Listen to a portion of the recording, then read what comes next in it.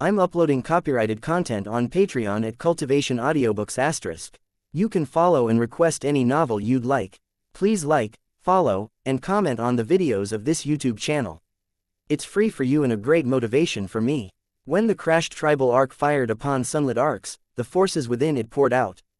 Leon's retainers led the charge, followed by Sar and Exalos, then the Tempest Knights, and then those forces brought by the two 9th-tier elders. Elise, Cassandra, the Evergolden Guards, Helen, and Tychos all remained within the ark, to varying degrees of reluctance. Valeria was just about the first one out the door. The ark's main door was blocked after the crash, and while Valeria had had the fleeting thought to try and use earth magic to flee, she remembered that the Sunlit War arcs had been hidden below the salt flats. They wouldn't get far with Sunlit Earth mages on their asses, so better to fight where they had the most advantage. So, without the main door of the ark available, everyone had to move out of several emergency doors, then move as quickly as they were able.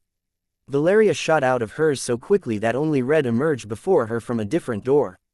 However, they moved against the same target, the last remaining Sunlit War arc in the sky. They had to move quickly since their crashed ark couldn't remain on the ground with their shield down for long, and the War ark was already recovering from the evasive maneuver it had taken immediately following their ark's last salvo. Immediately behind Valeria flew Maya, her body already transforming into a spectacularly large ice dragon, while Red had assumed her wyvern form. The rest of the retinue taking part in actively defending the ark were moving in the same direction, but lower, moving to meet the dismounts from the sunlit transport arcs not too far away, who were even now moving as quickly as they could toward them. As Valeria and the rest of the retinue rocketed into the air, a titanic wave of magic washed over them as Leon and the Sunlit Emperor crossed blades far above, and Leon came out the lesser. Storm clouds appeared in a moment, blotting out most of the sun's light, and Leon was sent crashing through them. It immediately felt like someone had reached into Valeria's chest and squeezed her heart, but she did her best to ignore the feeling. She trusted Leon and knew his power. He'd come out of this alive, of that she was sure. Maya's ice dragon roared in anger and grief, but since she kept pace with Valeria, the silver-haired woman knew that Leon, at least for now, didn't need their help. Below them was a more promising situation. Alcander and Alex had each taken half of the Tempest Knights and half of Sar and Exalos' followers to both sides of the ark where they were forming up with mauls that the two Tempest Knight commanders had stored in their soul realms. They would provide support for Marcus, Gaius, Anna, Anshu, and Anzu as they dealt with the oncoming sunlit dismounted forces. Sar, Exalos, and Nestor, the latter's ability to fly, taking Valeria somewhat by surprise meanwhile, peeled off to deal with the final stealth arc. With all this in mind, Valeria, Red, and Maya charged at the final war arc as it finally straightened out and aimed its largest imperial lance on its nose at their crashed arc. Valeria felt a spike of power from the large war machine, the imperial lance glowed with power for a moment, and then a mass of molten metal was fired at the crashed arc. Valeria felt a wave of extreme heat as the mass missed her by only a few dozen feet, missing Red and Maya as well, only to be blocked as the shield of white light sprang back into place around the arc once more. With a grin of triumph, Valeria knew it was their turn. She, Maya, and Red drew close to the arc, and a few mages popped out from external hatches to do battle with them. None of them were stronger than the 7th tier, however. Maya's ice dragon roared in rage once again and a torrent of ice shards exploded outward, peppering most of the dismounts and killing the greater part of them almost instantly. Valeria followed up with a few swings of her glaive, sending waves of bone-chillingly cold mist at the survivors. This mist enveloped them faster than any could react, freezing nearly all of them solid in a moment. Red, meanwhile, didn't bother with the dismounts. She flew past Valeria and Maya, the few survivors filling the air with their ineffective magic and missiles, all bouncing or splashing right off Red's 9th-tier scales. As Red drew close, she opened her mouth and spat an explosion of fire upon the war arc. Enchantments sprang into place to protect the flying machine, but they didn't last long under the intense heat and power of Red's flames. Enchantments shattered in mere moments, steel liquefied, and the ark's outer hull was compromised. While Red focused on the foredecks, Maya sped past Valeria, her body now larger than even Red's massive form. Her serpentine dragon wrapped itself around the aft decks closer to the engines, and then began to squeeze. The war arc was tough, but under such intense pressure, its plating began to buckle as enchantments failed to maintain structural integrity. During this, Valeria flew around the arc, eliminating the last of the dismounts and their reinforcements with well-placed applications of her magic and the odd swing of her glaive. Below her, the rest of their force met in combat. Lightning arrows rained down upon the sunlit ground force. Most of them couldn't fly and so were easy pickings for Leon's retinue in the air and the mauls on the ground. The sunlit forces retaliated as best as they were able, but the mauls were more heavily armored than the war arcs were, relatively speaking, and so the tribesmen were able to use them as cover if they needed it on the salt flats. Others called upon the salt below them, causing walls to spring into place to cover them from the death that the mauls brought and the death that rained down upon them from above, courtesy of Leon's retainers. Flashes of light and cries of pain filled the air, the tribesmen having more power on average and the advantage of heavier firepower, while the sunlit forces vastly outnumbered them. Casualties were taken on both sides, but Valeria was at least gratified to see that they were disproportionately in her side's favor. But the sunlit forces were large enough that she couldn't help but wonder if that would matter. Those 4 transport arcs had brought nearly 1,000 soldiers, while those who followed Sar and Exalos weren't warriors by trade, and their side didn't even number 50 total.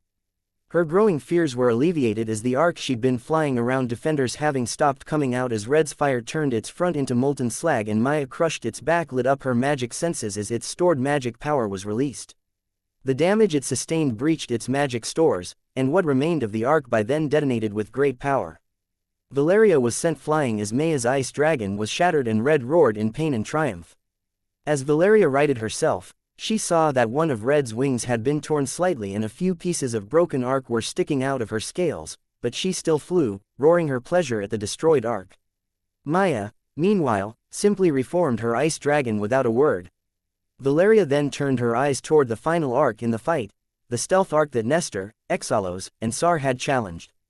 It was much smaller, whereas the crew of the war arc would have had to have a crew of at least 100, the stealth arc could have only had 3 or 4. That significantly smaller size gave it greater speed and maneuverability, while it put to great use doing its best to avoid Sar and Exalos. Nestor, though, seemed to be ignoring the arc at first. He'd inscribed runes of floating light about the size of his golem's head in the air, with much of the errant magic power being kicked up by the battle flowing like a river into the largest floating rune and then spreading out to the others. She didn't have to wait long before what he was doing was put on display. He inscribed one last rune, and that seemed to complete an array that formed all of that provided magic power into 5 massive bolts of lightning. These bolts opened like fingers, reached across the sky, and then closed upon the stealth arc. Sar and Exalos immediately waved off as these bolts of bright golden lightning sliced through the arc with ease, and it too exploded quite violently. It brought her no small amount of pleasure to see them making progress, until she felt intense killing intent wash over the battlefield. The Sunlit Emperor had brought 4 9th-tier mages with him, and while they could have participated in the battle, it seemed that having 4 9th-tier mages, along with Valerius 8th tier, and the unknown that was Nestor, gave them pause. Leon and the Sunlit Emperor were continuing to clash far above them, the force of their battle causing the storm clouds to ripple and churn and booms of thunder to echo across the salt flats, so the Sunlit 9th-tier mages didn't have much support. Now, however, they had to act. The arcs had been taken out, they had no other choice without ceding the battle to them entirely. A lance of light flew across the sky and slammed into Red. Red's cries of success became cries of pain and wrath. A massive fireball sped through the air and splashed across Maya's ice dragon, gouging a huge chunk out of it and causing it to spiral downward before Maya was able to repair the damage and stabilize it. Valeria sped backward as Red turned toward their new foes and bore down upon them, letting her fury run wild. Fire filled the air as Red chased the light mage around, not managing to close the distance enough to do much damage. The light mage kept moving and firing beams of light behind him, slicing deeply into Red's hide, but Red was large and could take those hits. She was the equivalent of a 9th-tier mage, and her healing factor had those wounds not spilling much blood before they closed over. Maya took a more defensive posture, her serpentine dragon constructed form having something of a standoff duel between her and the fire mage. Maya, at first, only shot enormous spears of ice at the fire mage, but fireballs countered her attacks fairly well. Still, she launched so many that the fire mage had trouble keeping up.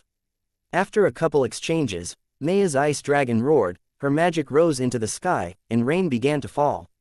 The fire mage enveloped himself in flames as Maya's power saturated the surroundings, every drop of rain falling under her control. Without much choice, He did the only thing he could do and charged. Millions of drops of water slammed into his fire shell like needles, peeling away at every lick of flame, protecting him from the river nymph.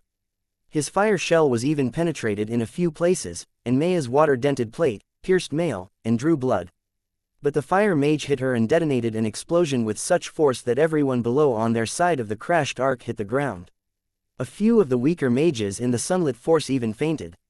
In the end, Maya's mage cut out and her ice dragon dissolved. Valeria's expression became one of horrified rage, and she prepared to throw caution to the wind and attack, but as the ice dragon melted away, it formed a large cloud of mist and wrapped itself around the fire mage. The fire shell momentarily grew brighter as it fought off the mist, but the mist swirled about, effectively becoming another cloud, and obscuring the bright red flames from view. It then lengthened, turning into a wet twister hovering in the air, and when it dissipated about a minute later, the fire mage's shredded corpse fell to the salt flats below. The mist then condensed, reforming into the river nymph that Valeria was well familiar with. She'd clothed herself and hovered in the air with grace and poise, but her body was battered and bruised, cut and bleeding. While she hadn't fought in human form, it was clear that she'd not avoided damage.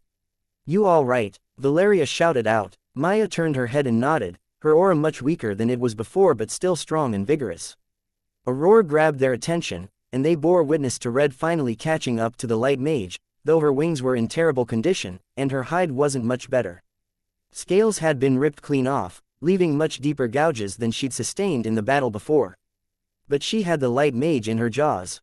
The man's body was glowing brightly as he attempted to use his magic to escape, but he bathed in the fire Red was exhaling, burning yellow hot.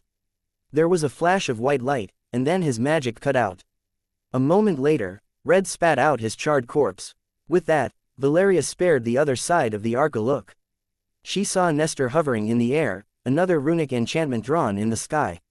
Captured within was another sunlit 9th tier mage, and hovering beside Nestor was Sar, his body looking to be in similar condition to Maya's. But the sunlit mage was screaming in terror as the light runes pulsed with magic power, and his body bulged. Valeria had to stifle a cry of terror and disgust as the man's magic power was ripped out of him, taking most of his blood with it. Little care was made for how it left his body, leaving the magic little more than shredded meat and bone trapped in Nestor's array. "NNOOO!" The final sunlit 9th tier mage roared. He'd been locked in battle with Exalos and bore a striking resemblance to the man Nestor had just killed, a close relation, Valeria guessed. A film of smoky darkness spread across the man's body as Exalos brought a tremendous wind blade down upon him, the spectacularly sharp air passing harmlessly through him. Exalos didn't seem to be in the best condition as far as Valeria could tell, with a few rents opened in his armor, and he was moving a little slower than everyone else. These flaws were exploited as the last 9th tier mage surged forward, his body turning into little more than a shadow as he fell upon Exalos, sinking into the gaps in his armor. Exalos screamed in pain, and a moment later, the sunlit mage shot back out.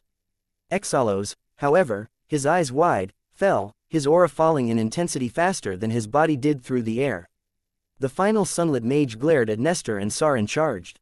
The sky darkened even further as his magic surged outward, but Nestor inscribed another rune, an ancient rune that caused it to stop in place. Tendrils of darkness congealed and struck forth, passing through whatever barrier Nestor had put into place, but Sar darted forward, golden lightning pouring from his body and shredding the tendrils one by one. Sar then hit the main mass of darkness so hard that Valeria nearly blacked out from the resulting thunder. She swayed in the air, the power and killing intent that filled the air starting to get to her a bit. But she righted herself and focused. Sar had bored deep into the black mass while Nestor sent glowing runes racing across the sky. The mass roiled and a few bolts of lightning exploded outward, but it wasn't until Nestor finished surrounding the mass after a few seconds that the mass froze, and Sar's lightning had a more permanent effect. A scream echoed across the entire battlefield as the mass dissipated, revealing an even more bloody Sar with his hand inside the 9th tier mage's chest, his body glowing with lightning as the sunlit mage fried from the inside out.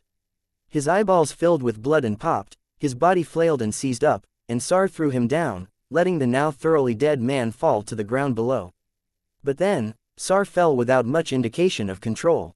Valeria shot after him, managing to catch him only about 100 feet off the ground. "My thanks," the man groaned as he hung limply in Valeria's arms.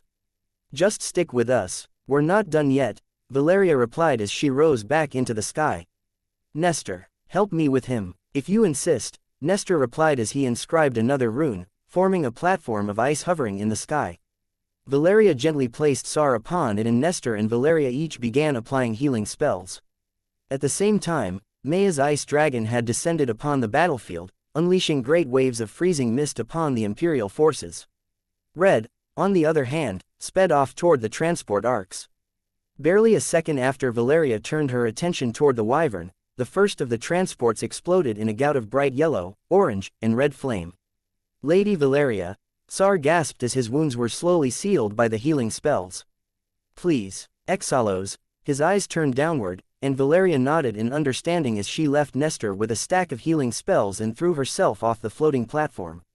She plummeted to the ground, not finding it too difficult to locate Exalos in the flat white expanse, even with the battlefield having been cut to pieces by the mauls and other blasts of magic. Unfortunately, when she found him, the 9th-tier Eagle Elder wasn't moving. His chest plate was bloody and ripped to ribbons, and when she knelt next to him, she felt little magic power, but just enough to tell her that he was still just barely clinging to life. He wouldn't last long, though, and when she peeled off some of his more heavily damaged armor and saw the extent of the damage, she wasn't sure even the strongest healing spells would save him. She immediately tried, though, retrieving the strongest healing spells she had as well as pouring a few of Helen's best healing potions onto Exalos' wounds. She then gathered him up and made for the crashed ark, where help could be found. And with the battle now decisively in their favor, the crashed ark wouldn't have to keep its shield up. However, just as that thought crossed her mind, a titanic wave of magic sped through the air, punching a hole through the clouds, and slamming into the ark. She was momentarily blinded as a flash of lightning, a peal of thunder squeezed her head and blotted out her senses, and when she regained her senses a moment later, she saw that a hole had been blasted in the ark's shield. Fortunately, there was no further attack, and the tremendous magical pressures coming from above where Leon and Sunlit still fought continued. She redoubled her effort. The battle, no matter how much it may be slanted in their favor, wasn't over until Sunlit was defeated. She wasn't sure anyone in their party, even Leon, could beat him, and if Leon lost to him right now, they'd lose everything. The thought of losing Leon had Valeria's heart racing even faster. Panic flooded her mind at just how long he'd gone without support. If something happened to him, she'd never forgive herself, and she'd make it her mission to destroy everything that the Sunlit Emperor cared for. But as another wave of flashing power washed over the battlefield from clashing power, she knew that there was still time. They just had to hope they could get Leon the support he needed before it was all over. Sunlit swung his blade and the clouds around them exploded in lightning. Arcs of deadly golden bolts darted around them, and it was all Leon could do to ward them away. Sunlit then raised his blade and a bolt of lightning struck it, forming a 50-foot-long blade of lightning. He swung that blade, and Leon darted and dodged through the air, keeping himself just barely out of range of the Emperor's strikes, and for those moments when he wasn't able to maintain his distance, his armor and Tau Pearl kept him relatively safe. But injuries were piling up. He'd sustained quite a few bruises and hairline fractures, but the Tau Pearl did its best to quickly heal them up. Its magic was far better at healing than creating a shield, but even with its help, Leon knew he was flying on the edge of death. Sunlit was pressing him so hard that it was hard to retaliate. It had been a good few minutes since they'd taken their clash above the clouds, voluntarily or not, and while Leon was doing well, he couldn't spare even a moment to appreciate his survival thus far. He ducked downward and a bolt of golden lightning split the air where his head once was, and he fell into a pitch-black storm cloud. He spread his power throughout it, but Sunlit barreled right in, howling like a man possessed. The cloud split before him, and in response, Leon swung his blade and sent a wave of black fire to meet him. Sunlit cleaved through, though the fire ate away at the edges of his blade. With an idea taking root in his head, Leon switched tactics and charged at Sunlit. He didn't doubt that Sunlit would win every head-to-head clash they had, but he needed to find some way to weaken the Emperor if he were to escape. Sunlit met his charge with a ferocious overhead swing of his sword, and Leon brought his up to meet it.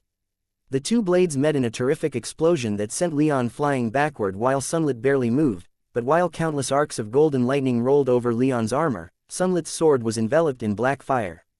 With a roar of anger, Sunlit charged again, and Leon, while the Tau Pearl's healing magic soothed his pains, saw that Sunlit's blade was starting to blacken.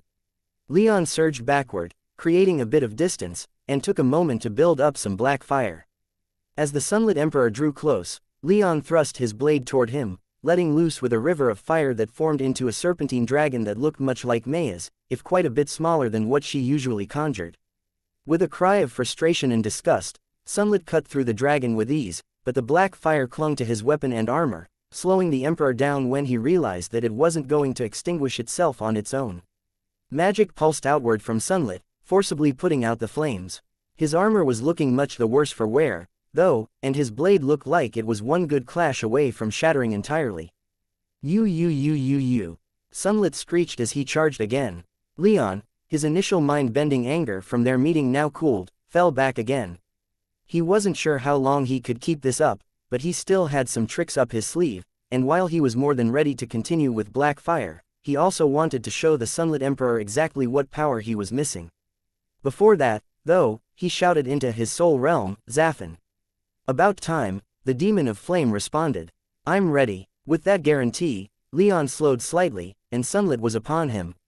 The Emperor brought his blade down upon Leon, a dozen massive lightning bolts speeding along in his wake, and Leon met the attack with all the power he could muster. Lightning and black fire exploded outward as their blades met. Golden lightning pierced the surface of Leon's fire but vanished within. Leon's fire reached out for Sunlit but didn't make it that far past his blade. But it was far enough, and Leon heard the sound of cracking metal. Without a word, he threw open his soul realm and a massive fiery arm reached through, striking the Sunlit Emperor and sending him hurtling backward. Leon was pleased to see that his blade had shattered about 2 inches from the hilt, leaving little more than blackened metal behind. Zaffin emerged from Leon's soul realm to hover at his side, and Sunlit righted himself in the air.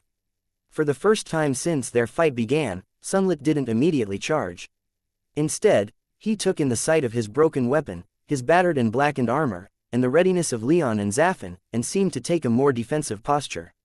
Well, he said, his voice carrying despite lightning arcing all around them, this is surprising. I wasn't aware you had a contract with a demon, let alone one that would allow him to manifest on this plane. I'm full of surprises, Leon retorted. So I'm coming to understand, Sunlit said. Addressing Zaffin, he shouted, Demon. Whatever that boy is giving you, I'll double. Slaves, sacrifices, that doesn't matter. If you switch sides, you can have it all. Spare me, human, Zaffin crackled. Sunlit replied, his voice indicating he wore a scowl on his helmeted face, that's fine. I can handle you both. I have my own surprises. He conjured a bracelet on his left wrist and aimed his left fist at Zaffin. The bracelet wasn't particularly ostentatious, being little more than a band of shiny black metal, but Leon felt a spike of strange magic explode out of it. Zaffin immediately dodged, but the strange transparent magic caught the demon anyway, and Zaffin froze in the air. Even the fire covering his body froze in place. A man like me has to have contingencies for everything, Sunlit boasted. And after I was attacked by vampires when I was young, I invested quite heavily into anti-demon magic. As for you, Leon, you will give me what I want. Sunlit charged again as Leon desperately tried to understand just what Sunlit had done to Zaffin, but he didn't have the time to study it. Instead, he was forced to bring his sword back up to block a blade of lightning that Sunlit plucked from a huge nearby cloud. His sword and the bolt met with such force that the two were blown apart again. Everything I've ever wanted is locked away in your blood, Sunlit raged. If I have to rip you apart skin flake by skin flake to get what I'm after, then I will. Sunlit punched outward, thousands of thin strands of lightning reaching out from his body and enveloping Leon. These strands stuck to his armor in countless places, restricting his movements, and when he tried to raise the Tau Pearl shield, Sunlit waved his other hand, a new gauntlet appearing on it, and the shield flickered and vanished. Panic now starting to set in, Leon called upon the very power that Sunlit so craved. He shouted in anger and frustration, and a dozen thick bolts of silver-blue lightning erupted from his body and danced around him, severing every one of Sunlit's lightning strands. Yes, Sunlit screamed as he charged again. That's it. He raised his hand again and summoned the largest lightning bolt yet, and hurled it at Leon. Leon used every tiny bit of skill in lightning magic he possessed and just barely managed to push the bolt away, but as it sped past him, he was thrown like a leaf in the wind.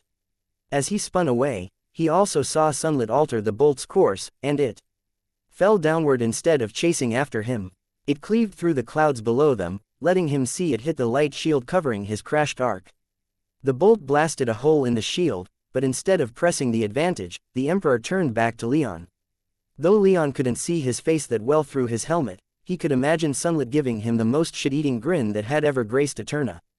Surin, Sunlit began, but Leon just called upon the Thunderbird's power and summoned the biggest lightning bolt he could from the clouds around them. The silver-blue bolt struck the Emperor with titanic power, sending the man flying. But Leon didn't fly after him immediately. Instead, he retracted his sword and armor into his soul realm and transformed. When Sunlit stabilized himself a moment later, he found Leon's new Thunderbird form bearing down upon him, and it took him a moment to respond. Leon dove at the armored man, his talons glowing with silver-blue lightning. Sunlit dodged and Leon followed. Leon pecked. Sunlit threw himself back. Sunlit threw a lightning bolt. It slid off Leon's feathers. Leon flapped his wings and conjured 100 lightning bolts. Sunlit pulsed with power and all of them curved around him. Sunlit roared in anger and charged, slamming into Leon with great force, but Leon tucked, rolled, and tore Sunlit off him with his beak before Sunlit could do any real damage. "What are you?" Sunlit shouted as they separated. Leon didn't bother responding, but with a thunderous screech, his magic filled the sky. Sunlit responded in kind, and the distance between them grew as they competed for domination of the sky. The wind began to pick up and rain started to fall, and Leon could feel that in his Thunderbird form, he was starting to gain the upper hand in control over their surroundings, even if Sunlit was more powerful. "You won't win like this," Sunlit shouted, his voice only audible over the howling wind thanks to his and Leon's power. "I won't give up. I will tear down everything and everyone you've ever loved. But if you surrender to me, you will guarantee their safety." Leon didn't even dignify that with a reproachful glare. He just focused on seizing control over the sky and then began directing the clouds around them to surround and contain Sunlit's power. Slowly, he started making progress, and it seemed that Sunlit realized he was starting to be put into a weaker position, and he charged.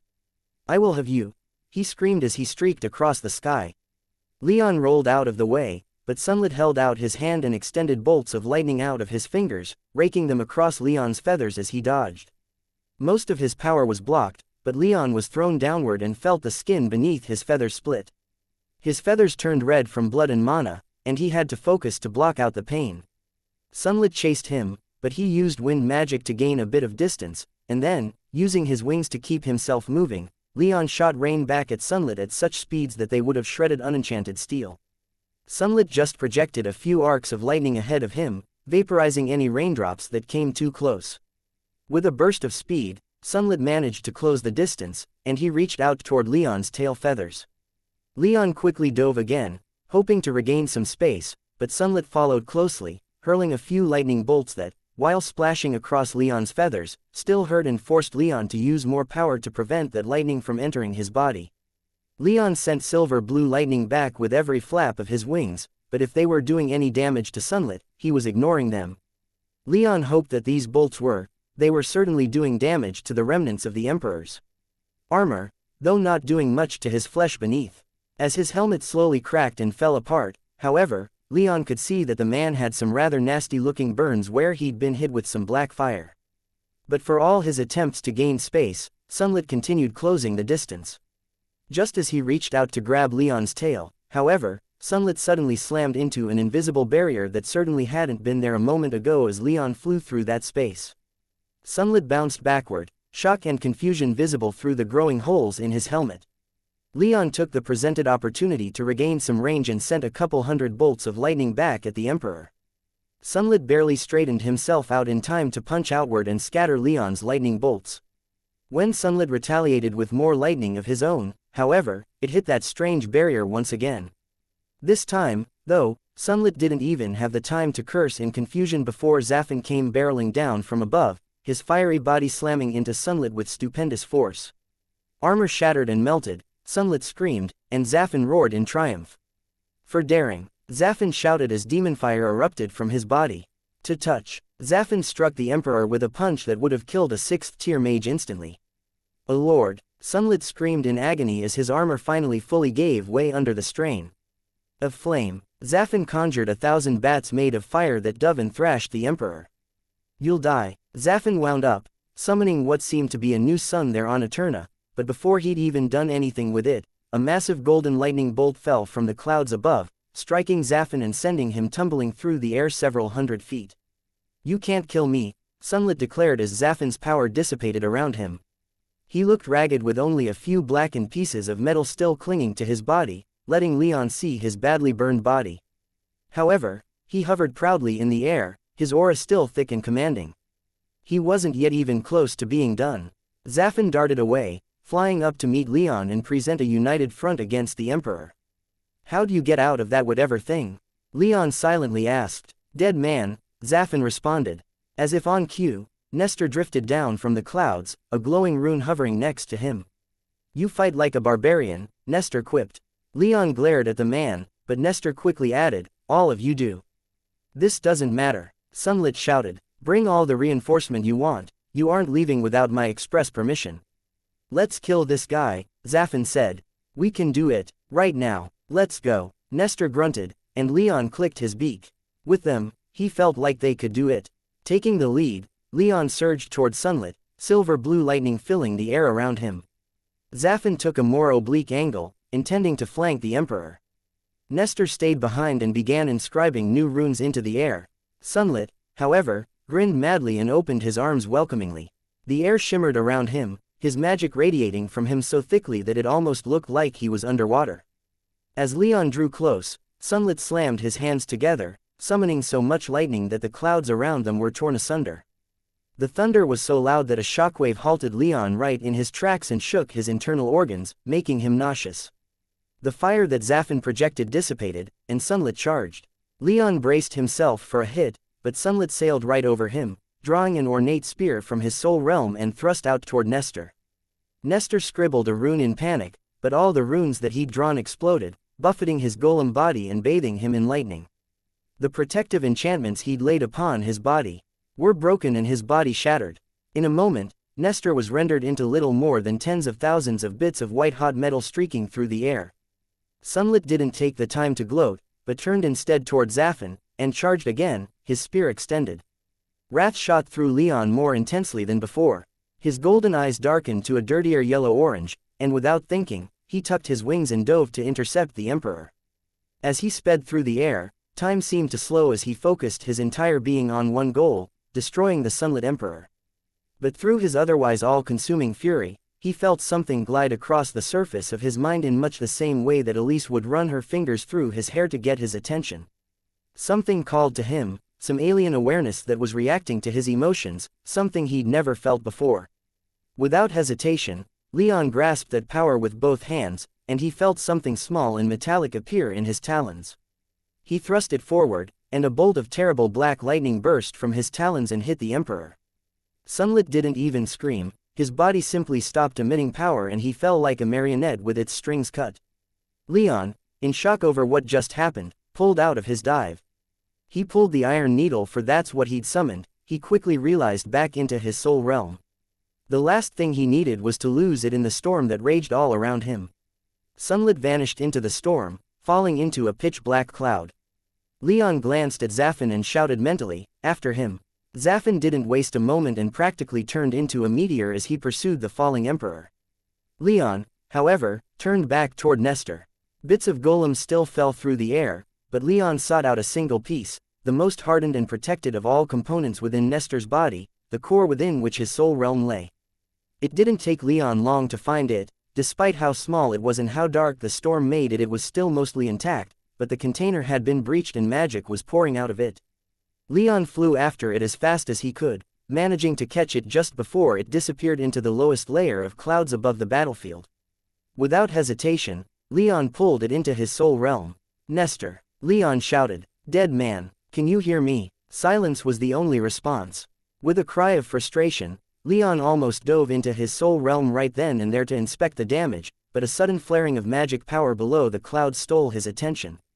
Lightning and thunder lit up the ground below, and he knew that Sunlit wasn't dead. But when Leon dove below the clouds, he arrived just in time to see with his own eyes Zafin being thrown to the ground by a truly wretched-looking Sunlit Emperor. His face had half-turned black from burned flesh, his eyes blazed with golden lightning, his clothes and the remains of his armor had been completely burned away, scorching much of his body beneath, and blood seeped like red rivers through his many burns and other wounds. As Leon pierced through the clouds, however, Sunlit turned his eyes upon him, glanced at the crashed ark that still had its shield up and that Leon's people were surrounding, and then at the remnants of his ambushing force. All 3 stealth arks had been shot down, as had the 4 war arks. What few ground forces remained were retreating as fast as they could to the transport arks, and there were no signs of the 4 9th-tier mages he'd launched this operation with. Without a moment of hesitation, Sunlit turned around and fled, leaving the battlefield to Leon and his people. It seemed they had won, but Leon didn't feel any pride or triumph. His ark had been shot down, he could see a few destroyed mauls down below, Zafin appeared injured, and Nestor was unresponsive. Pursuing the Sunlit Emperor didn't even register to him as an option as he dove back to his ark. They may have won, but he needed to know how much it had cost. The shield protecting the crashed ark was dropped as the last of the Sunlit transport arks sped away. It took a few minutes since Leon and Zafin's defeat of the Sunlit Emperor, and in that time, Leon took stock as much as he could. First and most obvious was his growing pain and exhaustion. Without Sunlit there to keep the pressure on, his adrenaline was decreasing and he was figuring out just how much damage had been done to him that had yet to heal. He quaffed a quick healing potion and stuffed a few healing spells into his armor, but that only alleviated the pain a little bit. In fact, it felt like the worst of the pain was coming from deep within him, and he couldn't locate the source. He mostly put that out of his mind for the moment as he surveyed the battlefield. It was cut and torn up from the sheer amount of magic used, looking almost like a landscape of blasted valleys and craters than the almost perfectly flat field of salt it was in the beginning. The intensity of the fight was clear from the sheer number of bodies that the Sunlit forces collected as they scrambled away, and in the number of dead and wounded that were gathering around Leon's ark. Adding further loss to Leon's group were the 4 mauls that had been destroyed, with 2 of them so badly blasted to pieces that they were completely unsalvageable. Only 2 mauls remained intact and battle-ready. Leon landed at the point near the rear of the ark where the bottle's survivors had gathered. A quick count showed more than 20 dead on his side, including 4 of the 6 Tempest Knights that had accompanied them from Katagita. The rest were from Sar and Exalo's entourages, but that didn't mean that Leon's retainers got out unscathed. Alex was covered in blood and looked barely able to stand, but Alcander was in far worse condition. The mountain of a man was unconscious and barely breathing, his left arm severed at the shoulder. He had multiple burns and lacerations that were quickly closing thanks to the numerous healing spells attached to his body, but Leon knew that those spells were only good for healing, not for regeneration. Alcander would need significantly more support if he wanted his arm back. Other than them, Leon was gratified to see his family and retainers were mostly free of crippling or life-threatening injuries. Exalos, on the other hand, was lying down, unmoving, on a stone bed someone conjured to keep him off the salt. It looked like he'd sustained a severe chest injury, the most dangerous sort of injury a mage could sustain since the heart was the gateway to the soul realm and the magic body. "Someone give me a report," Leon demanded as he hit the ground. He reserved most of his attention for Alex, Valeria, and Sar since they were the ones effectively in charge after he'd left, and Valeria was the first to respond. "We've taken casualties, Leon," she said. "Exalos he's not healing. Damage has been done to his soul realm," Sar explained. "He won't live much longer, and there isn't much we can do to change that." Leon frowned as he strode over. He briefly laid his hand on Alex's shoulder as he passed her, channeling her a bit of the Tau Pearl's healing magic. He wasn't sure how much it helped, but she certainly seemed a little more attentive afterward. When he reached Exalos, Leon knelt next to the bed and laid his hand on the 9th-tier eagle, his heart heavy and his expression grave. Even before he laid his hand on the man, he could tell the wounds he'd sustained were incredibly serious. He began channeling the Tau Pearl, hoping it could help where the healing spells apparently weren't, but after a moment, most of his hope began to die. "We've taken other casualties," Sar continued, explaining that he and Exalos had each lost about half of their delegations. When he finished, Alex officially informed Leon that they'd lost 4 Tempest Knights, and Alcander was down for the moment. As they spoke, Zafin came flying over, to many of their surprise. Leon, however, vouched for the fire demon, and everyone lowered their guard. "Where's Nestor?" Valeria asked as they finished tallying their losses. Leon scowled a bit and retrieved the box containing Nestor's ruby. He'd called out to his distant kin ever since bringing him into his soul realm, but so far, had received no answer. He'd need to open the box and see the damage done to be able to properly ascertain what happened. Since the healing for Exalos wasn't going anywhere, he decided to do that right then. Given that he'd helped build the first version of the thing, Leon didn't find it too difficult to get the box open, and when he did, his heart immediately sank. The box had been leaking magic like crazy, and Nestor needed that magic to sustain himself since he was really nothing more than a magic body. But Leon hadn't been quite prepared to see just how damaged Nestor's ruby was. The thing had nearly broken in half, and its entire surface was covered in cracks, causing not only the magic power in the box but also the magic power in the ruby to leak at an unsustainable rate. "Nestor," Leon called out. He felt a quick brush of darkness magic against his mental defenses from the box, but nothing more. With some trepidation, he lowered his defenses and projected a bit of darkness magic to facilitate some connection. Nestor weakly whispered into his mind. "Help." As he groaned the last word, a location in the ark was pushed into Leon's mind, the location of Nestor's luggage and where his spare soul ruby was stored within it. "We need this shield D," Leon said, but before he could finish, the shield was deactivated, allowing everyone to retreat inside again. Leon wasted no time getting his people moving back inside. He stayed for just long enough to bring Zaffin back into his soul realm and to make sure everyone was moving before he, too, made a beeline for the nearest open hatch on the ark. With lightning blazing through his body, it only took Leon a minute or two, and most of that was getting doors open to reach the ark's cargo hold. He practically tore through the luggage until he found Nestor's stuff, and then tore through that until he found the spare soul ruby. But he realized he didn't quite know what to do at that point. Holding the ruby close to Nestor's current ruby didn't do anything, so he reached out with darkness magic again. "What do I do with it?" Nestor didn't, or more likely couldn't, verbally respond, but Leon had a small enchantment array dumped rather unceremoniously into his head. Its overall shape was a figure 8, with the 2 rubies in the center of each half of the array. He knew he could make it, but it might take a moment. So, to buy him some time, he rummaged through some of Nestor's packed tools in the ark and those in his soul realm until he found enough material to roughly seal most of the breaches in the dead man's golem core. With significantly less magic power leaking out of the box, Leon hoped he could buy himself some time, though he didn't think the ruby would even last long enough to get back to the Veins of Vigilance, let alone Katagita where the ravens might offer help. After that, he darted back to the ark's main room where everyone else was gathering.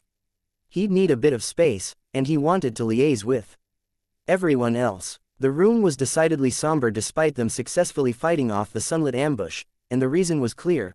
The bodies of the fallen had been brought inside where Valeria and Maya had flash frozen them to keep them from decaying until they reached Katagita.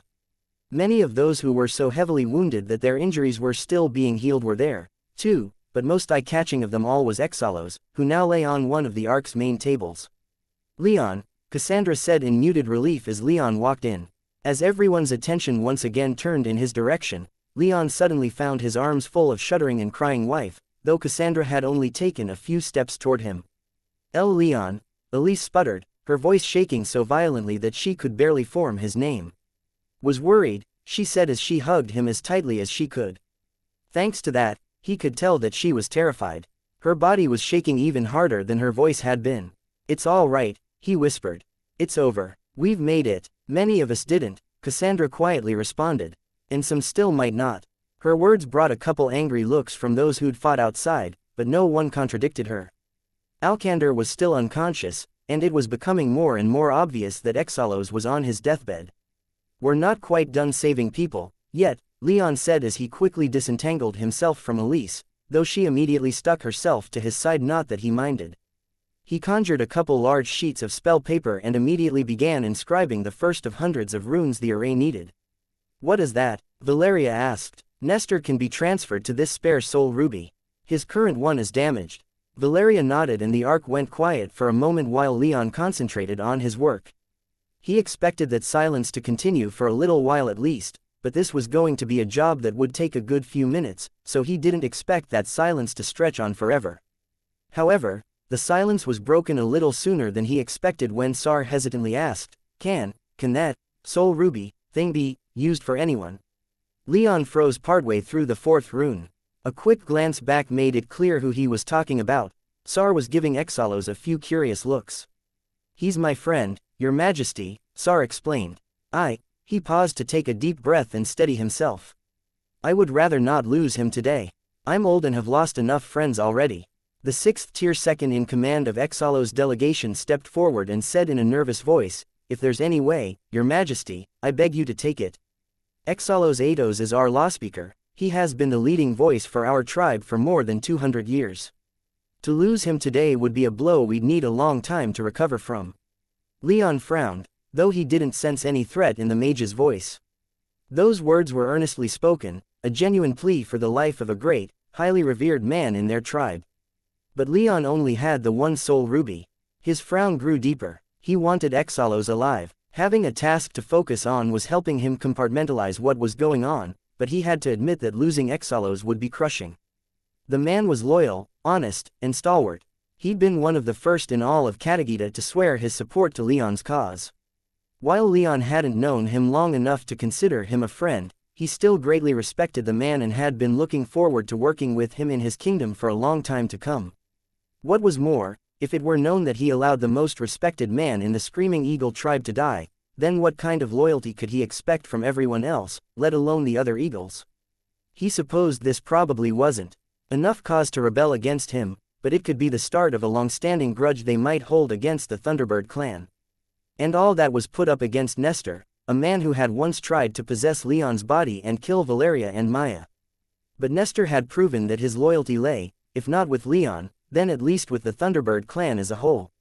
His skills and knowledge not just of enchanting but also of the history and administration of the Thunderbird clan were quite literally irreplaceable. If Leon lost Nestor, then his efforts to restore his clan would become immeasurably more difficult. To complicate matters, if push came to shove, Leon would have admitted that he actually rather liked Nestor.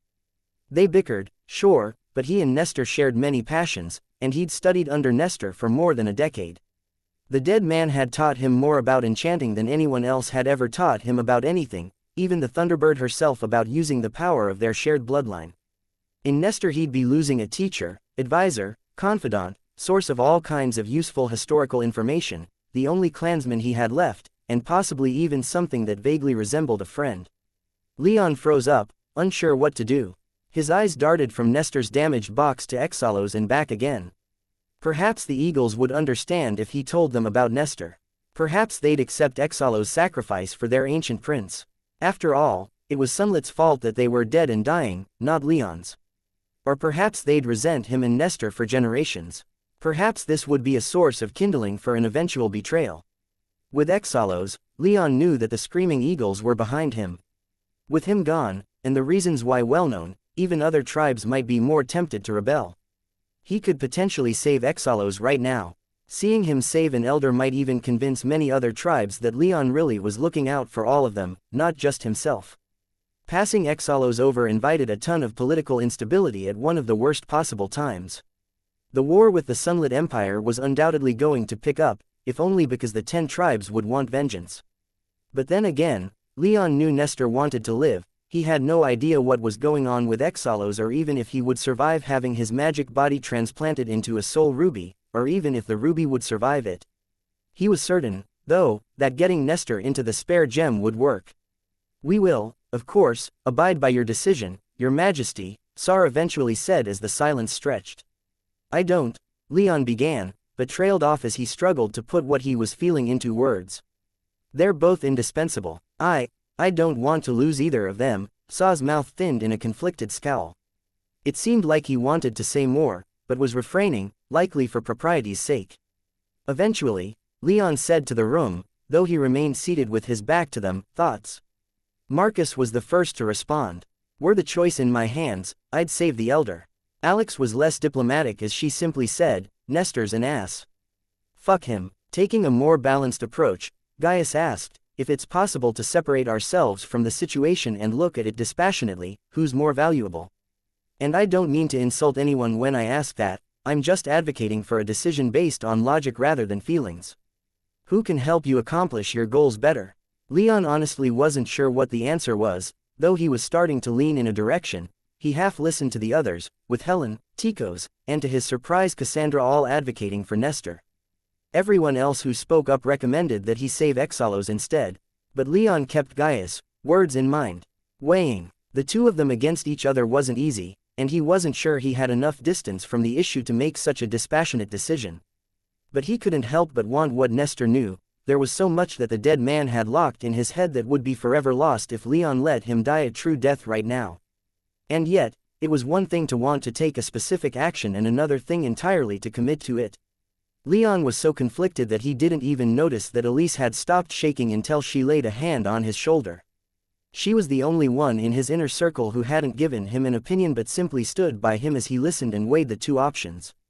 He glanced at her and found her smiling supportively at him, not a whit of judgment in her gaze. He turned his head a bit more and gave her a quick kiss on the knuckles. Then, he steeled himself for the decision, knowing that it would have grave consequences. But in the long term, he thought that it would be the better choice, even if just thinking that had him mentally rebuking himself. His hand started moving across the spell paper again, inscribing runes in the figure 8. He glanced at Exalos, grimaced, and silently thought, "I'm sorry." He swore to himself that he would do everything he could to make it up to the Screaming Eagles. Whatever the consequences would be, he would bear them. Exalos was his responsibility, and now he was choosing to let the man die to save Nestor. No one cheered or argued against his choice. The arc went dead silent as Leon continued his work. It took nearly 20 minutes for Leon to finish, and when he did, he didn't allow himself a single moment to second-guess himself. He took Nestor's gem out of the box, then placed a spare soul ruby opposite it in the enchantment array. And then, he activated it. The array greedily drank all of the magic power he poured into it. The runes glowed on the paper so fiercely that Leon was momentarily afraid they'd burst into flame before completing their job.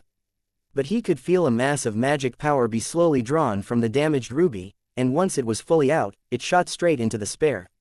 The lines of the enchantment array then caught fire, though Leon extinguished the flames with hardly more than a moment of willpower. All continued to be silent in the arc as the spare gem held everyone's attention.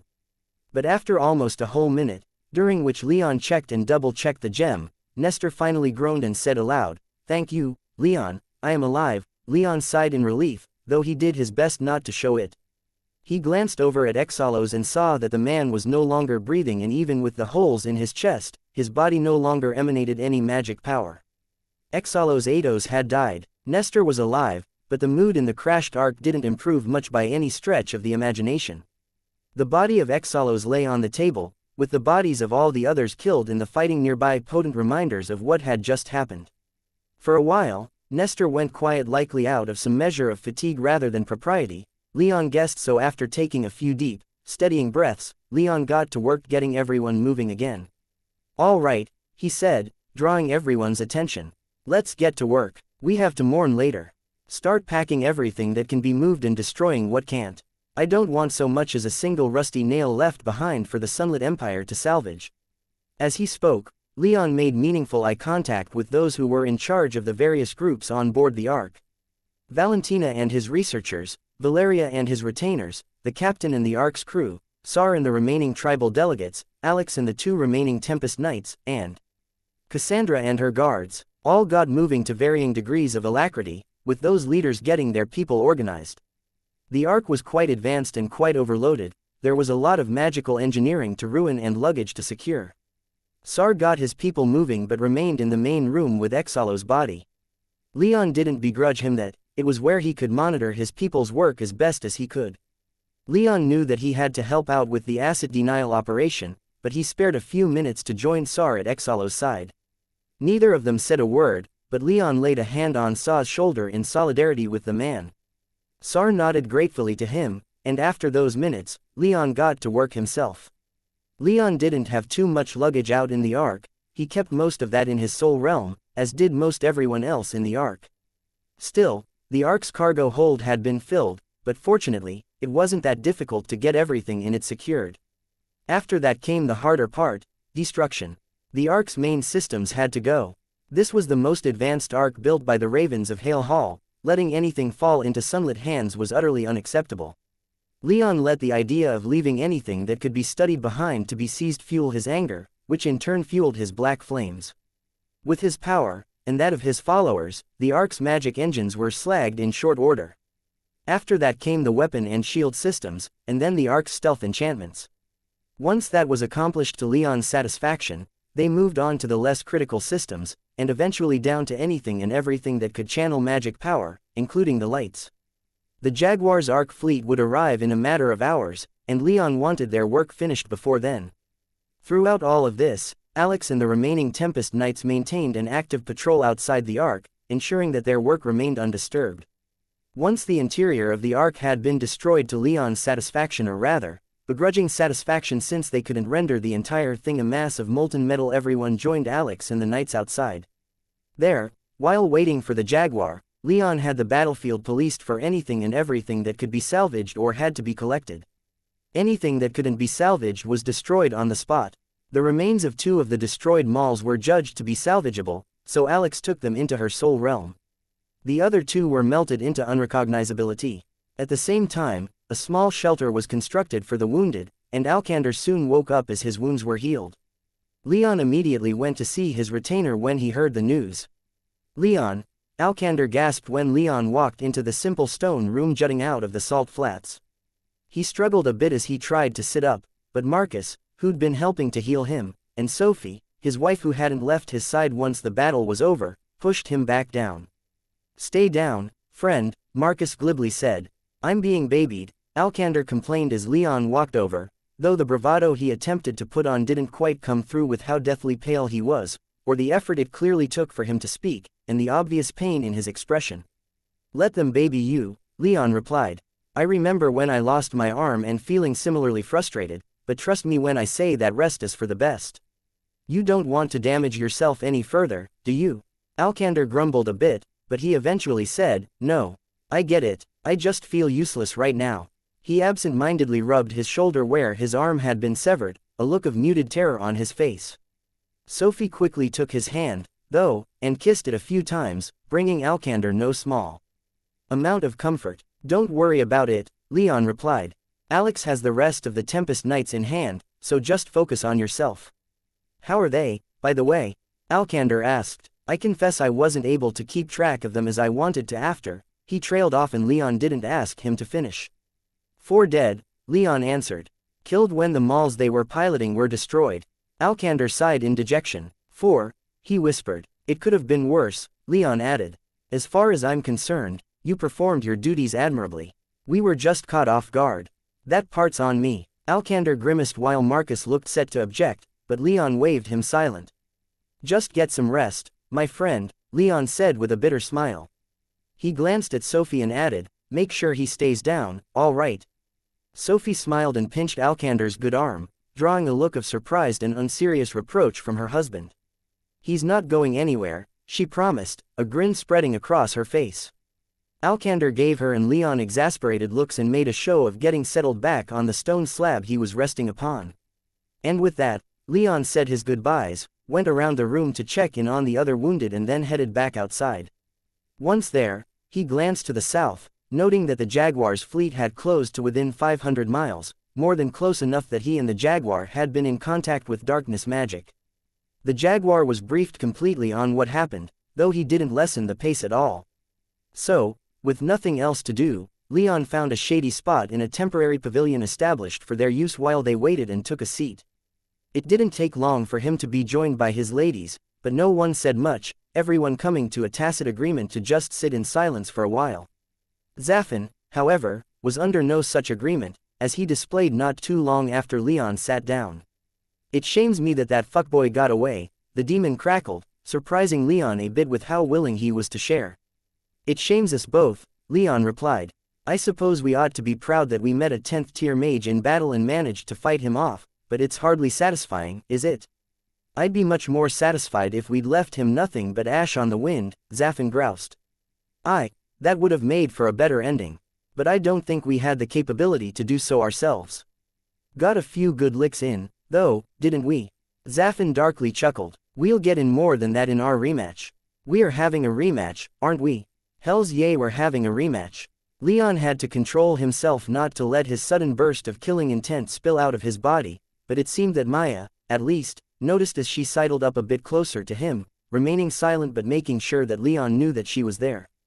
A little calmer, Leon continued, "After this, the Sunlit Emperor will have to pay. He's an irreconcilable enemy, he won't stop, so neither can we." And after the losses we took today, my pride and I doubt anyone else's back on Katagita will allow this to go unpunished. Get ready, demon. Once we're back on Katagita, we're going to be preparing for war. Zafin chuckled again, but this time, it was his bloody anticipation that came through. After a moment of silence, Zafin quietly stated, "You made the right decision, saving Nestor, much as it pains me to admit." Leon blinked in surprise, wondering for a moment if he'd heard the demon correctly. "Could you repeat that?" he asked. "You heard me the first time, boy, don't force me to speak those words again," Zafin spat in reply. It was all Leon could do not to just sit there with his jaw open like he was trying to catch flies. "Are you trying to mess with my head right now, demon?" "I meant every word. Nestor will benefit your cause more if you utilize him well." Leon stared into the distance in shock. "I would have thought you'd jump on any occasion to get rid of Nestor. Some days I'd agree with you. But he's been more agreeable since he was moved out of your soul realm. You've hardly spoken to him since I let him out."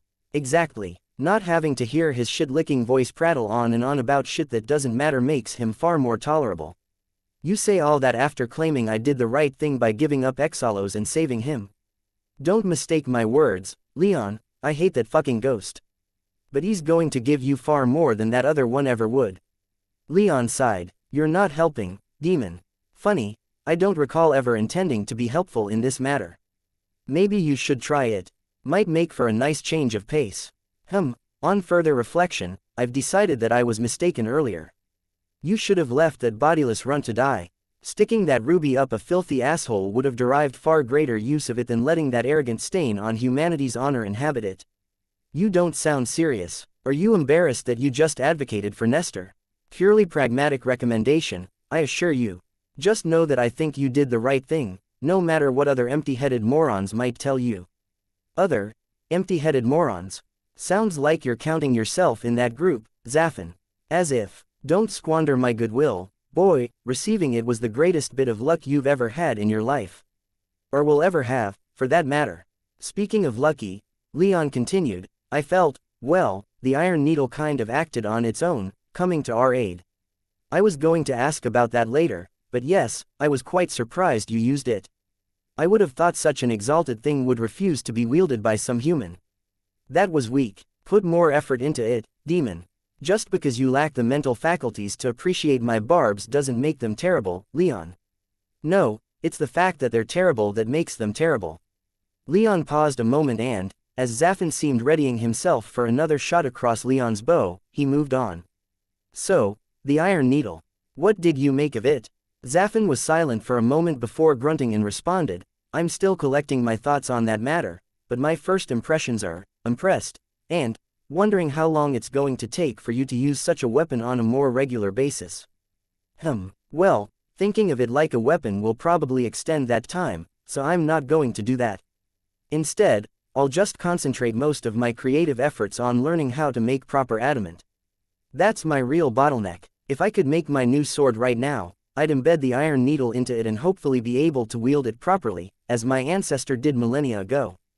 If you want my advice, Leon, and who doesn't, I am one of the wisest and more humble beings in all creation, work faster.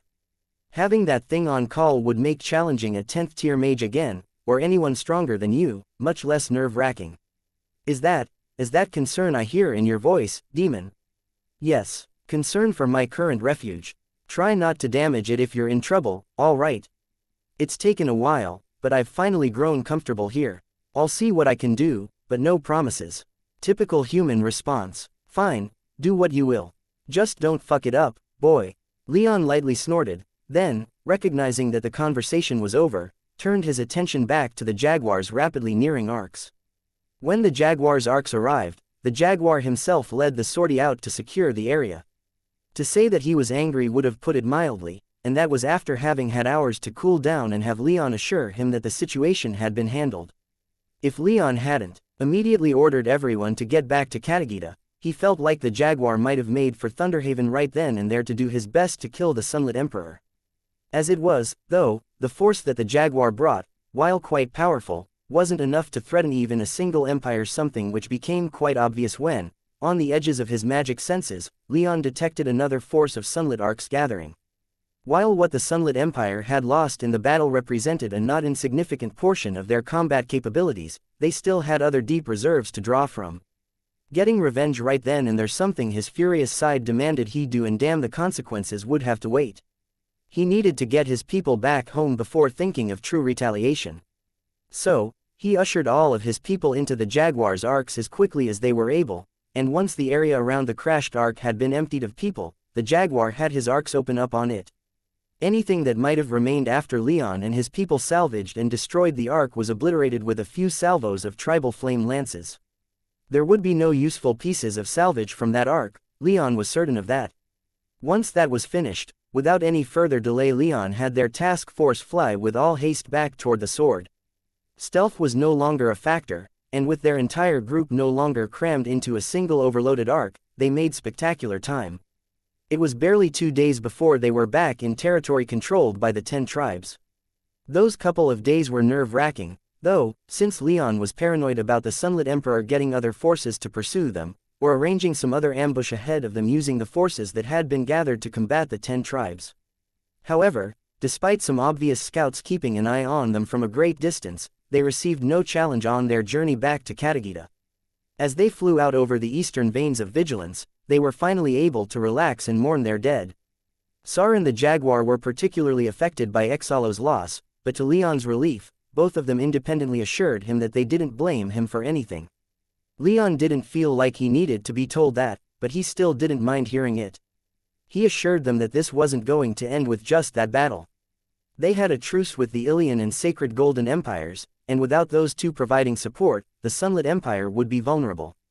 Both 9th-tier elders brightened up a bit when Leon declared that they were going to ensure that the Sunlit Empire never threatened them again. This would be no war of conquest, but one that would deprive the Sunlit Empire of their ability to wage war, and ideally, their emperor.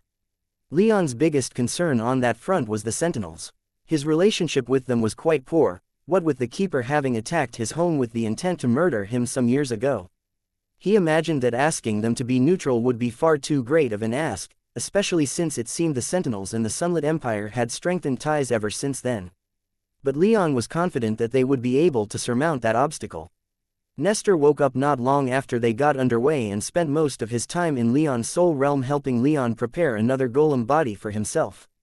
He didn't make any apologies or offer any more thanks, but Leon did notice his usually acerbic tongue had softened considerably. Leon had even greatly appreciated it when the first words out of Nestor's non-existent mouth upon waking up was to find out how his cat was doing. The large tiger was doing just fine, though understandably a little on edge with having been cooped up in arcs for days on end, especially since one of those arcs had been shot out of the sky. With Nestor and Leon's researchers from Heaven's Eye teaming up with the Ravens, he could only speculate what marvels they might come up with. For the time being, though, he'd have to concern himself with establishing the logistic for the coming campaign on the mainland, setting up his household and Tico's tree groves, and continuing to cement his royal authority and building up his government. It was painful for him to admit, but not only would the coming campaign have to wait for a few months at the least, but he'd have little time to spend on his hobbies during those months. He'd be buried up to his chin in paperwork and dealing with political dignitaries during that time. But all such dreadful thoughts were driven from his head upon their return to Katagita. They arrived in Raymondes, the capital of the Screaming Eagles, and it was with great solemnity that Leon handed over their dead. To his relief, neither Ipatameni nor Chrissy, the two remaining 9th-tier eagles, were angry with him. They saved their vitriol for the Sunlit Emperor, taking great pleasure in hearing how Leon had left battered the man and put him to flight, though Leon kept the specifics regarding the Iron Needle secret, for the moment. When Leon broached the topic of assembling an army to retaliate, they were immediately on board. The entire tribe, they claimed, would want their pound of flesh taken out of the Sunlit Emperor's hide. That statement was proven true just a couple days later when Leon presided over Exalo's funeral. His body, and those of the Eagle delegates that had fallen during the battle, was taken on a long parade through Raymondes, during which eagles of all sorts came out to witness and pay their respects to the man. Massive were the crowds and dry eyes were few and far between. Men and women wept openly, and during the funeral ceremony itself held in front of their tribal totem before a crowd of tens of thousands, Leon announced that the 10 tribes would be retaliating in force. His announcement was met with cheering that felt like it would shake the city so hard that it would slip off the island and slide into the sea. Following the funeral, Leon and his people didn't remain long in Raymondes. He made sure to introduce Elise to all the most important people in the city, and they paid her due deference as one of their queens, and once that was done, they departed for Stormhollow. Much work was ahead of them, and too little time to do it in, so he wanted them to get started as soon as possible. Carefully, hesitantly, though with much less than the first time he'd done so, Leon slid Nestor's soul ruby into the core of the new golem frame before him. He was in a large room in his temporary palace back in Stormhollow, having commandeered the room to be used as Nestor's workshop until the new palace could be built. Upon arriving back in the city, he and his people immediately went to work, arranging funerals for those that had fallen, giving Sar and his tribe's dead an honorable send-off, and calling for the Elder Council to meet once again. Fortunately, many elders had already heard some of what happened and had taken it upon themselves to return to the capital. Other elders had to take a bit longer, giving Leon and his people more time to get readjusted. In Elise's case, she was grateful for the time. She and Leon met with the elders as they arrived, giving them updates while also giving her more time to be introduced to them in smaller groups rather than all at once. Leon was grateful to find that all the elders and other high functionaries were unfailingly polite to Elise, much more so than they were to Cassandra, though Leon could understand why. In addition to spending much time meeting the elders, Elise also quickly took over the household, to Leon's great relief. Managing the hundreds of people that came and went and worked even in the temporary palace was a massive headache, but Elise took to such duties like a fish to water, freeing up some of the duties that Gaius had taken on. Gaius was continuing to act as Leon's top secretary, so Leon was seriously considering just giving him the official position. He'd need people he could trust in such positions if he wanted to fill out a proper royal government. At the same time, Cassandra was busy establishing something of an embassy, with herself almost as the ambassador. She didn't have any diplomats with her, but she often met with the elders along with Leon and Elise, doing her best to charm them and get on their good side. Leon fully supported her in this. If he wanted the truce with the sacred Golden Empire to turn into a proper peace, then the sentiment in the 10 tribes would have to change, and having the elders get to know an imperial princess better could only help. Valeria monitored his retinue, though, in truth, she didn't have all that much to do in that regard. Helen and Tikos mostly did their own thing, and Maya lounged around refusing to take on any kind of official duty. With Alex and Alcander busy healing and seeing to the expansion of the Tempest Knights, that left Valeria with Marcus, Anna, Anshu, Anzu, and Red to keep track of. She wasn't yet, but if she did ask Leon for other things to do or if any of his people did, really he would gladly give them some work. As they were, though, he was more than happy with them continuing to spend most of their days training for their rematch with the Sunlit Empire. During these couple weeks while the Elder Council reassembled those who could tear themselves away from their duties, anyway, Leon also made the formal introductions between Aushgar and the Ravens that were still in the capital and the researchers he'd brought from Heaven's Eye. They'd taken to each other quite well, but he knew it would take them at least a couple of months to properly pool their knowledge before they could start to take proper advantage of it. At the same time, though, Leon also made sure that Valentina and the other researchers had calm lotuses so that they could liaise with their colleagues back in Oculara. He truly desired for Heaven's Eye and the 10 tribes to gather together all they knew. He couldn't imagine leaving for the Nexus without ensuring that they were all smoothly working together. And he was gratified to see that, as far as he could tell, the Ravens welcomed the researchers with open arms. It seemed they didn't care that the researchers were Imperial citizens working for Heaven's Eye. In fact, Aushgar's first question to Valentina wasn't something personal, but rather a request for an explanation of an esoteric detail about the blood magic related to the transformation enchantment. Leon tried to pay attention, but the discussion that followed was so high level that he almost felt like they were speaking a completely different language. After that discussion, though, Aushgar immediately abandoned Valentina and the researchers to the tender mercies of the other Ravens in favor of assisting Leon in constructing Nestor a new golem body. Leon was quite thankful for the help as it undoubtedly cut days off the build time. During the forging and assembly process, however, Aushgar largely ignored Leon in favor of chattering away with Nestor, and much like with Valentina, Leon only partially understood what they discussed. If anything, it hammered home just how far he was from being an expert even in the fields that he was most interested and skilled in. Even though Leon thought he'd done as perfect a job as he possibly could have in the forging, enchantment, and assembly of Nestor's new golem body, Aushgar had quickly identified a few places that needed improvements. Even Nestor was impressed, especially since Leon had been working using a design that the dead man had made himself. As the ruby slid home, Leon sealed the golem's chest and waited as Nestor interfaced with the internal enchantments. Aushker waited next to him, staring at the golem so intently that Leon was almost afraid it was about to burst into flame. The golem began to twitch, starting with its fingers and moving inward. After about 10 seconds, Nestor practically leapt off the assembly bench, rolling his shoulders and stretching his legs. Finally, he whispered, "Good, splendid, well done, Leon, praise from you, Aushker, pinch me, I must be dreaming." Leon was kind of surprised when the 9th tier complied, pinching him quite hard on the arm, though he supposed he shouldn't have been. Aushker quickly turned his attention back to Nestor. "So, how was it? Is it working? Let me run some diagnostics." "Not necessary," Nestor protested, but Aushker hardly seemed to hear as he grabbed Nestor's hand and forced it to a nearby control console, which immediately lit up with glowing runes. Power looks good," Aushker murmured to himself. "There don't appear to be any problems with the nerve enchantments. This is looking very good." Nestor, instead of complaining, also looked at the console. "Well, look at that. Performing even better than expected. Well done, you two." Leon smiled bitterly. He was proud of his work, but it still stung to be reminded of the cost. "Aushker," Nestor eventually said. Yes, I would like to have some words with you. There are some projects I have in mind that I think you would take quite well to. However, for the moment, could you wait outside? I have to speak with Leon first." Aushker's eyes practically sparkled at the mention of new projects, but he slowly nodded when Nestor finished and airily glided out the room. Nestor waited until the door closed before turning back to Leon. He stared at Leon for a long moment, his new golem form superficially resembling his old one in just about every way. However, it had been heavily reinforced with thicker armor and stronger structural enchantments.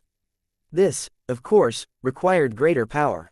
The Soul Ruby had been enhanced with stronger methods of gathering ambient magic power to keep itself and the golem charged with magic power, even incorporating an ancient rune in its overall design, but Nestor was still going to have to sleep for several hours a day, really just shutting the golem down to use as little power as possible while magic power could be absorbed. "Leon," Nestor seriously stated, "I said it then, but I feel I must reiterate it, thank you. I have spent the last few days lost in thought. I was almost killed in a moment during your fight with the upstart barbarian who seeks to claim our legacy. This would not have been the first time I died, but it would have certainly been the last. This has been weighing upon my mind, as well as your decision to save me instead of your supporter. I would like to think that I have proven myself reliable in these past couple decades, but I think back to the many times when I have failed in that regard." Nestor held up a hand and Leon fell silent. "Please, let me speak my piece, it won't take long." Leon nodded and waved his hand, allowing Nestor to continue. "Our clan's only hope lies in your survival. No matter what the upstart says, if you die, then our clan dies. I have known this and supported you, especially after our honored ancestor granted you her favor. But, despite all that you've done for me, forgiving my transgressions against you, and even providing me support when requested, I have allowed our verbal spars to get the better of me, among other things. I would like to say, then, right here and now, Leon, you have my undying support. You are the future of our clan. You have saved what remains of my life when you had good reason not to. I will never forget that. So, thank you, my king." Nestor fully bowed, lowering his head until his upper body rested at a 90-degree angle to his legs. Leon took a deep breath, a little overwhelmed at Nestor's declaration. The dead man could be acerbic, certainly, but Leon had received his gratitude before, notably the first time when he'd built the mana golem body. But this felt more natural and more heartfelt. "Thank you, Nestor," Leon eventually replied once his brain caught up. "Your first impression was terrible, but you've proven yourself to me, at least, in the time since. My knowledge of enchantment has advanced by leaps and bounds in these past years, thanks in no small part to you. And I hope that you will continue to teach me in the years to come. I would rather suffer horrific tortures for 1,000 universal cycles than deny my clan the knowledge I possess. I will spare no expense to make sure this knowledge is retained." Leon nodded again, feeling a little awkward at just how genuine Nestor seemed to be. But, despite a few darker thoughts worming their way through his mind regarding the dead man's intentions, he decided to take Nestor at face value. Work with me, and work with the ravens. Leon took a few steps and laid a hand upon Nestor's shoulder, not too hard to do with the man still bowed at the waist. I am not the last of our clan, not with you still here. Now, let's rebuild our clan together. Leon gently pushed Nestor back into a standing position, which Nestor limply allowed. After a moment of silence, Nestor responded quietly, yes. Let's. Leon's smile broadened. Great. Now, there's something I'd to ask of you before we call Aushker back in here, something that I'm hoping is possible. Leon quickly outlined his idea, and Nestor replied, while it's only a temporary measure, it should be quite easy to accomplish. I even know an ancient rune that will help with the interface. The two quickly moved over to the inscription mirror to begin design drafts on Leon's project, and so taken were they with their project that it was almost an hour before they remembered to call Aushker back in. Fortunately, the Raven was able to help, and their design was not only finished in a matter of hours, but Leon had even managed to fabricate a prototype. Now, he just had to test it. Alkander was, as he ought to be as the commander of the Tempest Knights, quite busy, but Leon found him easily enough seeing to the training of some of the younger and weaker members of the order.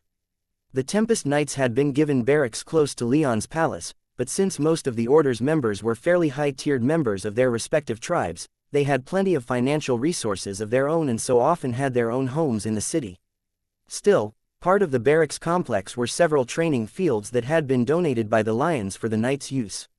When Leon found Alkander after having to endure the ceaseless bowing and other shows of respect from the Tempest Knights he encountered on the way, he had the one-armed man follow him back to Alkander's office.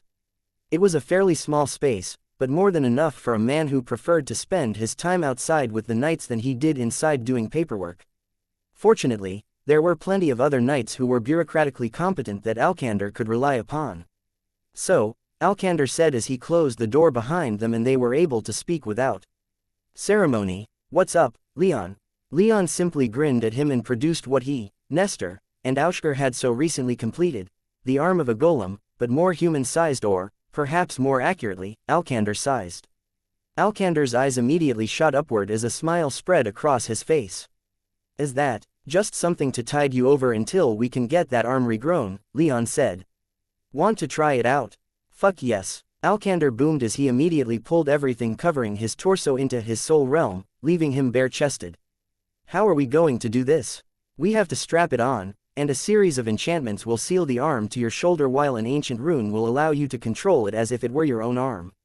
You won't be able to channel that much magic through it since it isn't actually your arm, but you should be able to get about third-tier magic power through it. Other than that, it'll function exactly like your flesh and blood." Even though it wasn't as strong as a real arm strengthened by years of magic power would be, Alkander still quite excitedly agreed. It didn't take long to get the arm attached, and once it was, Alkander immediately began putting it through its paces. For Leon, he reveled in Alkander's joy as his own left arm ached.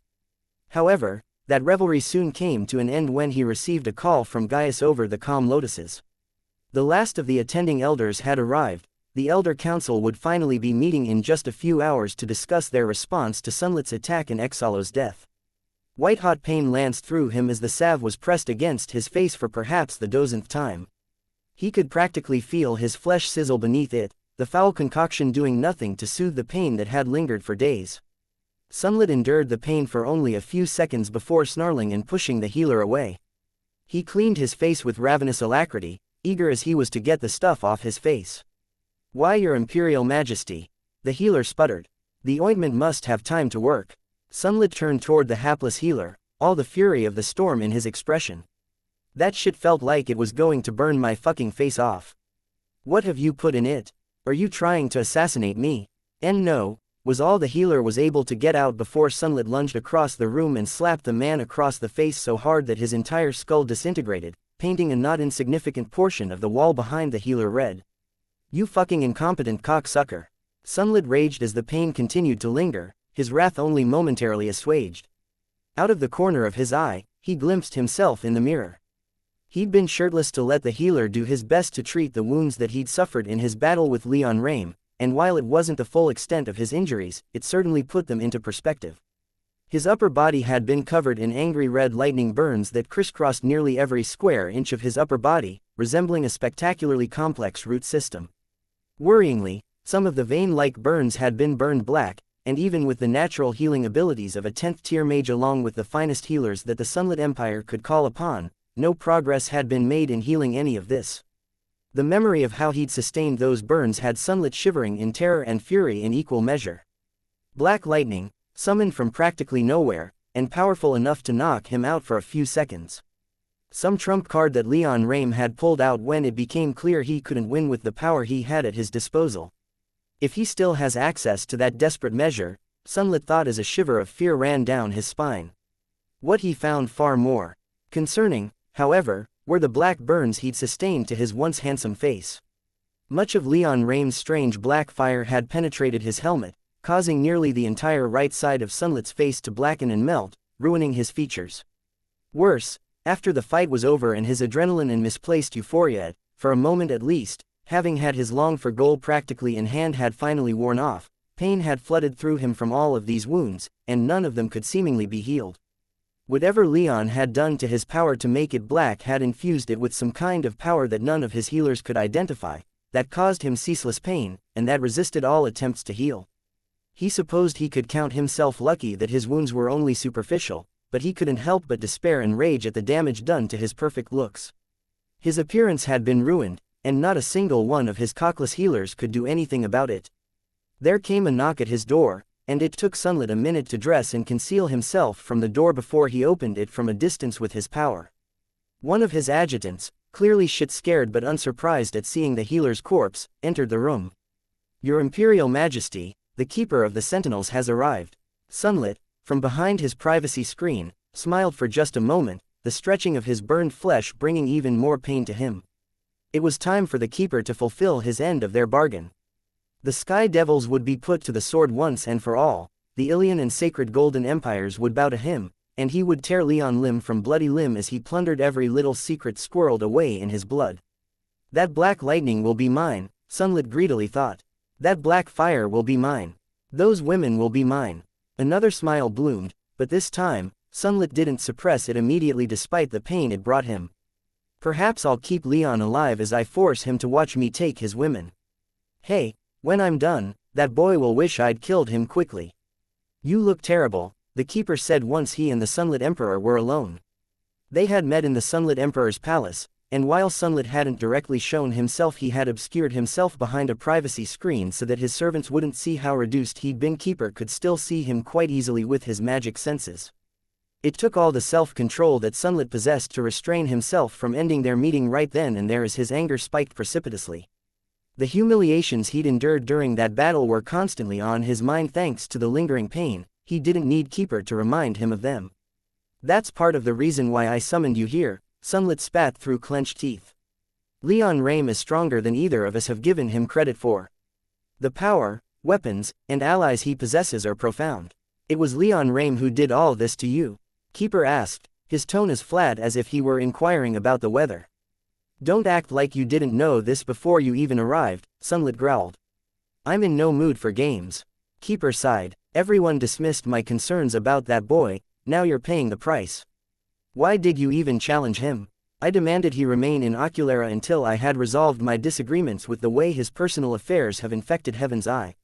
He fled on a Sky Devil arc." He paused a moment, letting that fact sink in for his Eastern counterpart. He was somewhat gratified to see Keeper blink and cock his head slightly, about as much of a surprised reaction as he could expect, but when he instinctively tried to smugly smile at revealing knowledge that Keeper didn't possess, the burns on his face were pulled and pain lanced through his mind. "I mobilized as much force as I could," Sunlit continued, his voice now strained from the pain. "Despite this, and my personal involvement, Leon Rame was able to escape. My losses were extreme: 4 war arcs, 4 9th-tier mages, and severe injuries to my imperial personage." Keeper took those losses in, sitting about as far back on the simple stone block he'd conjured to serve as his chair as he would ever allow himself. "You should have contacted me first," he quietly said. "There was no fucking time." Sunlit raged. "The boy was escaping. I had to stop him there and then. I didn't realize that he'd have so many tools at his disposal." As if he'd failed to hear Sunlit, Keeper continued, "We should assume that Leon Rame is done hiding himself from us and the empires at large. That he's now directly involved himself with the Sky Devils is cause for launching the greatest invasion of the Sky Devils hell in a generation, despite the casualties we'd take. But that would assume Ilian and Evergold were on our side. They're fucking not, Sunlit bitterly groused. The Grand Cunt has married her granddaughter to that Sky Devil loving vandal, and that old dementia-addled shitstain in the west will follow that rotten bitch anywhere. He leaned forward despite not being visible and lowered his voice conspiratorially. I have some plans to take the sword back. The island can once again serve as a proper launching platform into the Sky Devil's hell. You want my forces to join you? Keeper asked, his tone suggesting he wasn't in support of that notion and further fueling Sunlit's ire. But Sunlit kept his cool and replied, no. My people will be enough. We can dig deep and find the grit we need to deal with this problem once and for all. But what I'll need from you is to keep Ilian and Evergold off my nutsack. The last thing I need during this offensive will be those two rabid hordes jumping upon my empire while my back is turned. So watch them and keep them from doing anything inadvisable. You would ask me to keep two fellow empires off your back? Keeper asked, again sounding unenthused, and Sunlit decided that he had to comment on it. What the fuck is wrong with you, old man? You sound as if you haven't been spending the past 20 years demanding we kill this kid. You sound like you don't want to do what's necessary to end this threat for good. Do not question my commitment, you arrogant child, Keeper shot back, his killing intent spiking and causing the temperature in the room to drop so quickly that frost spread across the walls and the climate control enchantments shattered. Tasting that aura and instinctively knowing that, at least with the wounds Sunlit had sustained, Keeper was stronger than he was, Sunlit held his tongue. I will do as you ask, Keeper said after a moment, during which he restrained his killing intent. I will have my Keeper of the War Council make contact with your Lord of War. We'll coordinate the proper response so that you can be freed up to retake the sword. Once that has happened, the Sky Devil's hell will, hopefully, be vulnerable. They will be, Sunlit spat. They've concentrated so much force upon that island that losing it and all its defenders will hollow out their defenses on the home front. After 80,000 years, we'll finally end the threat they pose to our civilization, mark my words, Keeper. This will be the end, the final campaign in the south. Keeper stared at the privacy screen, his pupil-less eyes seeming to stare right into Sunlit's despite it. Sunlit suppressed a shudder, and soon enough, Keeper departed. Their meeting was over and Sunlit could finally allow himself to relax. Or at least, relax as much as his wounds would allow. Black fire, black lightning. Sunlit had contemplated asking the Keeper about both of these things, but in the end, had decided against it. He didn't want Keeper anywhere near Leon Rame, especially not after the lack of enthusiasm he'd shown during this meeting. No matter what, Sunlit still wanted the secrets locked in Leon's blood, and he couldn't help but suspect that Keeper wouldn't support that war goal. No, better not to tip my hand just yet, Sunlit thought. On the other hand, I'll have to dig out some of those decrepit pieces of kit. Fuck keeping these things hidden, I need their capability. He suppressed the smile that threatened to stretch his burned cheeks as he contemplated the looks of horror that his military advisors would wear when he told them his plan for the sword. Such old legacies of the Thunderbird that had been seized at such great cost by their ancestors were simply not used. To do so would be to reveal strategic capability to the other empires. But with his body racked with pain and refusing to heal, Sunlit would give his entire empire and every soul within it to get himself what he wanted. He would take the sword, and he would tear every secret that Leon Rame was hiding right out of him literally, if he had to. As you can see, we've not had any meaningful problems since your departure. The tribes are ready and willing to undertake whatever task your majesty has in mind for us, Iron Striker said as he finished giving Leon the full update of all that had happened in his absence. Fortunately, he'd done so in a matter of minutes, though he'd backed his briefing up with plenty of documents that Leon looked through as best as he could. Good, he said. The expansion of the bureaucracy was proceeding at a fine pace, but he'd only had a royal title for a few months, so he was hardly expecting their work to have finished so quickly. For what was reasonable to expect, though, Leon found Iron Striker's work to have been conducted swiftly and honorably. I noticed you left one thing out. Iron Striker gave Leon a tight-lipped grin. My opinion on the matter rests entirely on how ready our people are for such an endeavor. And, how ready are we? Iron Striker's grin widened a bit. We're ready for an offensive. Dealing with an entire empire would be a stretch, but we're ready for battle, should our king and our elders deem such a course of action warranted. Leon sighed lightly. What are your personal thoughts? The Elder Council meets in less than an hour. I want to know what you think before we enter that hall. Iron Striker's grin faded. I'm trying to stay professional and detached, he quietly said, his tone measured and carefully controlled. The loss of Exalos cuts deeply. We were never close, he and I, but I respected him. He was one of the older members of this generation, one who'd fought for and served his tribe, and the 10 tribes as a whole, for longer than just about everyone else. His was a voice of honor and reason. He will be terribly missed. Leon stoically nodded, keeping his own feelings close to his chest as well, even though he agreed with the former Thunderer's words. A short silence followed before Leon decided to broach the next topic, one that would have arguably as much, if not more, impact on the 10 tribes than the decision about sending the army to fight the Sunlit Empire in their own land. I have some appointments in mind, Leon said. Many positions that have only been provisionally filled need permanent staffing, and I would have your opinion on these matters, too. Then you will have it, Iron Striker replied. I would create a council overseeing the Central Army, and have the Jaguar of the West appointed as its marshal. The armed forces of the 10 tribes will still report to me, but the Jaguar will head the council that will be actively commanding it, managing everything from the smallest tactical concern to the largest strategic consideration. A wise choice. Few are as experienced in commanding armies and fleets as the Jaguar, and of those that do, his strategic mind is one of the keenest. The only name I would nominate in opposition would be Solomon's. Solomon I would put on the council as well, to serve alongside the Jaguar. Either that or leave him with the Eastern Command, but that will be subordinated to this new council. Iron Striker nodded, and together, he and Leon debated a few more names, including a couple mages without bloodlines from the Central Army. As for another important title, Leon continued after he and Iron Striker finished laying some groundwork for a military council. I am in need of a competent steward, someone to take charge of the kingdom's finances or, more accurately, to manage the army of accountants that will be doing that. Exalos was the one I'd been thinking to put in that position, but Sunlit took him from us before I could make the offer. Have you any recommendations? Leon already had a couple people in mind, but he wanted to hear Iron Striker's opinion before settling on one. Exalos would have been fantastic in such a role, Iron Striker replied. The Eagles are renowned for their bureaucratic skills. In that respect, and since the role would have gone to Exalos, I would recommend the role stay with the Eagles. Either Ipadameni or Chrissy would do. Of the two, which do you think is more skilled? I'm hardly the one to ask about that, but if it's just my opinion, I'd say Ipadameni is the cooler head. Chrissy would do better as her tribe's lawspeaker, not the kingdom's steward. Leon nodded, a smile on his face slowly spreading. I have one more role in mind, at least for now. Someone to handle internal legal matters, as well as who can interface with the tribes and the Elder Council. Someone who can offer me good advice about the internal situation and intertribal politics. Someone who has, perhaps, been doing just that for the past couple of minutes. With a sly grin, Leon leaned a little closer while Iron Striker quickly picked up what he put down.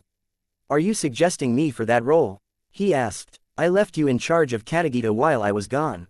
In the past few days, I've not had anyone complain about your conduct. The records given to me in that time, including those not from you, have indicated that my trust has been rewarded with loyal service. So, allow me to unofficially, for the moment ask you, would you like to be my chancellor? Iron Striker didn't immediately answer, to Leon's dismay, but he leaned back in his seat and appeared to turn the offer over in his head a few times. I am unsure if I'm worthy, he said. I had many plans when I served as Thunderer. Most of those plans haven't yet been implemented. Then accept the position and implement at least some of them, Leon replied. Iron Striker bitterly smiled. It may be arrogant of me to ask this of a king, but could I have several days to think? Leon smiled reassuringly. Several days are easy to give. A knock came at the door as Iron Striker bowed his head in gratitude. When Iron Striker rose to open the door, he was greeted by a messenger telling them that it was time for the Elder Council to assemble. With a deep breath, Leon rose from his seat. It was time to make this official. It was time to go to war. And that's where we are, Leon finished as he stood before the Elder Council. We have signed truces with the Sacred Golden and Ilian empires, so our journey was hardly in vain. But the losses we sustained were grave, and so I'm asking all of you if the 10 tribes are willing to answer this attack. What ought we do with the Sunlit Empire? He glanced around the entire room, making eye contact with as many elders and chiefs as he could. The entire council hadn't assembled, but easily about 2/3 of all the elders on the island were in the hall. The rest were either on the sword leading the tribal armies or in their tribe's land seeing to their business. The same could be said for the present clan chiefs, as well. Even the axe-bringer looked saddened at the news of Exalo's death. In nearly every expression in the room, from the lowest page at the entrance or around the edge of the hall to the highest elder sitting close to the dais, he saw rage, sorrow, determination, or some combination of the three. "What else is there to do?" Chrissy declared. "We must answer in kind. This sunlit emperor must answer with blood. His blood, war," Tillin gravely intoned, "is a heavy thing and demands a heavy price. But for this outrage, the rock mane bison will go to war. This attack cannot be overlooked. Our king was attacked, one of our honored fellows in the Screaming Eagles was taken from us. A good friend to many in this room. War is the only answer we can give." Elders and chiefs around the room stomped their feet in agreement, and the air in the hall became thick with killing intent. Leon looked to the leaders of the other tribes: Nikolaus for the jaguars, Solomon for the tigers, Iron Striker for the bears, Singer in Caves for the heart-stabbing hawks, Sar for the ancestral hearts, Aushker for the ravens, Menander for the lions, and the ninth-tier Philotheos of the G-spiders, and found them all in agreement. "It's about time we tested our strength against those across the sea," Menander declared as he joined the others on his feet, his aura towering with anger and anticipation for battle. "If only it were under more agreeable circumstances. Exalos and those who died with him were strong, let us honor their strength with the blood of those who killed them." Again, the hall erupted in stomping and shouting, and Leon knew that it was about as universal as it could be. The Elder Council supported this measure. The war with the Sunlit Empire was official. Now, he'd just have to temper them a bit to ensure that it remained a war with only the Sunlit Empire.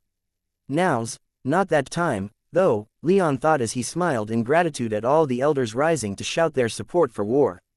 With a raised hand, he called for order, though not before basking in the elders' agreement for a few more seconds. Once everyone had calmed down, he said, "To help facilitate this war in the affairs of this kingdom, I've decided to create some new positions. These shouldn't come as too much of a surprise given the roles I handed out before leaving, but these nominations will be for permanent positions."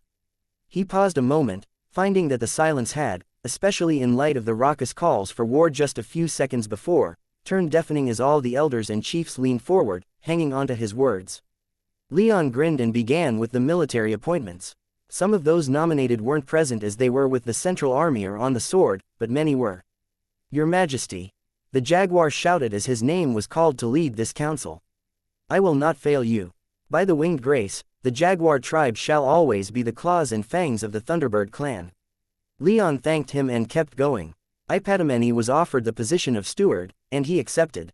A few more comparatively minor appointments were made, too, with all of the tribes including the most recalcitrant bears and spiders being offered at least a few positions. Leon had been elected their king, and he was determined to invest them all in his government. That way, they'd be less tempted to undermine him or plot rebellion. After all, if they were invested in the kingdom as well, then doing so would only undermine their own power. He still had a few more official positions to hand out, not including that of chancellor. His retainers needed to be rewarded. He wasn't sure how to do so with all of his retainers, but he had a few ideas in mind already. Gaius, for instance, was already acting as his secretary, so Leon wanted to formalize that arrangement, though with the addition of a whole team of adjutants and secretaries for him to be in charge of, along with a suitably lofty-sounding title. Anshu, too, he had a position in mind, for he was going to ask the ravens to make him another arc, an even stronger arc reinforced with the techniques and magics he'd imparted to them, and that Nestor, Valentina, and the other Heaven's Eye researchers could share. Anshu, he was thinking, would be the captain of that arc. Arcs weren't exactly ships, but of all his retainers, only Anshu had experience in dealing with an entire crew. The others he'd have to think more on, but those two he was already certain of. He just hoped he could get what needed organized, and what needed built, before the upcoming war started in earnest. Or, he supposed, continued in earnest. 80,000 years this war had been going on, and he'd already ended it with 2 empires. And he hated leaving jobs only part finished. In the days that followed the declaration of support for Leon's intention to launch a punitive expedition against the Sunlit Empire, Katagita was a flurry of activity. Securing logistic lines, increasing tribute from the various tribes which were just taxes by a different name and widespread recruitment for all the armies of the kingdom. And all of this was being coordinated by Leon's new military council, led by the Jaguar. Fortunately, these new appointees were exceptionally competent and professional, adapting quickly to the new positions, the strategic goals Leon had given them, and rationalizing the central army's structure, which still had inner cliques due to its ranks being dominated by men and women from the Tiger tribe. What had Leon more interested were the additional forces that were going to be assembled literally for the expedition. New ships to dominate the veins of vigilance in Argonaut Sea, war beasts kept in reserve by the bears being brought out for inspection, and brand new arcs whose designs the Ravens were already iterating on. The latter attracted most of Leon's attention, but he was a bit disappointed to hear that since the Ravens had only just received much of the new magical materials and techniques in the past few months, the new arcs they'd be building wouldn't show the strides they could potentially make. If Leon wanted arcs that truly integrated all of those new materials and techniques, he'd have to wait at least 5 years, but more practically at least 10. He didn't have that kind of time, so while the new arcs that the Ravens were already reserving mountains of building materials for would soon be outdated, they were still better, if only marginally so in some areas, than what the 10 tribes were already fielding. As it was, they'd be ready in about 6 months, which was the amount of time Leon had to get ready for the expedition. They ought to be better than what the Sunlit Emperor has, at least, Leon thought, though he kept that one to himself. They were going up against an empire that had lasted for nearly 80,000 years, headed by an emperor who claimed descent from the Thunderbird. He had no idea just what kind of war or magical materiel was hidden away in Sunlit's vaults, so he felt it was better to overestimate their capabilities and be pleasantly surprised as opposed to the other way around. But if there was one piece of business unrelated to his family that had him more captivated than even the arcs, it was the Iron Needle. He still felt some shoots of ghost pain run through his body on occasion, but it was slowly fading and becoming less frequent. He felt like this pain was directly related to his use of the Iron Needle during the fight with the Sunlit Emperor, but he couldn't get any confirmation of that since the healers he consulted with had no idea what was causing the pain, and the Thunderbird had gone on one of her long flights through the mists of chaos just before he'd left Oculara, so he couldn't even consult her. Nestor was just about useless in this regard, despite his skills and willingness to help when he could be dragged away from Aushgar and the other Ravens that he was being introduced to, anyway. Leon was quite happy that Nestor was passing on much of his knowledge to the Ravens, but he was a little frustrated that it sometimes got in the way of his personal business. However, a week after the meeting of the Elder Council, Leon managed to get him alone for the purpose of studying the Iron Needle. Black lightning, Nestor murmured. He stared down at the Iron Needle as it floated in the middle of the golden container that he'd constructed for it. The container was smaller than the pillar he'd originally devised, and its security enchantments were weaker, but it allowed him to conduct some experiments with the needle without being blasted into the smallest possible particles of matter. "Anything come to mind?" Leon asked as he paced around the table upon which the container sat. They were in the space he'd set aside for Nestor's workshop in the temporary palace, with only Nestor's golem making tools out and seeing active use. Everything else was still stored in the room's corners or adjacent storage rooms, waiting until Leon's actual palace could finally be constructed. "Nothing new," Nestor bitterly stated. Leon had consulted with Nestor about just what kind of lightning he'd used against the Sunlit Emperor, with only the black lightning he'd seen during his initial recovery of the Iron Needle to reference. Nestor had heard of black lightning before, several kinds, in fact, but none that quite matched what Leon had used. There had been a clan descended from deep ocean sharks that reportedly used black lightning back in the heyday of the Thunderbird clan, but Nestor remembered studying it and found that it was actually an extremely dark blue. He had shared with Leon his pet theory that it had been related to water magic, whose traditional color was blue, and because the property of that lightning was that it didn't dissipate in water. Another clan of cloud-dwelling storks used smoky gray lightning that was practically invisible in stormy weather, while a third clan used shadow lightning, which could even travel through unenchanted matter to strike at those who'd sought cover. Perhaps the most interesting anecdote had been of a group of bloodline-less mages who'd managed to fuse darkness and lightning using complex enchantments while they were studying space magic, which was, itself, a fusion of light, lightning, and darkness. The properties of that allegedly black lightning were unknown to him, and the experiments to recreate that lightning were cost-prohibitive to reproduce. The lightning that Leon had experienced with the Iron Needle had attacked his mind, causing him to hallucinate in what the Thunderbird had called the Iron Needle's tests. So, for the moment, Leon worked under the assumption that black lightning and the black lightning he'd unconsciously used against the Sunlit Emperor were related, but he had no proof, and with Nestor's anecdotes in mind, Leon knew that there were probably infinite kinds of lightning. And, as the Thunderbird claimed, all of them were controlled by the Iron Needle. The Thunderbird clan's famous lightning had even been acquired through the Thunderbird's mastery over the universe fragment. With an emphatic sigh, Nestor stepped away from the container. I can't run any more tests than I have. I need better tools. As it is, the Iron Needle fights back against all my probes, and every time I attempt to stimulate it into a reaction, it destroys whatever I was using. There's nothing you can do? Leon asked. I didn't say that, just that I need better tools. However, I can't help but wonder at the point of using better tools when the superior option is to simply finish your sword. If our honored ancestor says that's the best way to take full control of the Iron Needle, then that is the best way. Leon frowned lightly and nodded. His design was essentially finished, it was just working on the actual process that he was getting stuck on. Creating adamant was a dangerous and magic-intensive process. His armor, made of a weaker kind of pseudo-adamant, could be made in his workshop, but true adamant strong enough for his purposes had to be sky-forged in the depths of a powerful storm. He honestly wasn't sure if he would have the power to create enough adamant before he achieved apotheosis. As it was, he wasn't even sure when he would reach the 10th tier. So be it, Leon said, his tone rather harsh, but it mostly directed at himself. He scooped the Iron Needle back into his soul realm. I'm going to see Tico's. Have fun, Nestor replied with a somewhat sarcastically cheery wave. Leon left the dead man to his own projects and took flight from the nearest courtyard. He moved quickly, but Stormhollow was a vast, sprawling city, so reaching the outer forests to the south of the city took near an hour. Once he made it, though, it didn't take long for him to find Tico's new groves. Tico's had set up in a series of shallow hills with forested valleys. It wasn't populated, so it wasn't hard for Leon to declare the entire region off limits for anyone below the level of an elder, and even then, any elder would have to get his express permission to enter it.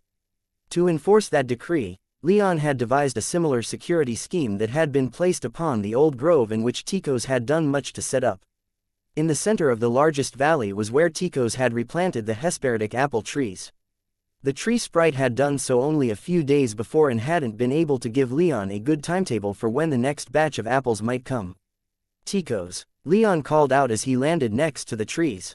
He hadn't been able to see the tree sprite on his way in, but he was certain it was still around. His certainty was validated when Tico's suddenly stuck its head out of one of the Hesperidic apple trees. Requesting moment 1. Tico's called out as the peculiar scent of cinnamon filled the air, signaling both delight and surprise from the tree sprite. Don't rush on my account, Leon said as he strode over the tree. Tico's only needed a few seconds to extricate itself from the tree and stand before him. Good to you see, have done much more evaluating. Better idea of time, fill me in. The harvest next will be 2 months hence. The soil here is good. Nurturing well the trees, might be able to yield increase to harvests 3 per year. Leon's eyes widened in pleasant surprise for a moment before they immediately narrowed from his wide smile. Do you have any idea how many apples you'll get this time? More than usual, Tico's proudly responded. Its leafy hair fluttered, releasing the vanilla-esque scent of orchids. Much more, can't say. Keep me informed, Leon said. 2 months was really good, well within the requisite timeline. While it pained him, he'd be eating all of the apples himself. The faster yields he hoped would take much of the sting out of his decision for his retainers. How about the Thunderwood groves? Much easier to establish, Tico's replied. Already present good oak in this region. Not much work required to prepare the eldest for conversion. We're going to need quite a bit of it, Leon said. First yield will be ready in 1 month, Tico's quickly said. Second will be, month 3. And 3 months every after for more. Fantastic. Good work, Tico's. Tico's bowed slightly before Leon let it return to work. He was intending to walk around the grove for a few minutes to familiarize himself with the place when he felt a familiar presence in his soul realm. The Thunderbird had returned. In a moment, Leon found himself in a comfortable spot on the ground with his back against a tree and cast himself into his soul realm. You have both great and terrible timing, he called out upon seeing his ancestor perched upon the stone arch close to his throne. My timing is always great, the Thunderbird declared. My presence brightens all around me. It's certainly brightening my day, Leon said as he hopped down from the throne. I was talking with Nestor earlier today and could have used your input. Some things happened while you were gone. Leon quickly informed the Thunderbird about what happened, and while she was thrilled that the Sunlit Emperor had gotten his teeth kicked in, she was more dejected that the pretender had managed to escape with his life. He is rapidly becoming more troublesome than I care for, the Thunderbird snapped. His head might not suffice. I might demand that you raise his entire empire to the ground. Order that and see it disobeyed, Leon replied. I'm not going to destroy the entire empire. That's not even what I wanted to talk about. Yes, the Thunderbird murmured as she nodded her avian head knowingly. You channeled the power of the Iron Needle for the first time, didn't you? I did. It worked against the Sunlit Emperor, but I have many questions. The Thunderbird flapped her wings, lifting off from her perch and propelling her to Leon's throne platform. By the time she touched the marble, she had assumed her human form. Share them with me, my cute little descendant. She spoke with a motherly smile and took Leon's arm, leading him to sit on the steps to his throne's platform. Leon bit down his displeasure at being treated like a child and said, I've been feeling some kind of pain ever since then. Like something's tweaked a nerve running along your arm? The Thunderbird asked. Yes, I had such pains when I was first seizing control of the Iron Needle. It's something unique to it, I believe, for the troubles I had with the Storm Diamond were different. What kind of troubles? The Thunderbird sighed and reclined a bit as her eyes glazed over. She didn't lose herself in memory for too long, though, and soon explained, the Iron Needle is a tremendously powerful artifact as I've repeated many times. You need the aid of adamant to channel its power safely. It will never truly be a part of you, but how to phrase this, it wants to be, as far as it can want anything at all. I've been thinking a lot about how to explain this and yet, the words still fail to come. I can wait, Leon said as he made himself comfortable. Good boy, the Thunderbird said as she leaned over and patted him on the head. All right, please don't do that. The Thunderbird answered him with nothing more than a chuckle. The Iron Needle has accepted you as its wielder. But you still can't wield it effectively. I actually don't believe anyone could, for the needle's power is too foreign to everything around it. That's why you must encase it in adamant. It will, in effect, be joined with you, for adamant is made from your blood and functions like an extension of your body. But adamant isn't your body in that it's still just metal. Does this make sense? I'm following you. I think this will all become clearer once I get that sword, won't it? Yes, Leon nodded, mentally prioritizing the creation of his new sword higher than most other things on his to-do list. Will I have to live with this pain forever? It will fade, so long as you don't overuse the Iron Needle. The Thunderbird's eyes momentarily narrowed in recrimination. I only used it at all because it reached out to me. The Thunderbird's eyes remained narrow, but more out of curiosity and confusion than anger and chastisement. What did it feel like? It felt like someone was knocking on the door of my mental defenses. Not in a hostile way, I just felt that it was a friendly presence. I could feel the power it promised, and I took it and used it. Nestor had been nearly killed and Sunlit was moving against Zaffin. I took that power in that moment of desperation and used it, and I have no regrets. I would have done the same. I won't try and guilt you for doing so. Anymore, at least. Leon snorted in amusement. I let off one blast of lightning. It was black. The Thunderbird nodded slowly, her eyes sliding off Leon and gliding around his mind palace, not focusing on anything in particular. That lightning was what left the pretender in such a sorry state. Leon nodded. A shame it didn't kill the worm. Black lightning. Leon had to suppress a grin at the way she said that. It was exactly as Nestor had not too long ago. Without seeing it, it's hard to know for sure, the Thunderbird said. Perhaps a fusion of darkness and lightning. Perhaps something else. Her eyes quickly snapped back to Leon. When I used the Iron Needle, it showed me all kinds of lightning. I settled upon the one I liked the most, that I felt had the most affinity with me. That power became the power that I've now passed on to you. Pay attention when the Iron Needle deigns to show you its power, it may be trying to teach you something.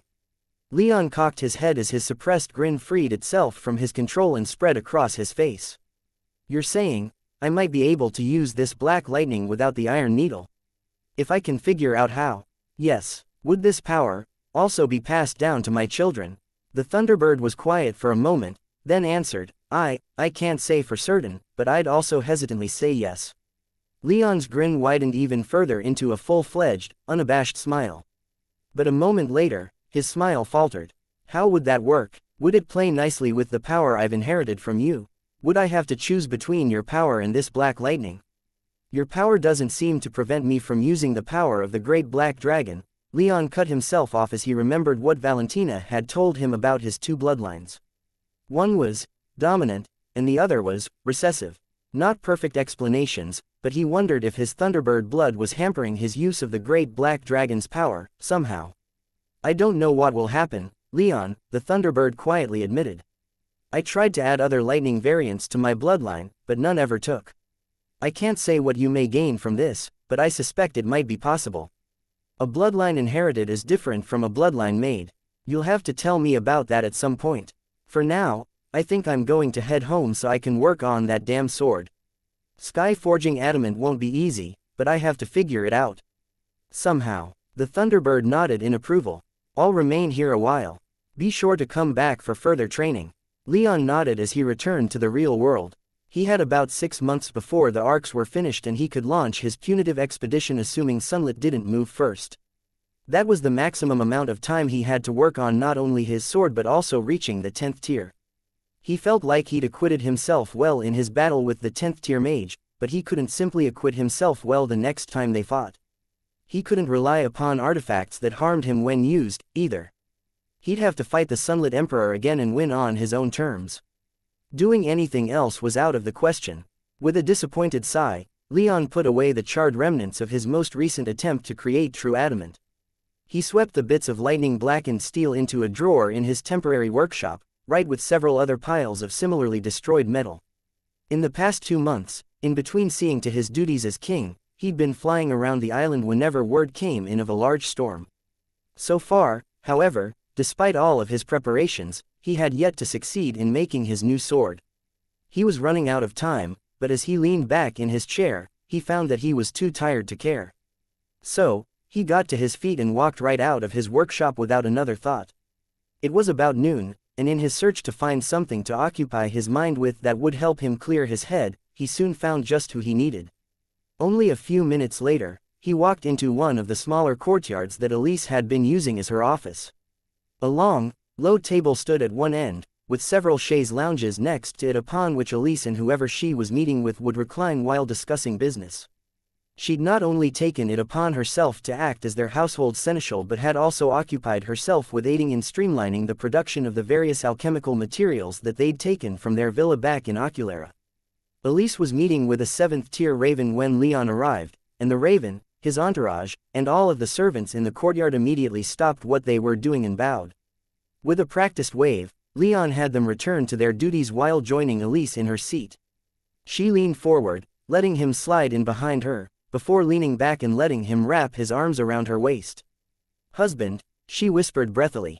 "Wife," he smilingly replied, his day already brighter just for having visited her. "I hope I'm not interrupting." He cast his gaze over at the raven.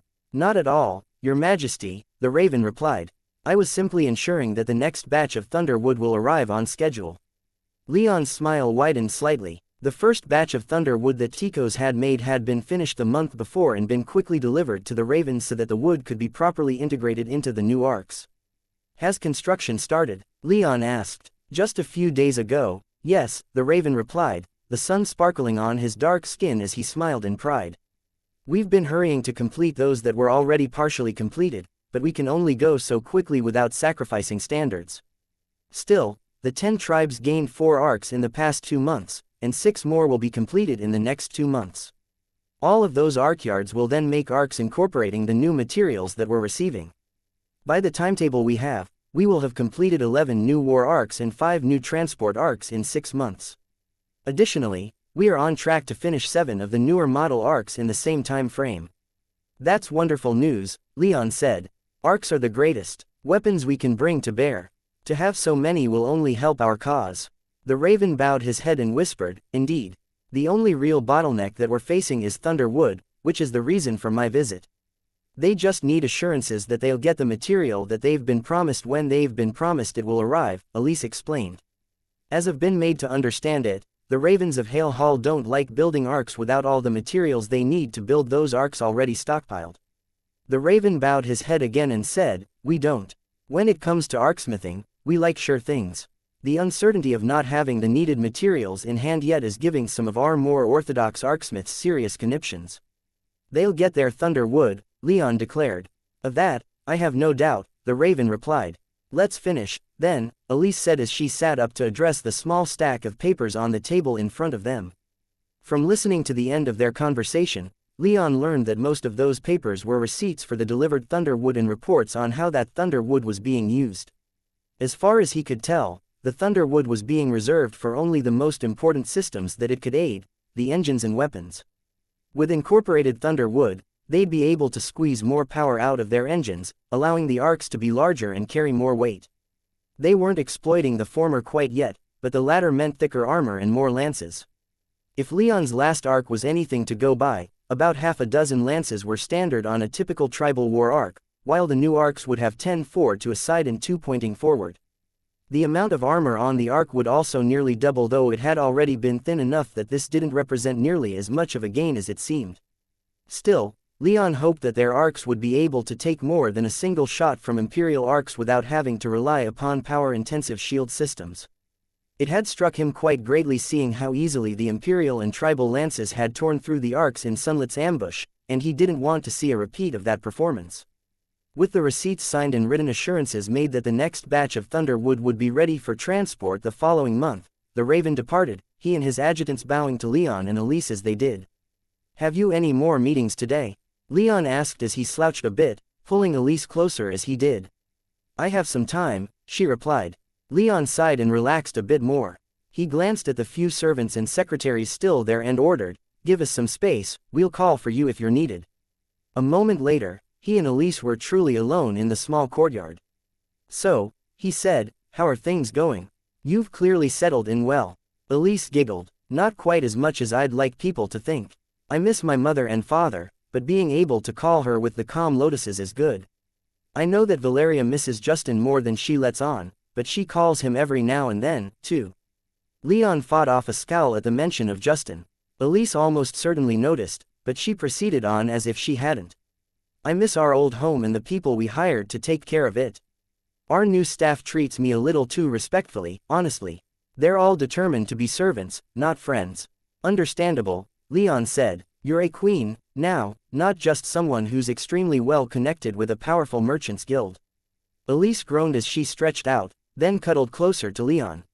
In a slower and more relaxed tone, she said, "Land has been set aside and farms for our alchemical herbs have been set up.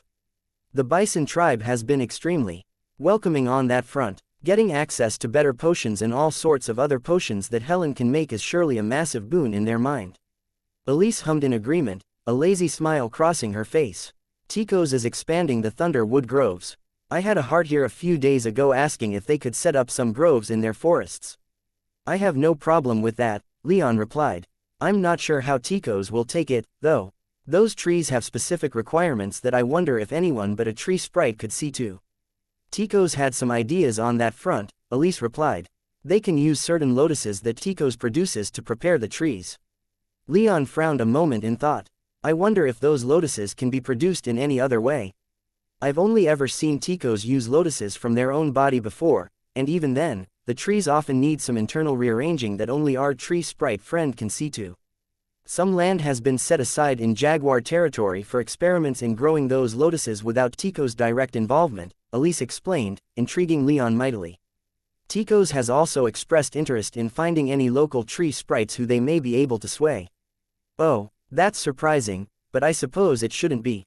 We're asking a lot of them. Tico's can't be in more than one place at a time, so there was always going to be a need to divide the labor. As our techniques are, they still demand tree sprites. Tico's is our only tree sprite, so if we want to divide labor, we need more tree sprites." "Are there even any tree sprites on this island?" Leon wondered. "I've asked around," Elise answered. "They're rare, but they can be found in a few deep, dark places on Katagita. If Tico's thinks it's a good idea, then we can see to it. Not without proper guard, though. Let's make sure if Tico's has to go anywhere, they have a proper force of Tempest Knights to watch their back." Elise took a deep breath, turned her emerald eyes to Leon, and said, "You might want to talk to Cassie later. She's been dealing with a lot of elders who want to talk about her intentions." Leon's eyes immediately narrowed. "What do you mean? They don't quite trust her. But she's doing, I think, an admirable job at representing her empire to the elders. I'd say most are being reassured that the truce will be honored. But dealing with so much is leaving her stressed. I think she needs some time alone with you to get back into the right headspace." Leon cocked an eyebrow. "I would have thought that you'd want to monopolize my time. Please, I'm not so greedy. I want you as much as possible, but Cassie, Val, and Maya are my sisters-in-law now, and as the first wife, I have to set the example. But, if you have some extra time, I wouldn't mind getting myself a piece of you." She punctuated her statement by giving Leon a quick love bite on the jaw. "I'll see what I can do," Leon said with a wide smile. After a moment, though, his expression turned more serious. "You know, there's actually something I've been meaning to bring up with you, something that Val's been bugging me to get to for a while. I was going to ask about that. She's seemed a little frustrated with you of late." Leon nodded, then went silent as he took a long, deep breath, then another, and then a third. He paused and took a moment to gather all of his courage. "I'm ready to have kids." Elise froze in his arms, and then slowly her head turned to face him. Her eyes were wide, unbelieving. Her mouth hung open slightly in shock. She stared at him with such surprise that Leon wondered for a moment if he'd accidentally broken his wife. And then she exploded into a fit of laughing, crying, and joyous shrieking. She threw herself against him, pressing her lips against his, and pushing him down so that she could straddle his hips easier. She constantly had to separate her lips from his as she laughed in triumph and delight, but she only once pulled away from him for longer than a second, and that was to grab Leon's hand and place them on her chest. She intensely said as she mashed her face against his again. She moaned as she did her level best to press as much of her body against his as possible. Leon did his best to respond to her as vigorously as he could. It wouldn't do in his mind to respond to this with anything less, not after he'd finally made his decision to start trying for children with his ladies known. Of course, since it was Elise, he was always more than willing, but that was beside the point. As they made out, their hands roamed each other's bodies, undoing clothes and running over skin. Elise's fingers traced Leon's muscles, hungrily seeking out just about every nook and cranny of Leon's well-built body. Leon, meanwhile, ran his hands up and down, from thigh to neck. Whenever his fingers brushed against her throat, she'd lean down into them, tacitly demanding that he go even further. So, with one hand on a thigh and one softly closing around her neck, Leon pushed her back just enough to flip her over on the lounge. She cried out in need and rapturous glee as Leon just barely held himself back from tearing her form-fitting dress right off her. But undressed they soon became, and Leon, not wanting to put on the impression that he was only doing this out of obligation, dove right in. Halfway through, he briefly recalled that the household servants were still in earshot, and became momentarily aware that his wife was not holding back her cries of pleasure, but as her arms went around his neck and her legs closed around his waist, he realized that he didn't care that much. He had much more important matters to concentrate on. "It's going to take a long time, and a lot of trying," Maya sternly warned the group, her lack of clothes not presenting any kind of problem. Then again, they were all gathered in their family's main bath, which more resembled a small swimming pool than anything else, so it wasn't like she wasn't dressed for the occasion. Leon, Valeria, Cassandra, and Elise were all there, listening to every word the river nymph said on the subject. She'd been the most adamant about having children and had spent a significant amount of time researching the best ways to go about it. Most inheritors of bloodlines weren't as fertile as normal humans, not to mention a woman's reproductive cycle slowed considerably as she advanced through the tiers.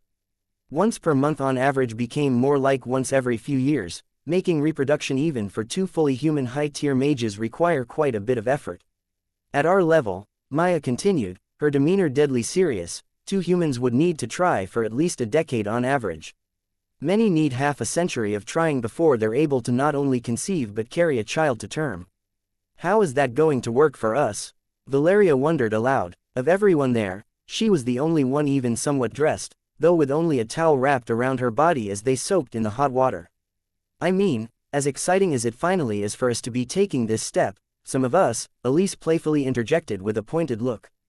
Valeria had made it known that she was perfectly fine waiting. She knew this was going to take a while and wanted the others to go first. Not that that stopped her and Leon from being intimate or the others from encouraging them to be together, often after he'd taken them a little too vigorously and they needed some time to rest. But she wasn't that into being intimate as a group, and so was fine with letting the others monopolize Leon's time, so long as he still had at least some time for her. As exciting as it is for some of us, Valeria continued with an exasperated, though good-natured, smirk, we're not all human, and one of us has not one but two inherited bloodlines. I don't think any of us are even close to being with child, even with how hard we've been going this past week. And we have been going hard, Cassandra said with a sultry wink as she snuggled up against Leon and let her hand drift down below the water. Leon chuckled and caught her hand before she could go too far, though he didn't push it away. Business first, then fun, he said, eliciting a pout from the princess. I can't say, Maya admitted. Records indicate that most men of the Thunderbird clan, and then later House Rame, didn't have many children. How often they tried is unclear, but I spoke with Nestor about it, and it seems that the clan of old had fertility treatments for women to reach their fertile period and for the men to overcome their own lesser, though not non-existent issues. He doesn't have, nor have I found any of these treatments. How do the 10 tribes do it? Elise asked. I asked Nikolaus about this, Leon said. You did? Cassandra asked with genuine shock. When? I'd have thought one of us would have pinned you to our bed for this entire week. When did you have time? I have had some time for work, Leon shot back with a sarcastic smile. Nikolaus indicated that they've generally relied on certain herbal medicines, but those have only gone so far. Giving a married couple plenty of time to reproduce is a large part of the culture here, though we rarely see it since we've mostly been dealing with elders and chiefs, who are usually older and have already had their children.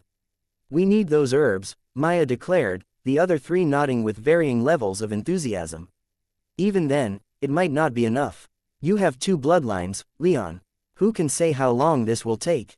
It will take as long as it takes, Leon replied. I, for one, am more than willing to try until it finally works. Of course you are, Cassandra quipped. Leon gave her an almost disbelieving look.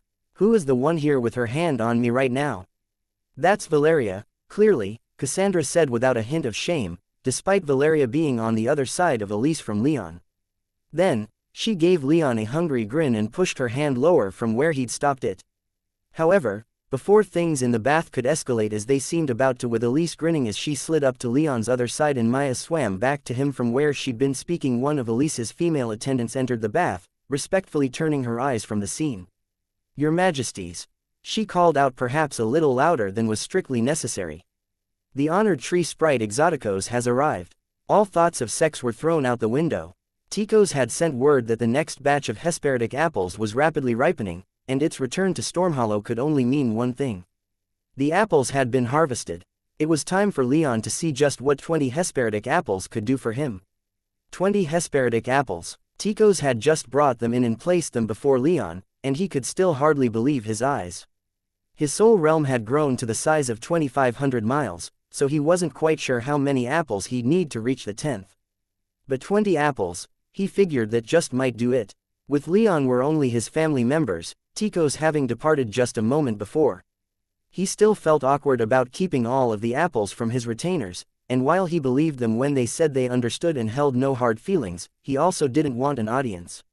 Such was his reasoning for also keeping many of the elders out of the room while he finished off the apples. Elise sat with him, a look of awe on her face at the treasures before them.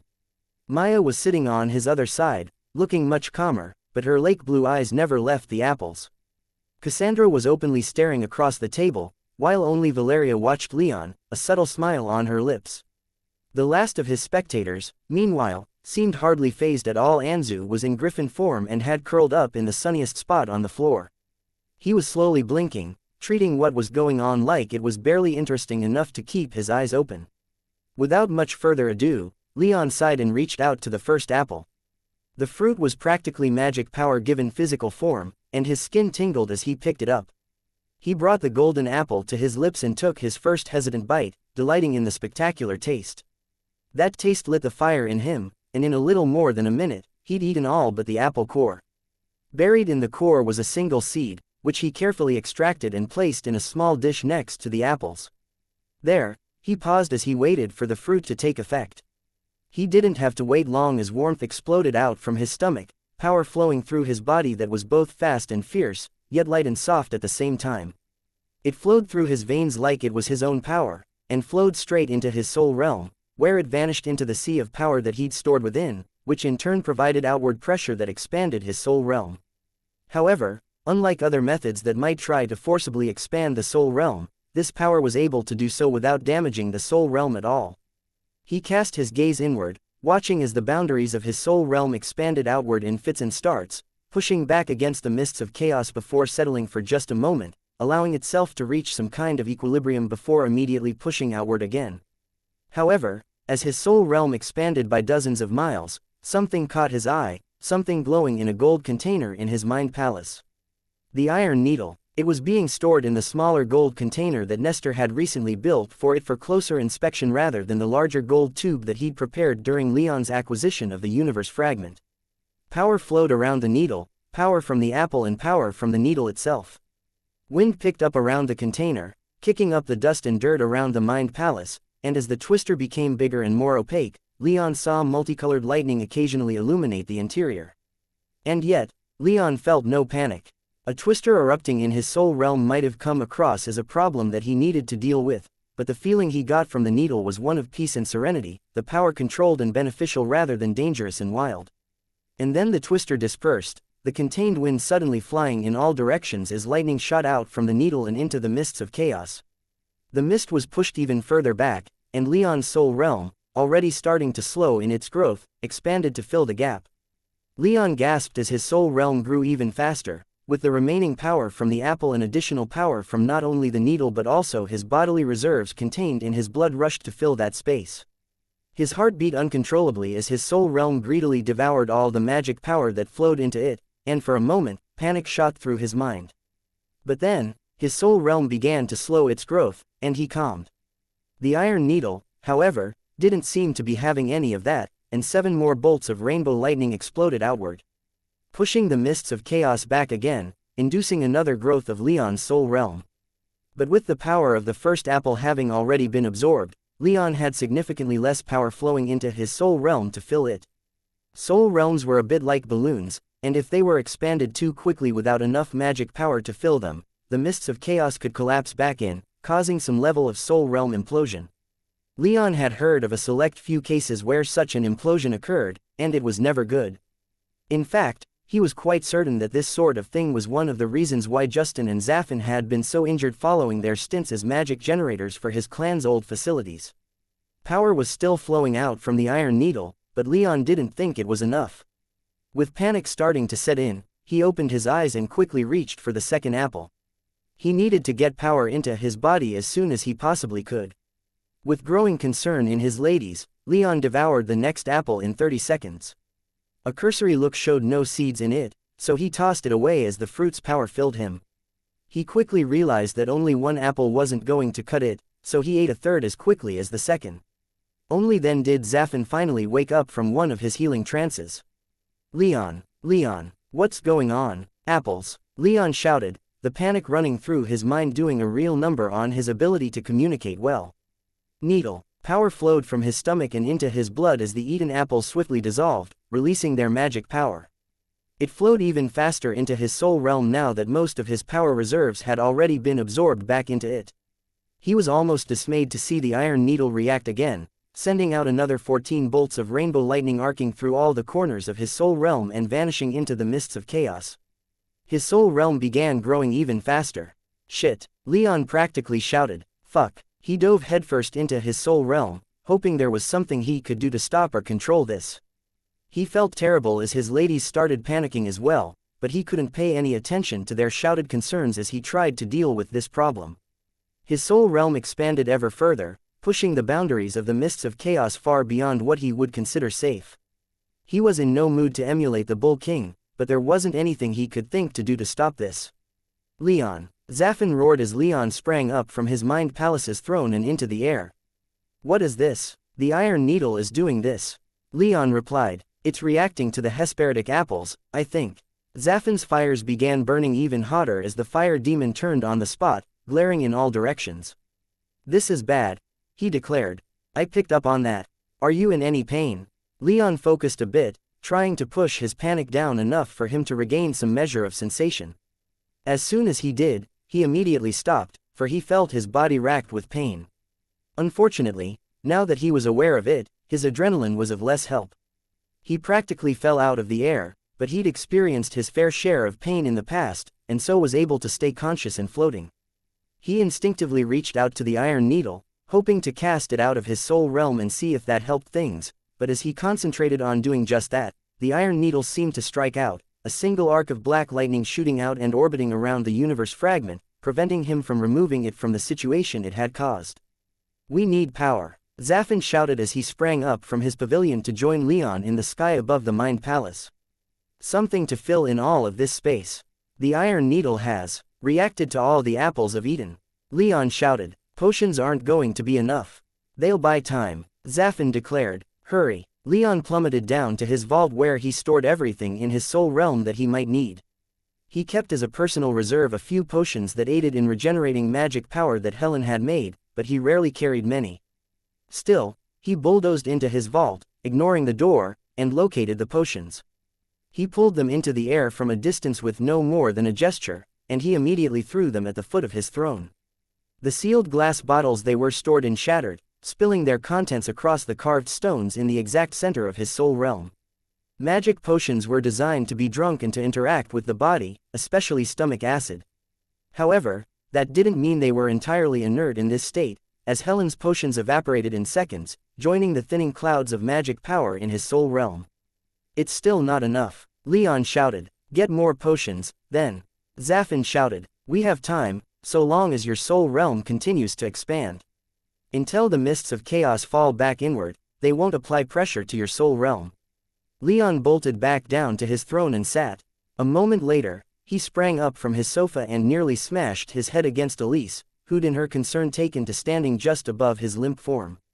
Leon, she screamed as he just barely held himself back from potentially fracturing both of their skulls. There's a problem, he declared as he pulled her close and spun her around. I need power, but not from the apples. And with that, he ran to a window and leapt right out of it. The room he'd chosen to do this in was on the 3rd floor of his temporary palace, and the window opened onto a small courtyard in a private wind. Normally, this would have been nothing for a 9th-tier mage, but Leon's body was nearly devoid of magic power, save for the small amounts that his bone marrow was pumping out that were being almost instantly devoured by the still-growing vacuum in his soul realm. So, he wasn't able to use his magic power to brace against the fall or to catch himself and take off into the air. His body was still robust, having been greatly strengthened by containing and adapting to so much magic power throughout his life, but he still felt drained of energy and nearly collapsed as his feet touched the ground. Stumbling, Leon ran as fast as his jelly legs could carry him, and he was almost embarrassed when Valeria easily caught up. She ducked under one of his arms and he felt her magic enclose him, lifting him up. The rest of Leon's family were less than a second behind her. Where to? She asked, her expression deadly serious. Helen's workshop, Leon replied. Valeria didn't waste another moment, and in a matter of seconds, she'd shot up from the courtyard, across the palace, and back down again in the nearest courtyard to their destination. Leon would have ordered her to simply fly through the damned roof if the palace hadn't been so heavily reinforced against just such an intrusion. They burst in through the door, eliciting a surprised scream from Helen as Valeria carried Leon through the door, followed by a terrified Elise, Maya, Cassandra, and Anzu. Leon could hear other disturbances. His behavior was kicking up around the palace but paid them no mind. Out of magic power, he shouted. Valeria, fortunately, understood and bolted for the storehouse adjacent to the workshop, heedless of Helen's shouted questions. Inside the storehouse were rows and rows of potions that Helen had made. They were supposed to be shipped out to various apothecaries in the city and the tribes, serving as examples of properly made potions for their own alchemists to replicate. So, while there was a large number, Leon was immediately dismayed to see that, according to his estimation, they weren't even close to filling his still-growing soul realm. Still, Leon grabbed the nearest potion, ripped off the seal, and chugged it like his life depended on it, for it was becoming clearer and clearer that it probably did. As the potion entered his stomach, his magic power-deprived body immediately began absorbing it. Leon fought to keep it from being immediately absorbed into his soul realm and instead used that power to reach out and grab all the other bottles, absorbing them into his soul realm instead. Dozens of bottles began raining around his throne, the potions they contained releasing great clouds of power that did their best to fill Leon's soul realm. It's not nearly enough, Leon thought. He didn't need his soul realm to be completely filled, but until it stabilized, he had to maintain a floor of magic power density to keep it from being crushed when the mists of chaos closed back in. And it looked like that time was coming as the expansion was slowing. From out of the mists came the Thunderbird, flying with panicked wingbeats. "What is this?" she boomed. Before anyone could respond, however, her yellow avian eyes took in what was going on, and she immediately flew for Zaffin's pavilion, transforming into her human body along the way. "Little Ember," she shouted. "Get over here." Zaffin, a bit uncharacteristically, complied without so much as a word of argument. "Activate your array," the Thunderbird demanded. "What?" Zaffin finally balked. "Using the mists, just do it," the Thunderbird responded. Leon glanced at his family, gave them as confident of a smile as he could, and then dove back into his soul realm, his body once more emptied of magic power. The array they were referring to was something that Leon had built for Zaffin years ago, something that he'd first shown off back when Leon was still a 5th-tier mage at the Bull's Horns, serving under Prince Trajan. It was a large enchantment that channeled relatively small amounts of mist of chaos through Leon's soul realm and into Zaffin, allowing him to use its energies to heal himself. "Open it up," the Thunderbird shouted as Leon stumbled back out into his mind palace. "We're going to use the mists of chaos to fill in the gaps it's creating." "That'll erase all this progress," Zaffin argued, though he flew around preparing the array anyway. "No, it won't," the Thunderbird replied as she trained her eyes upon Leon. "The Iron Needle is testing you, Leon. The match will pull in the mist, you must use it to form land. And King, so long as it fills this empty space. Expand your soul realm, consolidate as quickly as you can. Use this power." Leon's heart raced, but with the Thunderbird advocating for this course of action, Leon sat upon the steps before his throne, determination filling his mind. "I won't die here. This isn't the end." All of the matter in his soul realm was created with the mists of chaos. He'd used it to build his mind palace, forge the mountains around it, and grow the grass and the trees and the flowers in the valley. It wasn't real, in the sense that he could take any of it out of his soul realm without it dissolving back into mist, but he supposed he could see the logic behind the Thunderbird's actions. If his soul realm couldn't be filled in with magic power, then fill it in with matter created with the mists of chaos. He'd have to do so anyway to consolidate his gains. He just hadn't been expecting to be forced to do so this quickly and under this kind of pressure. His soul realm had expanded quite severely, but as Zaffin activated his enchantment, a river of pale white mist came flowing in. This change seemed to accelerate the slowdown of the mist of chaos expansion, but Leon didn't need the extra motivation. He seized control over the mist as he'd done so many times before and began adding land as quickly as he was able. Zaffin's enchantment was normally fairly moderate, but in this case, Zaffin imposed no limits upon the flow. Mist poured into Leon's soul realm, and he concentrated wholly and completely on controlling it, channeling it into growing the island, rapidly becoming more and more a continent floating in the mists of chaos. Stone erupted from the edges of his soul realm proper, bare and unadorned. He didn't bother with adding trees or dirt or grass or lakes, he just pushed stone out. It was porous and light sandstone rather than the much denser granite and marble that he favored, but it helped him to rapidly create land. Mist poured in, and land expanded outward. Dozens, then hundreds, and then thousands of miles were filled in as Leon strained to control it all. Time ceased to have any meaning as his awareness was reduced to this one task. The mists of chaos finally ceased expanding a great distance from their former limits. Leon didn't bother measuring just yet as the mist slowly began to compress inward, meeting the barrier of his soul realm that had rushed out to meet it. Leon's body, already racked with pain, felt like it was being torn apart as the mists of chaos pressed in on his soul realm, but he maintained his concentration and just made more stone, pushing the sphere of his direct control further out. He didn't know how long he sat there, but eventually, his soul realm began to stabilize. It was certainly larger than before, but by how much he didn't care to judge. As the outward pressure of his landmass and slowly filling magic reserves equalized against the inward pressure of the mists of chaos, he finally breathed a sigh of relief. Enough had been done that he wasn't going to cripple himself. His soul realm wasn't going to be destroyed, merely heavily damaged. That in itself felt like a win next to the pain he'd been blocking out and how disastrously this could have ended. So, with that silver lining in mind, Leon stayed conscious just long enough to remember the Bull King and the problems he'd faced after trying to force his soul realm to grow before sweet oblivion called. His eyes closed, and right there in front of his throne, he passed out. And he had no idea when he might wake again. The return to consciousness was slow, and for a long time, he didn't even want to return to awareness. He was warm, his head rested upon something soft, and he couldn't feel any pain. His mind was a little foggy, but he definitely remembered feeling something like spectacular pain before he fell asleep. Lost consciousness, he wasn't quite sure. Despite his reticence, his conscious mind crept back in, and with it came his primary senses. Something crackled nearby, and from the muffled sounds, he thought that someone might be talking, but he was in no hurry to open his eyes and confirm it. He shifted a bit, trying to get into a more comfortable position, but the movement had the opposite effect and served only to further wake him up. With a deep sigh, Leon realized that there was no returning to the land of dreams, not that he thought he was there anyway. His sleep had been blissfully dreamless, so he summoned up a titanic amount of willpower and cracked open his eyelids.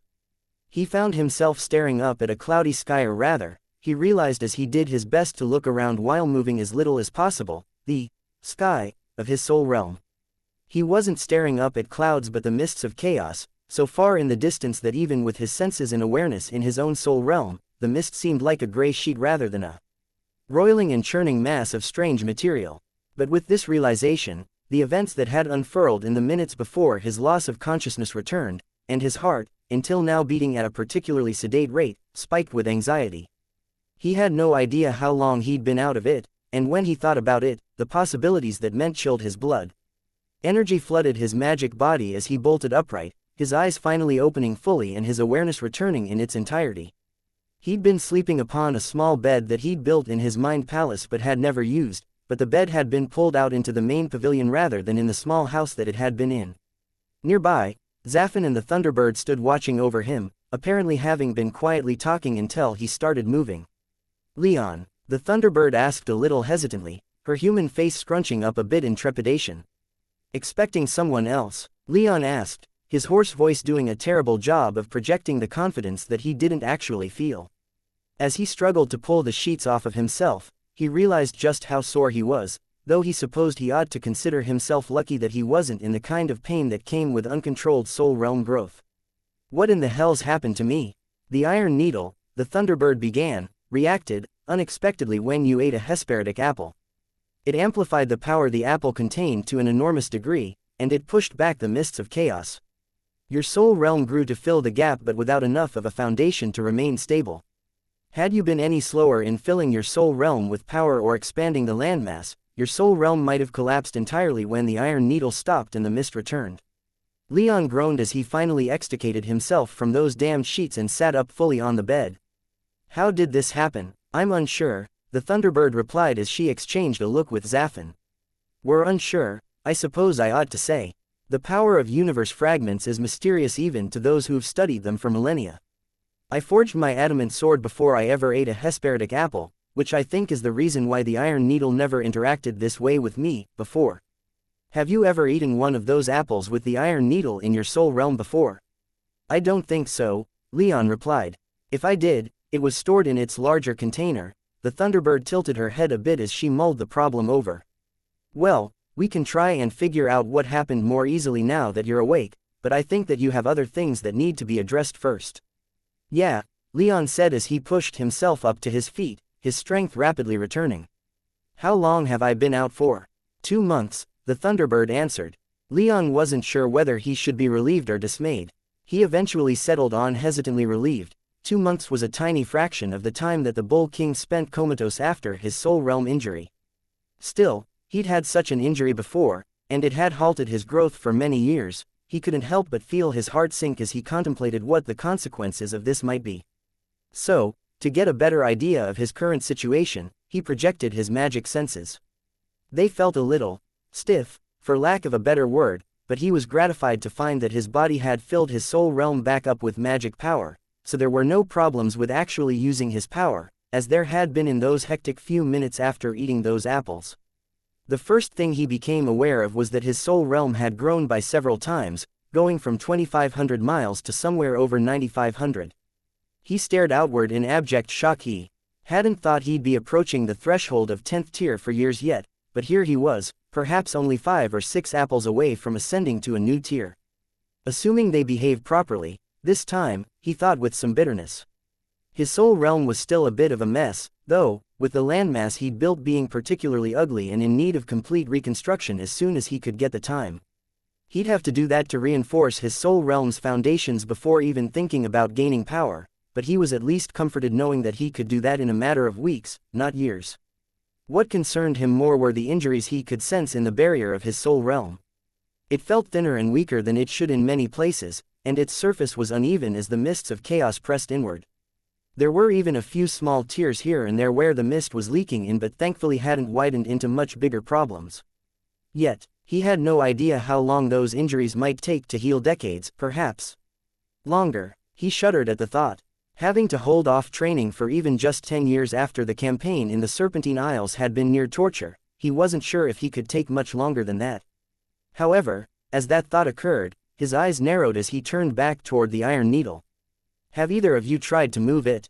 he asked. "Of course not, boy," Zaffin boomed. "Touch a universe fragment whose loyalty, no matter how shaky, rests with someone else would be stupid as fuck.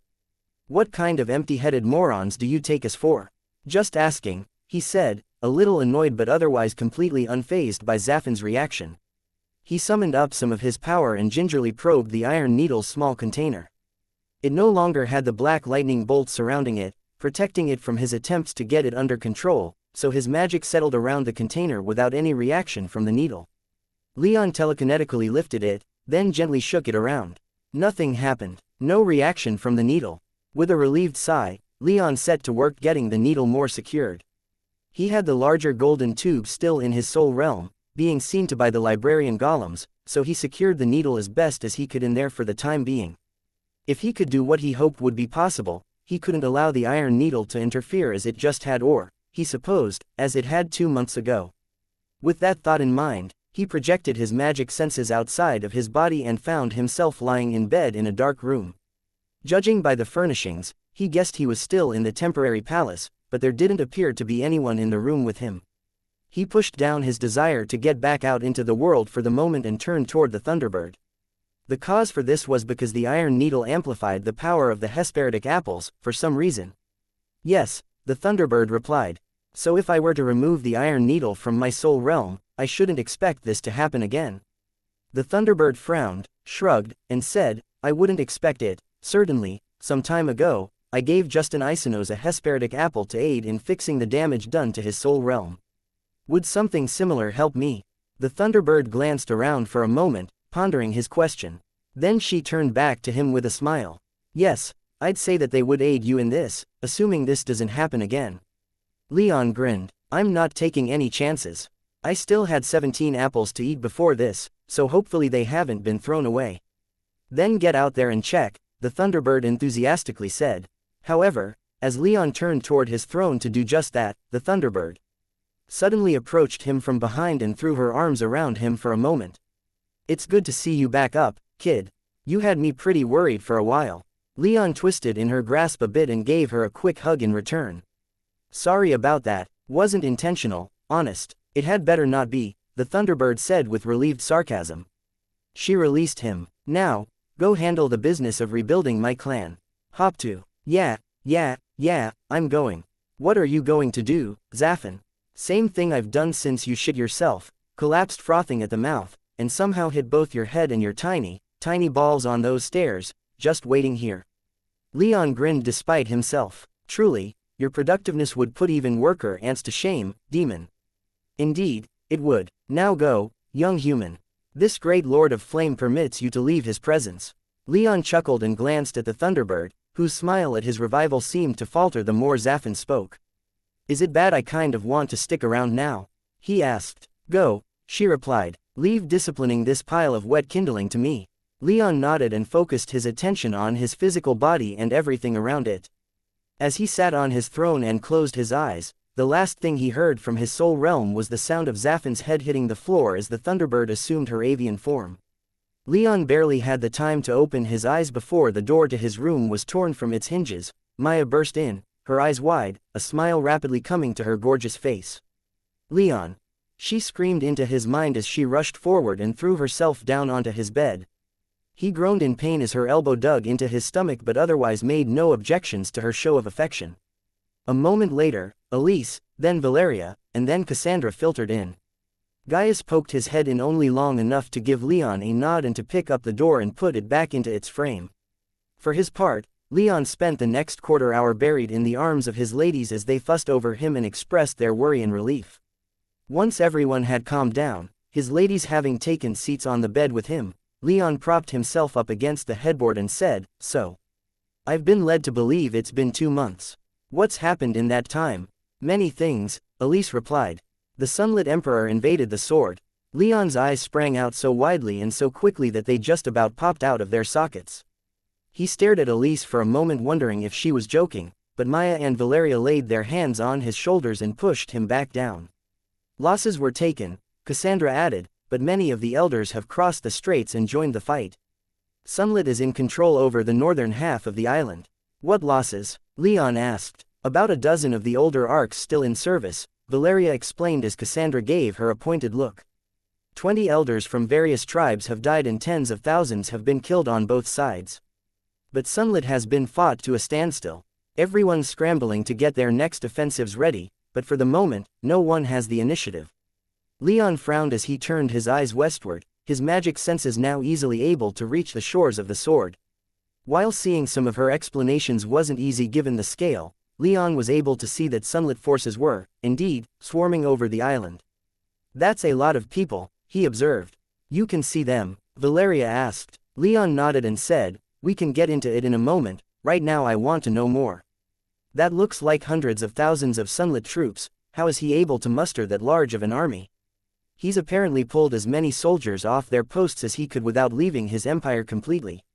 "Undefended," Cassandra answered. "The borders are still guarded by skeleton crews. Since he attacked us, my grandmother and the Lord Protector almost got involved, but the Keeper has firmly and publicly decided to take Sunlit's side in this matter. He isn't joining Sunlit in the assault on the sword, but he's called up the Sentinels, armies and is threatening to intervene if anyone attacks the Sunlit Empire." Leon quietly swore under his breath. "All right, Sunlit can't sustain this, not by himself. Not against all 10 tribes." His ladies exchanged looks. "What is it?" he demanded, his worry spiking. Cassandra answered hesitantly, "Sunlit has broken out some, it's probably Thunderbird clan stuff. Arcs. 5 of them, each of them is more powerful than anything we're using. The new arcs can do damage, but only if they outnumber the Thunderbird arcs." Leon growled in displeasure as he turned his attention back to the sword. Unfortunately, he couldn't immediately locate these new arcs, though he saw 100 arcs in total flying around above the island, both from the 10 tribes in the Sunlit Empire. More eye-catching was the apparent imminent beginning of a large naval battle off the eastern coast, with a massive Sunlit fleet about to meet a tribal fleet of equal size. "I need to get up," Leon croaked as he struggled to rise again. His body felt weak, but with magic flowing through his veins, his strength was returning. Fortunately, though he'd been out of it for 2 months, it didn't seem like he'd lost all that much muscle mass. "No," Elise insisted. "Vito. Wife Vito, you lay right back down." Leon stopped for a moment, but argued, "I can't just sit here and do nothing. You just woke up from an injury that seems to have damaged your soul realm." Elise cried, her emerald eyes tearing up. We weren't sure when you might wake, and now you want to run off to war before you're even fully healed." She slapped his chest a few times in loving frustration, but her blows came without any strength. Despite that, Leon still sank back into the bed. "Fine," he said, "someone fetch Nestor. Do we still have those Hesperidic apples? There should still be most of the harvest remaining, right?" "Tico's took them," Valeria said as Elise settled back down with Leon back in bed, though her red-rimmed eyes still glowered at him, silently threatening him should he expect to rise again in his condition. "They wanted to test the apples for poison or some other kind of fault or tampering. As far as I know, Tico still has them." "Bring them back," Leon said. "They worked fine. It was the iron needle that did this to me." He explained as best as he could what happened, while at the same time, Valeria poked her head out of the door and had Gaius go and fetch Nestor and Tico's, who was apparently still near the palace conducting its tests. Leon finished his explanation as Nestor arrived. "Good," Nestor said as the door closed and locked behind him. "I was afraid that the horde of healers in the other room might have tried to force their way in if the door remained open much longer." "Nestor," Leon said in greeting. "Leon," the dead man responded with mild amusement. "You're not dead. Thanks for noticing. I did my best to appear not dead today." Leon waved the golem man over and, without preamble, conjured the iron needle in its first, larger golden tube. "Get this secured. I can't hold it in my soul realm and eat Hesperidic apples until it's been implanted in a sword." "Put it in the ancestral blade," Nestor said, not immediately taking the needle. Leon frowned lightly. "Not that simple, or so I've been led to believe over the past year." "Look, just secure it, all right. I'll be back to grab it as soon as I heal." Nestor grumbled incoherently, but he still walked over and laid a hand on the golden tube. As a man without a physical body, existing only as a magic body stuffed inside an enchanted ruby, Nestor had no soul realm to store the needle in. Not that Leon expected him to try. Even if he didn't want to see what might happen if someone were to try and take possession of the needle like that. However, Nestor inscribed in light several runes onto the side of the tube, causing it to float in the air behind him and turn invisible.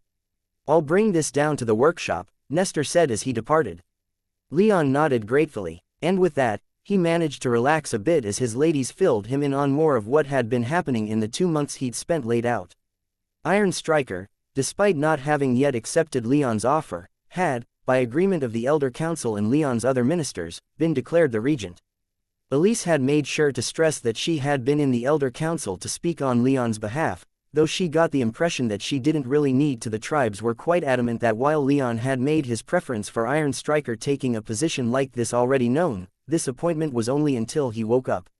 Now that Leon had woken up, Iron Striker's power as regent was now legally gone. However, Leon wasn't in any hurry to make that official. He was sure that word was already spreading quickly that he was awake again, but with the military in the Jaguar's hands and the government in Iron Strikers, he didn't think he had much to worry about after only 2 months. As they spoke, Tico's arrived. As soon as it was shown into Leon's room, its leafy hair ruffled and filled the air with a sweet scent. "Good to see awake you, Leon," Tico said enthusiastically. However, its demeanor fell a moment later. "My apologies for the apples." "No apologies are necessary," Leon replied. "In fact, I'd like to finish them, if they haven't yet been disposed of. Other circumstances did this to me, but the apples might be able to aid in healing me." Tico's bowed slightly and conjured 13 Hesperidic apples onto one of Leon's end tables. "Had to destroy 4 to check them for dangerous," Tico's explained. "The rest are here." "Thank you," Leon said as Maya took one and handed it to him. Without giving himself time to hesitate or second-guess himself, Leon took a bite, letting the unparalleled taste of one of the purest physical embodiments of magic power surge over his taste buds. Everyone else was decidedly less enthused, however, and Leon found himself intensely watched by everyone in the room. He paused a moment after taking that first bite and felt the serene power of the apple flow down into his soul realm. Almost immediately, his soreness began to be relieved and he could sense the barrier of his soul realm already starting to mend as the apple's power flowed in. Thusly satisfied, Leon devoured the rest of the apple, and then a second. Soon enough, all 13 had been eaten without any immediate adverse side effects. Leon could feel the power already going to work on his body, and he couldn't help but get lost in the sensation. His body relaxed almost uncontrollably, and he slid down into the bed. His eyes grew heavy, and he felt his consciousness drifting again. However, unlike last time, this time he could feel that this sleep wouldn't last long, perhaps only a day or 2. His body just needed some time to heal, and it looked like it was going to. He smiled as he drifted off, content in knowing that even if he didn't heal completely, he'd shaved years, perhaps even decades off the time he would have otherwise had to wait. When Leon awoke about a day after finishing off the remaining Hesperidic apples, he felt immeasurably better. With the iron needle out of his soul realm for the time being, the power that flowed into his soul realm from the apples healed his soul realm almost completely.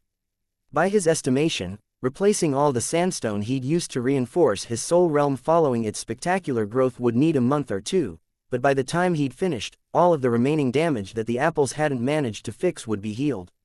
So, he was left feeling somewhat all right with how things turned out. For just a moment, After he'd woken up and before he'd opened his eyes, he allowed himself to revel in the gains that he'd made.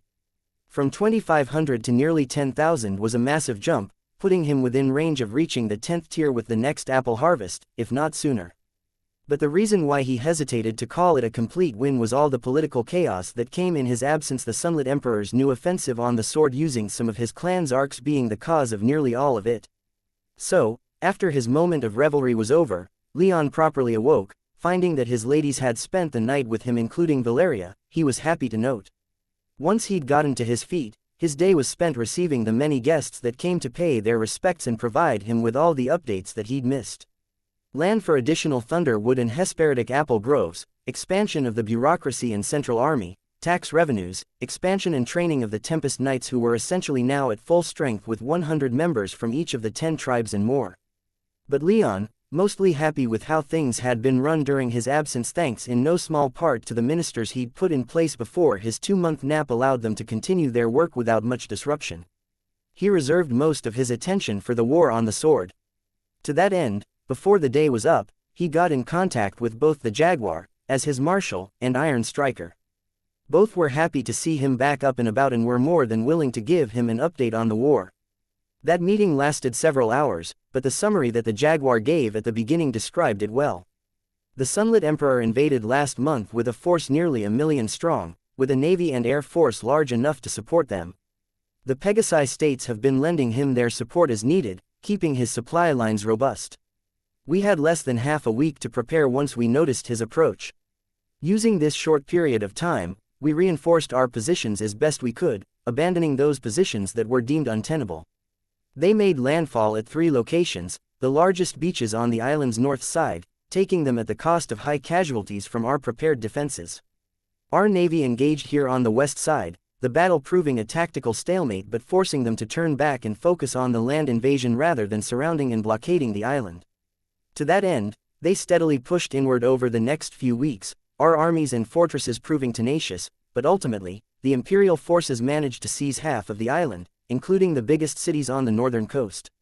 The military council authorized a deployment as soon as the invasion was sighted, and our initial forces arrived after only a couple days, with the rest of our emergency forces arriving 2 weeks later. We've been running defensive operations since then, keeping the Imperials from gaining further territory while a proper counter-offensive force is assembled in Raymondas. Leon took in all that the Jaguar told him. On the island, the Sunlit Emperor, after receiving some reinforcements not only from his Argos but also from the Pegasi states, had a force some 1.5 million strong, while he had perhaps half that. However, the Central Army, with the assistance of many loaned ships from the eastern fleets and monsters under thrall to the booming Brown Bears, had 1 million deployment-capable soldiers already in Raymondas and would begin their deployment in a week, with hopefully more to come. Arcs, Leon was told, were decisive weapons, though more heavily weighted in Sunlit's favor. Much of the reason why half of the island had been taken in just 2 weeks was that when the Imperial army failed to take a tribal strongpoint in time, Sunlit would move in his Thunderbird clan-era arcs and strike the place from beyond the range of their ability to retaliate. So far, there hadn't been any conclusive answer to how they were going to answer the use of those arcs. When Leon had visited the Sacred Golden Empire to inspect the crashed supercarrier, he'd had Nestor give him a rundown on all the classes of arc that their clan had used back in their heyday. The supercarriers were among the heaviest and largest in the arc fleets, and more than a few such massive arcs had been used in the clan's invasion of Eterna. Leon, hoping that the Sacred Golden Empire's discovery wasn't setting a precedent, was pleasantly surprised to hear that the arcs that the Sunlit Emperor was using were relatively small compared to what he'd feared. These ancient arcs were still larger and more heavily armed than what his people were using, including the newer models that the Ravens had barely managed to finish in time, but the heaviest was a light cruiser that had a crew of perhaps 800, 3 were destroyers with crews of 400 or 500, and the last was a small corvette, with little in the way of weapons but faster than just about anything else on the plane. In fact, Leon thought that only the director's personal arc, made from the salvaged components of a small arc from his clan's time, could match it in speed. Of those arcs, the light cruiser was the deadliest threat, with 8 ancient lances to a side, 4 in front, and 2 behind. With the armor and defensive enchantments it had, Leon thought that even 5 of the new Raven arcs would struggle against it. 3 new Raven arcs, meanwhile, he estimated could match one of the destroyers since they had matching weapon complements, but he wasn't eager to put that estimation into practice. After all, as the jaguar and iron striker described these arcs to him, Leon couldn't help but feel some amount of greed and indignation boiling up from within. The Sunlit Emperor claimed the mantle of the Thunderbird clan, but it was Leon who had that power in the recognition of the Thunderbird herself. That Sunlit was now using his own clan's weapons against him offended Leon greatly. He wanted those arcs back, if possible. He valued his kingdom more highly, of course, so he wouldn't cry if the arcs had to be destroyed, but if the opportunity to seize them presented itself, Leon was going to seize them without a second thought. After his long chat with the jaguar and iron striker, Leon made for Nestor's workshop, but not before one last exchange with Iron Striker. So, Leon had said, should I interpret this as an answer to my offer? Iron Striker looked a little confused for a moment before what Leon was talking about clicked with him. It had been 4 months since Leon had made the offer, and it seemed that he'd had all the time he needed to consider it. If it's still open, Iron Striker had said, I would be honored to accept your offer. Leon grinned in response. From that moment on, he had his chancellor. Once all of that work was over, he finally found himself in Nestor's workshop dealing with more personal business.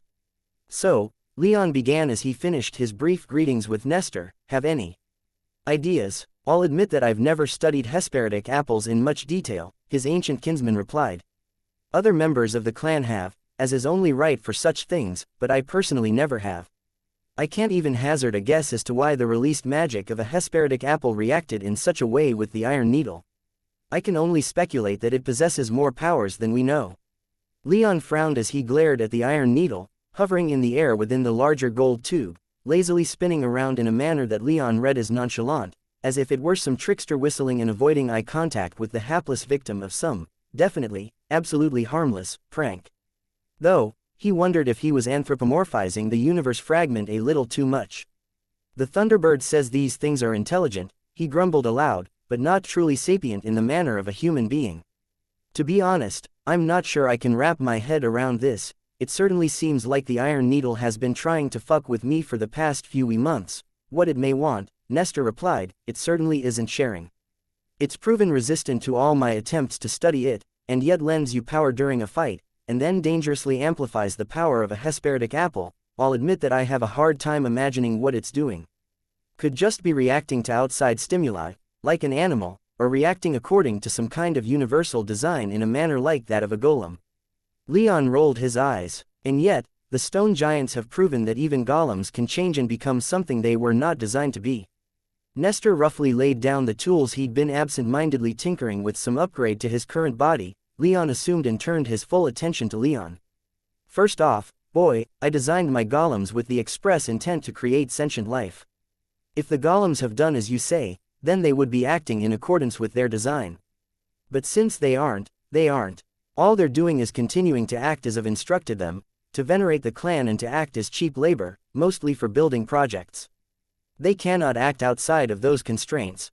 Maybe I ought to drag you back north the next time I go and see if your opinion changes. It won't, Nestor insisted. Leon grinned as Nestor returned to what he was doing while Leon regarded the iron needle again. He poked the glass covering the needle and whispered to himself, what the hells are you doing? Do you want something from me? Can you hear me at all? The iron needle gave no indications that it heard him, instead continuing to lazily spin in the air within the golden tube. Leon quietly chuckled and asked Nestor, how secure have you made this place in the past few months?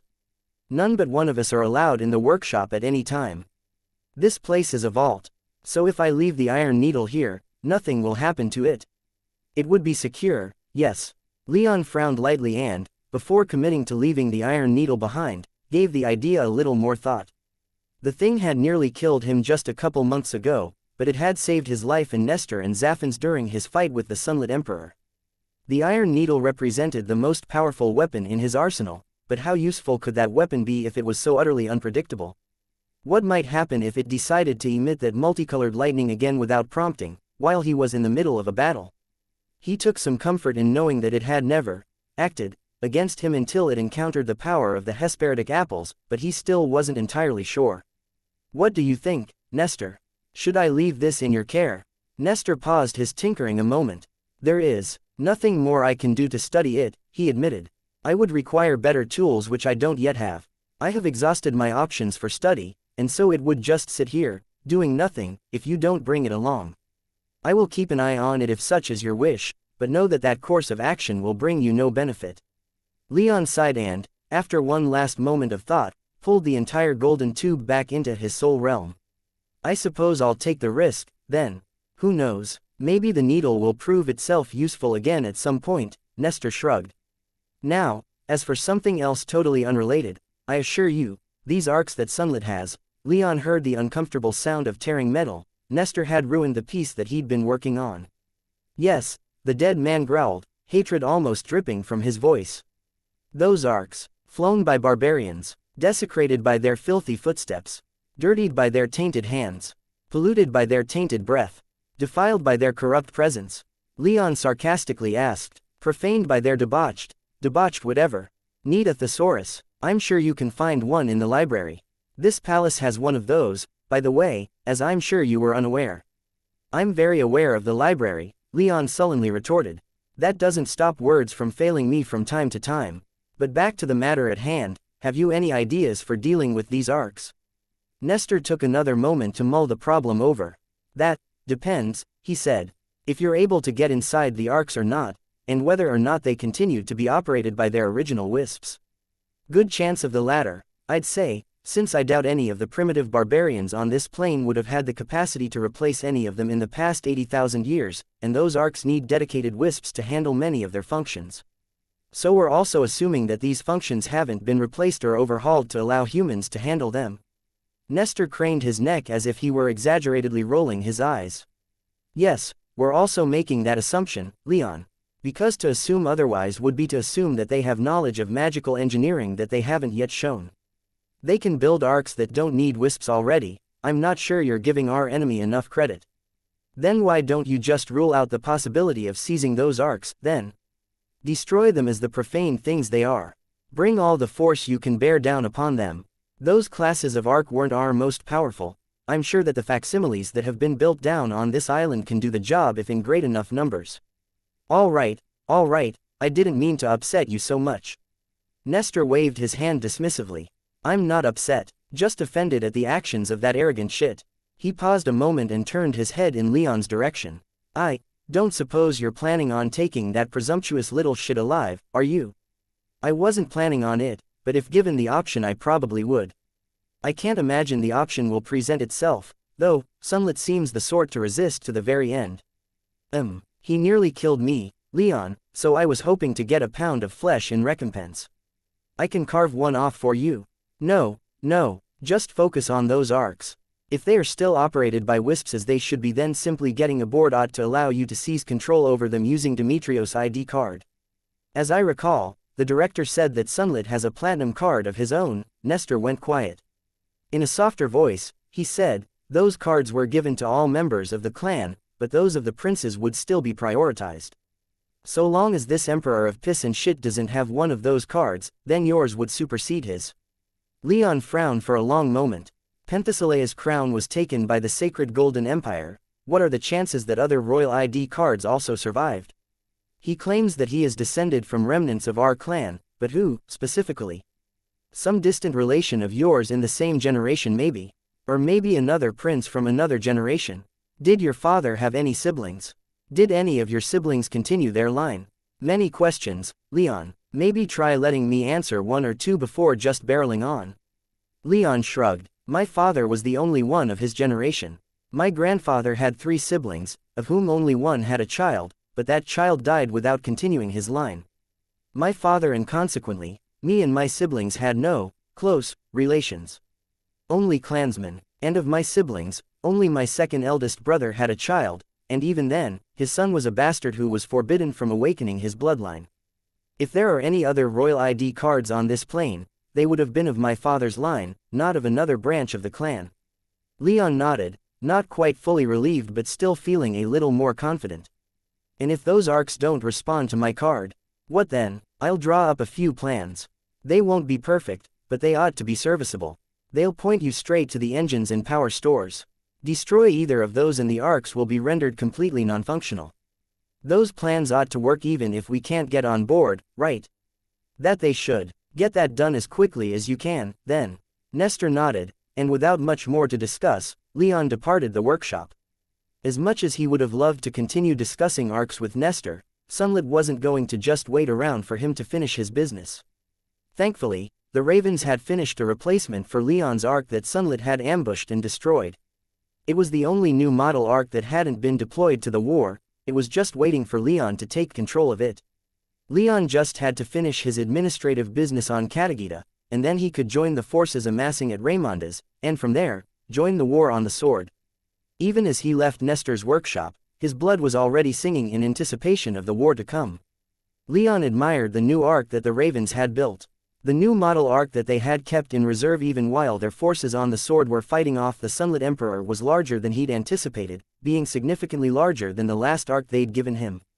It had a permanent crew of about 40 people and room for another 60 passengers. The addition of Thunderwood to its design freed up their power concerns, allowing slightly thicker armor and more powerful defensive enchantments. Its weapons complement, being made of Leon's lightning lances, was more powerful than the previous arc's lances, as well. All in all, Leon was quite satisfied with the arc once the Ravens were finished showing it to him, even though Aushker spent much of the tour focusing more on what they were going to do better once they had better access to Thunderwood than actually explaining the improvements made to these new arcs. Still, Leon was more than happy to take that arc as his personal transport, and soon enough, he felt that he'd healed sufficiently to head out. He said goodbye to Elise, leaving her as his representative in Stormhollow. Cassandra, too, was left behind, much to her chagrin.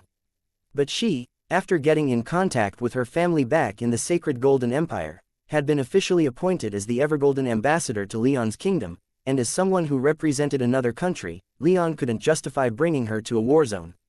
Of course, Leon wasn't too thrilled by that idea since Cassandra was, as one of his wives, also one of his queens, but he supposed it wasn't that terrible of an arrangement.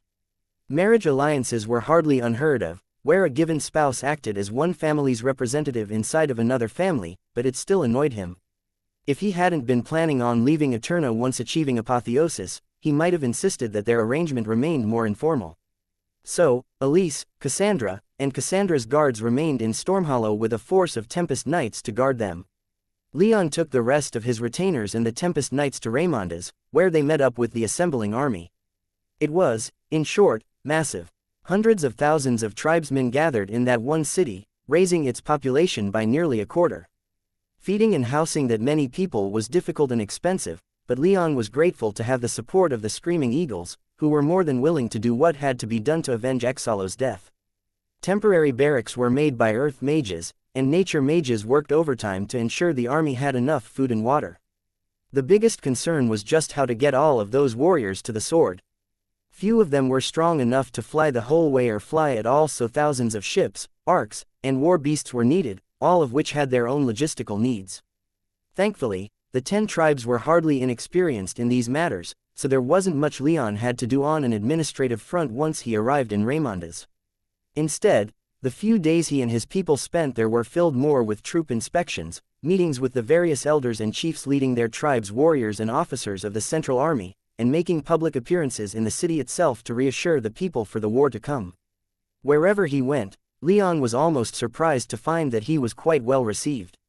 Huge cheering crowds were the standard sight he saw whenever he went anywhere, even when that visit wasn't announced ahead of time.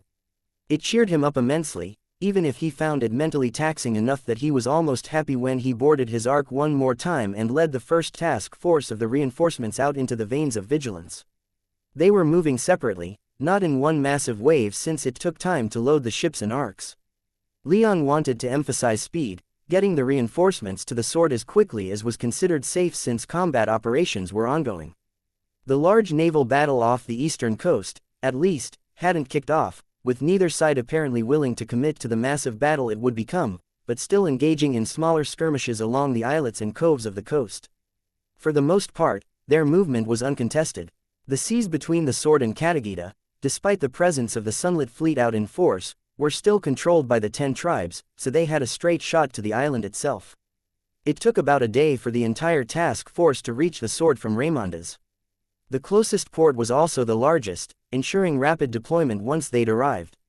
However, that deployment didn't take place right away, as the leaders of the tribal armies were waiting for Leon in that port. Leon swiftly walked through the halls of the large, rather nondescript building that served as the center of administration for the port. Until the island had been taken, the port had been a small, if important and well-defended port for the navies that kept the 10 tribes on Katagita, but now that the island was theirs, it had been expanded. Hundreds of people worked in this building alone, and it seemed like nearly all of them had stopped their work to come and greet Leon when he arrived. However, he did his best to get them working again. During a war, he felt whatever work they were doing would be far, far more important than coming out to greet him. He was led to the top floor where the main command center and highest-level conference room were located, and there Leon met with the Jaguar and Iron Striker. "Your Majesty," the Jaguar formally shouted, the relief audible in his tone despite the formality. "The sword is yours." Iron Striker remained quiet, but he regarded Leon warmly, bowing with a smile on his face as Leon entered the room. "Thank you for the warm greeting, but I think we have some business to see too, don't we?" Leon asked with a friendly grin. "The Sunlit Emperor won't kick himself back into the sea, will he?" The Jaguar chuckled good-naturedly, then led Leon, Iron Striker, and most of the high-level officers into the secure conference room. As soon as they sat down, Leon asked, "What's the status of those arcs?" "The new ones that Sunlit has." The Jaguar waited a moment for the door to shut behind them and for the privacy ward to activate before answering. He then activated a light enchantment that projected a 3-dimensional illusion of the island onto the table. "Here's the current line of contact," the Jaguar explained as he indicated a mostly horizontal line around the middle of the island. That line followed the course of a river, with tribal positions on the south side being on higher ground. Most Bar Imperial forces are focused either on the line or located along these routes leading back to the ports in the north. The Jaguar indicated 2 roads, one of them running back north in the center of the island while the other followed the western coast. "The arcs that the Sunlit Emperor has been using are based in these 3 forts," the Jaguar continued, indicating 3 inland strongpoints about 100 to 150 miles north of the point of contact. "They aren't used often, only being called in when Imperial regulars are unable to do a job. Even then, we've been holding the current line for more than a week and those arcs haven't moved." "Are they scared of losing these assets?" Marcus softly inquired. "Possibly. The lines of contact have been reinforced by powerful mages and arcs of our own, so the Imperials might be hesitant to risk too much. That hasn't stopped them from using infantry, powerful mages of their own, and many war beasts in costly assaults," Iron Striker added. "They're using stationary lance emplacements to support themselves, as well as artillery support from their ships in the west, but we've been holding our ground and keeping them north of this river." "They might be taking a breather," a 7th-tier Tiger said. "Their initial invasion cost tens of thousands of lives, at least, and their remaining offensive potential without those arcs doesn't seem to be enough to continue taking ground.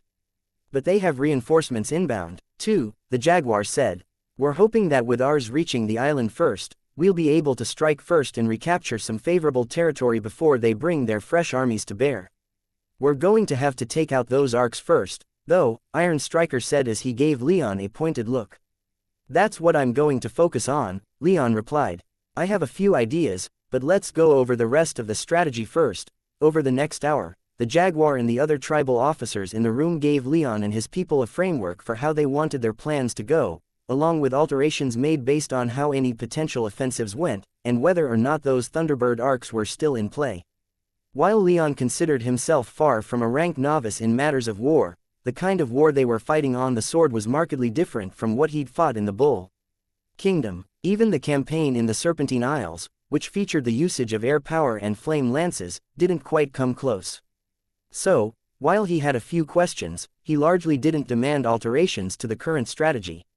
He just focused on the one key aspect that he felt he could unambiguously help with, those arcs.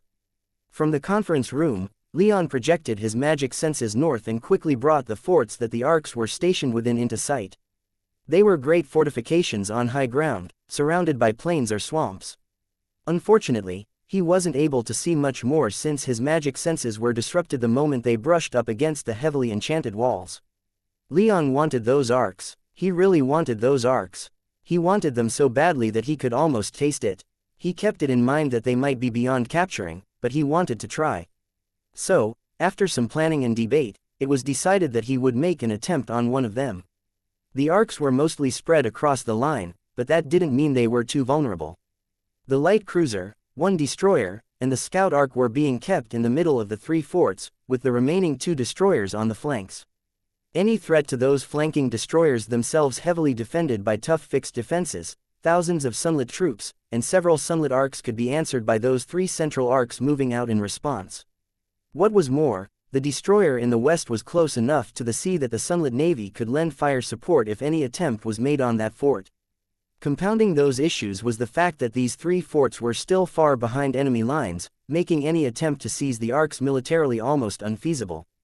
If Leon wanted any of those arcs, he'd have to move with a relatively small and tough force that could sneak past the enemy's front lines, through all the defenses covering the arcs, and then make off with one without being shot down.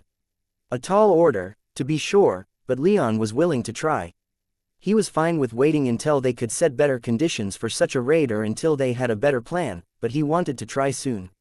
Unfortunately, soon would have to be postponed. The meeting ended soon after, but as the ships and arcs were still being unloaded, the Sunlit Empire attacked. With Leon's people receiving their relief force sooner than the Imperials did, it seemed they decided that they had to do something, and so the naval forces in the east finally decided to make their move to cut the sword off from Katagita. And that was not something that Leon could let happen. In a war of this scale, sneaking up on an enemy was nearly impossible. Too many powerful mages with magic senses measured in the thousands of miles, not to mention all other signs of mass movement. With that in mind, Jacopo didn't think he did that badly.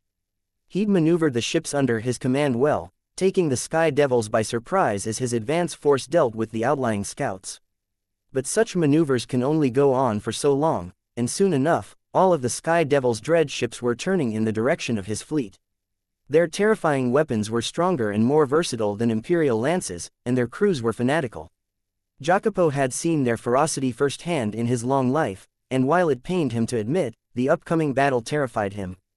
The 12 enemy warships that were now on their way to the bottom of the sea did lift his spirits, though.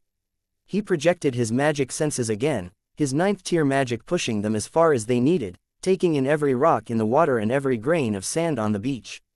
He saw the dread ships assembling miles further south and put his main fleet into a wedge formation, his flagship just behind the tip. They'd fall upon the Sky Devils with all the anger and fury of those who could see the final end to this bitter generational conflict on the horizon. Covering their advance would be a dozen war arcs that their great emperor had assigned to the east, not that Jacopo expected much from them given the Sky Devils had an equal number on their side. But he, like nearly everyone else in the task force, was ready to end this long and bloody war, this conflict that had gone on for hundreds of generations. With their emperor unsealing the imperial vaults, victory was now assured. And yet, even as they sailed on toward their inevitable victory, Jacopo couldn't help but feel a small amount of hesitation. He knew his emperor, and while he had to almost physically stop himself from judging the monarch he was sworn to, the man's behavior gave him some misgivings, especially in recent months. The emperor had taken to concealing himself, preventing anyone from seeing him and giving orders from behind an enchanted curtain. It was a far cry from the usual flamboyant man that Jacopo knew, the man who demanded the attention of everyone around him. Jacopo, despite his status as one of only about a dozen 9th tier mages in his empire, hadn't seen the emperor since before the tragic Sky Devil raid that had only just barely been repelled at great cost. Jacopo still grieved for his fallen comrades, and a fire burned in his heart for vengeance. But the emperor still hadn't been seen since then, and with a strange change in behavior, the man was less obviously licentious and far more driven and cruel. There was a part of Jacopo that wondered if it was even still the Sunlit Emperor who was giving any orders. Another part of him asked him how much he cared if whoever this emperor was led them to victory. For the time being, he put it out of his mind, forcing himself to focus on the battle. He'd find out the truth of the matter at some point, but that could come after they'd achieved victory in their great crusade. It wasn't long before the advance flotillas made contact with each other. As an opening, each side's lances fired upon the other from a distance of many miles, sinking many ships. 24 Sky Devil ships of varying size were sent to the bottom of the sea, at the cost of 27 Imperial ships, each one a terrible loss. As the fleets drew to within 5 miles, other weapons began being deployed. Personal magic from the mages aboard the ships was exchanged. Powerful mages took to the air for one-on-one combat, and most terrifying of all, the seas themselves began to roil and churn as water mages took their battle below the surface. Despite the latter, several enormous war beasts made their presence known by destroying entire ships. Several krakens tore smaller ships apart with apparent ease, while 3 gigantic whales targeted the larger ships. For a while, it seemed like the Imperials had the advantage, especially once the arcs engaged far above, firing upon each other with their terrible weapons. Several of the Sky Devil arcs, however, projected shields of light that stopped most of the incoming Imperial weapons' fire before returning fire with new lances. Their projectiles weren't balls of molten stone or metal, but tiny bolts of iron no larger than Jacopo's arm, yet they were launched with such speed that they tore enormous holes in the sides of the Imperial arcs. Jacopo's heart sank faster than any of the ships around as first 1, then 3, and then 6 arcs were shot down within 10 minutes of the battle proper beginning. But just when it seemed that he would have to order a hasty retreat or a change in tactics, a titanic aura exploded outward from the largest ship in the fleet, the ship farthest in the back. That spat lance fire faster than any other platform in the battle. The Sunlit Emperor himself rose into the air, his entire body clad in shining golden armor, his radiant aura suppressing nearly everything else in the area. 4 more of Jacopo's brothers in arms rose with him, each of their 9th-tier auras shining powerfully even with their emperor making his move. His great emperor drew a massive golden sword from his soul realm and swung it at the Sky Devils. A wave of lightning larger than any Jacopo had seen before crashed down upon the dread ships, tearing many to pieces and vaporizing their crews. The emperor swung again, and 3 of the Sky Devils' arcs were knocked from the sky. Pride in his empire and his emperor bloomed in Jacopo's chest as he reminded himself that they were going to end this war. The Sky Devils were going to fall before the mighty armies of the Sunlit Emperor, and then they could deal with their feckless neighbors who'd abandoned them in their moment of triumph. Jacopo guided his ships further into the battle, commanding with skill and determination. Above him, the Sunlit Emperor provided more cover than any singular weapon system, almost single-handedly ensuring that their cause continued. But then the early afternoon sky darkened in an instant, silver-blue lightning exploded downward to destroy a handful of Imperial ships, and some terrible new Sky Devil war beast fell from the heavens, its damn near 10th-tier aura clashing with the Emperor's. It was a massive eagle with silver feathers, save for a long crest of blue feathers that fell from its brow down to the middle of its back. The Sunlit Emperor fell back as his 4 9th-tier bodyguards charged. Seeing the Emperor fall back so quickly struck a chord of terror in Jacopo. Suddenly, victory didn't seem quite so likely anymore. Countless mages below were clashing, killing each other and doing their absolute best to fight off their enemy. The Imperials wanted the sword back, and the 10 tribes were unwilling to give it up, and now the ocean was being filled with blood from both sides. The air was thick with magic, and with the number of powerful mages in combat and enchanted pieces of military kit in the area, that thickness had become almost physical. And yet, Leon couldn't help but revel in the feeling of summoning countless storm clouds to fill the sky. As intense as the fighting was below him, the sky belonged to him, especially when he was in his Thunderbird form. He'd left the port not even an hour ago, doing so without even the support of his personal arc. The arc was still following with his strongest Tempest Knights and his retainers, but Leon had prioritized speed in reaching the battle. It would take a few more minutes for the rest of his people to catch up, and then perhaps half an hour or more for the proper response force to reach them. As it was, many of the reinforcements that had already arrived or were on their way were being diverted to assist in the battle. But Leon put all of that out of his mind. He'd summoned the storm clouds not long after the Sunlit Emperor had revealed himself, which meant it was time for their rematch. He could pay attention to the movements of his side after dealing with the enemy's strategic assets, their highest-level mages. He dove through the clouds, lightning erupting from his feathers and raining down upon the Imperials far below. Dozens died as the bolts struck the Imperial ships, some as strong as 6th tier. These people weren't nearly as important to Leon as the Sunlit Emperor or the 9th-tier mages he'd brought with him, but opening with these strikes sent the message. He hoped that if they didn't try and stop him, then he would wreak havoc upon their naval lines. Leon's eyes found Sunlit's. As he pulled out of his dive, the man's eyes just barely visible through the slit in his helmet's visor. The man's pupils dilated slightly as they made eye contact, their auras clashing in the skies above the battle. His armor had clearly been replaced and his body healed if his aura was anything to go by, but it seemed the memory of how their last clash ended was still strong in him as he immediately fell back. But Leon couldn't pursue, for at the same time, the 4 9th-tier mages at his back charged. With the expansion of his soul realm, Leon had a significantly greater amount of magic he could call upon, but 4 9th-tier mages represented a fantastic amount of power, rivaling if not potentially exceeding that of a 10th-tier mage. So, he flapped his wings and ceased charging down the Sunlit Emperor, who seemed intent on falling all the way back to his flagship. As the 9th-tier mages moved against him, they spread out and filled the air between him and them with their magic power. A wave of fire, deadly gusts of wind that could flay flesh from bone, a rock made of water, and an eerie orb of darkness sped toward Leon, but he responded with a number of powerful lightning bolts from the clouds above. The orb of darkness was torn to pieces in short order, and the water rock quickly boiled away, but the silver-blue lightning of the Thunderbird clan did little to the wind and the fire.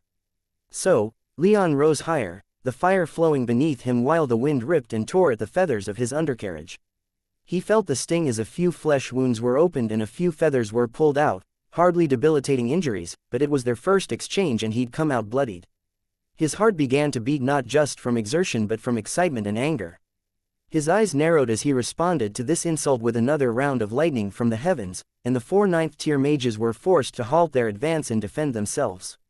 The wind mage was struck hard and fell several hundred feet before righting himself, but the darkness mage managed to cover himself and the others with a black shield that absorbed Leon's lightning and was torn apart. With an annoyed snort, Leon wreathed himself in lightning and accelerated toward the darkness mage, eschewing the long-range battle for a more aggressive strategy. The Imperial mages responded with force, firing off another round of their magics with greater intensity, making the sky above the battle dangerous enough that nearly all other airborne warriors were forced downward to avoid being caught up in their clash. Even 2 arcs, one tribal and the other Imperial, were damaged due to proximity. But Leon cut through it all, losing a few feathers and suffering a few more lacerations, and crashed into the darkness mage. He wore heavy armor, but Leon's talons were strong and sharp. The talons of his right foot wrapped around the man's left leg while his left talons took a hold of his waist. Now entangled, they fell from the sky, and Leon squeezed as he brought his head down to slam his beak into the Imperial mage's lighter armor around his neck. The strength in his talons deformed the Imperial mage's armor and broke bones. The mage screamed and wrapped himself in darkness, while another sphere of darkness was conjured around them. In the face of Leon's silver-blue lightning, however, the Imperial mage's darkness was torn asunder, and Leon's beak pierced the mage's armor and lanced into his throat, severing all soft tissue in the neck, and shattering his neck bones. The mage's scream was cut off as Leon then channeled lightning through his beak and into the mage's body, frying him from the inside out, destroying not only his body but also his soul realm, ensuring the mage was thoroughly and completely killed. Leon hardly had time to drop the man before another wind blade sliced into his back, tearing away yet more feathers and opening the largest and most painful injury he'd sustained so far. The fire mage then appeared almost out of nowhere, his body trailing flame, his eyes wide with fury, and he buried a sword to the hilt in Leon's side. Fire surged throughout Leon's body, racking his mind with pain. Before he could react, the Imperial water mage then appeared on his other side and brought a massive war hammer down upon him, aiming for his head. Leon barely managed to crane his head away in time, but the hammer struck his shoulder, shattering it immediately. With a terrible shriek, Leon let loose a massive wave of lightning that pushed all the Imperial mages back and scorched their armor black. He then returned to human form and donned his armor, eschewing the extra power and speed of his Thunderbird form for the added protection and healing abilities of his armor. The injuries he'd sustained thus far carried over to his human body, and the pain immediately began dying down as the Tau Pro got to work. Leon didn't remain passive, however, and as his power inundated the sky, it competed with the auras of all the other mages in the battle. The sheer amount of magic in the air caused the storm clouds he'd summoned to begin to weep, and the wind picked up into a roaring gale. The seas became rougher, and those mages who'd fallen in and hadn't been eviscerated by the tribal war beasts were pulled under, as were some of the lighter Imperial ships. At the same time, Leon glanced over his shoulder and summoned as many bolts of lightning from the clouds as he could, striking one of the 2 remaining Imperial arcs, ripping through its defenses, and obliterating its internal enchantments. The arc didn't fall from the sky, it exploded in a massive blue fireball as the magic powering it surged out of control. Leon still had 6 arcs on his side, and the Imperials had lost more ships, so he judged the course of the battle to be swaying in their favor, but it hadn't yet been decided. That was made clear as the Sunlit Emperor's aura once more exploded out from his flagship, and he directed a massive stream of lightning from its bow, which arced from tribal ship to tribal ship, shattering a handful in one attack. They were mostly lighter ships, but nearly 1,000 tribal sailors died in less than a second from that attack alone. Leon scowled and directed a few more lightning bolts at the Emperor, but Sunlit ducked away and managed to deflect them with his own mastery of lightning magic. Leon couldn't direct any more bolts as the 9th tier Imperial mages dove back in for the next round. Before they could cross blades again, however, a truly massive water dragon sprang from the writhing ocean below, snapping many of those Imperial mages still in the air into its jaws and almost bringing a comedic smile to Leon's face as it chewed. At the same time, the most distant tribal reinforcements finally came into range, and a few more tribal lances were added to the fray. A few more medium-weight tribal destroyers also drew close to some of the heaviest Imperial ships and bathed them in fire using the same flame lances that Jorman had used on his ship in the Serpentine Isles. But as a twister formed around him, as fire swept in from all sides, and as boiling water surged from below, Leon put all that out of mind. He pulsed with power, his magic senses keeping track of the 9th tier Imperial mages and allowing him to direct a few powerful bolts of lightning their way. He saved most of his strikes for the Wind Mage as he seemed the strongest of those who remained. Most of his lightning was absorbed by the man's armor, but he was gratified to see a few burns appear on his face, joined a moment later by a few streams of blood. The Fire Mage, however, was largely unscathed, and he charged through the massive fiery cyclone powerful enough to pull small ships right out of the water below and struck at Leon with his blade again. Leon met the sword with his own, the two exchanging 50 blows in hardly a tenth as many seconds, every one of them accompanied by a fantastic explosion. Leon didn't allow himself to stay on the defensive for long, though, and, trusting in his armor to protect him, he twisted his body to let the Fire Mage hit his body where his armor was thick and used the opening to strike at a weak point in the Fire Mage's armor as much as there was one. The mage was wearing full plate. To add to his chances, Leon conjured his anti-fire magic stone and activated it as frantically as he could, and for a moment, the Fire Mage wasn't able to call upon his offensive power. The Fire Mage's blade raked across Leon's armor, leaving a long scratch but not penetrating. Leon's adamant blade, however, bit into the Fire Mage's armor at the shoulder of his sword arm and, with the aid of Leon's lightning magic, penetrated several inches and tasted blood. The Fire Mage growled in anger and pain and slammed his feet into Leon, pushing the two of them apart. Leon almost lost his blade as it caught on the Fire Mage's armor, but his strong grip and perhaps a bit of mutual desire between himself and the weapon to not part kept it in hand. The sound of horns rolled across the battlefield as Leon assessed the position of the other Imperial mages. He was starting to feel drained and his injuries were taking some minutes to heal, so he was struggling against the pain. But the Imperial mages, with some bitter hatred in the small bits of their faces Leon could see past their helmets, turned and fled, though Leon still had to tear his way out of the fiery twister. The Imperials returned to the Emperor's flagship, and Leon noted that despite the Emperor's power, his reinforcements and arcs were causing casualties.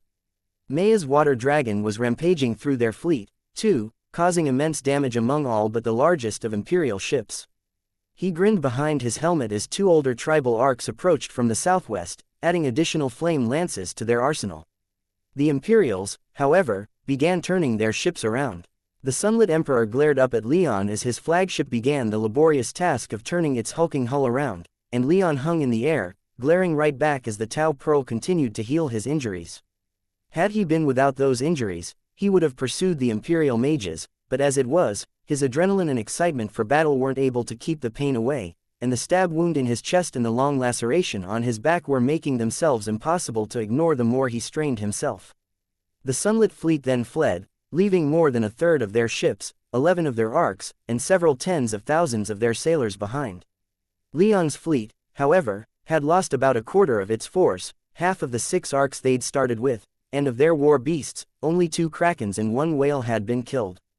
The rest of their losses Leon couldn't yet tell, but it seemed to him that this was a victory. The damage the remaining ships and arcs had sustained prevented them from pursuing and making the victory decisive, but he wasn't going to balk at this win. They were able to keep their supply line to Katagita open, and that was what mattered, especially since Sunlit's reinforcements were still on their way. It was their first rematch, even if only by proxy, and as Sunlit quickly sailed away, Leon felt his confidence rise. With a pulse of his magic senses, He observed the jaguar and iron striker leading counterattacks on the sword, taking advantage of the absence of Sunlit and his most powerful mages to strike at the Imperial lines, and it seemed they were already making some marginal gains. Leon wasn't sure how far they might be able to push, but as he drifted downward to meet the rest of his retinue as their arc finally approached the battlefield, he smiled again. A good first step, he thought. Time to follow it up with a few more. He'd hoped that Leon would arrive at the battle. That would have given him a chance to kill the boy properly. The loss of even his entire navy would have made it a winning proposition. But as soon as he'd arrived, Sunlit had felt a searing pain shoot through his body, and he'd been unable to stop himself from falling back and ordering his subordinates to attack in his stead. As a result, not only had they not managed to kill or capture Leon Rame, they'd even lost another of their number. Sunlit's supply of 9th-tier mages, already fairly low at 16 before the ambush on Leon Rame over the Ivory Plains, had now shrunk to a mere 11, and of those 11, 3 were far too valuable for their skills to waste on such personal engagements. As Sunlit entered his private chambers on his flagship, he had to stop himself from screaming in frustration. There were still people in the adjacent rooms, waiting for him to come out and receive their after-action reports. But he couldn't yet face them. Most of his military advisors had supported his plan, but there had been some dissension. Those dissenters had proven themselves correct, not that they cared anymore, with their heads so distant from their bodies by now. As he used his power to close the door, Sunlit strangled off a cry of pain as he pulled his armor back into his soul realm, the sudden release of pressure on his body causing the scars that covered so much of his body, including his once handsome face, to flare up with new pain. His eyes watered up and he growled in hate and rage. Whatever Leon Rame had done to him had seemed like it was getting better, with the pain noticeably dulling over the past couple months. However, it had grown again in this past week and then had come roaring back once he and Leon were in such close proximity. Sunlit had to find some way to fix himself. That little bastard, Sunlit silently complained as he stared at his face in the mirror, the awful burn marks covering his face impossible to ignore. I will find some way to kill you. You will never escape from me. He heard a sound from the window, but ignored it for a moment, chalking it up to normal noises to hear whilst at sea. But when the sound came again, he glared at the window, a small and heavily reinforced thing that held little beauty, and stalked over to it as he donned his armor again. Whatever was making that sound was going to regret it. When Sunlit threw the window open, however, he found no one waiting for him, only the open ocean. However, as the ship banked slightly, his eyes caught something hanging off a nail that had been hammered into the ship's hull. Sunlit's flagship was, as it ought to be, heavily reinforced and had an outer hull of enchanted steel. For something to hammer a nail, even one the size of his largest finger, into it was disconcerting. What disconcerted him even more was the object hanging from the nail, a jagged piece of obsidian that glowed with an oily red light as it caught the light of the sun hanging from a golden chain. Whatever that obsidian was supposed to be, it held an enormous amount of strange power that didn't seem hostile, if his magic senses weren't failing him. Tentatively, Sunlit glanced around once more, and, after not seeing anyone else around, cautiously used his powers to telekinetically grab this obsidian amulet, or whatever it was.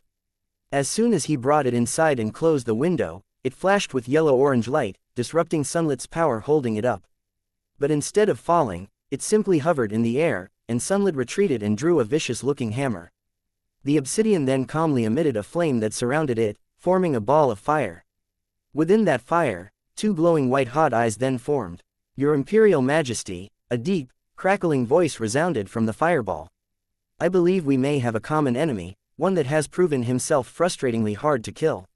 My name is Aemon, and I believe we may be able to help each other, so, does it, taste good? Marcus asked. I wouldn't say so, the jaguar replied. It's bitter, Singer added.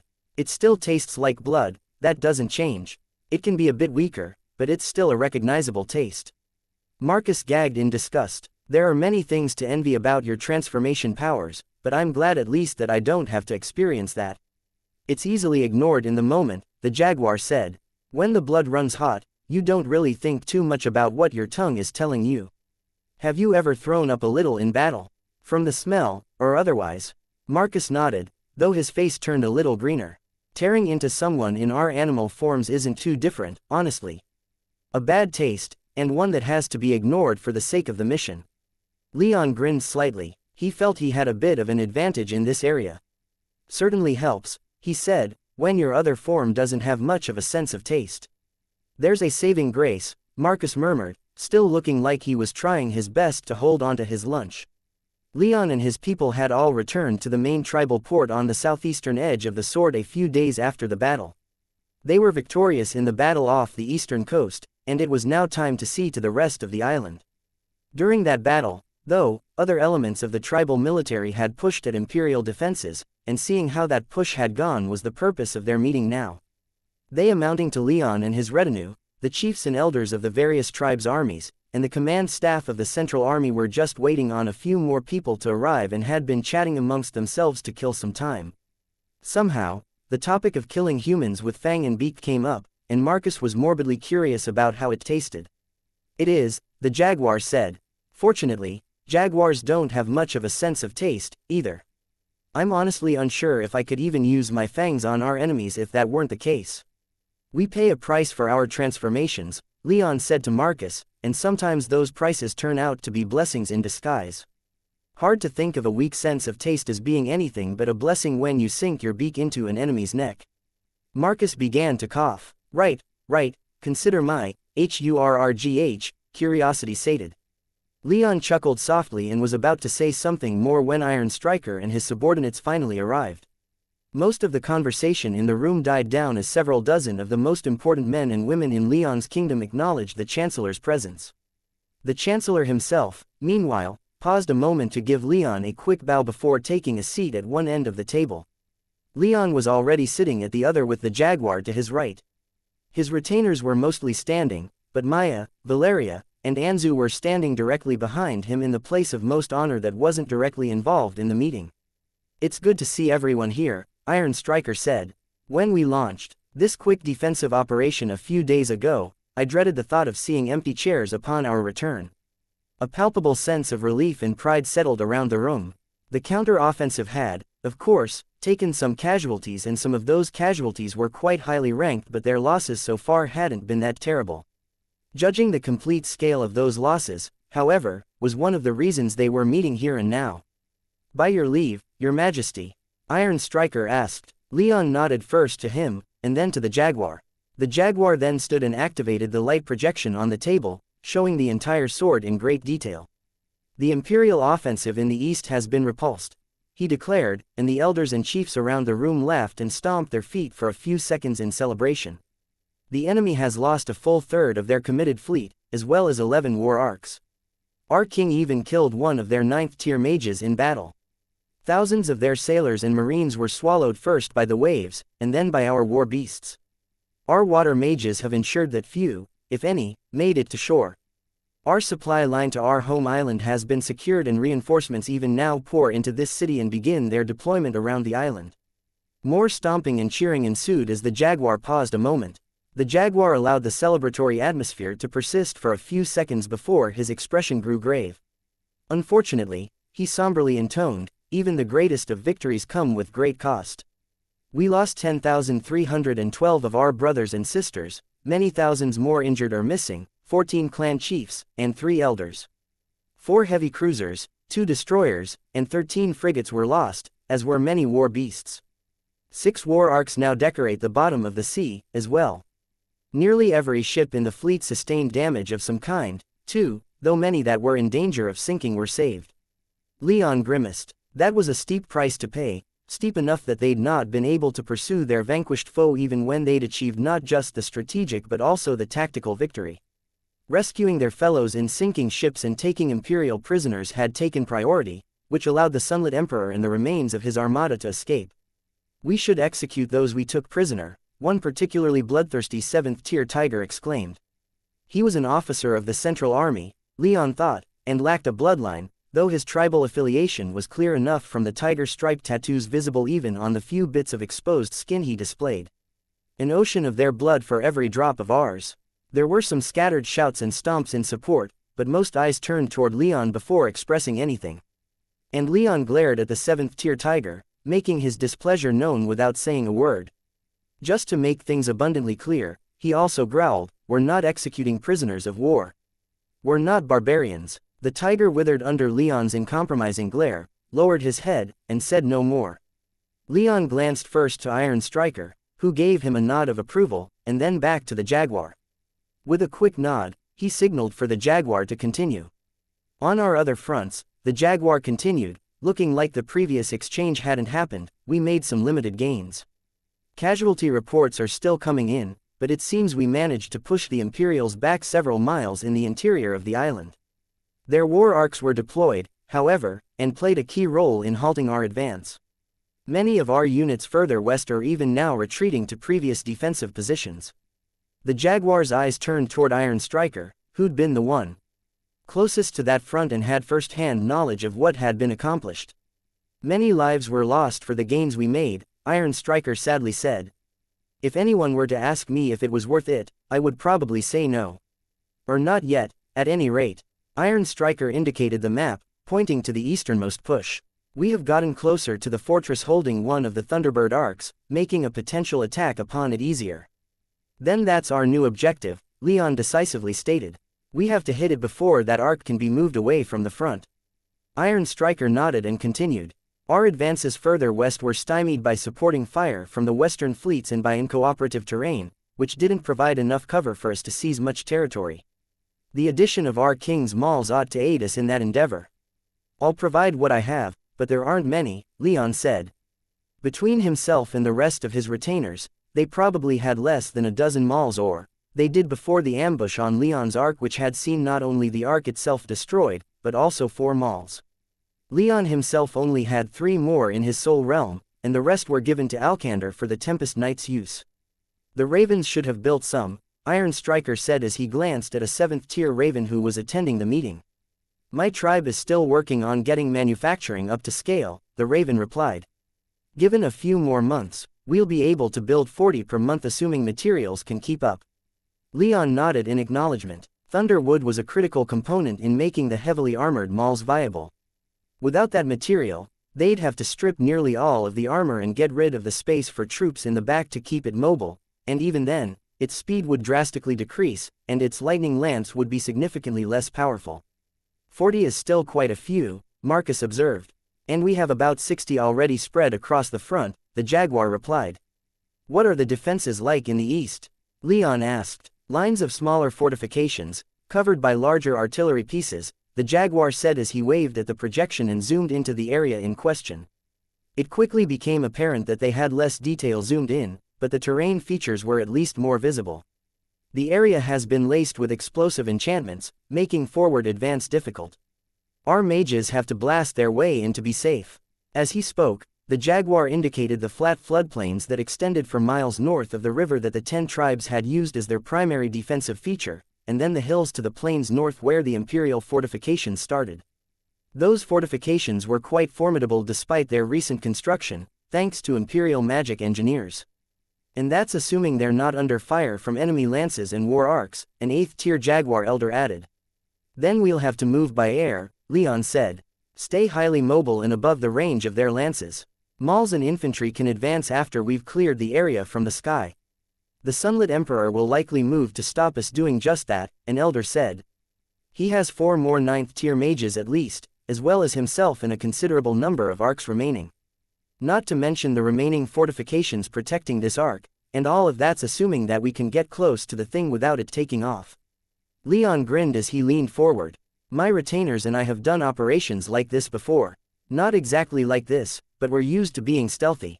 He glanced backward and found all of his people nodding or otherwise silently expressing their confidence.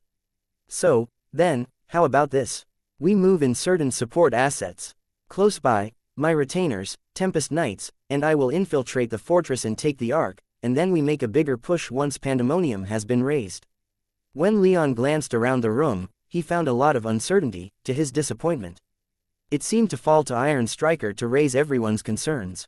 Your Majesty, such an operation is risky, and you are irreplaceable. I'm not going to sit around and watch everyone else fight this battle, Leon immediately shot back. I have my ways of escaping, and I'd estimate that I'm stronger than just about. Before he could finish making his argument, a hurried knock came at the door. The Jaguar nodded to one of his adjutants who opened it, and a grim-looking 5th-tier lion entered the room. Pardon the intrusion, he said. Lawspeaker Menander reports the death of Creon and 2,000 of his warriors in the west. The lion bowed and waited a moment, but the entire room had fallen silent, completely stunned. Krian was one of the lion tribe's 5 9th-tier mages, and given the training regime for their tribe, losing 2,000 of their warriors was a terrible blow. Leon himself could only stare at the messenger for several long seconds before he immediately turned in his chair and projected his magic senses. His movement prodded other mages in the room to do the same, but few of them were strong enough to reach the western front. It took Leon a fair few moments to get his bearings and locate the river in question that had been used to halt the Imperial advance in the initial month of the campaign, and then the lion tribe on its edge. Once he did get those bearings, though, he quickly saw what had happened. The Western Sunlit Fleet was engaged in hitting the edges of Leon's army with every lance they could, and one of the Lion's larger defensive fortifications had already been destroyed. 2 tribal war arcs had already been shot down, and 7 more had taken to the skies but were unable to get close. 14 Imperial war arcs were in the air, keeping the tribals from getting too close.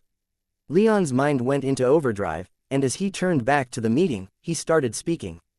Reinforcements will be immediately sent to relieve this assault. Arcs, mauls, ships, whatever they need to fight off the enemy. Iron Striker, you will act personally. Leon spoke decisively, his tone brokering no argument. While he saw some hesitation among the elders and Central Army commanders, he saw more anger and determination. Iron Striker soberly nodded while Leon could practically see the Jaguar already organizing the reinforcements in his head. While that's going on, my people and I will hit this fort and seize that Thunderbird Arc that Sunlit has parked in the east. The Imperials are focusing on the west now that their eastern push has failed, so we're going to hit them hard here in the center while most of our forces defend in the west. Leon paused a moment for any arguments, but this time, none came. Let's get to it, he ordered. Sunlit glared down at the island below, his scarred visage one of barely contained fury. He reveled in the death of the barbarians, of course, but the pain he still felt was impossible to ignore. And besides, those weren't the barbarians that he wanted dead most of all. Still, killing the Sky Devils was always a good deed, and it felt great to avenge the defeat at least partially from a few days before.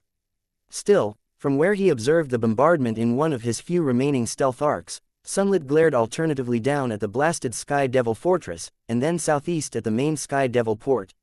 It had taken quite a bit of cajoling to get this fleet moving given the losses already sustained during the previous battle, and he'd had to move quickly to ensure that they could take the Sky Devils off guard. He could feel the lack of rest weighing him down, though Sky Devil blood alleviated that mental fatigue somewhat. He couldn't help but grin. The Sky Devils had never managed to last long after leaving their island. Their misty veil protecting them from invasion was, as far as he was concerned, the sole reason why they had managed to resist their rightful extermination for so long, and without it, their armies were vulnerable to richer and more populated empires. Or even just his empire, he supposed, since he'd been left otherwise on his own to deal with the Sky Devils. He gently squeezed the shard of obsidian in his hand as he waited for his prey to arrive, as he was certain he would. Leon Rame would rush in to defend his shit-stained bootlickers, Sunlit had no doubt, and when he did, he would find himself laid low. After receiving the obsidian shard, Sunlit had ordered a complete search of his fleet, having all men and women who were too pale or whose teeth were too sharp put to death. He may have accepted part of Amon's offer, but that didn't mean he was going to allow demon worshippers free reign among his armies and fleets. He wasn't sure if he got who he was aiming for, but he was at least certain that he'd his point. Accepting the demon's offer didn't make Sunlit particularly happy, but the terms hadn't been onerous. In fact, they'd been downright generous, with the demon requesting nothing more than the death of the demon that Leon Rame had called forth to aid him in their first battle. That much I can do, Sunlit viciously thought. That demon was a large part of the reason why he was so heavily injured, so killing it was no skin off his back. Still, Sunlit was more conflicted. The demon had alluded to other offers, powers that could potentially affect his bloodline, and that had piqued Sunlit's curiosity, to say the least. But that kind of negotiation would only come after their initial agreement had been fulfilled. For now, he only had to wait. Leon would come to him, and that would be his death. In the middle of a lonely field, surrounded by tall grass bathed in moonlight, Leon glanced around. He didn't see anyone, but he knew they were there thanks to the enchantments in his armor helping him to locate his retainers. They were all invisible, just waiting for the final word to begin their operation. With his retainers, Leon had with him 100 Tempest Knights and a handful of relatively strong mages who knew how to fly tribal arcs. To supply this operation, they'd wrangled together every single piece of invisibility gear they could on such short notice in the port, even resorting to using some gear with less robust enchantments which had a time limit of a couple hours, meaning Leon had to launch the operation soon or lose the element of surprise. Their destination, after all, would have significant defenses and surveillance capabilities. He wasn't certain all of his people, with their inferior invisibility enchantments, would slip past, let alone anyone whose invisibility dropped during the operation. He glanced up, noting the position of the moon. It was a little past midnight, not as late as he would have liked to begin, but the invisibility restrictions with his Tempest Knights forced his hand. "All right," he said as loudly as he dared this far behind enemy lines. "Any questions? Concerns?" He expected at least a few given what they were about to do. They were about 10 miles away from the eastern fortress where one of the Thunderbird destroyers was being held. Their objective was simple. They were going to steal it, and if that wasn't feasible, then they were going to destroy it. Leon wanted it quite badly, but the most important thing wasn't taking it for himself, it was ensuring that the Sunlit Empire lost access to it. To get there, they'd have to pass into a massive sunlit fortress with 3 concentric walls. The fortress was heavily warded, so much so that Leon wasn't sure they could even approach without their invisibility dropping, but he felt like he had a solution to that problem. Past the outer walls, the fortress was a maze of tall buildings and sectioned off baileys, ensuring that anyone who tried to get around would have to pass through numerous checkpoints. Defensive enchantments ensured that flight was essentially impossible past the first outer wall. The destroyer was being held in the very center of the fortress alongside several other arcs of varying size, though none so large as to need a crew of more than perhaps a dozen. Only the destroyer was large enough to hold all of Leon's current force. Fortunately, they had a few things going for them. Firstly, the fortress was more than 20 miles behind the line, so the people in the fortress were, as far as Leon could tell, fairly lax with their security procedures. Secondly, thanks to the time of day, there didn't seem to be many people out and about, though had to get a direct visual to confirm that since the defensive wards impeded his magic senses. He'd had to fly nearly 70,000 feet above the fortress just a few hours ago so that he could see over the many tall walls that the Imperial Earth mages had erected. Thirdly, Iron Striker and the Jaguar were leading a counterattack on the Sunlit Emperor's attack in the west, drawing attention in that direction. That being said, there were still thousands of Imperial troops stationed in the fortress, including a couple dozen 8th-tier mages. If they weren't careful, their prize could be sabotaged before they made it, or the fortress. Defensive enchantments might activate and trap them within.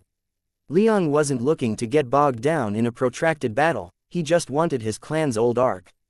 Answering his question, Alex asked for confirmation. "Rules of engagement, Your Majesty." "Stay quiet, stay stealthy for as long as possible," Leon answered. "Anyone in our way is fair game, but I want us to go undetected for as long as possible, so use discretion with force." He waited a moment for any more questions, and when none came, he turned in Anshu's direction. "You ready to try your hand at flying an arc?" he asked. "I am," Anshu confidently replied. Leon had made good on his resolution to name Anshu the commander of his personal arc. The only real problem was that Leon didn't yet have a personal arc, only one that the Ravens had built that he'd essentially commandeered. Ravens still staffed that arc, and since they'd built it, Leon had allowed that to continue. Still, Anshu had been taking plenty of lessons in commanding arcs since Leon's appointment, and while he wasn't yet at the level anyone wanted him to be at, his confidence had been earned. He'd even stated that it was refreshingly similar to commanding a ship, which he'd done for many years. Adding onto his lessons was a crash course in Thunderbird arc design from Nestor.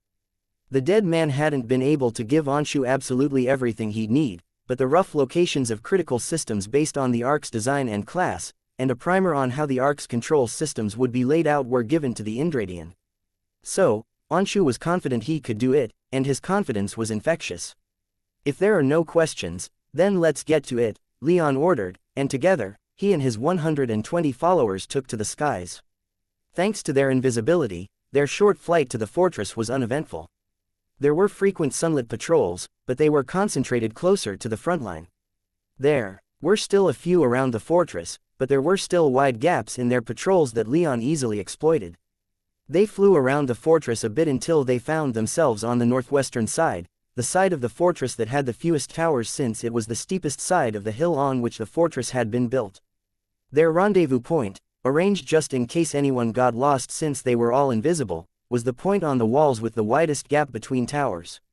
As Leon slowed to a stop, he sensed the leaders of his infiltration force taking a head count, so he got to work.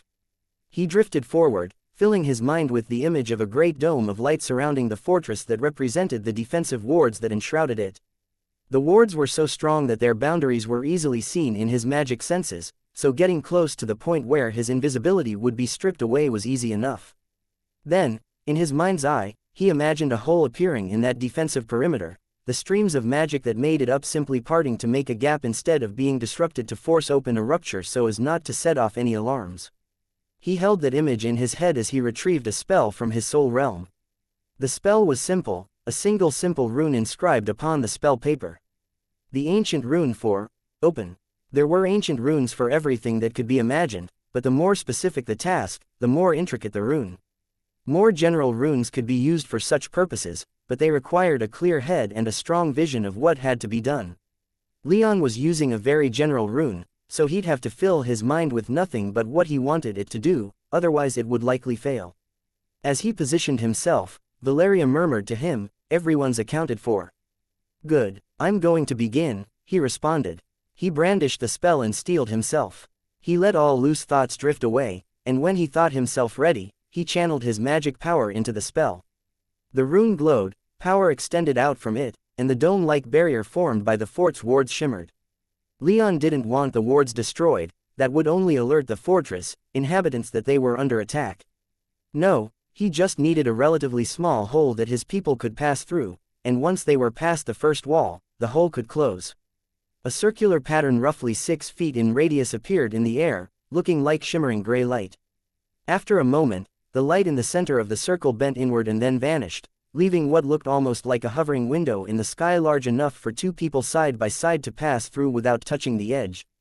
At the same time, the spell in Leon's hand began to crumble as his magic passed through it. "Move!" he shouted, and his people, mostly touching each other to stay organized, began flying through as quickly as they could without losing track of each other. After 10 made it through, Leon grew worried that the spell wasn't going to last long enough. He tried to refrain from counting so that he could keep the image he wanted the open rune to create in his mind. By the time maybe half of the force had made it through, the spell had practically curled in on itself and the inscribed rune began to burn. Leon filled his mind with nothing but maintaining the spell's integrity, focusing on that one singular task, and just as the spell was about to burst into flame, Maya grabbed him and pulled him through the gap in the fortress wards.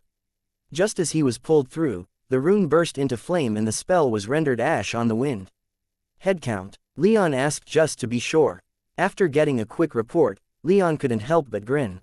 All of his people had made it through. The arrangement of towers on the second curtain wall was different, but on the northwestern side, they were still sparser than elsewhere. After taking a moment to inspect the second wall's wards, Leon grimaced slightly but led his people to the widest gap between them once again. Once there, he retrieved 2 open spells from his soul realm. The fortress wards were only going to grow stronger as they made it further in and closer to the wards power source, and 1 spell was barely enough for the outer walls. He didn't have a large number of these spells, but he was at least certain he had enough to get them past the 3 curtain walls, at least. Repeating the same procedure, Leon opened a hole in the wards with 1 of his spells, allowing his people through. After about 2/3 of his people had made it through, Leon activated the second spell and allowed the first to crumble away. This time, when Maya pulled him through, they'd had plenty of time before his second spell was spent. Now past the second curtain wall, Leon set about working on the third. He still had 6 open runes remaining, but as he led his people to their third point of ingress, he realized that even that many might not be enough. It took 2 open spells to create the needed gap, and 2 more were required to sustain it. However, just as Leon worried that he'd have to use the remaining 2, he was pulled through. Once more, he got a head count, and once more, his people reported that everyone had made it through. They had made it past the curtain walls and now found themselves inside the fortress proper, hovering over an outer bailey and with 2 open spells remaining. However, They barely had much time to get their bearings before the powerful wards within the fortress pressed down upon them. Almost immediately, about 30 of Leon's people were rendered visible again, and he quickly ordered, "Drop. Now, get to the ground." His force plummeted to the ground, getting out of sight as quickly as they were able. Fortunately, this outer bailey was quiet and fairly deserted, aside from one patrol and the guards manning the 3 gates leading to adjacent baileys. There were a couple dozen stone buildings in the bailey, surrounded by high inner walls. These walls were fairly well manned, so leaping over them wasn't an option even if they weren't heavily enchanted. As they reached the ground, Leon ordered them into the nearest building. His people, understanding their job, entered the building with as much force as they dared to use, quickly seizing control of it. Fortunately, while they went in with all needed intent to establish proper violence of action and subdue anyone inside, the building was being used as a storage site for non-critical materials such as lumber, and as such no one was inside. Once the building was occupied, Leon settled in for a moment and watched for any reactions. Now that he was inside the wards, it was easier to use his magic senses to monitor the people inside, and while what he saw wasn't entirely in his favor, it was better than he'd feared. There were a few patrols being sent to investigate the points of ingress, he guessed based on how they were converging, but it didn't seem like they'd tripped any general alarms. Still, it seemed their infiltration had been detected on some level, and while it didn't yet appear like anyone knew what had happened, some of the Imperials were aware that something had happened. This meant that, just in case, it was better if they moved quickly. However, preventing that was the patrol that had been in this bailey when they arrived, numbering about a dozen strong, though none stronger than the 5th tier. And they were drawing close, though they at least appeared bored and relaxed. Silently, Leon asked for an update on those who'd lost invisibility. All of the Ark crew that he'd brought were visible now, as well as a handful of Tempest Knights, and it seemed like visible was how they were going to stay given the quality of their invisibility enchantments. So, Leon had them gather into a single group and tasked a few light mages with trying to keep them out of sight. Not an easy thing to do for a human mage to maintain, but Leon smiled as the group faded from view beneath a dome of bent light. It was imprecise and obvious that there was something happening given the light distortions, but it was better than nothing. With that done, Leon led some of his people out of the building and into an ambush formation. If the patrol sensed anything, they'd be given quite the surprise. The patrol neared, the men in it quietly chatting without a care in the world. As they approached, however, the 5th tier commander called them to a halt just a few doors down from the building Leon's people had taken shelter in. The talking quieted down as the commander looked around for a moment, then proceeded down the street in Leon's direction. With a sinking heart, Leon watched as the man approached, his patrol on his heels. He glanced momentarily at Leon's building, and Leon almost ordered his prepared ambush to begin right then. But then the moment was over, and the patrol continued, passing the building without realizing just how close they'd just come to death. Leon breathed a quiet sigh of relief and then got his people moving again. With the added restriction of the 30 mages now kept under an imperfect dome of bent light, Leon led them toward the gate to the next bailey they'd need to pass through. It was guarded and warded, there would be no passing through it completely undetected. They'd have to eliminate the guards. After giving out his orders and getting his people into position, Leon waited a few seconds to confirm that the patrol was a fair distance away and that those on the top of the walls weren't paying attention before ordering his people to begin. 4 men were standing in front of the gate quietly chatting, and another half-dozen were in the gatehouse itself. Marcus, Anna, Gaius, and Anshu shot the 4 outside guards, their thunderwood bows making quick work of the low-tier mages. Before anyone could react, Anzu, Red, and Maya surged forward, rushing through the gatehouse's open door, and making quick work of the men inside, though all lost their invisibility as the gatehouse was on the other side of the warded gate. One alarm went off inside the gatehouse, but Valeria quickly entered and silenced it. Leon, his breath held, cast his gaze about. They hadn't been as quiet as they could have been, but this had still gone better than it otherwise could have. No one, it seemed, noticed their ambush or the local alarm. In a moment, the 4 sunlit men outside the gatehouse were dragged inside and the door was shut. It was easy enough for them to then pass through the gate with the gatehouse in hand, the controls for the wards inside. So far, so good, Leon thought with some relief. They were still 3 baileys away from their destination, and each bailey was more heavily populated than the last, but he was growing more confident with every step they took. They still had about an hour remaining before many of the other Tempest Knights were rendered visible, more than they could cover with their light mages, so Leon pressed them onward. However, that concern was quickly proven unneeded. As they moved through the fortress streets, they were forced to pass by many more inhabited buildings. It was effectively inevitable that they'd run into someone, and about halfway through the bailey, they finally did. They'd been shadowing a patrol for several streets as they made their way through when they passed by a barracks building. There wasn't much choice in the matter given how restrictive the bailey was designed to be, as much as Leon would have preferred to avoid the barracks, and it seemed their luck ran out right then and there. A handful of men exited the barracks, laughing and joking amongst themselves, and almost ran right into several of Leon's invisible knights. That itself wouldn't have been too much of a problem had they not then turned and saw the distortion created by Leon's light mages to cover those who'd lost their invisibility. "What is that?" one of the men asked, pointing, his words slurred by strong drink. "That's strange," another said as he started walking toward it, his drink-addled look suddenly growing focused. Just as he was about to enter the light distortion, Leon sighed and ordered the men taken care of. They didn't have much choice at that point without moving, and that would have still been seen. His people sprang into action, easily dispatching the men.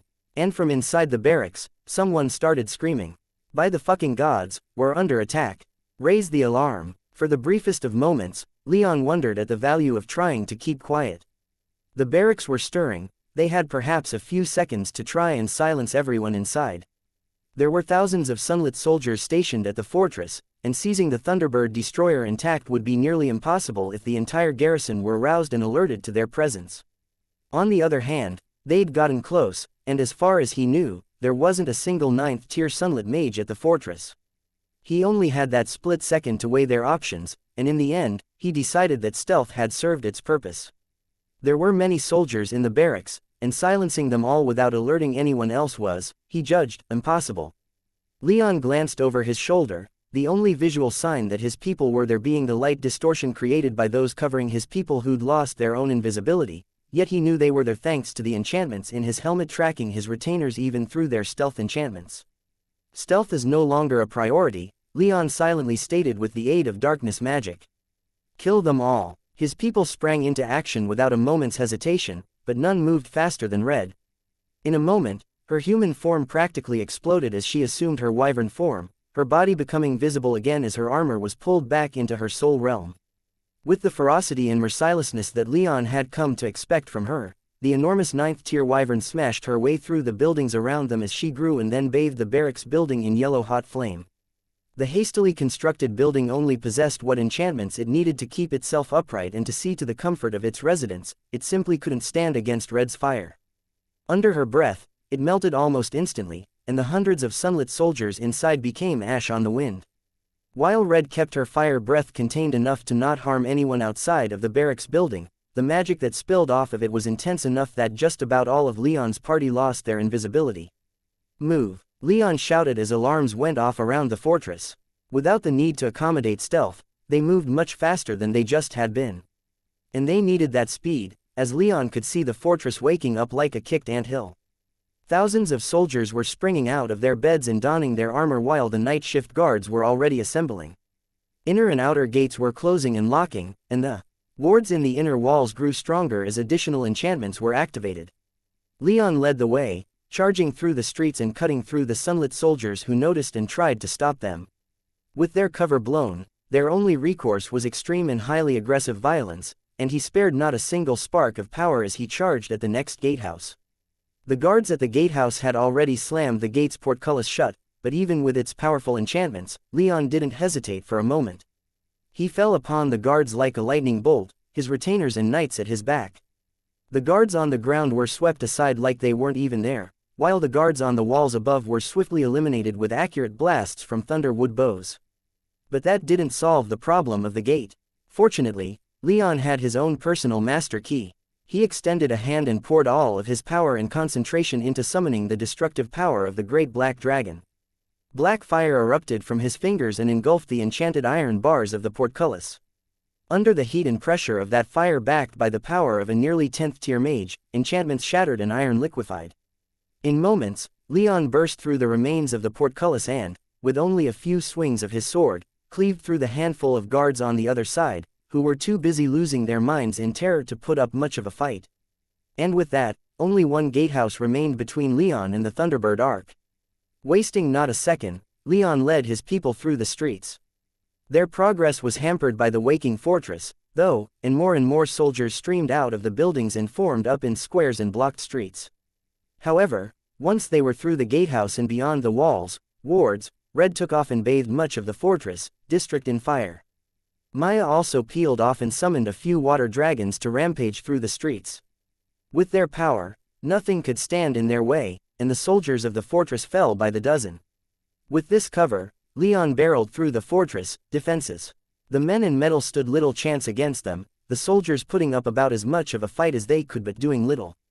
Leon was like a hurricane, crashing through them with little regard for their attempts to resist, hardly slowing down. Behind him, his retainers and knights continued to cover the Ark crew and clean up those sunlit soldiers in Leon's wake that he didn't bother finishing off. In the distance, his blood chilled as he saw one of the sunlit Arks take off. It was much smaller than the Thunderbird Ark, but it still had a pair of Imperial lances that could prove dangerous. Leon reached into the air with his magic power, intending to interdict that Ark as they surged through the streets. However, the defenses of the fortress were now in full effect, and the wards formed a dome of magic around the fortress that prevented him from summoning storm clouds and raining lightning down upon that Ark. He felt like he could penetrate those defenses to do just that, but it would have required dedicated concentration and long minutes of work, which simply wasn't worth it in this case. He simply watched as the Ark lifted off and climbed into the sky. Unfortunately, the fortress, 5 other Arks were all rushing to take off in its wake. All were fairly small, yet all still represented significant threats with their lances, especially if they managed to lift off and maintain their distance. Redoubling his efforts, Leon kept his momentum going. Soon enough, he was at the final gate, and while the wards were stronger here, they still proved themselves inadequate. He was through in a matter of seconds, fresh blood wetting his blade courtesy of the gatehouse guards who, in contrast to the guards at the previous gatehouse, put up a greater, if still ineffectual, fight. "Get to the Ark," Leon shouted as he noticed dozens more sunlit personnel swarming around the Ark pads. A second Ark was already powering up and preparing to lift off, and the Thunderbird Ark wasn't too far behind if the number of people he saw running up its ramps was any indication. So, with Maya and Red at his sides and the rest of his people at his back, Leon focused on a singular goal: reach the Thunderbird Ark before it could take off. Anything in his way was expendable, anyone in his way was an enemy. He felt excitement for the battle and the challenge presented, anger at the audacity of the Sunlit Emperor to resist the heir of the Thunderbird clan with the clan's own arcs, fear at having his prize taken from him when it was so close, and a number of other emotions competing for his attention. He used all of it as fuel for his black fire, which wreathed his body and, though he didn't realize it, caused his bright gold eyes to darken slightly. With such power at his command, nothing stood in his way for long. Sunlit soldiers, the barricades they erected in his path, and the fortress, internal defenses stood no chance. The fortress had formidable defenses, though. Beams of light shot out of crystal balls that hung in the air, the stones beneath their feet sprang upward as spikes in grasping hands, fire and water erupted from the buildings around them, and the omnipresent shadows formed tendrils that tried to ensnare them. None of it worked, but all of it was annoying. However, what passed beyond annoying and into the downright offensive were the lightning bolts that someone in the enchantment control room, wherever it was, called down upon Leon's party. It was easy enough for him to take control over the bolts, redirecting them into the surrounding buildings or their own troops, but the simple fact that they tried at all was almost as much of an affront as their use of the Thunderbird clan Ark. For all they tried, though, Leon and his people cut clean through the sunlit defenses and emerged in the fortress main yard, where its arc pads had been constructed. It was a large space, as it ought to be, directly adjacent to the enormous keep. But Leon had no eyes for the keep, only for what he was already starting to consider as his Ark. He didn't slow down as he charged into the yard, he only moved with greater purpose. He could feel the magic power around the Ark flaring and flexing, indicating that its engines were coming online. 2 more of its escort Arks had already lifted off, leaving only one last Imperial Ark still on the ground. That changed as one of Maya's water dragons crashed down upon it, wrapping itself around the small Ark and squeezing it like a snake around its prey. The Ark was crushed in moments. The ramp up into the Thunderbird Ark began to lift off, but Leon hastily switched to lightning magic from black fire and his speed shot up. Time seemed to slow as lightning flooded his body. He could see all the magic that was being flung into his path in a desperate attempt to stop him, and all of the magic that his people responded with. He could see and hear all the Imperials being cut down in the yard as his people continued their mad dash to their goal.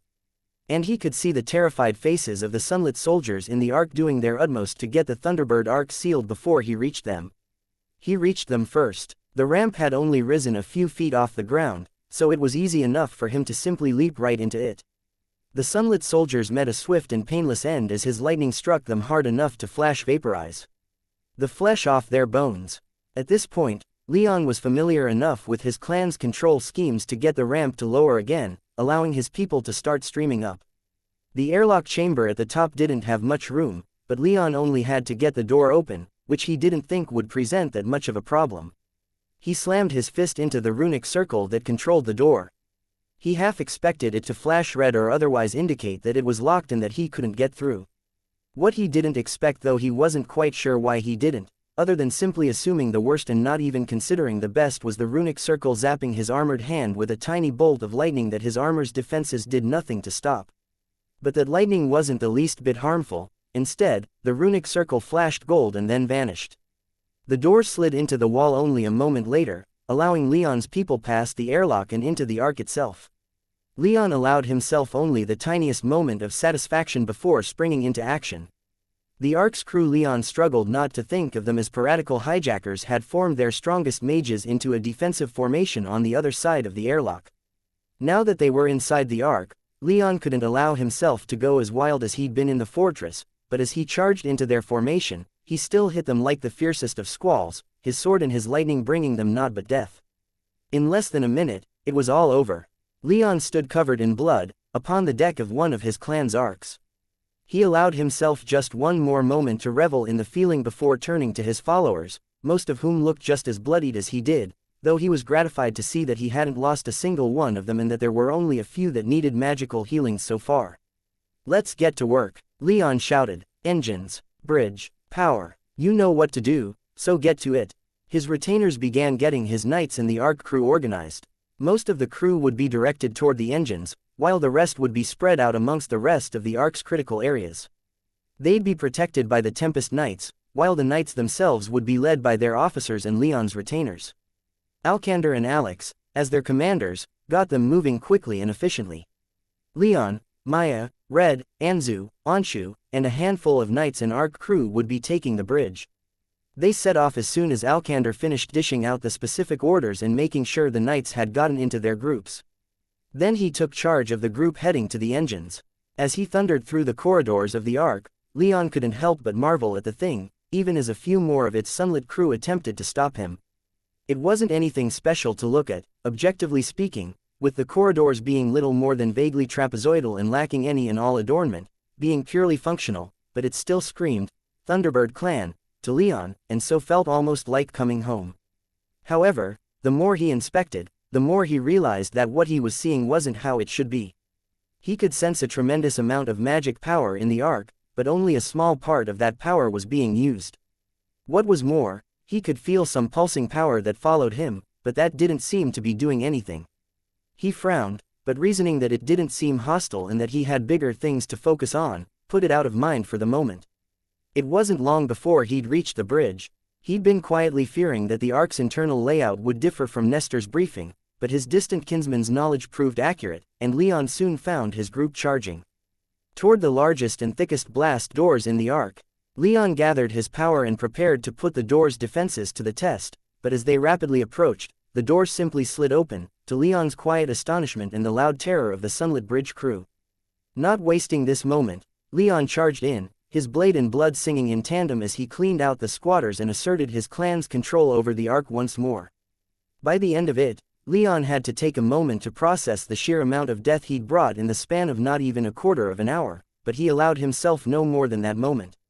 They still had to get out of there, and the sunlit fortress wasn't going to make that easy for as many as Leon's group had killed to get here. It had only been a fraction of the fortress garrison.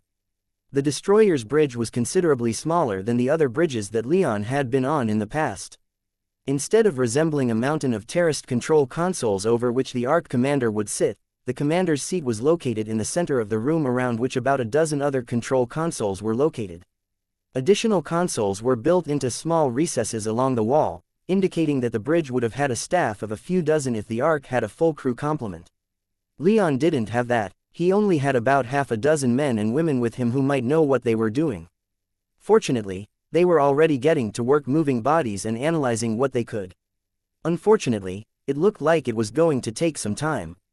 After a few minutes, Leon almost demanded some kind of update from the crew as they stared at the control consoles and figured out what did what, all under Anshu's direction, when an orb of light suddenly sprang into existence in front of Leon. "Welcome come, Prince," the orb of light said in an older, but still understandable dialect of the common language. "Please present sent ID." Leon had to fight the urge to jump for joy. He'd sent Gaius to the compartment where the wisps would be held, though he hadn't expected much. It seemed that he definitely found something, though. The only downside seemed to be that this wisp appeared to be at least slightly damaged. Let's see how damaged, Leon thought as he procured the platinum card he'd found in the Rame archives below Argent Palace. "Welcome, Prince D. Demetrios," the wisp said. "Ready for orders. All those on the bridge are friendlies," Leon immediately said as most of the others paused what they were doing to watch what was going on. "Help them get the ARC running." Without a word, additional balls of light appeared over the consoles and began guiding the crew into taking control of the ARC. With a wide grin, Leon watched as they settled into their seats and finished the startup procedures that the sunlit crew had begun. But before they could even take off, the ARC was rocked by an explosion from outside. "The other ARCs," one of the crew shouted. "They're firing at us. They don't want us to take off." Anshu shouted, "Get us into the air and bring those weapons up." The crew members he specifically shouted at seemed a little out of their depth and lacked confidence, but the wisp was still there and began glowing more brightly. "Be bringing weapons online," the wisp said. "Arcs firing upon this vessel marked as hostiles." The ARC began to rise into the air without the crew's input, to Leon's muted surprise. It seemed that this wisp had greater control over the ARC than all the other wisps he'd encountered in his clan's ARCs. As the ARC rose, the walls of the bridge shifted and brightened as a light enchantment activated, projecting the outside onto them. In just a few seconds, everything around the ARC could be seen with great clarity, and Leon could see the three remaining Imperial ARCs hovering several thousand feet above the Thunderbird ARC, angled so that no less than 6 Imperial lances were trained upon the Thunderbird ARC. He sighed even as a grin spread across his face. They had seized the ARC. Escaping with it, it seemed, was going to be another matter entirely. The Thunderbird ARC rose into the air, while the Imperial ARCs tracked it with their hot weapons. They hadn't yet taken their shot, but they were keeping the Thunderbird destroyer locked in their sights. They could fire at any moment and potentially reduce the Thunderbird ARC to little more than scrap if Leon were to try and run away without dealing with them. The rest of the fortress was a problem, too. While his rampage through its streets had wreaked quite a bit of havoc, most of the defensive infrastructure remained in place, most notably the fortress, complement of Imperial lances meant to defend it against attacks from the sky. 6 lances were trained on the destroyer from the Imperial arcs, but if they rose much higher than they already were, they'd be targeted by another dozen or so. Leon almost decided to just charge out of the arc from the nearest airlock and take on those Imperial arcs himself when the destroyer's wisp appeared before him again. Recommending activation of defense matrices. Leon blinked in surprise, wondering what the wisp was talking about. But without much hesitation, he ordered, "If we have defenses, then activate them." The wisp blinked out of existence, and, at the same time, Leon felt the magic flowing through the arc dramatically shift. "We're losing power to the engines," one of the tribal crew members shouted in panic. "It's not enough to shut them down completely," another responded. "We're still going to get into the air. Something's just taking up a ton of power." "What is it?" Anshu, clearly angered at the panic they were showing, growled, "Get your heads on straight and figure it out. We have 3 enemy arcs out there and I want us in a position to shoot them down as soon as possible." The tribal crew members straightened up and began scrutinizing the control consoles much more closely while Leon did his best to focus on both the Imperial arcs, still visible on the projections covering the bridge's walls, and whatever the wisp had activated. "What's the status of our weapons?" Anshu shouted. "They're powering up, but they're not under my control," a third tribal crew member shouted. Anshu responded, "Get them under our control, then. I think." Someone's trying to communicate with us. A fourth member of the tribal crew called out as he stared in confusion at the console in front of him. I think there's an integrated comm stone in this ark. And someone's trying to use theirs to call us. Anshu asked. Aye, Captain. Anshu glanced at Leon, waiting for his order. Leon subtly nodded and Anshu ordered, can we answer it? I think I can pull up a projection, the crew member answered.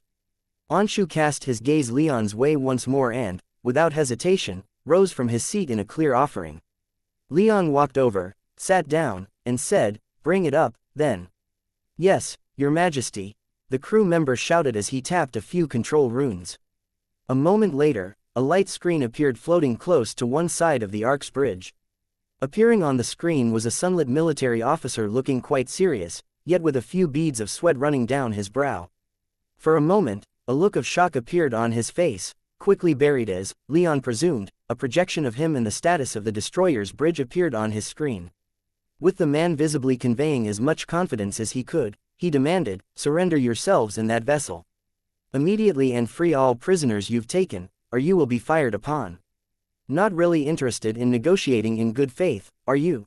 Leon murmured. He supposed it made sense that if the Imperial officers were concerned for their comrades aboard the destroyer they'd hesitate to fire upon the ark. Commendable that you're so concerned about your fellows, though. Not many of them remaining, however, he silently finished.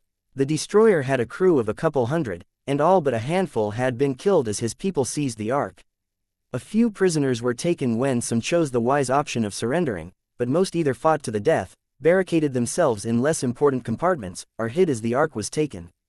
There were less than 20% of the Imperial crew still alive at this point. The Imperial commander scowled. You have 10 seconds to comply. There will be no further offer. With that, the screen went black. He cut the call, the comms crew member said.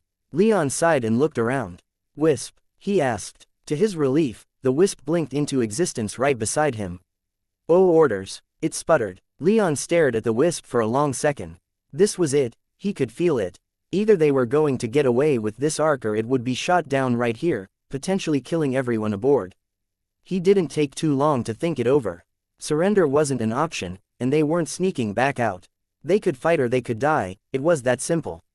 And they had taken a destroyer. He hated the idea of being shot down without destroying at least one thing first. Weapon status, he asked. Ready, the wisp replied. Kill those other arks, he ordered. The wisp didn't respond, but it didn't have to. The ark itself roared its compliance. Thunderbird clan destroyers lived up to their name with more than a dozen lances in total peppered over their frames. 4 to a side of about average size and 2 much larger ones in the front.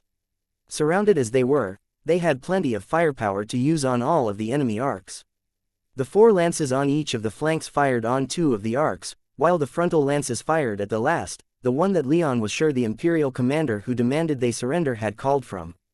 Unfortunately, given the distance to the enemy arks and the fact that they had to move the destroyer just a bit to get the angles right, the Imperial arks had time to respond, and respond they did. The commanding ark chose to dive out of the way, and the frontal lance blasts only clipped it, cutting into its hull and several outer decks but failing to kill the ark. The other 2 chose to go down swinging, firing an Imperial lance apiece at the destroyer just before they were hit by the destroyer's shots. The hulls of these Imperial arks proved no match for Thunderbird lances, exploding in the sky almost as soon as the destroyer's payloads hit them. But their shots fell upon the destroyer. Leon grimaced and braced himself, but before they hit, a shimmering barrier of dull white light appeared over the destroyer, hugging tightly to the hull instead of projecting outward in a rounder shape. The Imperial ark's shots hit this barrier and splashed right off, the molten metal rapidly cooling as it then scattered around the fortress. The destroyer hardly even buckled under their impact. By the tits of the ancestors, one of the bridge crew whispered in awe. Stow that language, Anshu immediately reprimanded. Turning to Leon, he asked, what should we do? Leon glanced at the wisp. Can you operate this ark on your own? Still require navigation inputs, Your Highness, the wisp explained. This one's capacity city is limited, cannot handle all tasks without aid. Mark which ones you're using, Leon ordered. Follow directives, but ensure they're being handled as efficiently as you can. Yes, Your Highness, the wisp replied. Now, Leon continued, let's kill that last ark and properly take off, shall we? The bridge crew cheered in agreement as the destroyer tracked the final Imperial arc as it tried to break their line of sight. They hadn't yet ascended more than a few dozen feet off the ground, nor had they moved from above the arcpad. Those Imperial lances throughout the fortress were giving Leon pause, otherwise he would have ordered them to engage in a more maneuverable battle. As they were, he wanted that last Imperial arc taken care of before they attempted their escape, though he wouldn't insist upon it. Leon rose from the captain's chair and gave it back to Anshu while he chose to walk around the control consoles, watching the crew work and trying to parse what they were doing, something they were also trying to do, given their unfamiliarity with the controls and information the consoles were giving them. The arc shuddered as the primary frontal lances fired 2 more deadly payloads, and Leon couldn't help but grin as they flew true. Many of the tribesmen on the bridge cheered and stomped their feet as the final Imperial arc erupted into a ball of fire. "That's it," Anzu called out, his blood-red eyes gleaming with excitement. "The last one's dead, Anshu," Leon shouted, drawing the Indradian's attention. "Take us out, and don't be too gentle as we go." Anshu smiled and nodded his acknowledgement and began barking orders. With the wisp making things easier, the crew got the arc to begin to rise. The Imperial lances of the fortress tracked their movement, but when they fired, their shots, to Leon's immense relief, also splashed harmlessly off the destroyer's barrier. Once they'd risen high enough, Anshu had them return fire, eliminating most of the Imperial lances in one salvo. As they rose, they passed through the fortress, defensive wards. Leon felt the destroyer shudder slightly as arcs of lightning rippled over the ancient war machine, to no effect, as the fortress attempted to prevent them from leaving. But on they went, rising into the sky, and discouraging anyone from following them as they fired one more salvo into the fortress itself. The remaining Imperial lances were immediately slagged while some of the fortress' largest buildings were destroyed. Disregarding the obvious warning, many Imperial mages rose into the air, inundating the undercarriage of the destroyer with their various magic. Unfortunately for them, not a single spark of magic penetrated the barrier, ensuring that the destroyer continued to rise and banked southward unimpeded. Not paying the mages much mind, the engines of the destroyer fully engaged, and they began speeding away from the fortress with all haste, leaving the sunlit mages behind. As he watched the fortress disappear behind them thanks to the wall projections, Leon finally began to relax. Relief and elation flooded through him as it fully hit him. They'd actually succeeded. They'd managed to steal one of his clan's ancient arcs right out of the Sunlit Emperor's hands. A wide grin sprouted on his face, and he wasn't particularly inclined to do anything about it, stoic dignity be damned. This was something worth celebrating, as the Tempest Knights on the bridge were already beginning to do, stomping and hollering their joy at this success. But the bridge crew, while excited and just as joyful, didn't partake in such displays. Anshu rode them hard to make sure they left the fortress behind as quickly as they could, while also ensuring that they diligently signaled the rest of the tribal forces in the area that the arc that had been hounding them for the past month was now under their control. It was late enough at night that it had become early, after all, and the last thing they needed was some sleep-deprived warrior on their side mistaking them for an Imperial attack. Leon chuckled at the thought of stealing this arc only to forget something like that and getting shot down by their own side. Thankfully, after passing the front line, several tribal arcs fell in beside them, escorting them further south all the way to the 10 tribes' base of operations on the Sword, the port that even now their reinforcements were streaming into. A good way to start this counter-offensive, Leon thought. But as this thought occurred to him, he couldn't help but glance westward, to where his people were moving to halt the Sunlit Emperor's current campaign. They'd yet to meet the Emperor in battle, but Iron Striker and the Jaguar's forces were nearing the coast, where Sunlit was concentrating his attacks. 14 Imperial war arcs in Sunlit's entire western fleet, augmented and supported by auxiliaries from the Pegasi states, made for a formidable opponent. Moving to counter them were the forces led by the Jaguar and Iron Striker, the former in command and the latter there to move against the Sunlit Emperor if he made a move in person. The Lion tribe and its 7 war arcs, meanwhile, were doing admirably well preventing the Imperials from landing any troops, but that was all. They couldn't do much to prevent their defensive fortifications from being blasted to pieces, and they were being slowly pushed back. They just had to hold on for a few more hours and their relief force would arrive. Not long enough for Leon to reach the battlefield and participate, but he'd be watching the battle play out with great interest. Sunlit glared to the east, the pain that had racked his body since his ambush against Leon Rame not intensifying at all. Given how much stronger it had gotten when Leon Rame made it to the Sword, he couldn't help but feel like the infuriating boy wasn't in the incoming Sky Devil relief force. Coward, the Sunlit Emperor had derisively thought when he first came to that conclusion, only for that derision to cruelly shut down as reports started coming in about the chaos further inland, and the assault on the eastern fortress. When Sunlit received word that one of the Thunderbird clan war arcs that he'd pulled out of his empire's vaults had been stolen, he'd been apoplectic with wrath. He didn't quite remember what he'd done in the hour or so since, but he was certain that the officer who'd brought him that report had been ripped to pieces. Not that anything of value was lost, Sunlit thought, briefly allowing himself to fantasize about what he was going to do to the high-ranking officers in his army who had allowed such a strategic asset like an ancient Thunderbird arc to be stolen out from under them.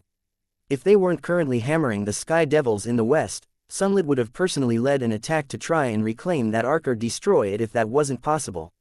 The fact that the filthy Sky Devils had trespassed upon his property had him grinding his teeth in anger as he glared at the Sky Devils slowly approaching. "Hurry up, you cocksuckers," he angrily thought. He was so furious that he could barely think straight. As the Sky Devils drew closer, the 7 war arcs that had been trying with some success, he had to admit, to delay and harass their assault in the west broke off their operations and made to link up with this new force. With those arcs pulling back, so too did the Sky Devils on the ground. Those Sky Devils pulled back in good order, Sunlit was frustrated to see.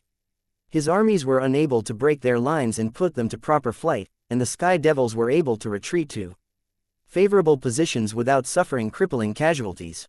Sunlit had to resist the urge to facepalm as he continued to observe the incompetence of his commanders. "I'm going to need a massive purge when I get home," he thought. "If these useless bastards can't even break a few barbarians, then what's even the point?" To his annoyance, some of his forces pulled back in the face of the advancing Sky Devil relief force. He supposed he could see the military value in doing so, ensuring that their forces were concentrated enough to receive the enemy counterattack, but it still annoyed him to see them giving up territory they'd just fought and bled for. As he glared from the bridge of his flagship, one of his adjutants hesitantly arrived. "Your Imperial Majesty," the adjutant said, doing a good job of hiding his anxiety, "current estimation is that battle will be joined in about 1 hour." Sunlit barely spared the man a glance, dismissing him with a contemptuous wave of his hand. The enemy had a few more arcs than they did, but it seemed like they were calling upon their entire arc fleet for this counteroffensive.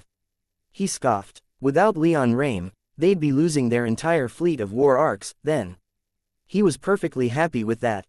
It wasn't Leon's head on a spike, but it would be a good start. He might even head out himself and rampage amongst the Sky Devils a bit. Even he had to admit that he couldn't kill all of his own officers that annoyed him, so taking his anger and frustrations out on the Sky Devils would be the most productive use of his time. However, just as he was about to launch himself into the air, he felt the arrival of someone else, someone powerful. A 10th tier, he thought. I'd almost thought the Sky Devils didn't have any of those left. Leon Rame was getting close, that much he'd been able to tell. But this was the real deal, a proper 10th tier mage. With a sigh, Sunlit put aside all thoughts of rampaging through Sky Devil lines.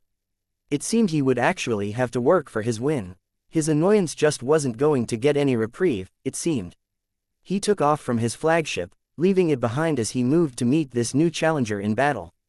He would show this man why he was the Sunlit Emperor, why he deserved everything that Leon Rame had just been given, that he would be bringing an end to their foul, barbarous existence. It was with no small amount of annoyance that Sunlit flew ahead of his arcs and ships. His forces were pulling back into a more defensive stance as they prepared for the incoming Sky Devil relief force so that they could protect their most important assets. Sunlit himself didn't care if his ground forces were maimed, but he certainly did care about his ships and war arcs. A new warrior was cheap, but a new arc was not. They'd done good work so far, sterilizing much of the western tip of the Sky Devil's defensive line, but this new Sky Devil push was being led by a 10th tier mage, necessitating Sunlit's direct involvement. So, there he found himself, floating above the coast as the Sky Devils moved in. His arcs and ships were close enough to give some cover to his ground forces, but many of the Sky Devil arcs and other weapons platforms Sunlit could see curious armored vehicles with some kind of new lances mounted atop being deployed in small numbers were already firing upon their positions, inflicting some casualties. But Sunlit's attention was almost entirely focused on the man who appeared before him as the Sky Devil forces moved up. He was a large man, and quite handsome to boot. His red hair was closely cut, and his eyes glittered with rage. More importantly, his aura was powerful and laced with intense killing intent. "You are the Sunlit Emperor," the man declared, his booming voice easily audible despite hundreds of feet of howling wind separating them, on top of the sounds of distant battle. "I have that honor, yes," Sunlit replied. "And I know who you are, too." The man cocked his head slightly, a wry grin coming to his face. However, it froze as Sunlit added, "You're a dead man, as are all those who challenge my majesty." "Hey," the man grunted after a fashion. "Overinflated senses of ego are hardly uncommon among your barbarous peoples. You're hardly unique." "Of course I'm hardly unique," Sunlit said as he spread his arms and covered himself in sparkling golden armor, its pauldrons and codpiece exaggerated in size. "I'm splendidly unique. You should consider this the greatest moment in your life, because today, you get to die at my hand. And once I'm done with you, I'm going to wreck those wretched cans you call arcs, slaughter your people, enslave the survivors, and raze your entire degenerate civilization to the ground. Such is the price for those who challenge my authority and dare to steal my property." Sunlit's voice became more and more wrathful as he continued, while the man whose name he didn't care to ask for simply stared at him with infuriating contempt, which only grew with every word Sunlit spoke. By the end, though he was smiling, Sunlit's heart beat with the desire to skin this man alive and throw his corpse to wild animals. To that end, Sunlit raised a hand and, without a word or any other kind of preamble, fired off a powerful lightning bolt. The man didn't move. He wasn't armored at all, but the lightning bolt hit some kind of barrier and immediately winked out of existence like it had never been there at all. Were it not for the thunder echoing off the ground and the sea far below, Sunlit might have thought that he'd somehow failed to pack that bolt with as much power as he'd thought he did. "Predictable," the man spat. "And that makes you weak." A moment later, he was on top of Sunlit, his massive arms coming down upon Sunlit with the weight of a mountain. Sunlit raised his arms and blocked, suffering no damage but still being hurled downward. With an enraged snarl, Sunlit called upon his power and left nothing back. His power, amplified by his armor and augmented by several pieces of enchanted jewelry he wore, exploded out from him in the form of dozens of arcing lightning bolts, each one hot enough to flash vaporize a small lake. His power also extended up into the sky, where the few clouds that filled the night sky began to sparkle with magical charge. The man, however, wasn't waiting around, and charged right through Sunlit's power, it vanishing just as his first bolt had, and slammed into him with immense force. Sunlit cried out more in anger than in pain and summoned all the lightning that he'd taken that split second to build in the clouds down upon them. The Sky Devil squeezed him, and Sunlit could hear his armor straining under the pressure as even the strengthening enchantments were strained. Sunlit roared as the lightning bolts fell upon them, 4 in total with 3 vanishing once again. The fourth, however, managed to get through whatever the man was using to block Sunlit's magic and struck them. Sunlit himself was unhurt, but the man, with lightning coursing over and through him, was forced to gain some distance. As they steadied themselves, Sunlit couldn't help but frown deeply as he glared at his opponent. This was a proper 10th tier mage, someone he had to take seriously. That first exchange, as much as he hated to admit it, had gone to the Sky Devil, for as little as either of them had been harmed. Wanting to leave nothing more to chance, Sunlit gritted his teeth and summoned from his soul realm another item that he'd taken from his empire's vaults alongside. The Thunderbird Arcs. He'd played with the idea of using this on Leon Rame at least, until he'd been contacted by the demon, but he'd had some doubts as to whether or not it would work. Regardless, it seemed he'd have to spoil the surprise now. A staff appeared in his hand, one made of pure iron and inscribed with intricate geometric patterns. The shape of the staff was simple despite that decoration, but as Sunlit held it, he could feel the power that coursed through it. It was an old weapon, something that had served his ancestors well in the past when the plane was more chaotic before the empires had established peace between themselves. He'd even read some old notes speculating that the weapon predated the Thunderbird clan's arrival on Eterna, though he found that hard to believe. Lightning sparked across the staff, dull yellow rather than the usual bright gold of magical lightning. Sunlit maliciously grinned as he thrust the staff in the Sky Devil's direction, and a sickly yellow bolt of lightning shot out from the end of the staff. The Sky Devil, to his credit, dodged out of the way rather than try to take this attack using the same means he'd been countering Sunlit's power. But the bolt arced in the air and struck the Sky Devil anyway, instantly incinerating his clothes and scorching his body. He screamed in pain and fell from the sky, his body limp, to Sunlit's delight. Putting the Sky Devil out of mind for the moment, Sunlit glared at the Sky Devil arcs that were currently firing upon his ground forces. For all that his own arcs and ships could stop the Sky Devil arcs from getting too close, there were still plenty of forward positions that were in range of their weapons, and that was to say nothing of their ground and more mobile air forces. Thousands of warriors riding Pegasi swarmed over the battle lines below, raining their magics down upon Sunlit's forces. For their part, his forces responded in kind, with many mages taking off using the flight gear they'd acquired from Heaven's Eye to make sure battle was joined on an even footing. Those mages still on the ground met the Sky Devil's counter-attacking ground forces, halting their advance in their tracks. After observing for a moment, Sunlit paid no attention to the minutiae of the battle. His focus was purely on the enemy's strategic assets, those arcs, and the few 9th-tier Sky Devils he could sense over the battlefield. His 8th-tier mages, and the 9th-tier mage he'd had leading the ground push, were already working on locking those Sky Devil mages down in duels, so he aimed his staff at the nearest Sky Devil arc. Another dull yellow bolt of lightning erupted from the staff and, a moment later, struck the arc he was aiming at. However, the lightning bolt danced about on the arc's surface for several seconds before dissipating. This is only useful on people, then, Sunlit thought, his annoyance rearing its head once again. He lowered the staff and raised his other hand, letting lightning stream from his fingers and across the sky. He was a 10th-tier mage, he didn't need fancy items to take on enemy war platforms, and he put that power on display. Where the staff failed, his power shredded the thin hull of the arc and nearly split it in half. Dozens of Sky Devils spilled out of it, with many falling to the ground thousands of feet below them. Many other Sky Devils, however, successfully evacuated into the air. Sunlit didn't care too much about the survivors, they'd be handled in due time. He just watched with glee as their arc crashed into the hills below. He almost began laughing until he felt an intense aura light up the coast below. He rolled through the air on instinct and a massive bear with fur the color of the 10th-tier Sky Devil's hair flew through the space he was floating in. Sunlit stared with more than a little shock. Sky Devils used war beasts in great numbers. He knew that much and could see it proven down below where tigers, jaguars, and bison were engaging his soldiers, and where numerous flocks of powerful birds joined the Pegasi-mounted Sky Devils in the air. There were many other beasts in the Sky Devil's ground forces, too, but in significantly fewer numbers. But for his 10th-tier opponent to be a war beast himself wasn't something Sunlit had expected. The bear the Sky Devil had transformed into was enormous, with streaks of silver fur emanating from his chest. His black claws gleamed in the moonlight, and his eyes glared at Sunlit with undisguised bloodlust. And he was flying. They locked eyes, and then the bear was upon Sunlit again, savagely swinging its claws at him with reckless abandon. It was all the Sunlit could do to dodge, for the bear's bulk belied its speed, and from the wind kicked up by its swipes, it was strong, too. The Sky Devil, even in his human form, had exerted noticeable pressure upon Sunlit's armor. Sunlit didn't want to even think about getting captured like that again. In a panic, Sunlit drew his lightning rod again and fired it off a couple more times, but every time, the bear dodged.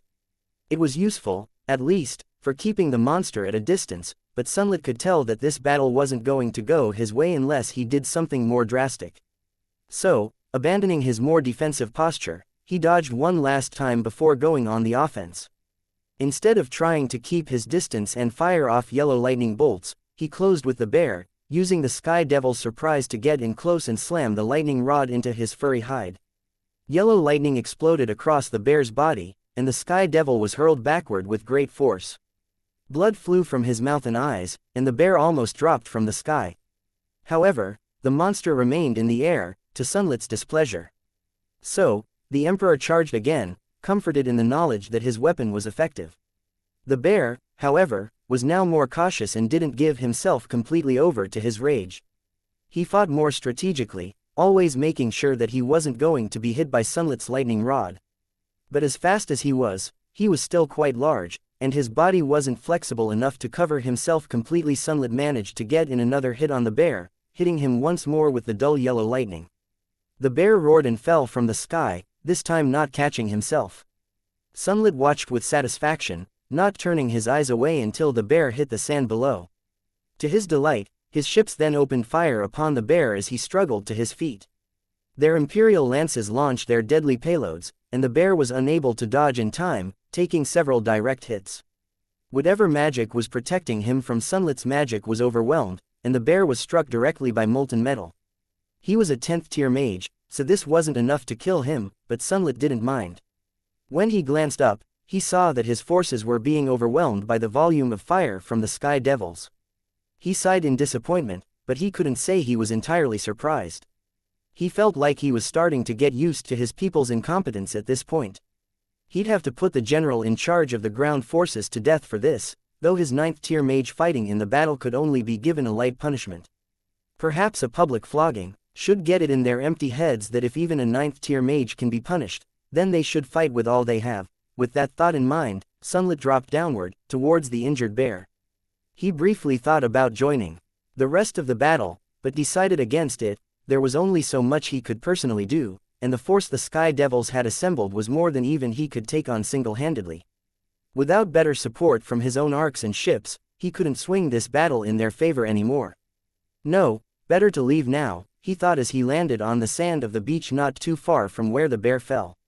Sauntering over, he found the bear still conscious barely and glaring balefully at him. His body was rent and torn, his blood soaking into the sand courtesy of the Imperial lances, and it didn't seem like he could move very well. For just a moment, as he stood above the bear staring down at him, his triumph swelling in his chest, Sunlit considered killing him. But as he raised his staff to bring an end to the 10th tier Sky Devil, he paused. It wasn't the lack of fear that he detected in the bear's eyes that stayed his hand, but instead an idea. If Leon Rame would rather chase arcs than come fight me, then I'm going to have to dangle something in front of him to make him move. And I'm sure that little bastard just loves dangling things. With a vicious smile, Sunlit made up his mind. He may tactically lose this battle, but many Sky Devils had died this day, and he'd acquired something of great value, and he was going to exploit it to the hilt. Iron Striker has been captured. Leon stood up in shock, his jaw going slack in disbelief. The Jaguar and his relief force, sent to prop up the lions in the west, hadn't made it back yet. However, the Jaguar had called over the calm lotuses with grave news. Those were the first words that he said upon Leon answering the call, not even offering a greeting to soften the blow, and after hearing them, Leon could understand the severity of this situation. How? He eventually shouted once he'd managed to find his voice again. He lost a duel and the Sunlit Emperor took him prisoner instead of killing him, the Jaguar intoned. We attempted to give chase and get him back, but we couldn't get close. The Imperial fleets are still too powerful. I'm sorry, Your Majesty, this fault is on me. I was unable to prevent any of this. We've secured the western flank, but our enemy has taken one of our most powerful men and eluded my grasp. Leon projected his magic senses and took note of the Sunlit fleet already making its way back to the Sunlit base in the north of the island. On what seemed to be a private balcony on one of the largest ships stood the Sunlit Emperor, glaring back at him with a wide smile, such a smug look on his face that Leon suddenly had the urge to punch something on top of all the reason he'd already been given. He'd been reveling in the capture of the Thunderbird clan Ark. Such a coup represented an enormous gain for his forces. However, all joy in that success was replaced by cold rage and violent determination. They had to get Iron Striker back. To allow him to remain in Sunlit custody was unthinkable. Leon had done quite a bit more for people who mattered much less to him. This wouldn't stand. But how could they get him back? In his state of swiftly growing fury, Leon couldn't think of anything other than simply flying to Sunlit's fleet and striking every ship there with enough lightning to send what few splinters remained to the bottom of the veins of vigilance. He had the nearly overpowering urge to slaughter every single Imperial soldier on the island until he found Iron Striker and freed him from Sunlit's captivity. But he managed to check himself. Flying off like that would only get him killed. Sunlit defeated Iron Striker, which in and of itself was greatly concerning. Leon didn't think he could take Sunlit on in single combat anyway, even with his increase in power.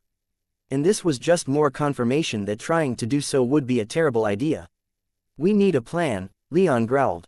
I'm already working on something, the Jaguar said. It's mostly about how to retake the island. I'm struggling to see how we're going to get him back in one piece with that 10th tier bastard squatting on him. Leon fought the urge to groan aloud and barely succeeded in repressing it. Regroup, he ordered. I'm coming to you. We'll get him back somehow. Alive or dead, we'll get him back. Leon strode into the destroyer he'd liberated from Sunlit's control, followed by a number of his subordinates. The destroyer was large enough to carry a significant number of people, so long as they didn't care too much about comfort, and given how far they'd be going, comfort wasn't a large priority. So, Leon's entire retinue and a company of 100 Tempest Knights accompanied him on board. The rest of his Tempest Knights were being distributed around other arcs or would otherwise follow under their own power. Their destination was the front lines where the Jaguar and much of the rest of the command staff were. They'd succeeded in repelling Sunlet's assault on the western tip of their defensive line, but Iron Striker had been defeated in battle and taken prisoner. And they had to get him back. However, just reaching the front lines would take a few hours, and Leon needed something to do to calm his seething rage, so he made his way first to the bridge to check up on Anshu and the rest of the destroyer's new command staff. Once he walked in, Anshu himself stood and saluted, but everyone else went about their business. Leon didn't mind and smilingly had Anshu stand down. He spent a few minutes in there, speaking with everyone about how they were doing getting used to their new vessel, and for the most part, everyone was absolutely ecstatic. The Thunderbird arc blew all other arcs built by the 10 tribes completely out of the water or the sky, as it were. With the Wisp helping them to acclimate and bring unused systems online, the capabilities of the craft were increasing practically by the hour. In that respect, Anshu informed Leon that the destroyer had been used quite inefficiently. Many defensive and offensive systems simply hadn't been used, otherwise, Anshu argued, the destroyer would have been used much more aggressively than it would have. Leon was quite happy with these assessments and almost began salivating as Anshu elaborated on the Ark's recently activated systems, his rage momentarily forgotten with this new toy in hand. Firstly, the Ark's defensive systems had already been showcased in their escape from the Sunlit Fortress. The Ark had functions not unlike the Shield of Light that Leon's former Ark had used. This one, however, covered the Ark much better and was much more efficient, wrapping around it like a cloak instead of a white shell. In addition to being stronger than the shell, it only activated to repel incoming threats, meaning they could turn the system on and let it run without fear of the power requirements. Secondly, the 2 lances that acted as the Ark's front-facing weapons were only its secondary weapons, with another one buried deep in the Ark's superstructure, this one based on light magic instead of fire or lightning. If they managed to get it activated, which Anshu and his crew had been trying and failing to do so far, it would make the fire artillery that the Ravens had been testing during Leon's visit look like a thrown match. Anshu admitted to some exaggeration in that explanation, but he reiterated that it promised to be a powerful weapon. Thirdly, the Ark's engines were extraordinarily powerful. The Sunlit crew had only been operating it at a quarter of its capacity, which was all they could use. With the Ark so locked down, and even that had only been achieved with some power bypasses that practically mutilated some of the destroyer's internal structure. Anshu and the rest of the crew had been focused on repairing that damage now that it was no longer needed. Already they had managed to increase the engine's power to 50% of its capacity. Finally, Anshu came to the Ark's power systems. For the most part, magic power on Eterna was channeled into a gemstone by a mage, and that gemstone would then be used to power the enchantments in question. The destroyer had just such a crystal and a place for mages to charge it up during flight, but it also had other systems for acquiring power, including generation, something that was unprecedented on Eterna. Power could be absorbed from the environment, and the Ark did have the capability to do that to augment its power supply, but that magic power was generally assumed to have been produced in a mage's bone marrow and then leaked out into the atmosphere through the mage's aura, or more direct uses of their magic. This Ark, however, had a massive device that generated magic power on its own. Unfortunately, the generator wasn't in active use, and Anshu's crew was busy trying to get it turned on. There were quite a few other systems that weren't operating that required greater amounts of magic power, but until that generator came online, Anshu wasn't comfortable recommending that Leon turn any of those other systems on, yet. And those systems included those that allowed the Ark to safely travel through the void. Leon could hardly stop himself from grinning when he heard that. Aside from all that, Anshu also informed Leon that they were getting the Ark's communication systems synced up with the 10 tribes' comm stones. The comm lotuses would be more difficult, though, and would likely have to wait until Nestor or the higher-ups in the Raven tribe could take a look. Once he finished speaking with Anshu, he made his way to his next destination, the Wisp Chamber. All Arks and large, heavily enchanted Thunderbird clan facilities had wisps to aid in the operation of the facility's enchantments. Wisps were especially required on arcs that traversed the void given the sheer complexity of the enchantments involved. When Leon walked into the wisp chamber, he found that the destroyer likely had a crew of 6 wisps, if the consoles around the room with large sapphires set in the center of each one. 5 of those gemstones, however, were dull and dark, while the last glimmered with internal light. It also happened to be the largest sapphire set into the largest and most centrally located console. As Leon walked in, the only remaining wisp in the ark appeared in front of him as a ball of light. "Welcome, Prince Demetrios," the wisp said. "Yes, Demetrios," Leon replied with some hesitation as he shut the door behind him and walked further into the room. "By any chance, is there a way I can change the ownership of an issued ID?" The wisp replied, "New IDs, if needed, can be printed on the order of His Highest Majesty, the Storm King." Leon slowly nodded. For the moment, he decided to roll with the wisp's identification, for the time being. He doubted he'd be getting a platinum card of his own unless and until he managed to get to the palace complex his clan had occupied on this plain, now located deep in the east, in the lands controlled by the Sentinels and the Keeper. Well, I'd have to go there for Nestor's wisp and golem tools anyway, just another thing to add to the list. "What is the status of this vessel?" Leon asked the wisp. The wisp replied with much of what Anshu had told him but went into greater detail regarding the current state of the ark's systems, though not as much about the power generator as Leon would have liked, for that system had needed a wisp just for itself to control, and the main wisp didn't have much additional information on the generator that hadn't already been shared with Anshu. For the most part, Leon didn't learn anything new from it, but he was informed that many of the ark's systems, such as its ability to travel through the void, would require other wisps to aid in controlling the ark's enchantments. So, even if they managed to fully restore the ark, it would need other wisps. Or will it? Leon wondered as he glanced around at the chamber's 5 empty sapphires. The stone giants are descended from wisps, aren't they? It wasn't the first time he'd considered such a thing, but it certainly cemented in his mind the conviction to return one more time to the Crater tribe in the north, and this time, he'd be asking the stone giants to accompany him south. He'd be asking them to join his new kingdom. Leon continued to speak with the wisp about the ark's specific capabilities and the enchantments and magical engineering that provided those capabilities, but too soon, the ark arrived at its destination. Leon was forced to put aside his desire to continue the technical conversation about enchantments to tend to the pressing business of war. Iron Striker has been taken north, all the way to the center of Imperial operations on the northern tip of the island, the woman leading the briefing said to the room, indicating the place on the map projected over the central table. The woman was a 6th-tier rock mane bison named Lana, and she had one of the most impressive physiques Leon had ever seen. Her body was practically rippling with muscles.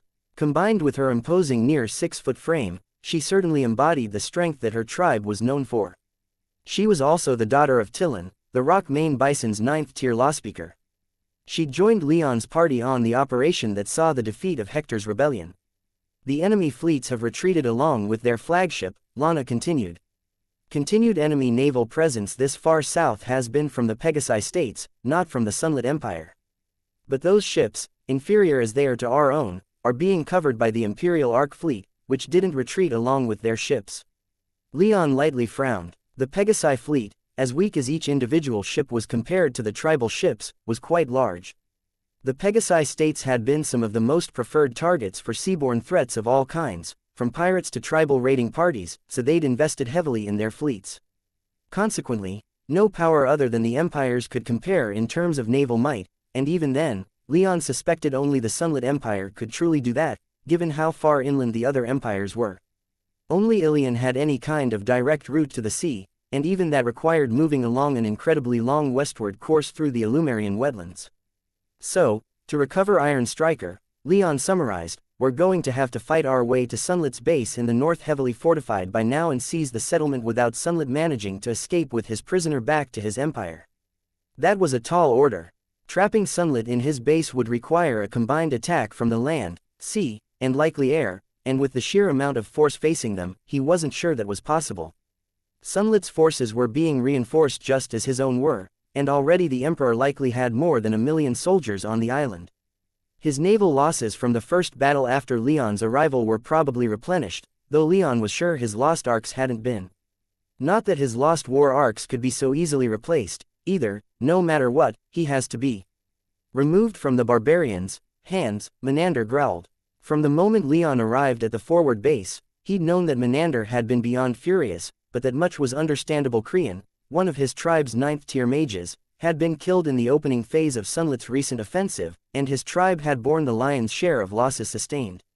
Iron Striker, Menander continued, knows us too well. If that Imperial Jackal gets any information out of him, it could be disastrous. I doubt he'd break under pressure, Leon argued. He's 10th tier. Menander grunted and said no more, but the Jaguar after a moment said, I've had my problems with the man in the past. That much is hardly news to anyone. But I agree with our king. Rescuing Iron Striker must be made a priority. As our only 10th tier mage, for now, another 9th tier Jaguar said with a knowing look sent Leon's way. For now, the Jaguar conceded, he represents one of our greatest strategic assets. He lost to that Jackal, Menander said. He has proven himself weak. We will kill our enemies, of that there is no doubt, but if he wishes to regain his estimation in my eyes, he should escape on his own. Leon slammed a fist down on the table, nearly shattering the thing entirely and disturbing enough of it that the projected map sputtered and disappeared. He then made eye contact first with Menander, glaring at the lion with such intensity that the beast of a man seemed to shrink down into his seat, and then cast his gaze about the room, making sure that he looked every one of the command staff in the eye. I don't care who it is, he severely stated. If any of our people have been captured, their rescue will be made a priority. Not a single man or woman will be left behind, nor will any be conceded to the enemy to rot in their prison if they're lucky. That goes for all of you, and that goes for the lowliest mortal who might serve in my kingdom. All are equally valuable and will have resources devoted to their release. That is the end of discussion on the matter. I will hear no more of it. He paused a moment to allow anyone who wished to try his patience to do so. The room remained silent. Good, Leon continued as he relaxed his tone. Now that we're all on the same page that Iron Striker must be rescued, let's proceed with that priority in mind. Lana, if you, before he could finish, a knock came at the meeting room's door. Everyone went silent as Lana went to answer it, revealing a 4th-tier tribesman standing at rigid attention. A barbarian has arrived under a banner of truce, he announced to the room. He claims to bear a message for our leader. His eyes drifted in Leon's direction, but he seemed almost terrified to directly make eye contact with him. What? The Jaguar said disbelievingly. No barbarian comes with offers of truce, Menander declared. They only come with intent to kill or deceive. This one should have been killed on sight.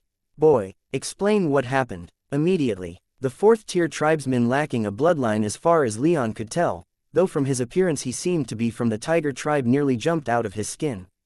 Before he could speak, Leon walked over, clapped him on the shoulder, which did little to help his nerves, and pulled him further into the room. Let's have it from the beginning, Leon said soothingly. Give me the details. The tribesman stiffly nodded and said in a sputtering voice, he arrived just a few minutes ago. Why, your majesty? He said he came from across the river. How? The Jaguar demanded. How did he come? On foot. With AAW white flag, martial. The Jaguar seemed to coil up, his muscles tensing as if ready to pounce, but his eyes found Leon's and he waited. It seemed he had something to say, but was waiting for Leon to speak first. Leon subtly nodded and said, then let's go see what this man has to say. The forward base, as fortified as it had become since the 10 tribes had been pushed back to the river that now demarcated tribal and imperial territory, lacked a prison. Prisoners aren't usually taken, Leon morbidly mused. As a result, the imperial messenger was brought to an unused barrack and locked in one of the officers' rooms.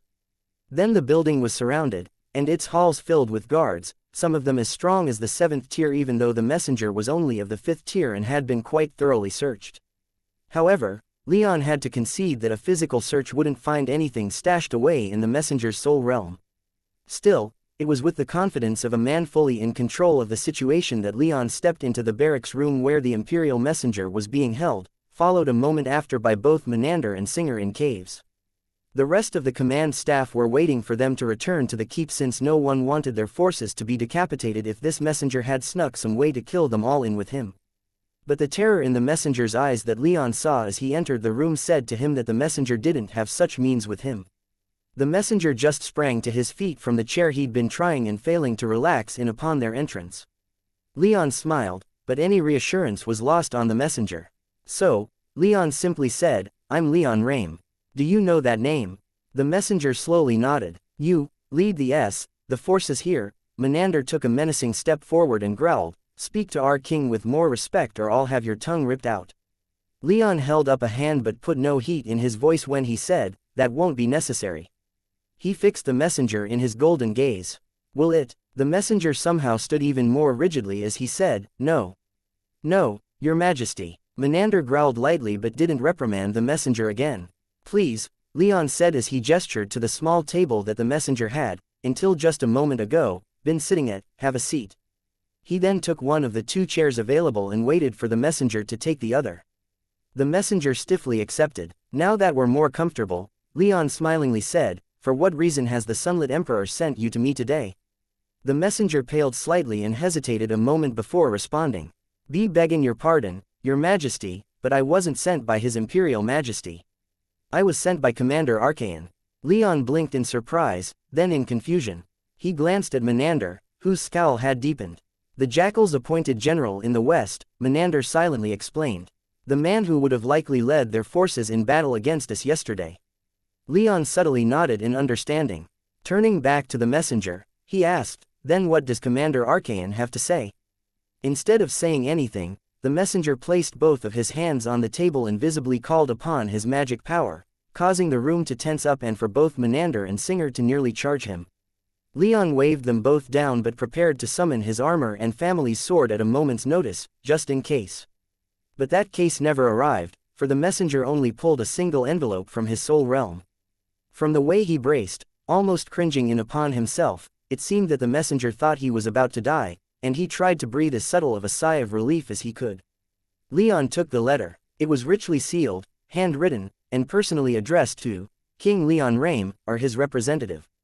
Breaking the seal, Leon retrieved the letter, also handwritten.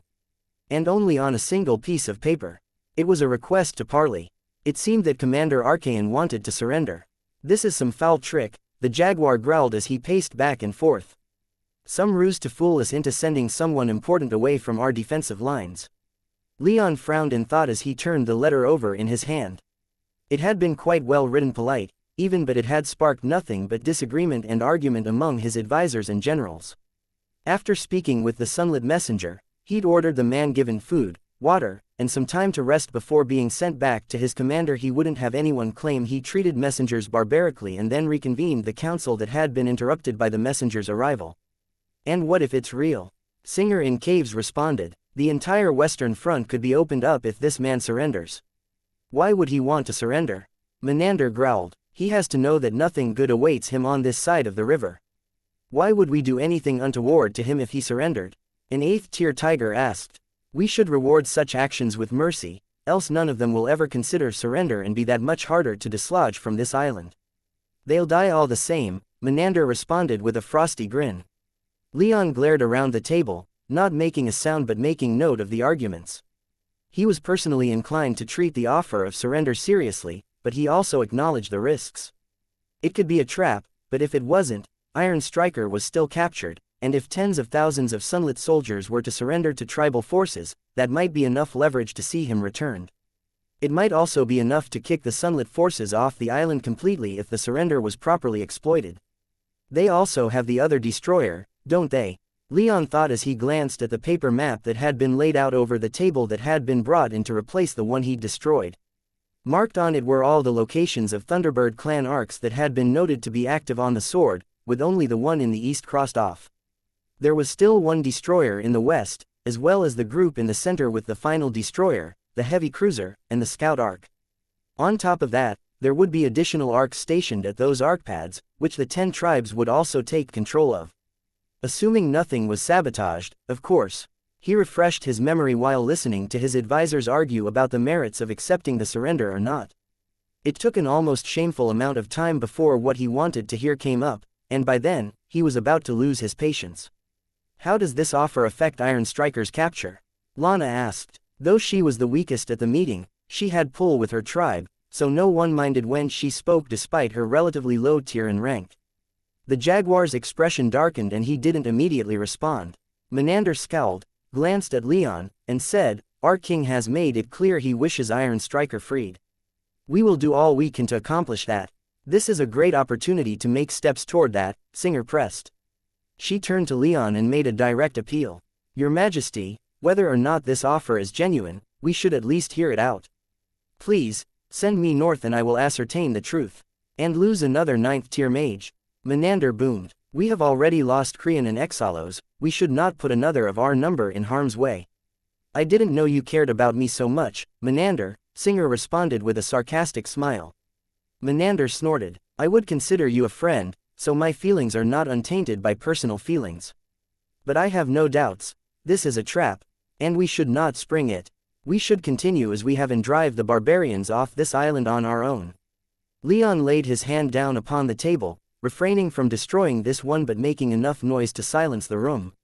I will accept the offer of surrender if it's genuine, he declared. Mouths immediately opened in preparation for argument, but he raised his hand to silence them again. I understand the risks, so what I want to hear from now on are not reasons for why we shouldn't do this, but rather how we can mitigate those risks. I can bring my tribe's finest warriors, Singer said. They'll ensure my safety, should my own strength fail to do so. She gave Menander a cheeky grin and added, what kind of leader of my tribe would I be if I were to hide myself away while my tribe's warriors did all the fighting and risk-taking? Menander chuckled to himself, but before he could respond, Leon cut in. You're not going, Singer. Singer's head practically snapped from the speed with which she turned from Menander to him, her eyes wide and mouth opening in alarm. I don't doubt your skills or commitment, Leon said before she could say anything. However, I agree with Menander that would be too great of a strategic risk. You're not just a 9th tier mage, you're your tribe's only 9th tier mage. As much faith as I have in your abilities, I'd rather put someone else in that position. Hardly an enviable position, the Jaguar responded. The possibility of being executed or captured and tortured is high. Whoever is sent would have to be expendable, but also good enough to get this done. Leon gave his marshal a thin-lipped grin. No one in my kingdom is expendable, he declared, even though he knew that the cold math of war and rulership wasn't so straightforward. He just wanted his thoughts on the matter spoken aloud before anything else. For his part, the Jaguar bowed his head slightly and looked suitably chastened. A poor choice of words on my part, my apologies. Leon nodded and then cast his gaze about the room. Some who met his gaze puffed themselves up and tried to look confident and imposing enough for him to choose them to go. Most, however, seemed not at all eager to be sent north of the river. When Leon's eyes finally slid off the tribesmen and came to his retinue, however, he found their demeanors quite different. They radiated confidence even if their expressions were rather stoic. He'd spent enough time in their company to pick up on their body language. Alcander, Alex, Marcus, and Valeria seemed almost eager to head out, while Maya, Red, and Anzu were more ambivalent but not worried at all. Anna was ready, and Gaius would go if he ordered him to.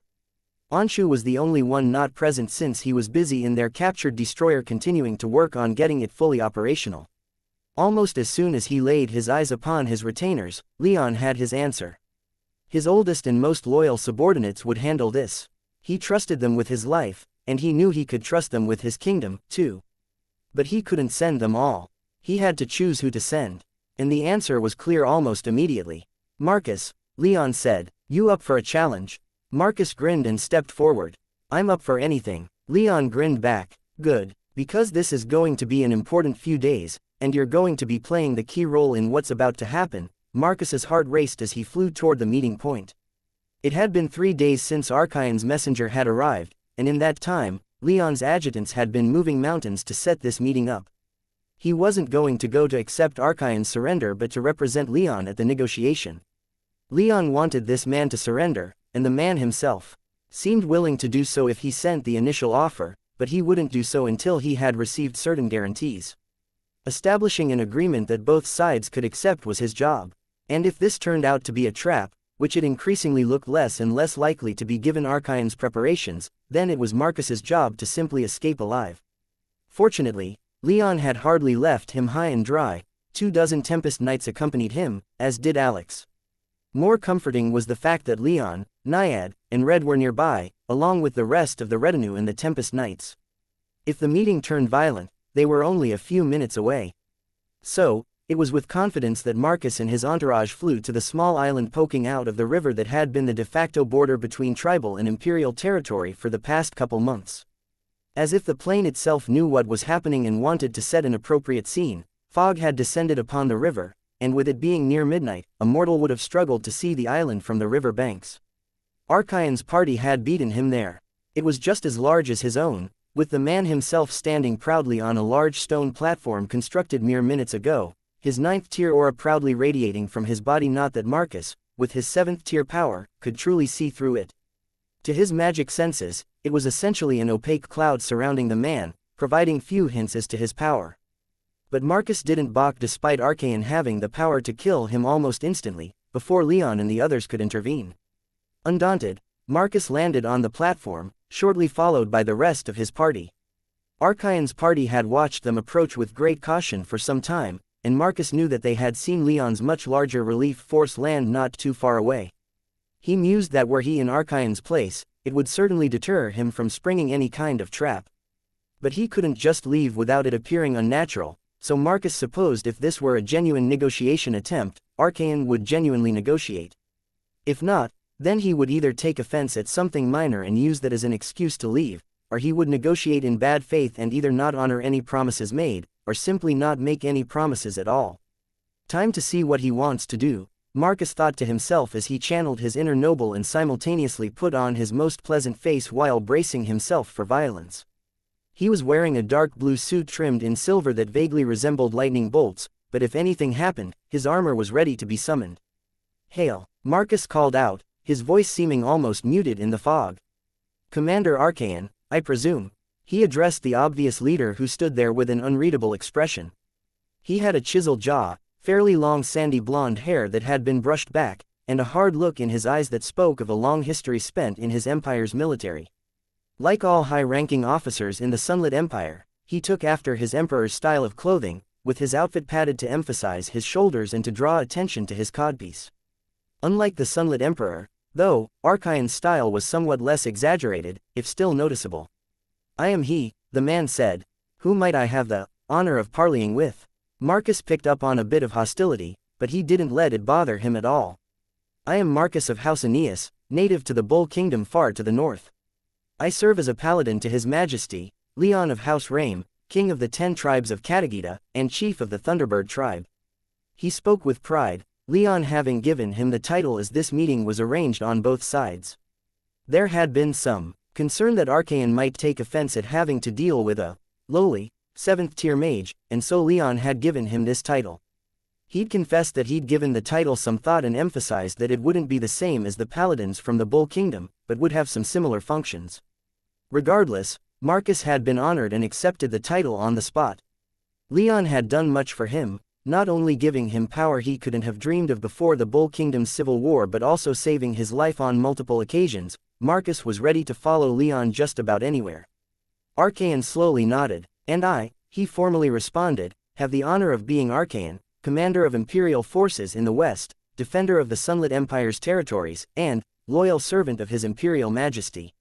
He practically spat the last sentence, then added, "At least, I was." Marcus lightly smiled, hoping for more, but he didn't press. He didn't want the man too angry to negotiate, so simply hoped he would expound on his own. "So, Paladin Marcus, shall we jump right in?" "I suppose we should," Marcus replied. "Time waits for no one, and I'm sure the circumstances we both face aren't too forgiving to those who waste what little time they have." Archaon nodded in agreement. "Then I'll make it simple. I wish to surrender to your forces, assuming you can meet certain conditions." "That will depend on the conditions, of course, but my king is willing to hear any offers of surrender. My first condition is a guarantee of the safety of the men under my command. We will not surrender if we can expect nothing but mistreatment and abuse." Marcus responded, "My king has already told me that he would guarantee this if it were asked. Any troops who surrender will be treated well."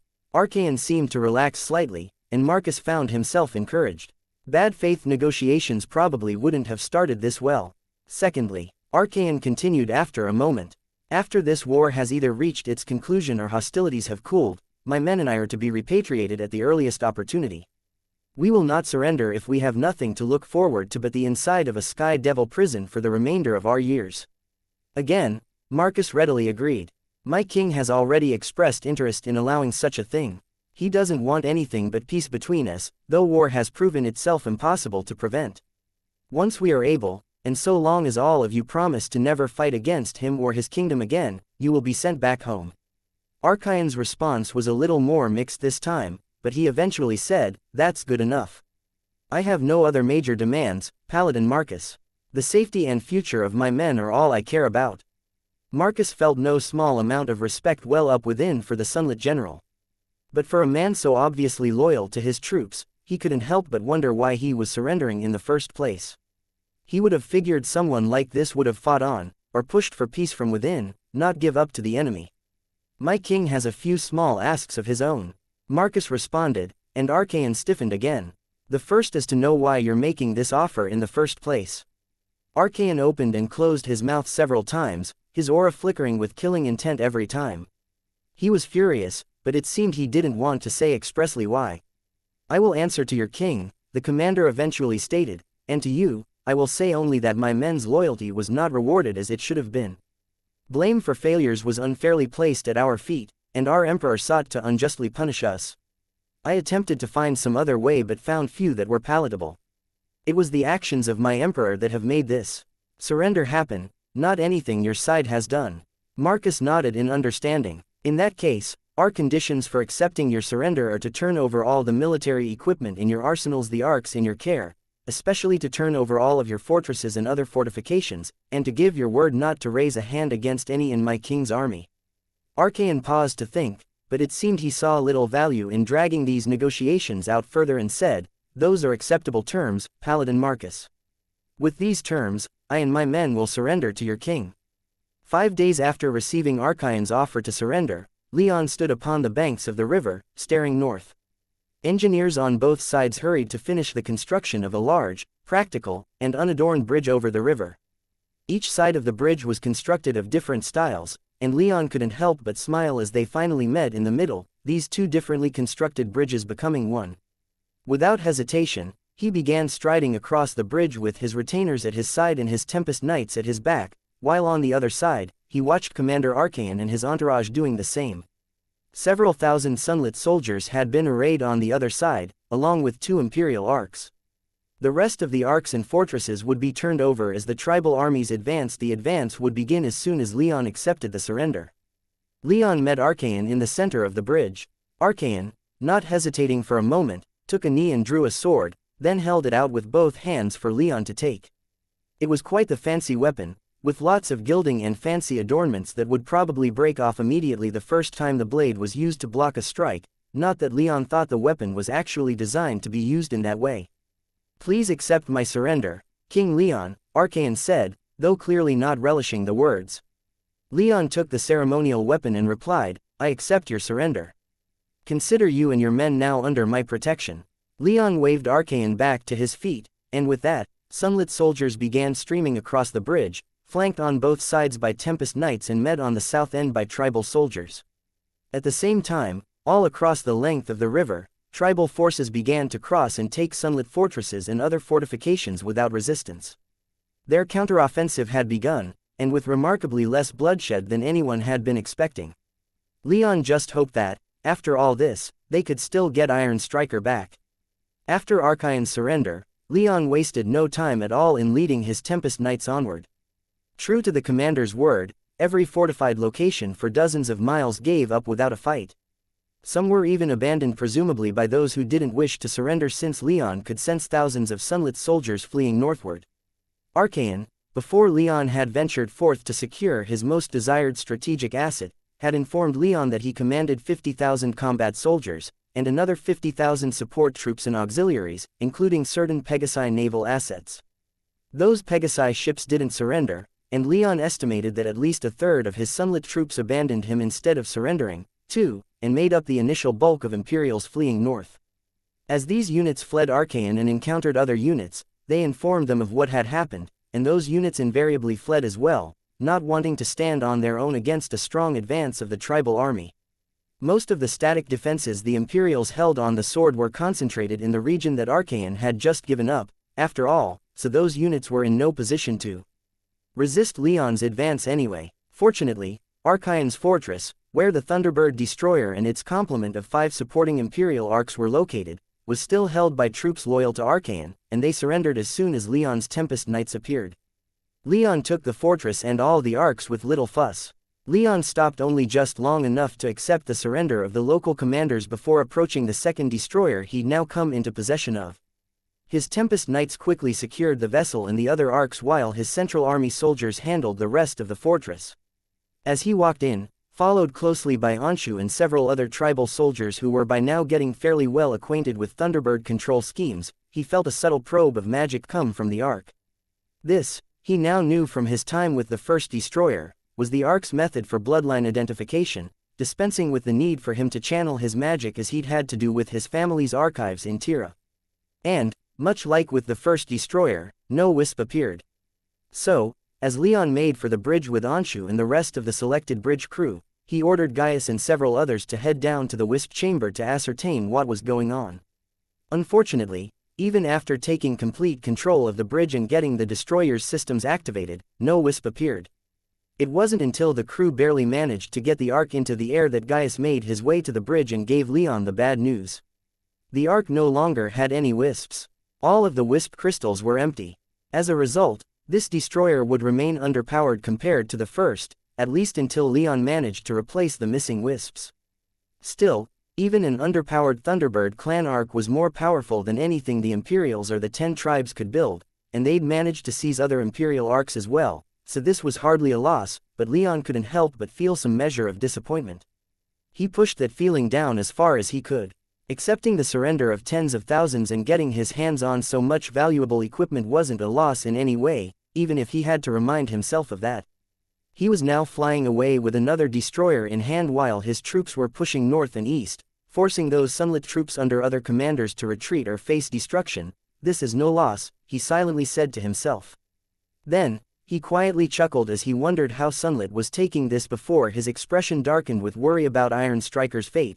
Sunlit sat behind his privacy screen among his top commanders, numbly watching with his magic senses as the barbarians pushed even farther north.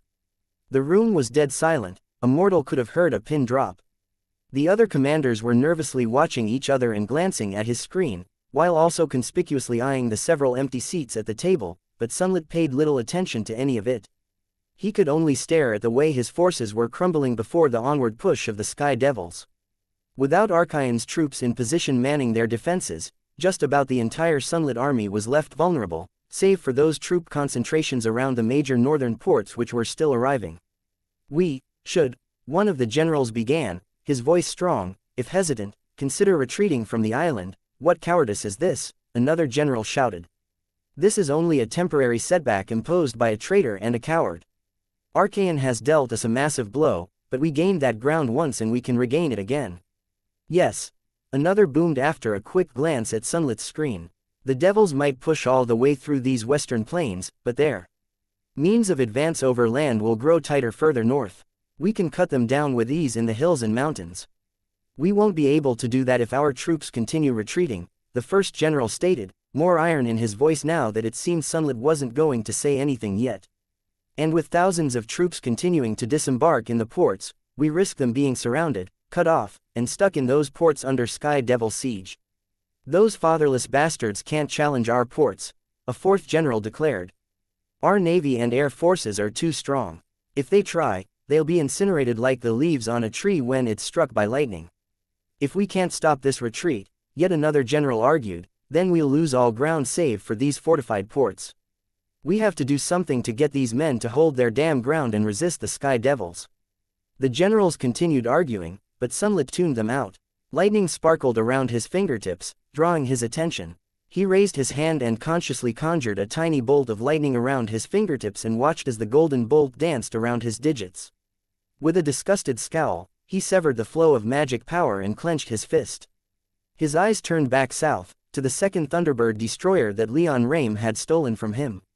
Cold fury burned within him, along with no small amount of disbelief. His envoy was dead, or worse, and he'd been betrayed by a man who'd sworn himself to him. If Sunlit ordered his death, then he should have died. That was the only right and proper thing to do. His fingers twitched as his fury finally began to mar his scarred face. As his thoughts turned to the 10th-tier prisoner he held in the city's most secure prison, he felt like he knew the perfect way to vent. "So," Leon said as he took a seat, "I'm sure you won't be surprised to learn that I have some questions." He sat across a table from Archaon, who'd been given fairly comfortable quarters along with most of his officers in the 10 tribes' southern base. The rest of his surrendered forces were going to be scattered around the island, and some were even going to be shipped back to Katagita with the transports that were offloading tribal reinforcements. It was just too risky to hold so many prisoners, some with strong magic, in one place in such numbers.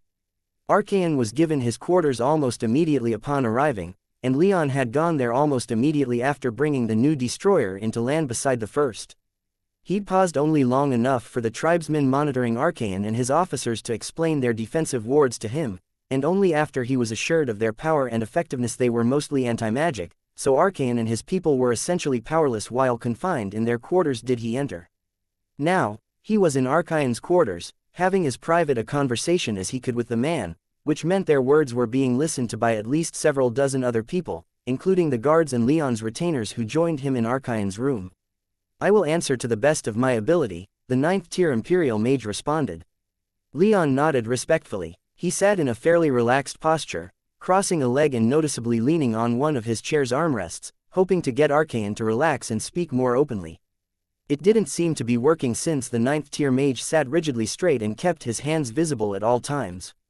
Leon appreciated the non-threatening gesture, but he felt a bit uncomfortable to have the man so clearly stiff and wound up. Then let's jump right in with the most obvious question, Leon said, and though he hadn't thought it possible, Archaon stiffened even more.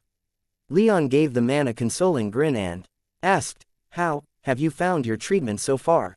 Archaon blinked in surprise, giving Leon a blank look. "Your Majesty," he hesitantly began. "Your treatment so far," Leon repeated. "Have you any concerns to bring up with me? Any complaints? I know that it hasn't even been a day, but that's at least long enough to get a first impression, right? How about these rooms? I know they're a little small, but if you find them inadequate, I can see about trying to find some solution that can ensure your needs are met without compromising security on my end." Archaon sighed and took a moment to think. "Your Majesty's treatment has been more than adequate. I have no complaints. I only hope to remain in some kind of contact with the rest of my officers for the duration of our stay." "I'll make sure of it," Leon replied. He wasn't intending to keep the prisoners tightly controlled, and fully intended to let them socialize with each other. Given the security they were under, it would take quite a bit for them to escape or cause any damage, and besides, they willingly surrendered, so he doubted they'd do anything too untoward so long as they weren't mistreated. Archaon formally thanked him in response. "Now, then," Leon continued, "shall we continue with the next most obvious question?" A ghost of a smile appeared on Archaon's lips as he nodded, though Leon noted the slight clenching of his fists. "Why did you surrender?" Leon asked. "You had a good defensive position and plenty of support, so I did not," Archaon interjected before an apologetic look crossed his face. "I apologize, no, please, continue. Don't let me ramble on and just satisfy my curiosity, please." Archaon gave him a thankful look before his expression turned to a shallow frown. I am a loyal man," he wistfully stated. "At least, such is how I've always viewed myself. Even just a month ago, doing something like this," he trailed off as his eyes unfocused and he seemed to stare for a long moment at something 1,000 miles away. Leon just patiently waited for him to come back to reality and resume. I apologize, that isn't true," he said. He sighed again before his posture collapsed and he slumped down in his seat, suddenly looking decades older, by mortal standards. "Surrendering to an enemy during a war was never something I contemplated, until a little less than a week ago. I've always considered myself a loyal servant of my empire and my emperor. But that same loyalty was not returned by the sunlit emperor." Archaon's expression turned a little contemplative and he stared at the table as he continued. "I have known him for a long time, though never closely. Only ever in passing, but I knew him enough to know that he was unrestrained and driven by vice. Despite this, he steadfastly did the best thing he could possibly do for his empire and left its administration to those who were more suited to the task. He never interfered too much with the bureaucracy or the military, leaving us to do our jobs as best as we could. That has changed in recent months. Unrestrained, erratic, emotionally unbalanced. He's ordered the deaths of many loyal men, some of whom I've known for a long time. One I even considered a friend. I've been contemplating resigning my commission for weeks, but doing so in the field when fighting a war would have been taken as mutiny. In the Emperor's current state of mind, I easily foresaw him having me executed. Archaon paused a moment and seemed to need a minute to gather his composure and steady himself. Leon gave him all the time he needed. Discontent has been growing in the ranks. Loyal men have been executed, to be replaced by those who've mastered the art of kissing ass and neglected their actual warfighting skills, if they ever had any at all. With their commanders being replaced by less competent and less attentive men, morale in the lower ranks has been plummeting, exacerbated by the recent stalemate and casualties taken by our failed offensives. My morale has not been great for a while. The Sunlit Emperor, when he had Caden executed, I was in shock. The others he'd executed, I suppose I accepted, but my friend, a man I'd known for many decades, whose loyalty and skills I knew firsthand, was being executed by the Emperor for disloyalty and incompetence. I couldn't believe it. I needed time to mourn and process, time which I didn't receive. Archaon's voice was starting to waver, but he kept himself from stuttering or choking up, though it sounded a bit like he was fairly close to doing so several times. My disbelief came to an end after our last battle. I was in charge of our latest offensive. My Emperor wanted an offensive on short notice, so I put together what I had and did my best. With the time we had to prepare, I think we did quite well. You failed to gain too much ground, Leon said, but you certainly gave us a black eye. There were some who wanted me to have you immediately killed for the casualties we suffered repelling your offensive, though I argued against it and personally guaranteed your safety. Within reason, Archaon nodded first in gratitude, and then again in understanding. I would understand, if you decided to end my life, he said. It seems that, for my failure, my Emperor decided that my reward was death. He'd taken the lives of many good men in high-ranking positions. I had my doubts of how much those executions were deserved, doubts that were magnified by Caden's execution, and solidified when my Emperor's envoy arrived at my fortress with my warrant for execution in hand. Leon gave the 9th-tier mage an incredulous look. Who was this envoy? Just walking in and demanding your head seems unwise. I can't say what was going through his head, Archaon said. He never gave us a chance. He was 9th tier and had his orders. He demanded my head upon his arrival at my fortress. My men and I subdued him, but I ordered him released after I sent my offer of surrender to you. I don't know where he went after that, but he wasn't seen moving in the direction of the Emperor. I have a faint guess that he might have fled after failing in his task. Archaon seemed to cringe slightly as he prepared for what Leon guessed was a furious response, but Leon didn't hold that against him.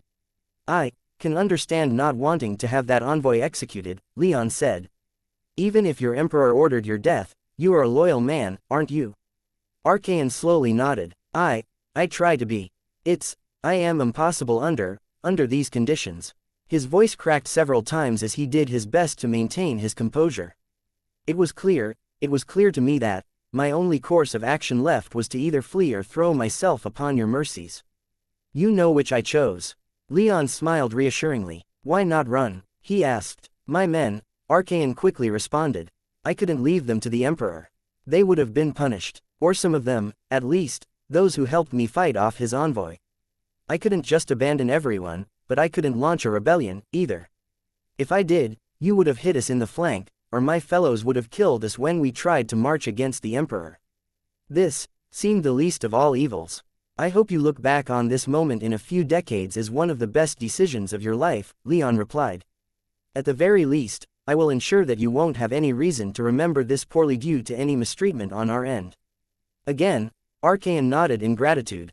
Now, Leon continued, my forces are pressing against sunlit forces. I'm quite interested in hearing about any other men in your army who might be feeling some discontent, because if we can get them to surrender too, then my forces will face significantly fewer dangers as we press forward. Your people will also face significantly fewer dangers if they surrender, since my people won't be trying to kill them. Archaon frowned for a moment before his eyes found Leon's. He stared at Leon for several long seconds before a hard look crossed his face and something like determination gleamed in his eyes. There are some, he whispered. One or two, in particular, could even deliver the entire empire. Leon cocked an eyebrow and leaned forward. What do you mean by that? The Emperor has few blood relatives, Archaon explained. His forebears weren't too keen on leaving their brothers and uncles be when assuming the throne. But there are some who married imperial princesses.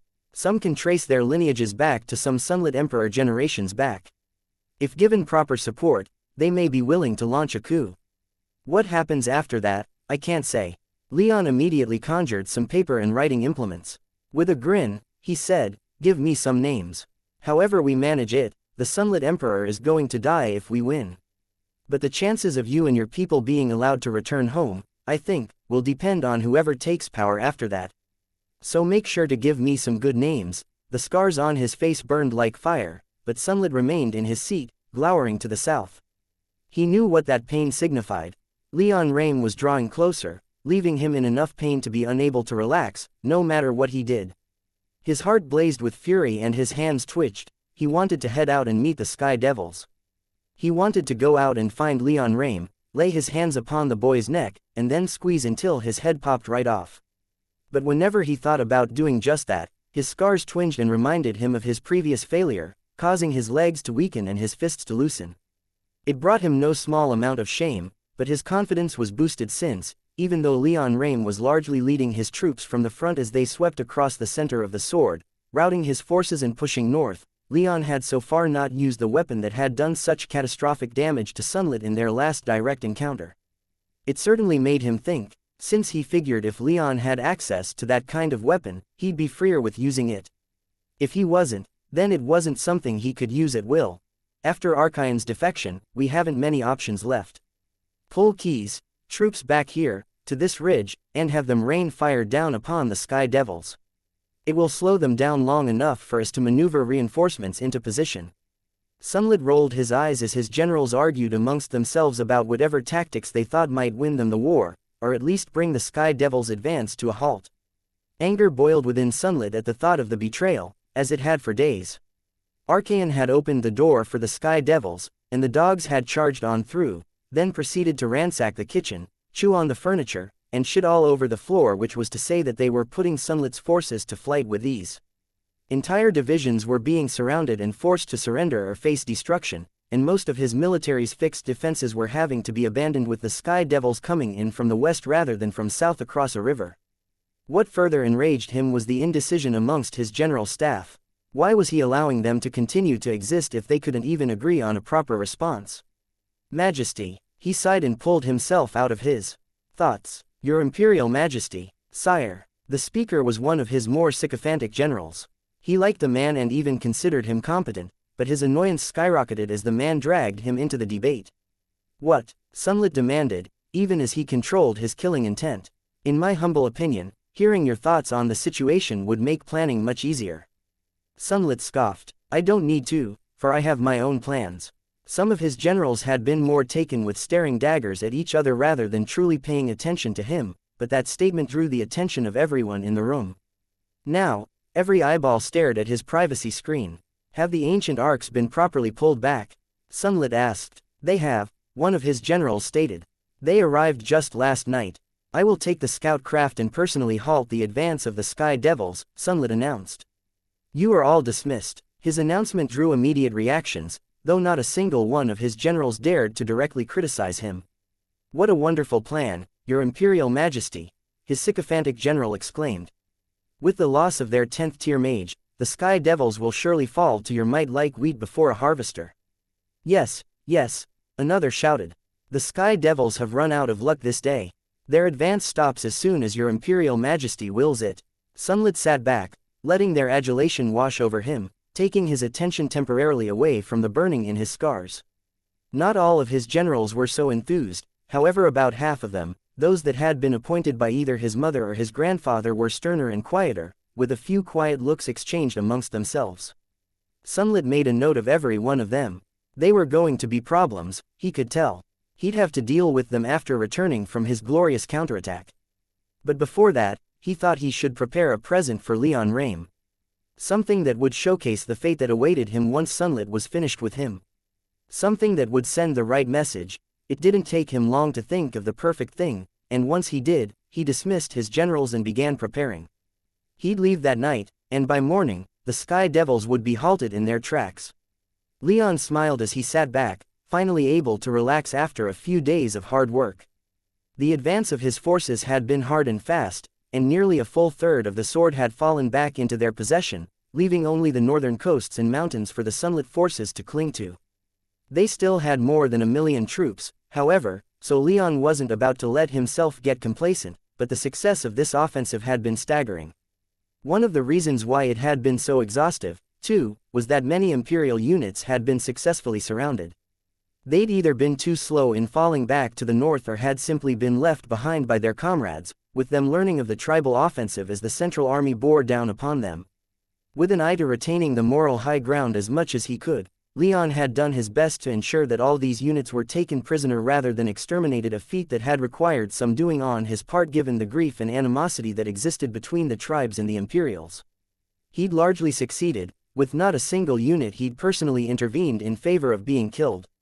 There were a few massacres, and Leon had had the perpetrators taken off the front lines and imprisoned, but for the most part, the only sunlit units that were completely wiped out were those that steadfastly refused to surrender, no matter what Leon did. "I'll have to make sure to bring Archaon with me more often," Leon mused as he contemplated that problem. He'd gone as far as to get the former Sunlit commander to communicate with some of his more stubborn colleagues to convince them that they'd receive honorable treatment if taken prisoner, which had done much to keep the bloodshed to a minimum, but Leon still felt like he could have done more to help. As it was, the amount of space that they had to keep all these prisoners was becoming limited, and simply keeping them fed was going to become a problem that the Jaguar, Solomon back on Katagita, and many others were already working to solve. Feeding more than 150,000 prisoners on top of the nearly 1,000,000 troops already deployed was a Herculean effort and one that Leon wasn't envious of. Dealing with the minutiae of logistics was of paramount importance, he knew that much, but he was quietly very happy that he wasn't the one who had to deal with it. But it was all worth it, as far as he was concerned. The simple fact that he was relaxing in the solar of a large castle only a few dozen miles from the new frontline was proof of that. With him were Valeria, Maya, and Anzu, with all the others in his entourage in their own quarters. The castle was more than large enough to accommodate him, his Tempest Knights, and thousands more, and it was surrounded by picturesque mountains, lakes, and forests. So beautiful was it that Leon was sorely tempted to make this a personal retreat of his should they retake the island and manage to keep it once all of this was over. Maya was relaxing as she was wont to do, by dozing on the nearest sofa with her nose buried in a book. Leon recognized that particular book, having seen it many times before, but its appearance became far more frequent after revealing his decision to start trying for kids. It was a book from his family's archives detailing the methods they'd used to try and get around the fertility issues that all bearers of inherited bloodlines were burdened with. They'd already tried a few of the easier methods, though Leon strongly doubted anything had yet worked. Even mortals often had to try for months to have kids, let alone strong mages with inherited bloodlines, and he'd spent a goodly portion of the past quarter of a year since his announcement unconscious. Anzu, meanwhile, was playing a game of keeps with Valeria. The young griffin had spent no small amount of time watching Leon and Gaius play and picked up the rules of the game from them. However, Leon didn't have as much time as he would have liked to play the game with his adopted brother, so Anzu had to rope others into playing with him. Valeria, fortunately, enjoyed the game and presented quite the challenge for Anzu to try and overcome. As much as Leon would have loved to head on over and either watch or participate, he had other things on his mind, things that he'd put off for far too long.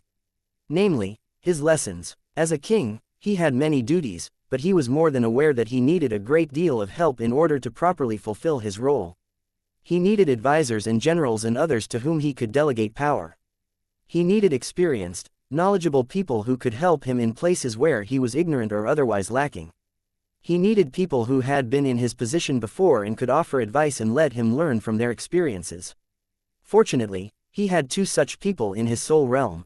So, he cast another quick glance at his family before diving straight into his soul realm. Zafin was there, which didn't surprise Leon in the slightest. It wasn't like the demon roamed around Leon's soul realm, nor did he even want to do so. What was more surprising was that the Thunderbird was there waiting for him atop her perch. "Leon," she said with a loving, motherly voice echoing through Leon's mind, though she was in her avian form and couldn't smile. "Ancestor," Leon warmly replied, letting his unabashed smile out to express for them both. "I've had a few interesting weeks, but I'm ready to resume my never-ending education." "You damn well better be," the Thunderbird said with a cheeky tilt of her head. "Follow me, we'll be flying and talking today." Leon nodded and lifted off as his ancient ancestor flapped her mighty wings and soared into the air above his soul realm. As he joined her in the sky, he spared a few looks back down. His soul realm was healing quite well, with the remaining damage done by the interaction between the iron needle and the Hesperidic apples almost completely gone. Upon reaching her desired height, the Thunderbird leveled off and used her wind magic to prop herself up, allowing herself to hover. Leon did the same, hovering in the air about 10 feet from her. "How has your war been going?" the Thunderbird asked. Leon quickly filled her in. She clicked her beak a bit and said, "You must be more willing to kill your enemies, Leon. Taking so many prisoners will make others view you as weak." "I'm not looking to bathe Eterna in blood," Leon shot back. "Doing so would only validate the negative opinions about our clan. Opinions that I'm somewhat partial to, I would remind you." The Thunderbird gave him a baleful glare for a moment before her expression lightened slightly. "Strength is what matters most," she resolutely declared, her eyes filled with conviction. "If your enemies believe you to be strong, then they won't attack you. If they think you weak, regardless of the truth of the matter, then they will attack. Such is the way of things. Present yourself as strong, whether you are or not. Avoid whatever makes you look weak. And taking so many prisoners makes you look weak. I disagree. That I'm able to take so many prisoners shows my strength more than simply killing them would." Leon paused a moment and looked the Thunderbird in the eye. "I can deal with the Imperials. It shows both my mercy and my ability to be able to take so many into captivity instead of killing them outright. It gives those who remain hope. They will be more likely to surrender if they understand that their comrades are being treated well. You would prosecute your war by pandering to cowards." The Thunderbird looked about as concerned as her avian face could express. "No, I'm pandering to the common people that these armies are made from. No one sane wants to die, and all cornered animals will fight to the death. To make sure that the Imperials don't fight to the death brings this war closer to its end with greater speed." With another click of her beak, the Thunderbird snapped, "Keep an eye on these many traitors, then. Those who are willing to surrender themselves and betray their lord are not to be trusted. They may be sent specifically to drain your resources." "Impossible," Leon dismissed with a wave of his hand. "Not the way we broke through. Not with the way they were equipped.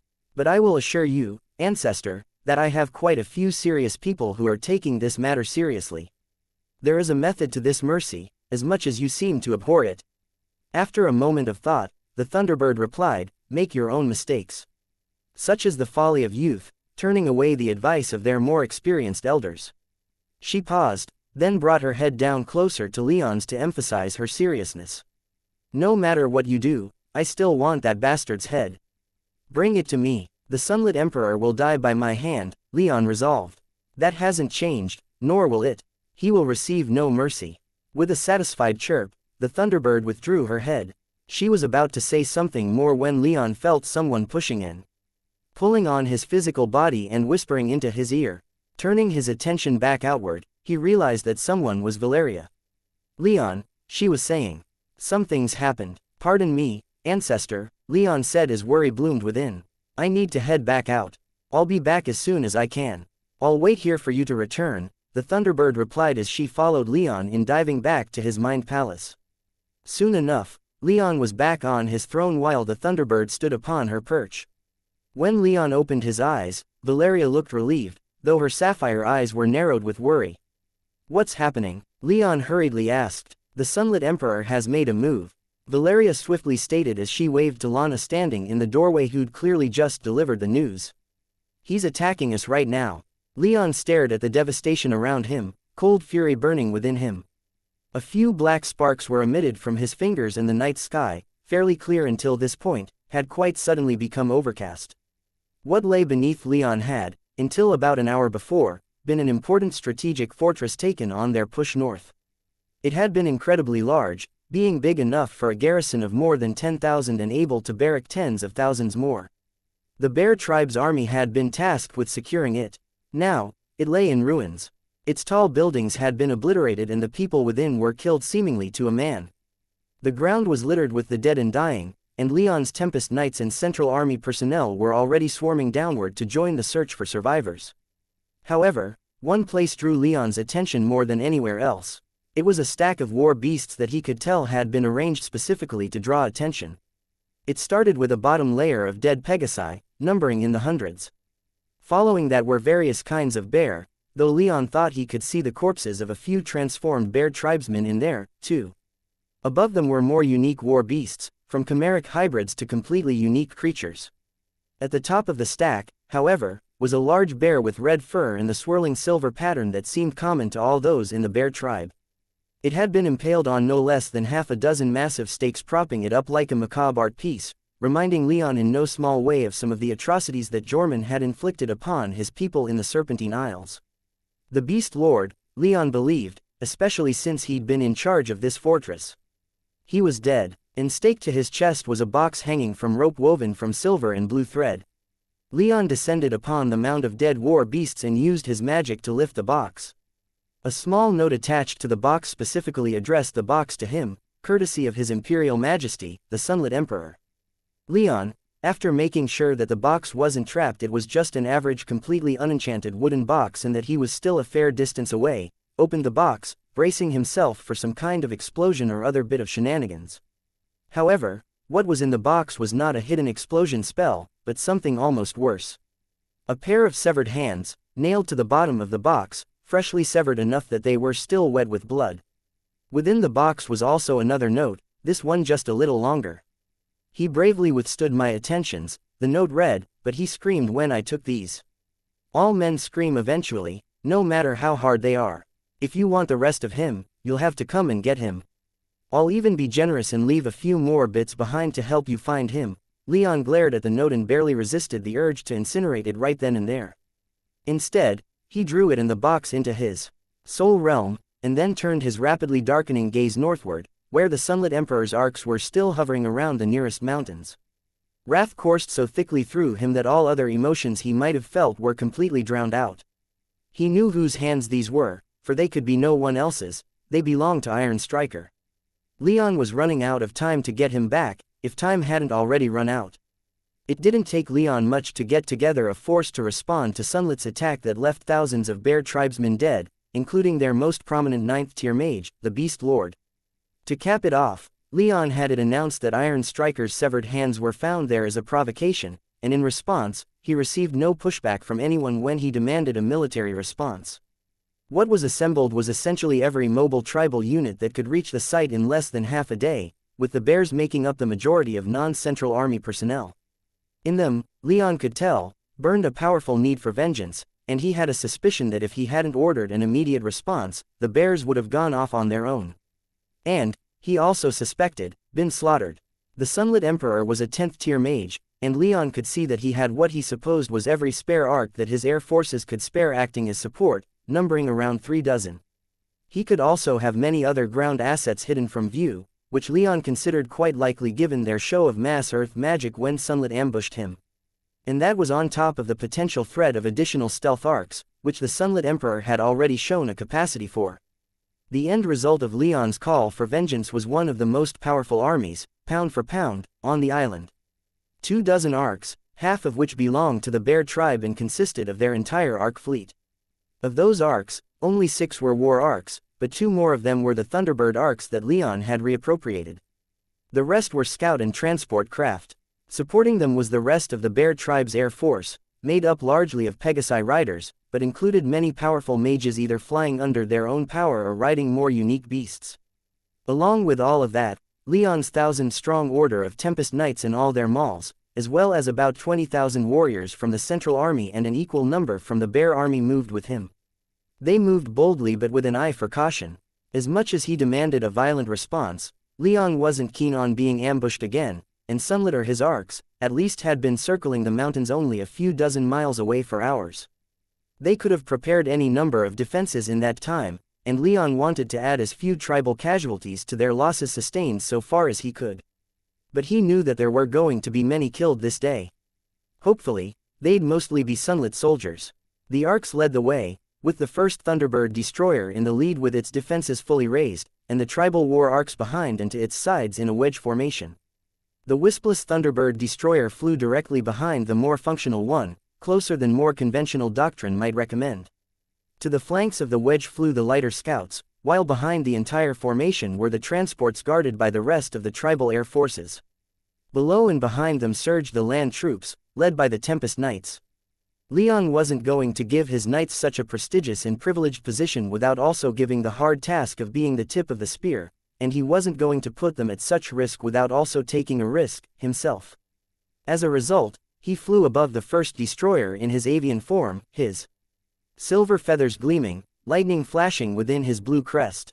Beside him flew Maya as an ice dragon, and Red in her wyvern form. The rest of his retainers flew behind him, invisible. Leon's anger had turned the sky overcast, and for the most part, they flew beneath the thick storm clouds. His force hardly moved too far before Leon reached across miles with his power and started raining lightning down upon the sunlit arcs. Intense bolts flashed in the distance, and many seconds later, the thunder rolled across the foothills, shaking the earth so hard that the animals in the area immediately fled as fast as they could. And yet, Leon's lightning did relatively little damage. The Sunlit Empire had a strong tradition of lightning magic, and these distant strikes weren't able to penetrate their strong defenses. Leon's arcs, on the other hand, opened fire as soon as they entered maximum effective range. In the case of the Thunderbird destroyer, that was almost as soon as they launched the operation, though it was still far enough that the sunlit arcs were able to dodge its shots with relative ease. Once all the other arcs opened up, on the other hand, the sunlit arcs found themselves in a tighter spot. The first salvo, limited only to the fewer in number frontal lances, scored a few hits. 3 sunlit arcs, though not the largest war arcs, went down in flames. If Leon were still in human form, he would have smiled. However, the sunlit response, which up until that point had been surprisingly passive, changed. The arcs fell back a bit, but then assembled into a loose line formation and fired back. Masses of superheated metal and stone flew across the sky, and Leon's air forces were forced to respond. Most of the sunlit fire was directed at the war arcs in front, but a few were aimed at the transports in the back. The first destroyer surged forward and took 3 hits, but the light shield activated and prevented any damage. A few other arcs activated their own inferior light shields, which required enough power that they could interfere with engine and weapon use but managed to avoid any damage despite being hit. One of the Bear War arcs, however, was shot clean through as it shielded the transports behind it. A war arc with 10 lances and a crew of about 200 exploded in the air as its magic power supply ruptured, but the transport carrying more than 1,000 bear warriors behind it remained intact. The rest of the bear air forces, however, used their magic to stop the remaining sunlit shots. Magic barriers sprang into place, few of which were strong enough to prevent the sunlit shots on their own, but taken as a whole ensured the survival of the transports.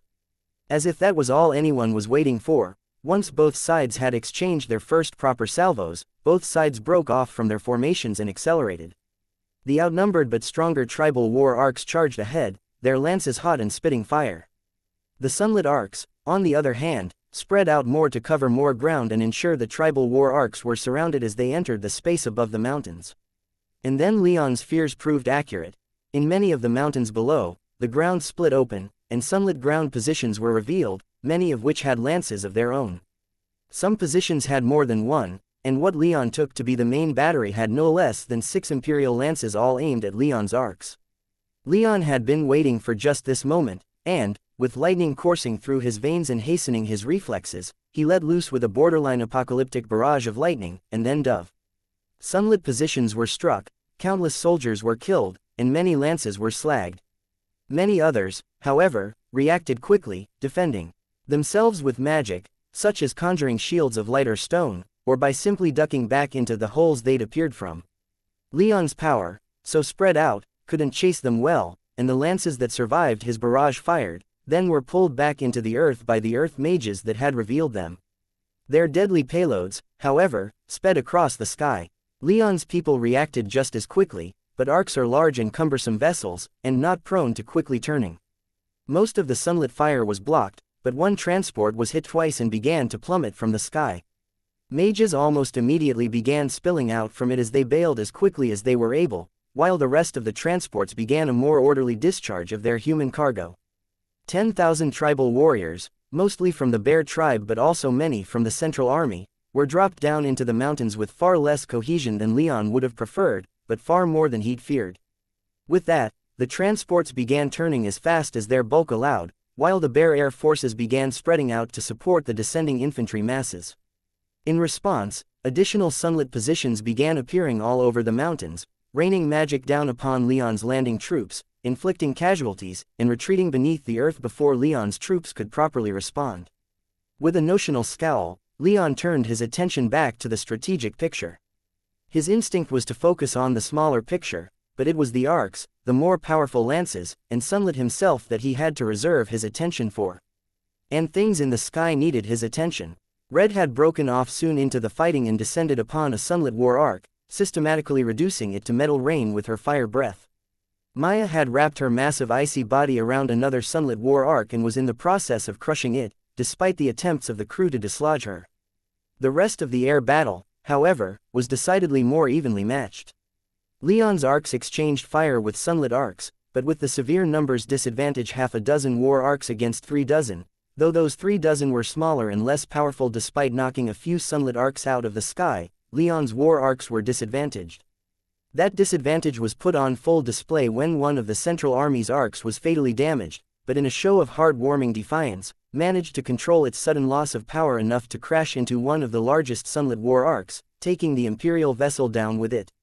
At almost that same moment, in several places around the battlefield, lances fired as if from nowhere, revealing half a dozen small stealth arcs.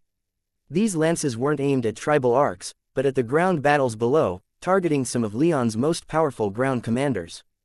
This Leon couldn't allow, and as the stealth arcs revealed themselves, he chose them to be his targets.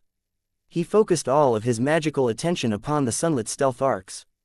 Without another powerful mage in the sky to stop him, his lightning fell upon them like rain, and the 2 stealth arcs closest to him were torn asunder. The other 4 were damaged but remained in the sky. 3 of them even continued to rain fire down upon Leon's people below.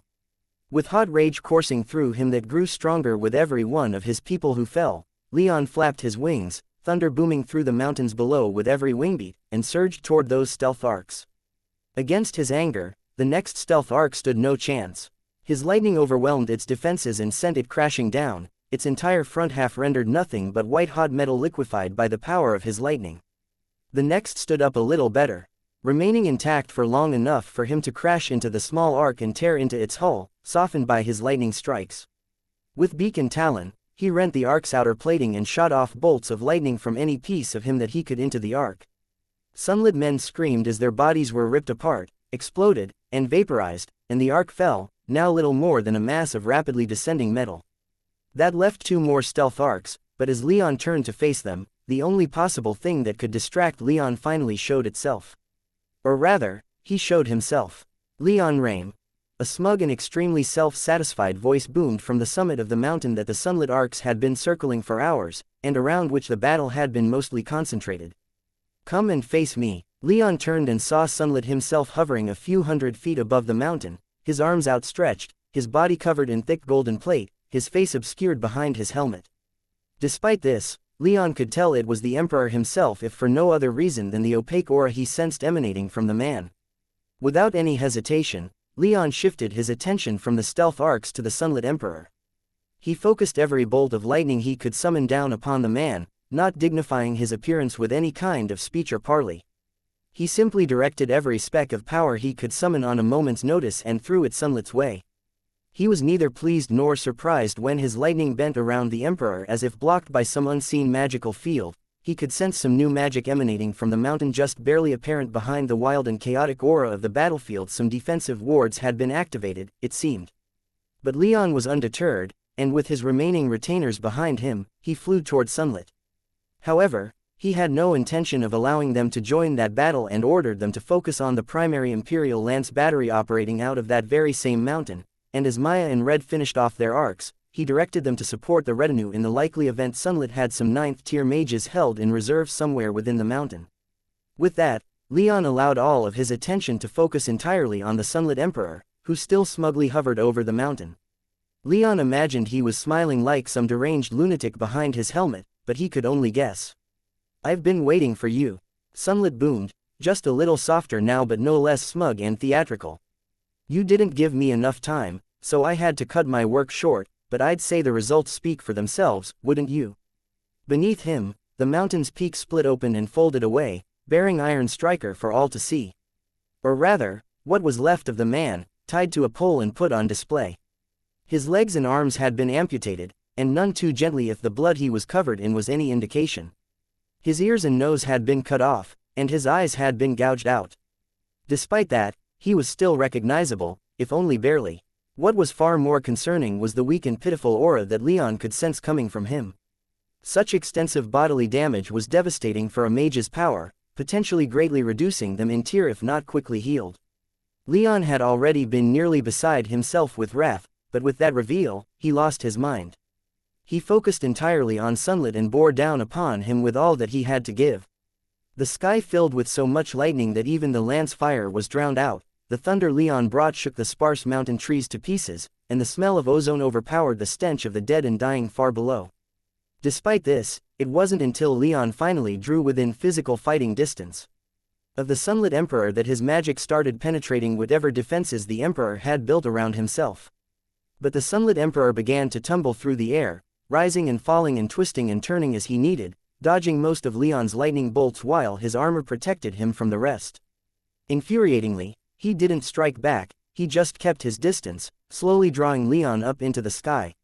Leon, in the back of his mind, recognized what the Sunlit Emperor was doing, pulling him away from the battlefield, but Leon was fine with the direction their fight was taking. It wasn't for nothing that the Thunderbird was known for ruling the heavens, after all. Leon pursued with wrath and vigor, his magic power feeling almost endless compared to the last time he had fought the Sunlit Emperor. His magic wasn't quite reaching the Emperor just yet, but he felt like he had more than enough magic to keep going until it did. If Sunlit didn't actually do something before then the fight could only end one way. So, it didn't come as too much of a surprise to Leon when Sunlit finally began to level off and turn to face him. What did surprise him was what Sunlit held in his hand, 3 strange obsidian beads, all of which he threw into the air between himself and Leon. Unsure what they were but wary of the oddly familiar aura they radiated, Leon broke off his pursuit for a moment. The beads began to glow and pulse with magic, and Leon finally realized why he found them so familiar. It was demonic magic he sensed. From within his soul realm, he felt Zaffin stir. And then a moment later, he felt a sense of deep shock ripple through their contract. Leon! Zaffin shouted, and Leon needed nothing more than that. Leon summoned his demonic partner, and once more Zaffin stepped out into the skies of Eterna. At almost the same time, the obsidian beads exploded into fire, which formed large rings. Within these rings, darkness gathered, until the rings seemed to outline holes in space. From those holes stepped 3 fire demons, each one radiating 9th tier power, and each one roughly similar to Zaffin save for their physical size. Zaffin was taller by far, though their auras were no less robust than his. Any other physical distinctions were lost within the orange-hot flames that covered their bodies. "I'll deal with these," Zaffin growled, though Leon couldn't detect much confidence in his voice. "You just handle that flying fuckboy." With that, Zaffin charged, meeting the other 3 demons in battle. Leon felt their clash in his bones, the intensity creating powerful shockwaves that echoed in his chest. But he averted his gaze and focused on his true target, the Sunlit Emperor. He flapped his wings, and, wreathed in the lightning of his clan, the lightning that Sunlit was audacious enough to lay claim to, charged. Sunlit bobbed and weaved, frustrating Leon to no end. Through countless clouds they flew through, rising higher and moving further and further away from the battle that raged so far below them. Now, Leon charged after Sunlit, flapping his wings while lightning streamed off his feathers and into the nearby clouds. The Emperor seemed unwilling to stand and fight, at least, not yet. That eventually changed as the Emperor slowed and finally turned back to face Leon, brandishing 3 more obsidian beads. "You have many enemies, Leon," the Emperor shouted, his powerful voice easily heard even over the howling winds and booming thunder that surrounded them. "They're eager to get their pound of flesh." As Leon beat his wings harder to try and reach the Emperor in time, Sunlit threw the beads into Leon's path, and they erupted in demon fire, summoning 3 more demons from the elemental plane of fire. Each of these demons was powerful, though smaller than Zaffin. Their auras were potent, equivalent to the 9th tier. But Leon didn't hesitate for a single second. The demons had barely stepped out of the black abysses in the center of the summoning fires before he was upon them. With talons extended and beak thrust forward, Leon crashed into the first demon. After so many years of having a contract with Zaffin, Leon was more than familiar with the potency of demon fire. He had used it on many occasions, himself. So, As the fire that covered the demon's body spread to him, it wasn't fear he felt, but surprise at just how weak it felt. He'd raised his defenses even as tried to sink his talons and beak into the hard obsidian skin of the demon beneath all that fire, and that fire glided right off his feathers, as consequential to him as rain. The demon's skin turned out to be a tougher challenge, but when Leon realized he wasn't going to be able to rend and tear flesh as his instincts demanded, he changed tactics slightly and wrapped his talons around the demon. The demon fought back, perhaps realizing the amount of danger he was in, but Leon was stronger and more powerful. He easily took a strong hold over the demon and then summoned lightning from the clouds all around them. So many bolts struck them that it seemed for a split second that Leon and the demon became a new star in the sky. But then the demon, under such pressure, shattered, his fires snuffed out like a candle and his obsidian body broke like a glass window that fell out of its frame. Leon rolled out of the way as the other two demons darted forward while he was busy with their comrade, their fury evident in the savagery of their attacks, but their fire didn't touch him, even as it filled the sky and pushed away the clouds. Leon dove a few hundred feet, lightning reaching back from his blue crest and keeping the demons at bay. Once he'd gained some distance, he twisted and turned to fly on his back with some limited success. Lightning gathered around his beak and he thrust his head forward, firing off a powerful bolt of lightning that struck one of the demons in the chest. The demon wasn't killed immediately, but his fires dimmed and he lost control of himself in the air. The other demon tried to cover for his comrade, but Leon turned hard and stormed upward, crashing into the second demon and dispatching him as quickly as the first. As the fires died and obsidian rained downward, the last demon finally balked, staring at Leon with his bright yellow eyes wide with terror. It was then that the Sunlit Emperor finally made it clear that he hadn't tried to run away. A bolt of dull yellow lightning flashed through several clouds, covering the near mile that had stretched between Leon and the Emperor. With his clan's lightning surging through his body, Leon managed to sense the incoming magic and evade, the lightning arcing through the air above him, and giving the demon a second to breathe. But then Leon was back on him, dodging the Sunlit Emperor's attempts to snipe him with the carved iron staff he'd used against Iron Striker so effectively. Leon didn't want to get hit by something that could so easily take out a 10th tier mage, so took a different approach to dealing with the demon. Lightning flashed through the sky, arcing between the massive clouds and carving paths through the fiery hellscape that the demon summoned to protect itself. A few bolts struck the demon anyway, though Leon's power and knowledge of demon fire made many of the demon's defensive options moot. The demon screamed in pain as one of his arms exploded after blocking another of Leon's bolts, and Leon, now flying above him, dove in for the kill. He cut through the demon's defensive fire and crashed into his body, wrapping his talons around the demon's waist and upper thigh while getting a firm grip on the demon's neck with his beak. Leon then tensed his whole body, and with some strain, tore the demon into 3 pieces. Leon had not a second to savor his triumph, however, for as soon as his brain had registered that the final demon had been killed, he was struck by a bolt of dull yellow lightning. Some amount of panic flooded through Leon's brain as he realized what had just happened, but after the slightest of moments, a rather unexpected feeling replaced it. He felt no pain even as the yellow lightning danced across his feathers. In fact, his silver-blue lightning seemed attracted to it, and the two kinds of lightning seemed to dance in time with each other. A growing feeling of arousal, uncomfortable only due to Leon's current circumstances, spread through his body. Leon instinctively opened his beak and took in a huge breath, the cold air helping him to cut through the haze of lust and reassert some level of rationality to his mind, but that feeling persisted. This can't be what he felt, Leon thought. What kind of weapon is this? This has to be some special interaction with me. He pushed those thoughts out of his head. He'd have time to contemplate this matter once the Sunlit Emperor lay dead at his talons. He refocused onto the Emperor, now staring at him with eyes wide enough to be easily seen behind his face-obscuring helmet. Leon gathered himself, then let his power spill forth, his blood singing in time with the distant lightning and thunder. The Sunlit Emperor, after a moment, projected his magic to compete with him for control of the sky, but Leon pressed harder, his near 10th tier power not losing out to Sunlit's at all, and even gaining some ground. As Leon asserted his control over the sky, the wind, already howling around them, picked up, the clouds opened and let loose a torrent of rain, and the natural lightning arcing between the clouds intensified. Had his beak been capable of it, Leon could have smiled as the Sunlit Emperor dropped the staff and retrieved another item from his soul realm, a tiny metallic cube. Had he been smiling, that smile would have disappeared as the cube began to glow with bright blue light, and one of the cube's faces suddenly spat out a lance of bright blue light. The light reached Leon in a moment, slicing through his armor like feathers and biting deep into flesh.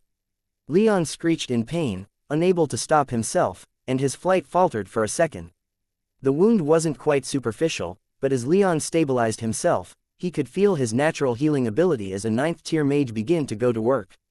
His wound would heal in a matter of minutes, but in a fight like this, that might as well have been a lifetime. But his combat capability wasn't unduly impacted, and Leon rushed to cover the distance between himself and the Emperor as quickly as he could. He sped across the sky, covering thousands of feet in seconds.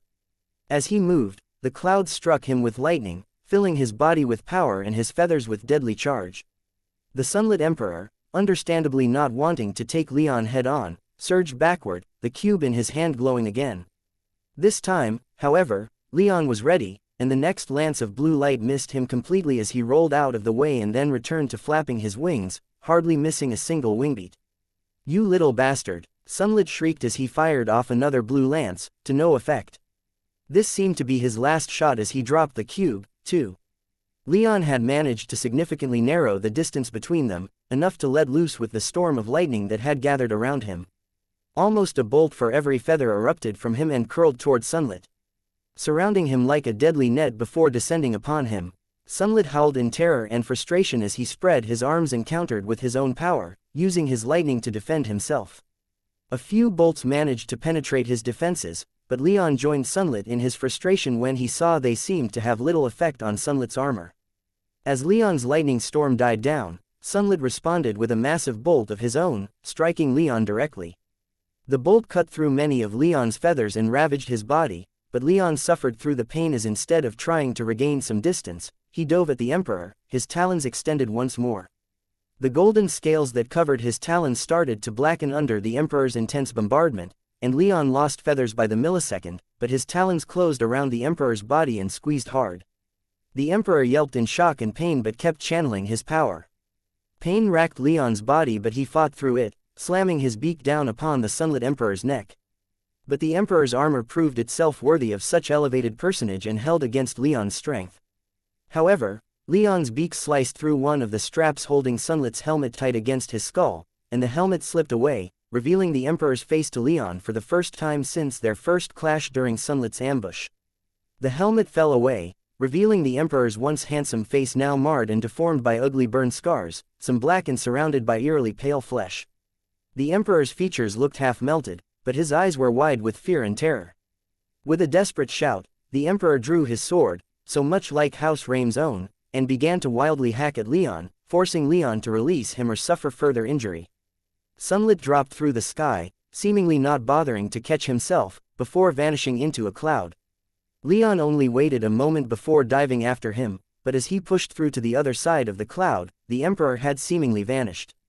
Leon pulled up and circled a couple of times, keeping his eyes and magic senses open and scanning for the Emperor even as he took the opportunity to scan the battlefield below. It seemed to him that his side, despite suffering quite heavily, was winning out over the Sunlit forces. 3 of Leon's war arcs had been shot down and the second Thunderbird destroyer had waved off, now trailing smoke from multiple holes in its hull. The first destroyer, however, was already finishing off the last of Sunlit's fleet of war arcs, its terrifyingly powerful lances cutting through the Sunlit defenses with ease. The army below it, led by the Tempest Knights and their mauls, was making steady progress against the entrenched Sunlit positions. With increasing air superiority, the Bear Air forces were freer and freer to drop down upon Sunlit positions from above and demolish them, giving the ground forces even more cover as they advanced. The mountain that the Sunlit Emperor had been based on, and which had split open to reveal Iron Striker's mangled body, seemed to have been completely lit on fire, burning from both within and without. Iron Striker had been secured and taken from where he'd been posted, but where he'd gone Leon couldn't tell. Regardless, it was clear that his retinue, and especially Red, had gone all out in reducing the Sunlit base of operations to cinders. Finally, Leon could see that Zafin had been joined in the sky by Maya, Valeria, and Anzu, with Maya taking on one of the 3 demons Zafin had confronted while Valeria and Anzu dealt with another, leaving Zafin free to focus entirely on one, to that one's extreme detriment. Leon was a little concerned seeing his family so entangled in a fight against 9th tiers, but after a moment, it was clear everyone was holding their own, even Valeria and Anzu despite each only being 8th tier. Leon was forced to tear his eyes away from the scene when he felt the air sizzle and crackle around him. He dodged just in time to avoid an intense bolt of lightning, and he noticed that the Sunlit Emperor had returned, this time with 2 9th tier mages, each heavily armored and armed with deadly weapons. But Leon didn't care and charged, taking them by surprise. Only Sunlit kept firing lightning bolt after lightning bolt, filling the sky with lightning to try and block Leon's path. Leon, however, cut through it, letting that lightning slide over his feathers or cut right through them as it pleased, ignoring the pain it brought and the blood it spilled as he slammed into the first of the 2 9th tier mages. The man shouted first in anger, then in pain as Leon's talons punched through his armor and dug into flesh. He summoned a torrent of lightning, but compared to Sunlit's and Leon's, he might as well not have done so. Leon squeezed, then dug his beak into the man's neck, easily cutting through the relatively thin armor and severing the man's head. In an instant, a 9th tier mage had been killed, and Leon pulled away, focusing on the second, who had drawn a massive pike and coated it in white fire. He swung his pike, sending a massive wave of fire Leon's way, but Leon countered with a single wing beat, which kicked up enough wind to halt the oncoming fire and let him slip beneath it. The second 9th tier mage remained mobile as Leon chased him, while Sunlit bought himself significant distance and did his best to impede Leon at every turn. Injuries were piling up, but Leon, spurred on by the rage that the pain brought and by the rage that Sunlit had instilled from his treatment of Iron Striker, ignored it all. Eventually, he lost patience and dove through the second 9th tier mage's white fire, singing many of his remaining feathers but clamping down on the man with his talons. At that point, the Sunlit mage seemed to realize that it was over and pulled a potent spell from his soul realm and immediately activated it. Leon recognized many fire runes on it but had little time to analyze it before it detonated in his face. He was hurled backward, most of his feathers incinerated and leaving him unable to fly without magical aid. Numerous burns and lacerations were added to his already extensive collection, while the shockwave battered every one of his internal organs. The pain and intensity of the battle was finally getting to him, and Leon found himself hard-pressed to try and right himself. As he fell, the Sunlit Emperor loomed over him, his scarred face manic with glee, and Leon summoned what little power he had remaining. His battered body flared up with pain in protest, but a few silver-blue lightning bolts were ejected from his body. Sunlit, however, took the hits on his breastplate and pursued Leon, his sword gleaming in the light of distant lightning. In a moment, Leon felt Sunlit plunge the blade into his chest and he uncontrollably screeched in pain. In a last-ditch attempt to save himself before Sunlit could inflict permanent damage, he cut the flow of magic into his transformation enchantment, starting the rapid process of turning back into a human. Sunlit's sword, embedded in Leon, was jostled and torn from Sunlit's hand, though it remained lodged in Leon's body and did additional damage as Leon's organs shrank back down to normal size. But Leon was able to get a few feet between himself and the Emperor, and he lashed out with an all-or-nothing blast of lightning, pushing the Emperor further away. Leon thought he'd only bought himself a scant moment or two, but Sunlit didn't further pursue him. Instead, as Leon plummeted with Sunlit's sword stuck in his chest, Sunlit flew higher, a look of such extreme antipathy on his face that Leon almost thought Sunlit was trying to light him on fire with his eyes. The soft arms that caught him told him all he needed to know about why the Emperor was letting him go. Maya, Valeria, Anzu, and Zafin had finished off the remaining demons and come to his aid. They weren't alone, either, and as Maya caught Leon, arresting his fall, the first Thunderbird destroyer cut through the clouds and leveled off a couple hundred feet beneath them. Leon's eyes widened in surprise and glee as he took in the sight, his energy rapidly fading. Maya's concern flooded through their connection and Valeria's panicked voice resounded in his ears. He couldn't understand anything she was saying, though, and as his mind turned sluggish, he turned his eyes upward one last time. The Sunlit Emperor was gone. It seemed he'd run away. While there was still fighting down below, despite the tremendous casualties, Leon's side had achieved a dominant position, and the only remaining Imperials were either surrendering or putting up scattered resistance.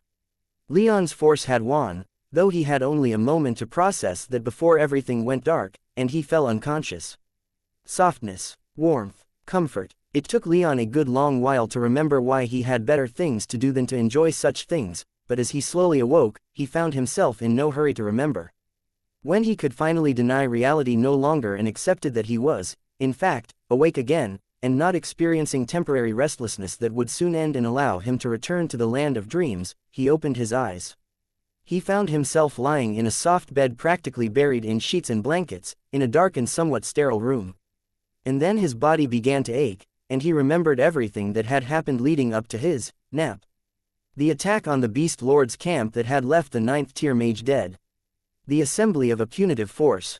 The launching of that attack. Sunlit's reveal of how he'd treated Iron Striker in captivity.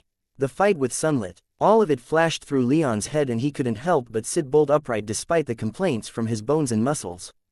What he found much harder to ignore were the surprised yelps from his bedmates, for it was only then that he realized he wasn't alone. Valeria and Maya had both been sleeping next to him, the latter naked and cuddled up next to him while the former slept in lighter clothes and had been facing away from him. The yelps came from Valeria as she was practically thrown out of the bed, while Maya sprang to her feet and summoned a water dragon the size of a large python, her eyes darting around the room, searching for whatever had woken Leon up. After a brief moment where Maya stood there fruitlessly searching for something that wasn't there, Valeria got back up and exclaimed, "Leon! You're awake." She flung herself at him, and while he could sense that his body was essentially healed, he was still sore. He cried out in more surprise than pain, but Valeria still shrank back in embarrassment, though the smile she wore still brightened up the dark room. "Sorry," she said. "No need for that." Leon smiled at her and held out his arm, wordlessly offering to pull her back into his embrace. She took the offer without hesitation, resting her head on Leon's shoulder as he adjusted himself into more of a sitting position. As he got comfortable, Maya joined them under his other arm. "So," Leon continued after getting settled, his lack of urgency stemming from their own, "how long was I out this time?" "A few hours," Valeria contentedly replied. "After you passed out, we brought you back to the base's infirmary. There's a lot of wounded to tend to, but the healers spared nothing to make sure you were restored, though they insisted you were healing fine on your own." Leon frowned slightly. "I'll have to thank them for their efforts, no matter how wasted. Still, they shouldn't have fussed over me so much if there were others in greater need." "You are the greatest need," Maya vehemently responded as she gave Leon a reproachful look, though one that softened only a moment later. "I agree," Valeria added. "Without you, our entire cause is over. You have no children to rally around. What kingdom would we still have if we lost you? How could we go to the Nexus if we lost you?" She stared at him lovingly, but he could practically hear her asking him how they were going to get their mothers back if he died.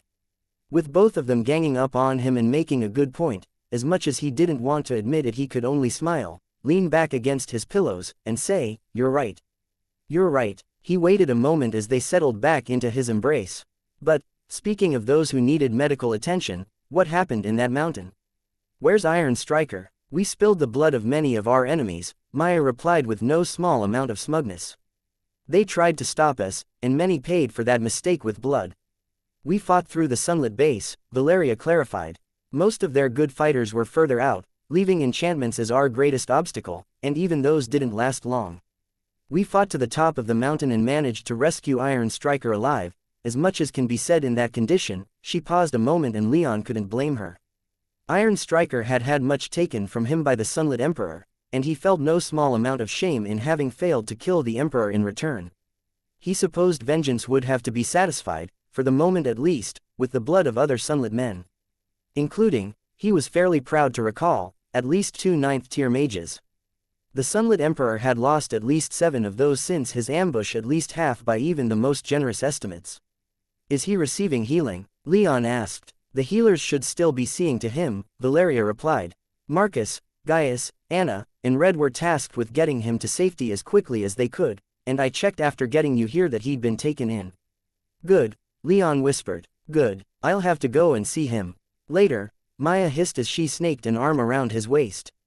"For now, stay with us." A broad smile broke out across Leon's face. "How could I not?" he asked, though even as he said that he projected his magic senses to get a clearer idea of what was going on. He trusted his subordinates to keep things organized in his stead, but still, he was easily able to take in almost the entire infirmary, though a few rooms were more heavily warded, obscuring them from his view even though he was within most of the other wards. He was still able to take in the thousands of men and women that were being tended to by hundreds of healers, many of whom were hurrying around with stacks of healing spells, crates of healing potions, and all sorts of other medical tonics and potions and salves and magical whatevers that he couldn't identify. For the most part, it seemed that those who were being brought in were going to survive, though many were maimed beyond the casual ability to heal. Despite the lost limbs, mangled faces, and the occasional death even with the healers there, Leon was somewhat surprised to see that the atmosphere in the infirmary was fairly light and upbeat. He supposed, after a few more moments, that wasn't too surprising, though, given what he knew of the 10 tribes and the bear tribe in particular. Their injuries, many of which would be permanent for a mortal but for them would only be temporary, were worth less than the victory they had fought for. More people were swapping tales of valor, skill, and triumph than they were commiserating over shared losses. Leon, encouraged by their behavior, smiled and allowed himself to relax more completely. "Do either of you know what else is going on?" "No," Maya easily replied. "My priority was making sure you lived." Leon hugged her a little tighter, which she appreciated if the way she swung a leg over one of his was any indication. He then turned his attention to Valeria. "We won," she replied. "The Imperial forces were put to flight, surrendered, or destroyed. We were still counting casualties and material losses when I retired in here, though. I'm sure that the Jaguar will have a more complete picture by now," Leon whispered. "Maybe. What we know for certain is that the Sunlit Emperor retreated so quickly that those elements of his force that were able to follow had trouble keeping up. I think there were even some rumblings of other stuff going on as a result, but I think that we might be getting ahead of ourselves." "Oh," Leon whispered as he ran his hand along the side of her ribs, quickly brushing up into her ticklish underarms before darting back down. "Playing coy are we? Keeping something a secret? I'll find out what it is, even if I have to inflict upon you the most terrible of tortures," Valeria smiled back at him. "Oh no, I'm just a poor innocent maiden. I couldn't possibly withstand such horrors." Leon's hand quickly swung back up, tickling her again. She shrieked in playful delight as Leon assaulted some of her more sensitive spots. Her words were cut off as a loud knock came at the door. "Is everything all right in there?" We heard some shouting. With his magic senses projected, Leon could see that the voice belonged to one of several Tempest Knights standing outside, keeping watch over his room. "Everything's fine," Valeria shouted back, her voice taking on a harder edge. Leon had to restrain some laughter when the knight almost jumped right out of his armor at her response, though he gave her a more reproachful look as she settled back against him. "What?" she asked. "He disturbed us. A little shouting's nothing. Those who disturb us deserve far greater punishment," Maya declared in support. The two ladies shared a look and a nod. "We should have arranged for more privacy enchantments, though," Valeria mused. Maya hummed in agreement as she trapped Leon's leg between hers and let her hand drift lower, though never quite reaching where Leon thought it would. Anyway," Leon continued, "you were going to tell me something before that." "Was I?" Valeria whimsically whispered. "I suppose I might have if you'd managed to coerce me into doing so." She smiled impishly at him, but before he could resume his brutal, heinous, absolutely unbearable interrogation, she continued, "After the Sunlit Emperor fled, I think we started getting word of other activity on the front.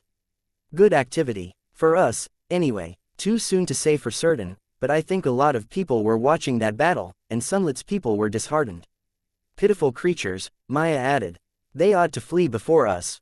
Perhaps now they're starting to learn. Possible retreats, huh?" Leon whispered. "Wouldn't that be something?" After several hours of rest with his ladies, Leon finally emerged from his infirmary room, the Tempest Knights outside snapping to attention immediately.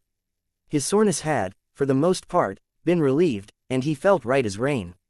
His first thought was to visit Iron Striker, but the healers were still working on him, so he decided to walk around the infirmary a bit while the knights went to inform the Jaguar of his recovery. He'd barely made it through a few of the infirmary bays before he felt a brush of darkness magic against his mental defenses. It wasn't hard for him to identify the source as the Jaguar, who informed him after expressing his immense relief that Leon was up and about that in the near day that he'd been recovering, the Sunlit Army had, in fact, gone into a general retreat. Leon, hearing this news, quickly wrapped up his time in the infirmary and made his way to a meeting of his commanders to discuss the aftermath of the battle. Along the way, he finally made contact with Zafin, and the demon wasted no time in entering Leon's soul realm again, not saying much even when Leon pressed him for information on his fight with the first 3 fire demons Sunlit had summoned. Zafin remained quiet, though, so Leon made a mental note to check in on him later and focused entirely on the meeting with the Jaguar and other commanders. He was quite encouraged by the information shared. The Imperial forces are in complete retreat, the Jaguar said as he gestured to a map. All along the front, our enemy is falling back to the ports on the northern coast. When you say, complete, Leon began leadingly. I mean, complete, the Jaguar replied, remaining professional even with a distinct undercurrent of pride in his tone. It seems their morale has shattered after seeing the Sunlit Emperor retreat once more in defeat. Even now, they're pulling back. Leon nodded, finding the Jaguar's words accurate to what he was able to sense. Huge numbers of Sunlit soldiers were pulling back, mostly in good order but some scrambling as quickly as they could with tribal forces hounding them. They were retreating as part of massive formations, small squad-sized units, and everything in between. It wasn't just a retreat, it was a rout as far as he could tell. It was still good to hear confirmation, though. Their position became untenable due to the losses they suffered in this battle, the Jaguar continued.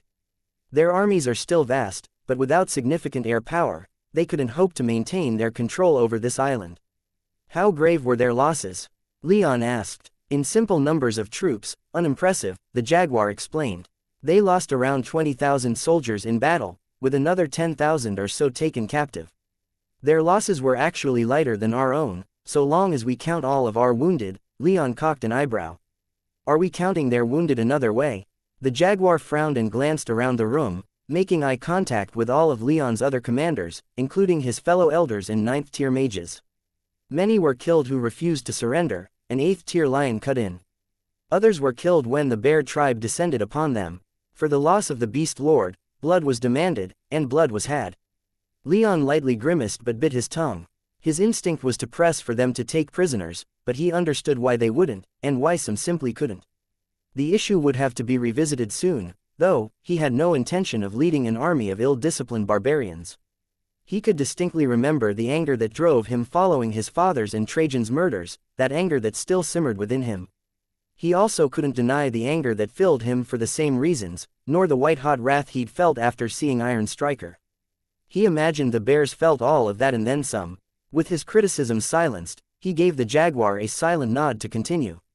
Their troop losses, the Jaguar said without so much as a waver in his voice from that brief tangent, are nothing compared to the loss of strategic assets they sustained. All of their remaining war arcs and most of their transports. Dozens of lances. 3 9th-tier mages. Leon cocked an eyebrow and gave him an intrigued look. The Jaguar nodded in confirmation. Aside from the 2 you killed, another fell yesterday. If the Imperials wish to continue this war, they'd have to do so as a group. The Sunlit Empire has lost the capacity to resist us at least, this far inland. Their navy? Leon asked. The Jaguar nodded. It remains a significant threat. However, with this retreat, I propose we attack. No, Leon interrupted before the Jaguar could properly launch into his proposal. With his command staff now giving him strange looks, Leon explained, with their retreat, the chances are low, I think, that they're going to continue trying to occupy this island. It's impossible now, isn't it? A possibility occurred to him that could potentially even the odds, but he put that aside for the moment. With their strategic situation collapsing, they have to retreat across the sea. To do that, they're going to need ships. If they can't retreat, then we're going to have to either kill or capture all of them. Why should we fight this cornered and wounded beast when we can just let it go and retake the island without much of a fight? There is some strategic sense in killing the lot of them, an 8th-tier bear growled, his tone clearly restrained despite his obvious wrath. Why let them leave if we're just going to have to fight them later? Killing them here and now would be easier than in their home, wouldn't it? Possibly, Leon conceded, but we don't necessarily have to kill them in their home. The only one who really needs to die is the Sunlit Emperor. Some regime change could improve the prospects of negotiating a peace, though that peace would never be negotiated now. Leon paused and glanced around the room, seeing little agreement. Look, I understand that everyone's angry, and I'm angry too. We're still going to launch our punitive expedition. I want the Sunlit Emperor dead as much as anyone else, and I'm not leaving this plane until I have him dead at my feet. What I'm less keen on is having to occupy the Sunlit Empire, tend to their people, and make sure that we're acting with all the dignity and decorum that we ought to be. I just want to kill the fucker and leave. He started to see a little more agreement with all of that said. If the Sunlit Navy makes a problem of itself, Leon continued as he focused again on the Jaguar, then deal with it as you see fit. But if they're only pulling back to their ports, then let's wait a few days to see what their next move is. I won't rule out any further offensives, and let's make sure to stay on their heels as they pull back. I want them off this island as soon as possible. The Jaguar smiled and bowed his head slightly. Yes, Your Majesty. Now, Leon said, what is the status of Sunlit's other arcs? The Ancient Ones. The scout was lost in the battle, the Jaguar explained. We failed to capture it and we were forced to shoot it down. We'll salvage what we can, but only pieces remain. Leon mentally cringed, though he wasn't too surprised. As for the heavy cruiser and the final destroyer, they were both pulled back to the Emperor's base of operations, likely to defend his own position. Makes sense, Leon replied. I doubt we could mount an assault on his position as we are now. How were our losses, by the way? You're right in your estimation, the Jaguar replied. We are still in fighting shape, but the Imperials have heavily fortified their ports. An assault would not go well for us. We lost 3 war arcs, and one of the ancient destroyers was heavily damaged. In addition, we lost 2 troop transports, and suffered more than 10,000 killed, including many additional units in our air forces. We're still combat capable, but they bloodied us yesterday. Leon sighed and said, better than I feared. How is that destroyer? The Jaguar glanced at a 7th-tier Raven, who informed Leon, it won't be flying again anytime soon. Fortunately, the first destroyer recovered is still fully functional. I don't think the savages even scratched her hull. Leon grinned. All right, is there any more pressing business? If not, then we should all get back to work.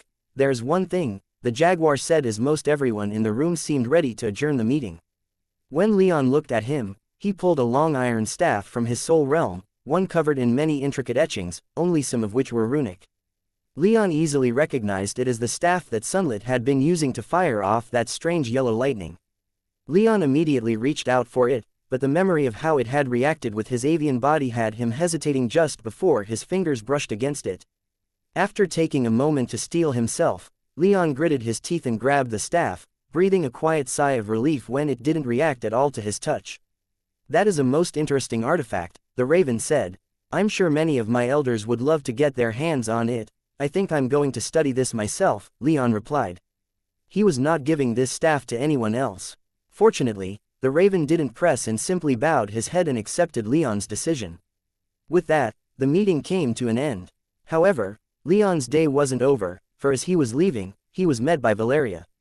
She informed him that Iron Striker had woken up. When Leon returned to the infirmary, he was met by the lead healer on the team that had been working on Iron Striker, a 7th-tier eagle. How is he? Leon asked, wasting no time at all as he strode back to the private room where Iron Striker had been convalescing. The eagle healer and his team, who'd been in the process of bowing and making his formal greetings, immediately sprang up and fell in at Leon's side, though remaining a step behind him. We've stabilized his condition, Your Majesty, the healer hurriedly replied. Despite the severity of his injuries, he wasn't in much danger of death, though. If I had to guess, after his maiming, he was seen to by our enemy's healers, ensuring that he would survive for longer. The healer didn't voice any speculation as to why that might be the case, but Leon's expression turned quite ugly for a moment. He had a few guesses as to why the Sunlit Emperor wanted to preserve Iron Striker's life instead of just executing the man, and none of them were good. Regenerating his arms and legs is going to take some work, the healer continued. We've already sent word back home to prepare the requisite materials, though the cost will be irrelevant, Leon interjected. The cost will be irrelevant, and borne by the crown, if need be. The healer sharply inhaled, then continued, as you command, Your Majesty. Regardless, the Chancellor's complete regeneration will take some time, and even then, there may be physical consequences. It is fortunate that he was already 10th tier, and relatively young for such a powerful mage, at that, for it will likely take centuries before his body is capable of continuing his magical journey. Leon's lips twitched downward again. He had Hesperidic apples, and once additional trees could be grown, he would be more than happy to spare some apples to ensure Iron Striker made a full recovery. The man was not only powerful, but he was also bureaucratically and politically competent, not to mention motivated, and his goals aligned quite well with Leon's. Add to that his power, and Leon had in him a chancellor he couldn't allow to die at any cost. More concerning will be his mental condition, the healer said as they neared Iron Striker's room. He's only recently awoken, and he's shown encouraging acceptance not only of his condition but also of what he's endured, but my tribe will still monitor him closely during his recovery to ensure that his recovery is as smooth and effective as possible. Thank you, Leon said. How has the healing gone so far? You said you made sure his condition is stabilized, and his injuries were extensive. He's missing both arms and legs, the healer repeated. As I said, regenerating those will have to take place back on Katagita. Here, however, we've managed to restore to him his nose, both ears, and one of his eyes. We're preparing to aid him in regenerating his other eye, but such healing is exhausting, so we're giving everyone a few hours to rest before continuing. We don't want to make any mistakes. With a noticeable tingling in his left arm, Leon nodded, not finding fault in the healer's plan. Once they reached Iron Striker's room, Leon knocked and then entered alone, leaving the healers in Valeria, Maya, and his Tempest Knight escort's company. Iron Striker's room was dark and rather cold, though hardly so much as to bring Leon any discomfort. It was also comfortable, if rather Spartan in furnishing. There were a few chairs, Iron Striker's bed, some tables that still had various spells, potions, salves, and accoutrements used by the healers, and little else. The room didn't even have a window. Iron Striker himself was lying back with a heavily bandaged head resting on a pillow. He had so many bandages covering his head that he was barely recognizable. The healer claimed that one of Iron Striker's eyes had been regenerated, but Leon could hardly tell because both eyes were covered. He could tell that Iron Striker was aware and could see him, though, since the man's magic senses permeated the room. Leon found it a good sign even though his Chancellor's aura was weak and flickering. Leon, Iron Striker croaked, sounding like he could barely muster the energy to speak. Please forgive me, I would rise, but, he struggled a bit to raise himself up a bit, but without arms or legs, it was almost painful for Leon to watch, let alone for Iron Striker to attempt.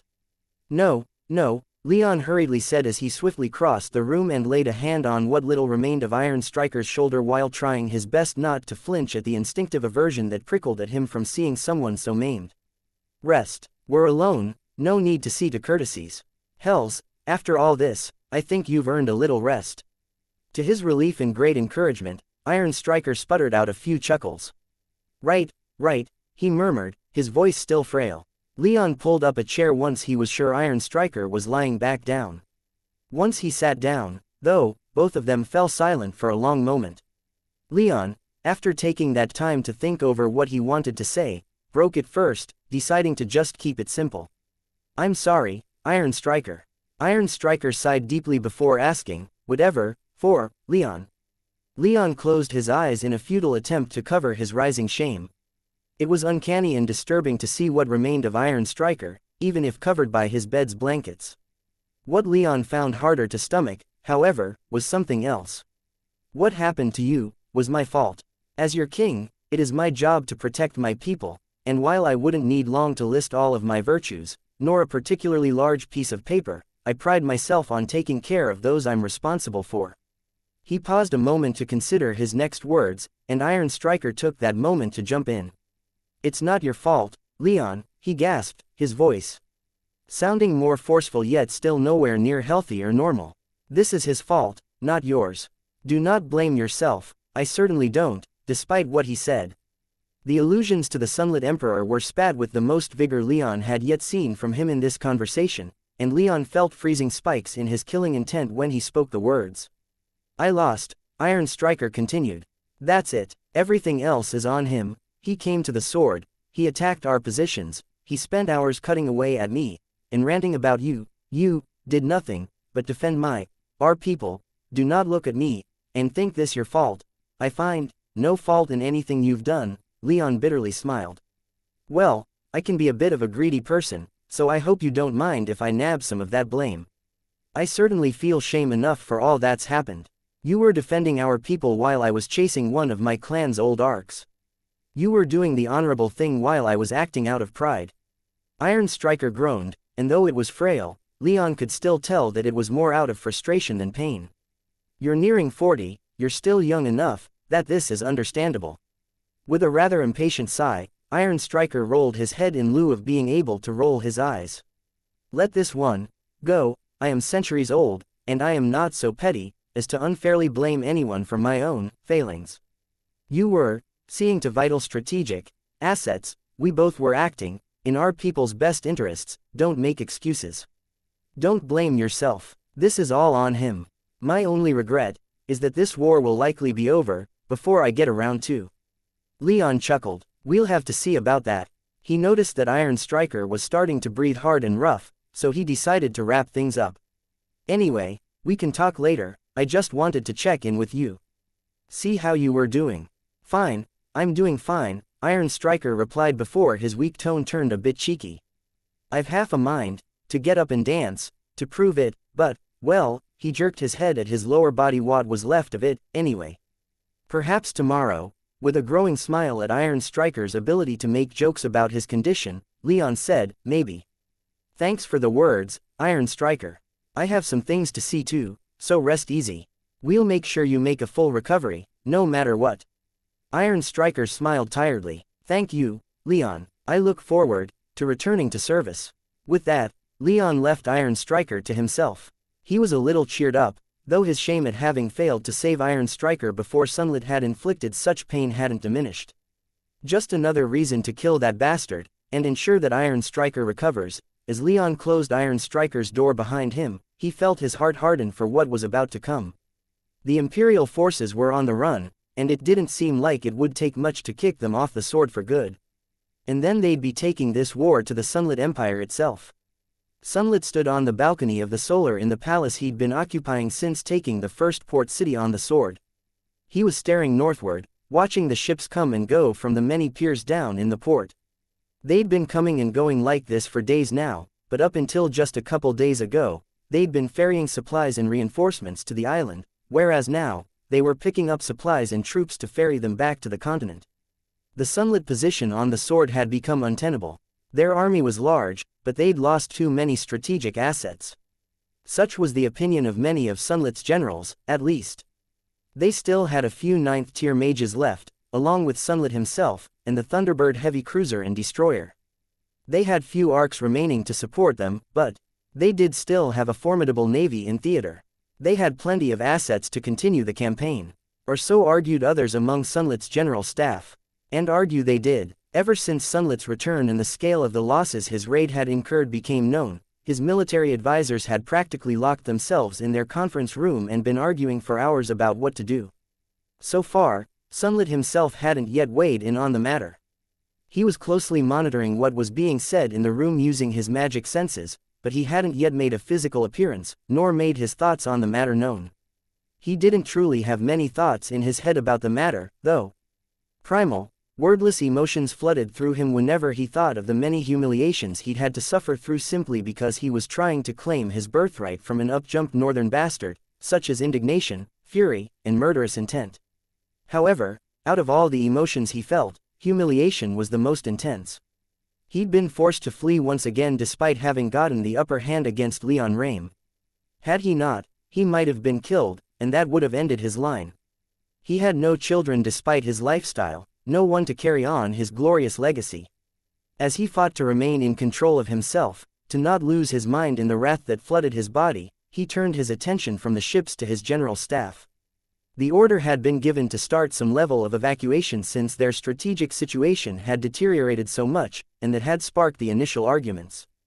The general that had ordered it technically had the authority to do so, with the Sunlit Emperor himself the only one who could countermand it, but that didn't mean he didn't receive strong pushback. With our tails between our legs, like beaten dogs, one general, Metellus, shouted. How can we do this? It sounds to me like you don't believe in the righteousness of our cause. What kind of men are we if we abandon our duty and cede the island to the Sky Devils? His words were directed at Deucalion, the strong and handsome man sitting at one end of the long conference table, the man who had ordered the evacuation of the island. When positions become untenable, they must be abandoned, Deucalion growled, his low tone a warning that the other general didn't seem keen on taking. What positions are untenable? He shouted, and not for the first time. We can dig in and hold the line. We still have offensive capabilities. We still have our glorious emperor, who can single-handedly crush the Sky Devil menace as easily as squashing a bug. Sunlit's lips twitched upward in response. He'd always liked Metellus, a most agreeable man, Sunlit had fast-tracked him to command fairly recently. We'd just lose more troops, and at the end of the day, we'd lose those positions, too, Deucalion coolly responded. The island will still be here in a few years. For now, we ought to return home and commission new arcs. Preserve the strength we have for a new campaign instead of grinding down our reserves in a pointless. To abandon our posts in a time of war is nothing less than dereliction of duty. Metellus shouted back, apparently having finally lost patience.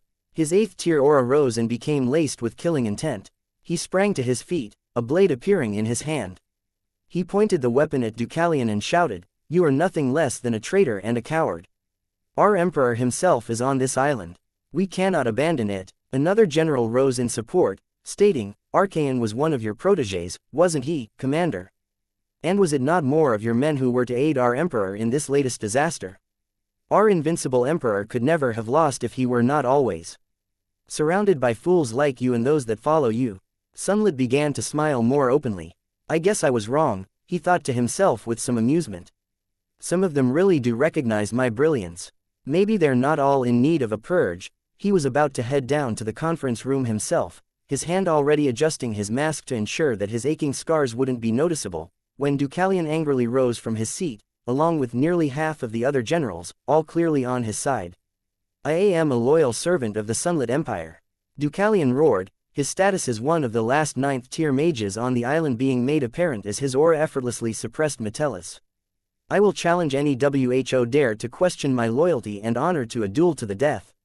Deucalion's hard eyes scanned the assembled group of generals, most of those who seemed inclined towards Metellus, line of thinking now appearing a little more cowed, causing Sunlit to add them to the list of those to be purged later. "All I do is for the glory of our empire and emperor," Deucalion said in a more even, conciliatory tone, though his eyes still burned when they landed upon Metellus. "Our empire is best served ensuring that her sons return alive. We will return in a few years and crush the Sky Devils. But to guarantee that victory, we must return home. That is my decision, and it will remain my decision until and unless the Emperor himself countermands those orders." With this expression of power finished, Deucalion slowly returned to his seat, and Metellus did likewise, though in a far greater huff. While Sunlit liked Metellus, he found himself agreeing with Deucalion somewhat. If nothing else, the disagreement showed him just how incompetent his generals were. It was all their fault that his empire was losing. If they'd simply done their jobs better, he would have killed Leon Rame and ended the war right then and there. It was all his generals' fault. Yes, it's all their fault, Sunlit thought, his face twisting as much as the scarred flesh could in a terrible scowl, his mind turning to his other allies. The other empires, too. All of them refusing to send their support, leaving us to face the Sky Devils alone. Ilion and Evergold even threw in with them, and the Pegasi, those cock-sucking barbarians can't even build a fucking ship right. He conjured a shard of obsidian, the very same one that his newest ally, the demon named Aemon, had used to contact him in the first place. "And you little cunt shunner. Your demons were worth less than seed sprayed over a whore's back. Couldn't do a damn thing right." Sunlit wrathfully crushed the obsidian shard, but the thing burst into dark red flame, scorching his fingers as the shard's bits turned to sand and scattered into the wind. For just a second, Sunlit thought he saw a pair of burning eyes in the fire glaring back at him, wrathful and promising suffering and death, but they were gone as fast as they came, and he concluded that he'd just been seeing things. Regardless, there would be no more alliance with the demons. He smiled as he thought about returning home. It would give him the opportunity to get rid of all the incompetence around him. Once he was finished, he'd face Leon Rame again, and that time, he'd win. With nothing holding him back, that boy would finally die, and his blood would belong to Sunlit, and Sunlit could take his rightful place in the universe. And he already knew how he'd make that happen. As Leon entered his soul realm, he found it calm, peaceful, and quiet. This was hardly out of the norm, but with both Zaffin and the Thunderbird present, and the former not in a healing trance, Leon did find it rather odd. In fact, they were both not fighting but, instead were poring over the staff that Sunlit had used to defeat Iron Striker. Rising from his throne, Leon walked over, eliciting a response only from his ancestor. "Leon," she said with warm affection. "Ancestor," he replied. "See something you like?" he asked as he nodded to the staff. "I do," she affirmed. "This is one of the most interesting artifacts I've ever had the pleasure of inspecting." "Really? That surprised Leon given how spectacularly ancient the Thunderbird was, not to mention the power she commanded at her peak. Yes, it uses a kind of lightning that I've never seen before. I'm actually having some trouble not only figuring out what it does but also how it summons something so unique. It hardly has any special enchantments, but that's only what can be inspected from its surface. It's quite unique, Zafin agreed. I wanted to crack it open and inspect its internal structure, but it was argued that I ought to wait. He spoke with some bitterness, and Leon guessed that it wasn't only words that the Thunderbird used to keep Zafin from trying to dismantle his new artifact. For her part, the Thunderbird just gave him a cheeky smile before turning back to the staff. There is some merit in trying to take it apart. See here and here. The staff is clearly designed to come apart. However, I thought it a foolish thing to do before making sure we inspect the entire exterior. Thank you for that, Leon said as he crossed to the other side of the table to inspect the staff himself. It had been hours since it had been given to him, but he'd yet to truly inspect the thing that was so powerful a single bolt from it defeated a 10th tier mage. I'd hate for it to be destroyed by anyone too overzealous in inspecting it. Strange, that sounded like you were questioning my skills, boy, Zafin growled. That couldn't possibly be the case, though, could it? I could take this fucking thing apart and put it back together better than any empty-headed asslickers you have back on your little island. No need to get so offended, demon, Leon replied as Zafin crossed his arms and gave him an audible harumph. Focusing on the staff, Leon found that it, at first glance, was made of a single piece of iron, not steel or any other alloy, but pure iron, as far as he could tell. It was only because the Thunderbird had shown him the seams where she believed it could be taken apart that he was immediately able to pick them out. The biggest reason why they were so unnoticeable was because the surface of the staff was covered in thousands of intricate geometric etchings, their edges still distinct enough that Leon could be easily convinced that it had been made only recently. And yet, it used strange magic, not something he'd ever seen Sunlit's forces use before. He figured if they were capable of constructing such a weapon, then they'd be using it more than in just one singular staff, especially since it appeared on a surface inspection to be so simple. Intricate, sure, but not so complex that it would be some great barrier to production in greater numbers. As Leon took it in, he wondered when or how it had been made. Some Sunlit mad genius, perhaps, or a relic from somewhere else on the plane. Just for confirmation, this wasn't made by our clan, was it? Leon asked. I doubt it, the Thunderbird replied. Something like this would have made waves had it been produced by any of my descendants or their vassals. Would it? Leon whispered in thought as he brushed his fingers against the staff's etched surface. The Sunlit Emperor had used the weapon on him in their latest fight, and he still remembered how it affected him. As an experiment, Leon channeled a small amount of magic power into the staff. Not even enough to destroy the table it sat upon if Leon directly used that magic, only enough to try and activate the staff for a moment. His power slid through the staff with ease, racing through not only its external etchings but also its internal enchantments, the power shaping and changing along the way. Leon's eyes widened in shock at the sheer complexity of the staff's internal structure before a tiny dull yellow lightning bolt arced from the surface of the staff and into Leon's hand. Immediately, he felt a smile spreading across his face as the staff's strange lightning arced throughout his body several times in less than a second. His heart began to race as euphoria lit him up from within. Leon's mind remained crystal clear, though in fact, he seemed to almost become hyper-aware of how the lightning moved throughout his body. He only became a little more alarmed when the power began to gather around his waist and hips, where it lit a spark of arousal that quickly became a raging fire. Leon quickly withdrew his hand hardly a second after laying it upon the staff, but his body was already responding to the staff's power, his pants grew tight, and he began to breathe hard. Well, he huffed as he did his best to not show the staff's effects. I suppose, that's a unique effect, what do you mean? The Thunderbird asked as she eyed him with some concern. What did it do to you? Do you need healing? No, Leon waved away the seriousness of her question before answering. This staff damaged Iron Striker quite fiercely. In the hands of another 10th tier mage, it defeated him with a single bolt, ravaging his body and paralyzing him completely. It's not doing that to me. It's having quite a different effect. What kind of effect? The Thunderbird demanded to know. You need to ask. Zafin responded a little contemptuously. Look at him, he looks like he's about to start fucking this table if we were to only turn around. Leon grimaced as the Thunderbird glared at the demon. As fine as this table is, it's not really my type, he said.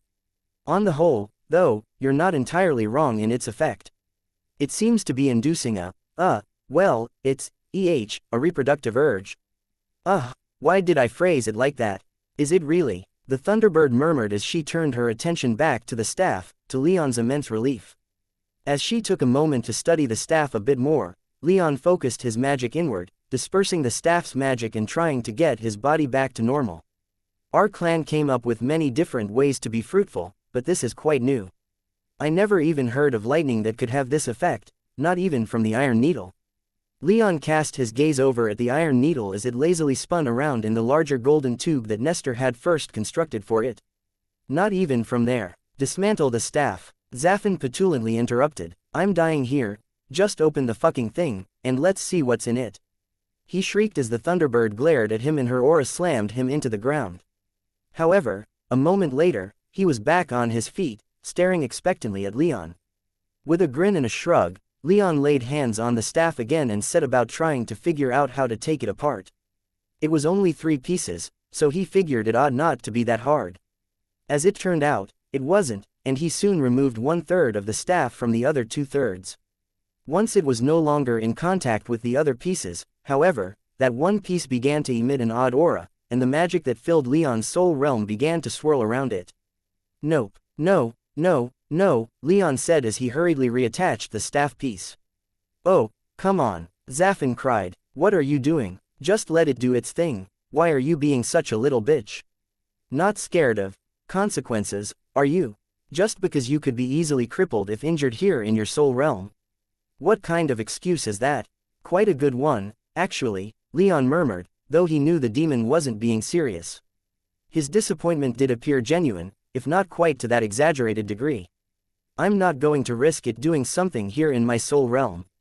No, thank you, not after losing 2 months. Zaffin sighed while the Thunderbird stared at the staff with great interest. Fine, whatever, do what you want, Zaffin complained as he turned around and started making his way back to his pavilion.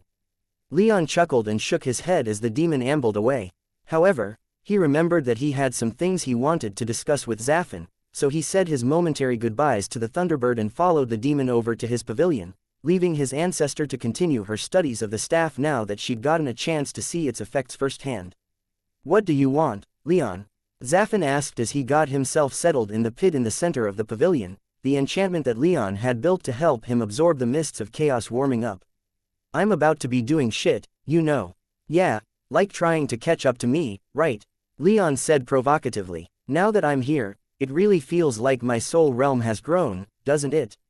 Maybe only 200 miles or so to go until its 10th tier, right? That means I might actually surpass you, doesn't it? Leon gave the demon the biggest shit-eating grin he could, and the former Lord of Flame grunted, unimpressed. I was once powerful enough to squash you like an insect, Zaffin growled. The depths of power I once achieved would have allowed me to effortlessly dominate this plane. Just because I need to recover that power doesn't mean you can gloat about being temporarily stronger than me, which you are not, yet. Leon hummed as his expression turned a bit more serious. Those demons that Sunlit summoned, he said, causing Zaffin to immediately straighten up, are they from that time when you were stronger? Did you know them? Zaffin sputtered a bit before he went quiet for a long moment to gather his thoughts. We didn't say much to each other. We didn't have much to say to each other. Followers of Aemon, probably an accurate guess. They weren't wearing fucking name tags, though, so hey, they could have been from the Prince of Who Gives a Fuck instead of Aemon. The Primal Devils could have sent them for all I fucking know. That's not a real possibility, is it? Leon asked with some trepidation. Zaffin grunted in amusement. We demons were created by the Primal Devils, but the Primal Devils are all dead. Leon frowned slightly. Krithis, a primal god, had still been alive, so he honestly didn't think it was too far-fetched to think that a primal devil could still be breathing somewhere in the divine graveyard. Still, he took Zaffin's point at face value. The primal devils held no sway within the void or the elemental planes at the edge of the universe. The Sunlit Emperor himself didn't appear to be a vampire, Leon said. Still, I think it would be foolish to rule out the possibility that he's working with Aemon. He summoned 6 9th-tier fire demons. How much power would that require? The power of a lord, at least, Zaffin said. Possibly even as much as a prince. Assuming no power was used on the receiving end, at least. Your clan was powerful enough to summon me and others not too much weaker than me. But they were powerful enough that wasn't surprising. Some puny empire on a backwater plane summoning that many relatively powerful demons wouldn't have been able to do that without help. Still, I didn't sense anything with that fuckboy to suggest he'd made a contract. Nothing as powerful as ours, at any rate, and our contract is on the weaker side of things, all things considered, so no contract with Amon, then. Zafin took another moment to consider it before shrugging.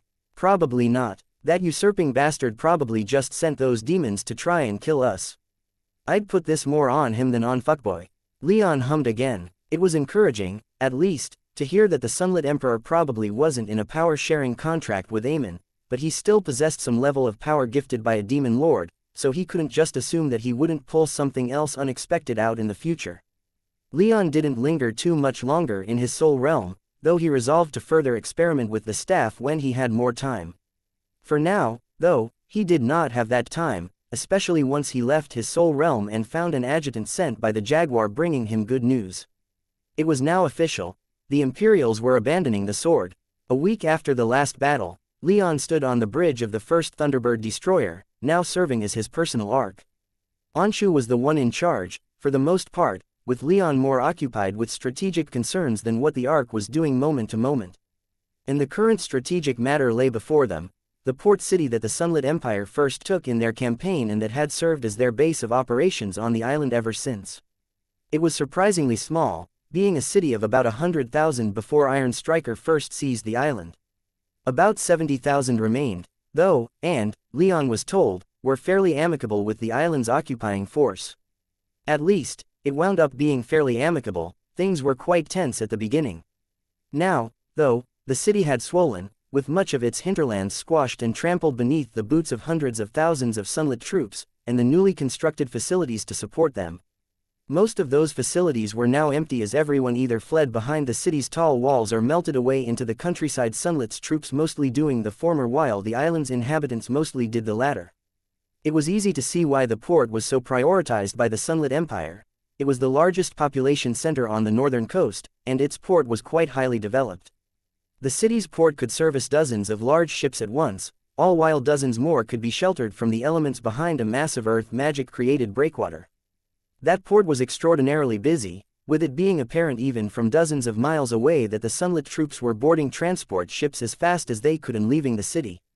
With his magic senses, Leon could see that the scenes at the other two remaining Sunlit-held cities on the coast were similar, with hundreds of thousands of Sunlit troops doing their best to get off the island as quickly as they could. The Sunlit and Pegasi navies were doing an admirable job in this, Leon was pleased to see. After the retreat became undeniable, Leon had given orders to press the Imperial forces hard, but not so hard that they felt it was necessary to stand and fight. He just wanted them off the island and gave them the perfect motivation to keep fleeing for the coast. Fortunately, his strategy so far had been working, with few units staying behind to fight rear-guard actions or making suicidal last stands. Part of the reason why was because Leon was quite liberally using the officers he'd captured, most notably including Archaean, to convince some units to surrender, and others who tried resisting to flee instead. He didn't want them fighting to the death, so anything he could do to make this go easier, he'd do. Now, they'd pushed all the way here, and it looked like the Sunlit forces were going to need a few more days to evacuate. Leon was inclined to give them that time, but he also didn't want them to forget why they were fleeing in the first place. As his ark hovered in the sky, its escorts at its side, staring down the few arcs that the Sunlit Empire still had hovering defensively over the city, he projected his power outside of the ark and into the sky. The sky was already fairly overcast, but the gray clouds darkened and flashed with lightning. He kept it from raining or from the wind getting too wild, as that might have impeded the Sunlit evacuation, but he wanted everyone to know why they were running every time they looked up. Down below his ark, the tribes were already digging in, just in case. That meant they were also setting up lance emplacements and were getting ready to bombard the city. Leon didn't think that would be necessary, but he might need to light a fire under Sunlit asses to keep them moving. Unfortunately, it seemed Sunlit himself had already fled the island, so Leon wasn't going to get his third rematch anytime soon, but he was content with this, for now. It would take a few more days, but this campaign was essentially over. The Sunlit Empire was retreating, Leon's kingdom had won. Leon returned to Katagita in triumph. It had been a few weeks since the Sunlit Emperor abandoned the sword, and in that time, Leon had done his best to consolidate his kingdom's hold over the island. He supervised the construction of new fortifications to protect the island in case the Imperials returned. He consulted with the Jaguar about the assignment of various Central Army garrisons and their defensive policy. He resolved conflicts between the relatively thin native population of the island and his occupying force, and he oversaw the transfer of Imperial prisoners of war back to Katagita, or rather, to several different locations, only a couple of which were actually on the 10 tribes' home island. Penal colonies were already being built on small but livable islands close to Katagita on their side of the Misty Vale, and in remote locations deep in the Hawks Mountains. He wanted to ensure that the hundreds of thousands of prisoners they'd taken were not held together in large numbers, were not mistreated, but were still secured. That was a colossal undertaking and a task that took up most of his time. The last thing he took charge of was the return to Katagita. After a few months of intense fighting on the sword, the tribal army's job was done, and the Central Army had grown enough to handle the occupation all on its own. So, Leon was leaving it entirely to them, with the tribal armies following him back home. And so, when Leon's fleets began to cross the Misty Vale and emerge in Katagita's territorial waters, they filled both the sea and the sky. Ships, arks, and war beasts of all kinds, all heading for Raymonda's. It would take a long time for everyone to disembark, but Leon didn't have to wait that long. He, instead, came flying in while in his Thunderbird form, the skies darkening and glittering with distant lightning to announce his glorious return. Despite the darkness, the huge city erupted into cheers that drowned out even the sounds of the waves, the returning military forces, and Leon's own thunder. Leon smiled internally, reveling in the elation that his people felt in seeing him not just return, but return victorious, word having been sent back the very day that Leon took Sunlit's base of operations. As he flew over the city, a tiny knot of dread in his heart loosened and disappeared. He'd won his throne mostly by virtue of his lineage. He liked to imagine that his treatment of the tribes had done most of the work, but he knew that were he not of the Thunderbird clan, the elders would have laughed him off the island if he were lucky. Had he returned to Katagita in shame, having been defeated, he felt like it would have been an indictment of his rule that he would never have recovered from. Iron Striker had taken the sword while the Jaguar sacked Argos and Solomon razed the cities of the Shield Mountains in the east. They did that without a king. If his first real test as a king was a loss, he felt like it would have been enough for some in the tribes to wonder if they had made the right choice, and perhaps to begin scheming against him. He was quite happy that he didn't have to face that possibility. Flying over the city and basking in the adulation of his people was all well and good, but Leon didn't let it go on for too long before he turned toward the Eagles' tribal gathering hall. As he did when he first arrived on Katagita nearly a year ago, he flew over the pavilion in front of the hall, or more precisely, the tribal totem in the center of the immense forecourt 10 times, showing his respect for the tribes before he alighted atop the totem, landing upon the icon of his ancestor to show his place in their society. The bottom of the totem pole, the icon bearing the image of the tribe's ancestor, was the most important to them since it bore the weight of all the images above, but the Thunderbird's place at the top was special, too, and Leon wanted to tap into that connotation as he filled the sky with earth-shaking lightning, capping off his dramatic return to the center of his kingdom. The people appeared to love his theatrics as the city descended into almost crazed partying, welcoming first their returning armies led by their elders with open arms, and then the other armies as they streamed into the city with less and less ceremony as the people grew drunker and rowdier. Leon himself didn't participate too much in the partying. He was attended by the elders of the tribal armies as they held a solemn ceremony of remembrance for all those lost in the war, as well as honoring those who fell with stories of blood.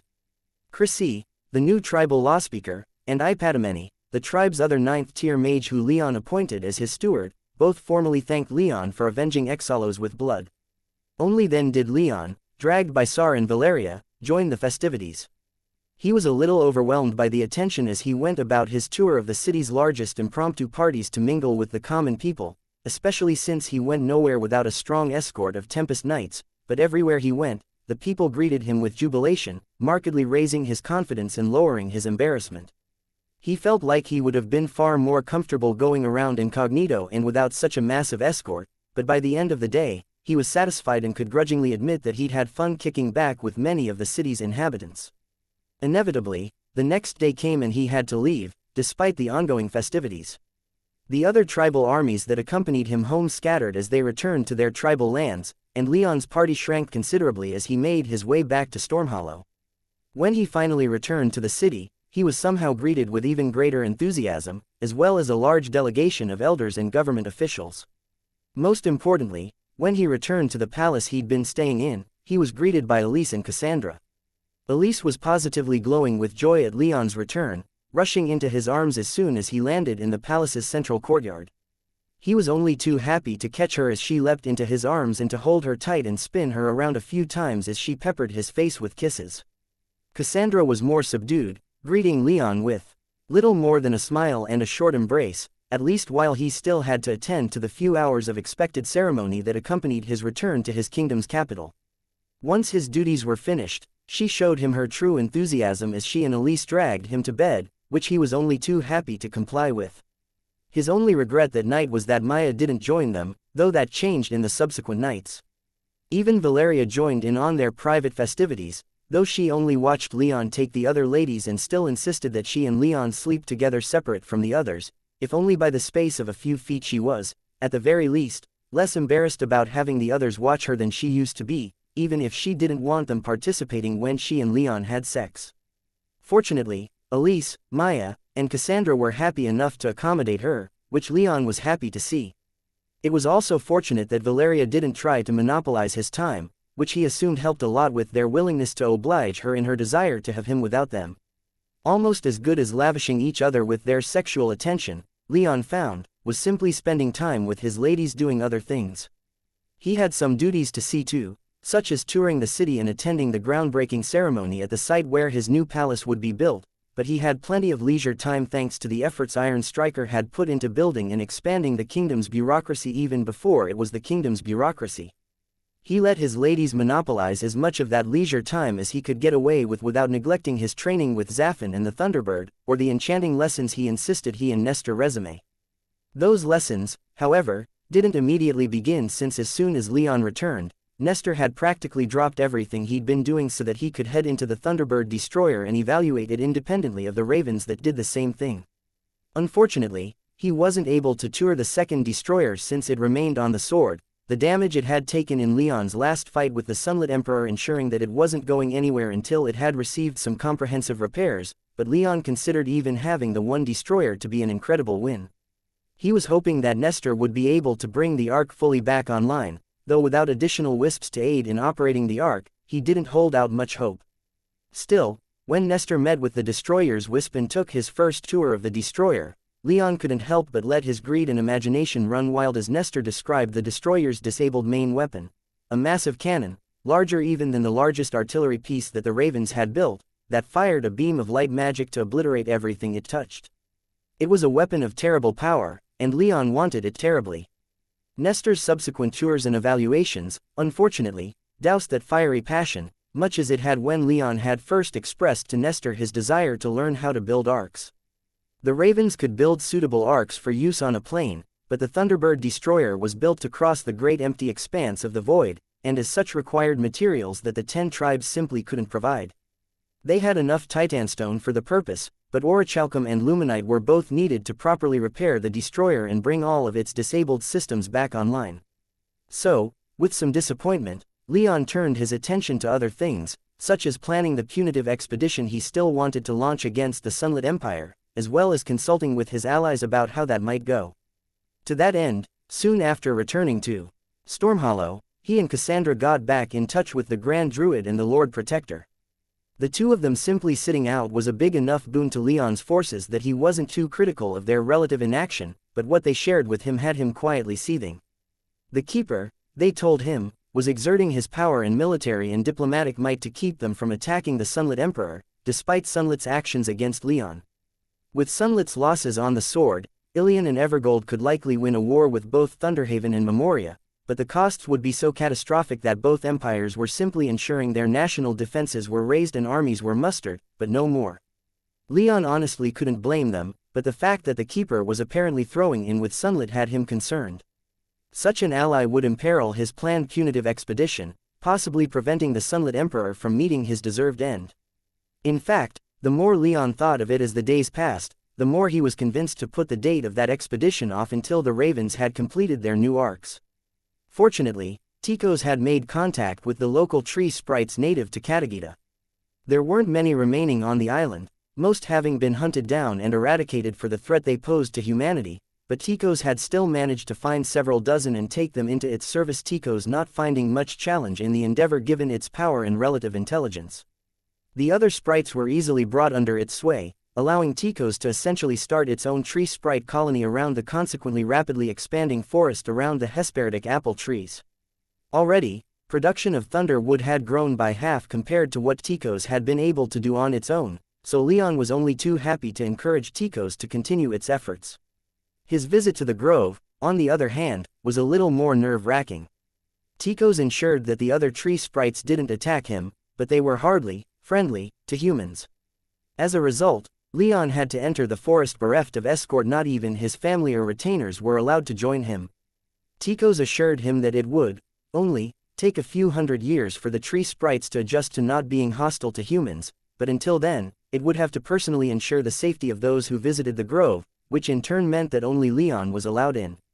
Given the strategic value of the Hesperidic apples and thunder wood, though, Leon, after taking some time to think about it, was perfectly fine with that concession.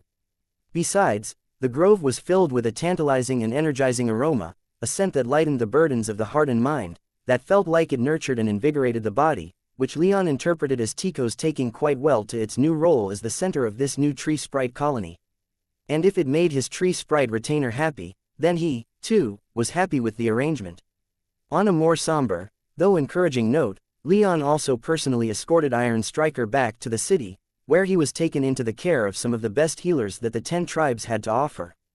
Despite Iron Striker having been publicly displayed during the last battle, word of his condition hadn't spread that far.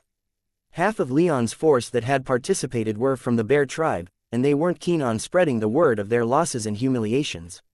The Central Army elements within that force were still on the sword, so few people on Katagita itself knew about Iron Striker's maiming. And Leon intended to keep it that way. He didn't want the morale boost of retaking the entirety of the sword to fall any with it becoming widely known that the tribe's only 10th tier mage had been so harshly treated. At the very least, Leon focused much of his training time on growing his soul realm so that his people could have at least one 10th tier mage even if Iron Striker didn't recover. Fortunately, the healers were confident that he would make a full recovery, and within a week of his return to Katagita, one of Iron Striker's arms had been regenerated. That, however, didn't seem to improve Iron Striker's aura that much. His power base remained incredibly damaged, and the healers repeated dire warnings that Iron Striker probably wasn't going to advance in magical strength for decades, if not longer, even when fully healed, and that if he ever wanted to advance further then he shouldn't even try until he was fully healed. At the very least, it meant that Iron Striker wasn't going to be joining Leon's punitive expedition or any other military expedition that may be called for, such as one against the Sentinels, for that matter. If Leon wanted to fight on an even field with Sunlit or the Keeper, he couldn't rely on his Chancellor. That left him only one option: ascend to the next tier himself. He was close, about 9,800 miles, his soul realm having grown significantly from his exertions on the sword. In fact, he was a little concerned that he had advanced too fast for how much he'd exerted himself during the campaign, but both the healers and the Thunderbird cleared him of any problems when he discreetly had himself checked out. But he was still convinced that something was going on. At first, he was convinced the Iron Needle had something to do with it, so he and Nestor inspected it not long after his return but found nothing unusual with the universe fragment. His suspicion thus turned to the Staff of Yellow Lightning, which Leon hadn't experimented much with since the initial tests. He knew it aroused in him sexual desires, but he wondered if it was playing around with his soul realm, too. However, his subsequent inspections didn't reveal anything that pointed to it influencing his soul realm. It did, however, pique Cassandra's interest, to put it mildly. More accurately, when she walked in on him transcribing the patterns on the staff onto spell paper to see if they had any arcane significance, having run out of many other ideas other than taking it apart again, she shrieked in surprised delight. The staff, she'd excitedly told him, bore markings that indicated it was from a civilization that predated the Thunderbird clan's conquest of the plane. It was an artifact that was older than most of Eterna's records, something that Cassandra had been trying to fix following her and Leon's adventure into the proto-forest years ago. Leon was only too happy to study the staff with her, being quietly ecstatic that he and she could share something like this. Plus, when he demonstrated the arousing effects that the staff had on him, she was only too happy to take advantage, even later telling Elise about it. Naturally, Leon's fire-haired wife started to get some ideas, but out of an abundance of caution, Leon decided not to incorporate the staff into his family's sexual activities. The staff had, after all, defeated Iron Striker in a single strike, and while it had a completely different effect on him, he didn't want to take the chance that it was doing anything quietly harmful to him. At the very least, after those few times that he'd been shocked by it, he didn't notice it interacting with his soul realm, and besides, he had no problems performing in the bedroom, especially since his ladies were quite keen on continuing their efforts to have children. So, he settled in for the near future in Stormhollow. The punitive expedition would have to be pushed back by months since the Keeper involved himself, but Leon had plenty to occupy himself with in the meantime. But when the time finally came to seek vengeance upon the Sunlit Empire, Leon was determined to end the line of their emperors in recompense for the harm that Sunlit had done to his nascent kingdom. The staff glowed brightly in his hand, in contrast to the dull color of the lightning that it created. And yet, despite the brightness, Leon was filled with trepidation. Before proceeding, he spared Cassandra one last doubtful look, but his second wife just smiled at him and gestured for him to proceed. Of course, she was behind a pane of enchanted glass that was several inches thick, so if something went wrong, it wasn't like she'd be taking it in the face. Leon, on the other hand, was holding the damn thing. But he trusted her, and she'd been studying the staff for a month, and taking advantage of the calm lotuses back in Evergold to communicate with some of the finest historians her empire had to offer, so it wasn't like this was being done on a whim. They'd even given it a name, the Lewin Staff, named after the site of an ancient city that predated the Thunderbird clan's conquest. The city's remains were discovered in the Sunlit Empire close to the border with the Ilian Empire, and despite uncovering the ruins of buildings that could house 10,000 people, it was believed that Sunlit archaeologists had only uncovered a small part of the ancient city.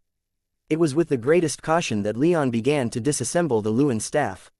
He kept himself fully armored and maintained a constant vigil, his magic senses filling the fortified room he stood in so that even the more minute change in magic being emanated from the staff could be seen. The staff could be separated into 3 equal-sized pieces, and as Leon was removing one of the pieces, the glowing staff began to emit stranger power. Given what he knew the staff could do, Leon's immediate instinct was to stop and put the piece back, but he forced himself to keep going. The power the staff was emitting soon proved itself fairly benign, even if it filled the room with startling alacrity.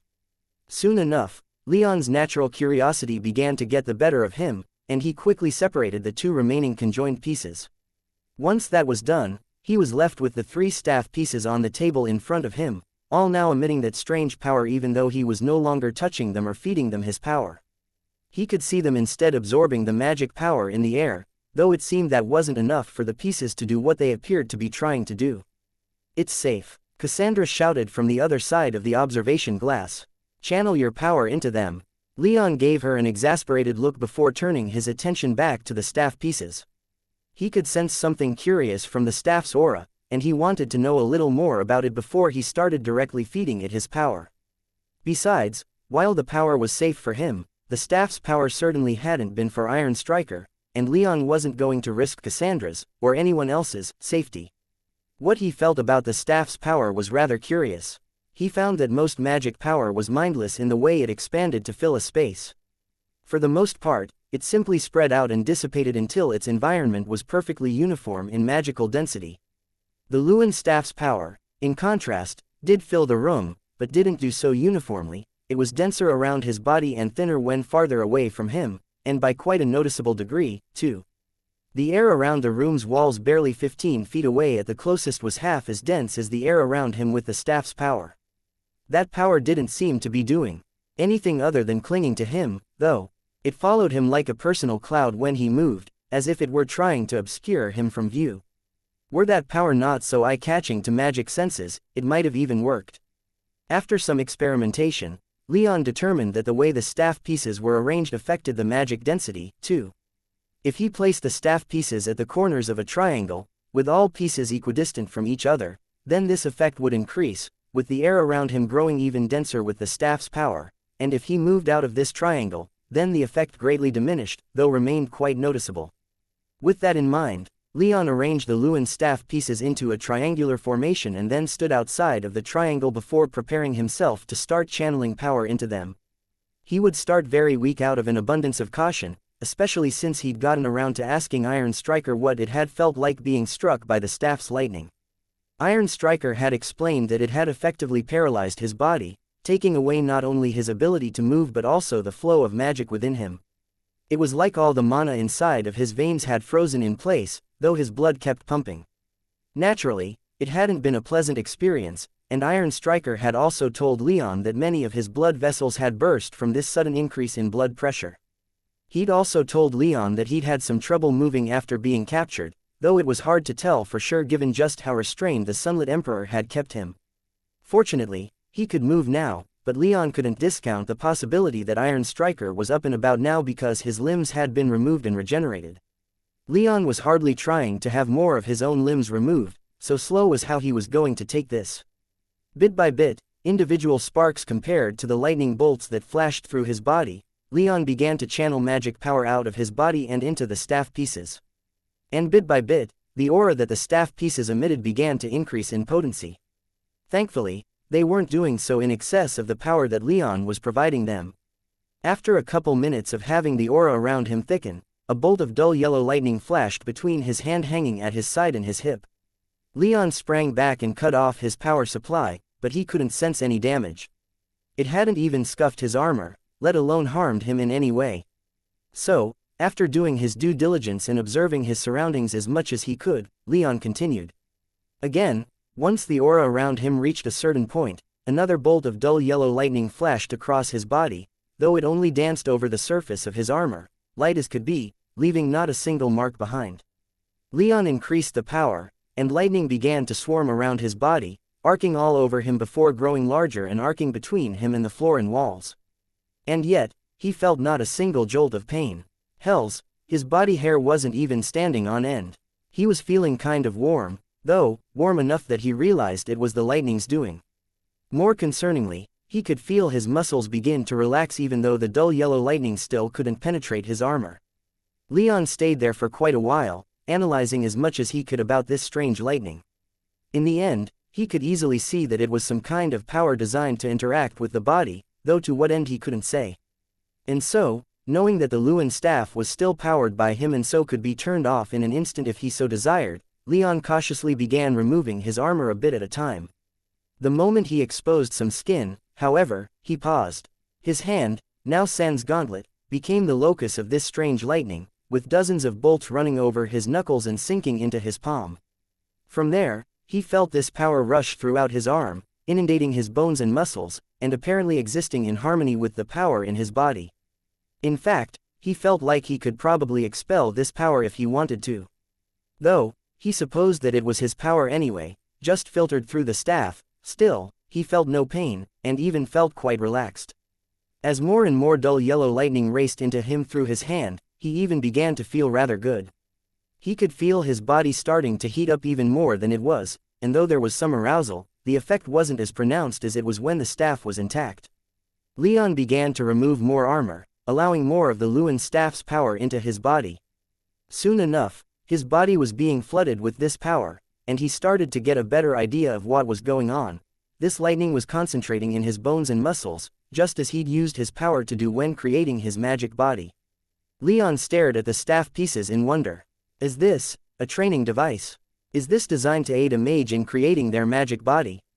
As the idea took root in his head, the staff's power finally reached his heart, where a mage's connection to their soul realm was located.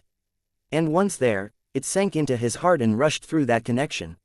Leon almost lost control there as a feeling of unbridled ecstasy flooded through his system. So intense was the sensation that the flow of power to the staff pieces was momentarily disrupted, and the power rushing through his body lessened. With this power reduction, Leon recovered quickly, though not before Cassandra noticed.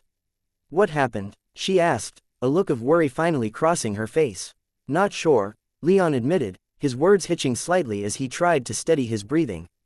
I think this is meant to be some kind of training object, to help a mage create their magic body, really. Is that it? It looked like it was affecting you. How is something that helps a mage reach the 6th tier strong enough to have that much of an effect on a 9th tier mage? I think it's trying to do something else, too, Leon said. It was rushing to my soul realm. With some slight reluctance, Leon cut off the flow of power to the Luin staff. It quickly settled back down. An interesting thing, Leon said. I think I might call it here, though. I'm not about to mess around with something that's trying to mess around with my soul realm. Nope, not today, not today, huh, Cassandra quipped as she slipped into the room. Leon was a little concerned when he noticed the power starting to concentrate around her, too, but nothing seemed to come of it. Still, this was illuminating. It wouldn't be that big of a stretch to say that most of the current Eternan civilizations are descended from, or at least heavily influenced by, the Thunderbird clan. Certainly more so in the center of the continent where the Thunderbird clan was strongest. How those who came before trained is a complete mystery. Cassandra absent-mindedly ran a finger of one of the staff pieces, and a bolt of dull yellow lightning sprang out of it and burned her finger. Ow, fuck! She exclaimed as Leon sprang over and kicked the staff piece away from her. Then again, maybe this wasn't a training device, but is only having that kind of effect on you because of your own unique physique. Cassandra spoke with bitter vehemence as she glared at the Luin staff pieces, her words professional even as her ruby-red eyes spelled abject fury. Some more testing will be required, Leon said as he took her hand and examined her finger. It wasn't a bad burn. So he kissed it a few times. How does it feel now? Better, Cassandra said with a cheeky smile, any pain she might have felt now forgotten. But, I think some more treatment may be necessary. Leon could only grin as he took his wife's hand and made for the door. However, as he paused to grab the staff, he could tell that he was going to need to test this out a lot more thoroughly in the future. His soul realm had grown by 100 miles in the campaign on the sword, and after this test, he wondered if Sunlit had been responsible for that, having struck him with a bolt from the Luin staff in their last clash. He was so close to 10th tier that he could practically taste it, so any boosts he could receive to finally cross that threshold would be received with great enthusiasm. Leon marveled at the work already done as he walked through the halls of his new palace. 2 months since the groundbreaking ceremony and it was already almost complete. The Bison tribe's magic engineers were efficient workers, that was for sure. Thanks to Elisa's input, the palace was a masterpiece that incorporated many Bull Kingdom aesthetics into the otherwise quite tribal building. It was built around 9 main courtyards, arranged like a 3x3 grid, with additional courtyards branching off. These primary courtyards were quite large and would contain extensive gardens for both leisure and Elisa's private projects. The central courtyard was the only exception, being completely paved. That, Leon had ordered, would house a new tribal totem, one that would represent his clan. This new tribal totem hadn't yet begun to be carved, though a massive pillar of porphyry had already been moved into place in the center of the courtyard. As for the palace itself, the public areas would be reserved for the areas around the 3 southern courtyards. Those gardens would be open to anyone, and various public buildings that the people might need to access would be located there. The central 3 courtyards would be devoted to more private governmental dealings. The headquarters for the various departments in Leon's government would at least nominally be located in these sections. It would be the central courtyard, though, that Leon would be most concerned with. His throne room would be on the north side of that courtyard, and flanking it would be various meeting rooms for his advisors, as well as a large barracks building for the Tempest Knights. The 3 northernmost courtyards would be his family's personal residences. He and his ladies would reside in the center of these 3 courtyards, with plenty of space for guests, his retainers, workshops for himself, Nestor, Helen, and several more with tools enough that any visiting raven could show him just about anything they were working on. He also had several arcpads of varying sizes, with the unlocked Thunderbird destroyer, now renamed Featherlight, already stationed on the largest one. The decoration was opulent, with light projections on the marble walls focusing on the brilliance and wisdom of the Thunderbird clan. Statues glorifying his clan lined the walls and filled private alcoves. Friezes and reliefs covered walls, and silver and blue gemstones could be seen everywhere. Even many of the trees that were being planted around the courtyards and even within the palace itself had glowing blue and silver leaves. His throne room was, even incomplete, already shaping up to be the most ostentatious room in the entire place, with a floor of polychromatic marble polished to a near mirror shine, Marble walls with decorative pillars and arches, bronze arches gleaming in the room's light, large windows to let in plenty of air and sunlight, and a ceiling covered in bright lapis lazuli, into which had been placed an enormous precious stone that glowed the color of the sun. The ceiling had been further enchanted to produce actual clouds, which drifted lazily around the throne room. There would be galleries, additional artworks, decorative enchantments, and so much more added, but Leon was already feeling quite overwhelmed with the sheer scale and design of the palace. He could hardly imagine living there, but at least his ladies seemed to enjoy it quite a bit.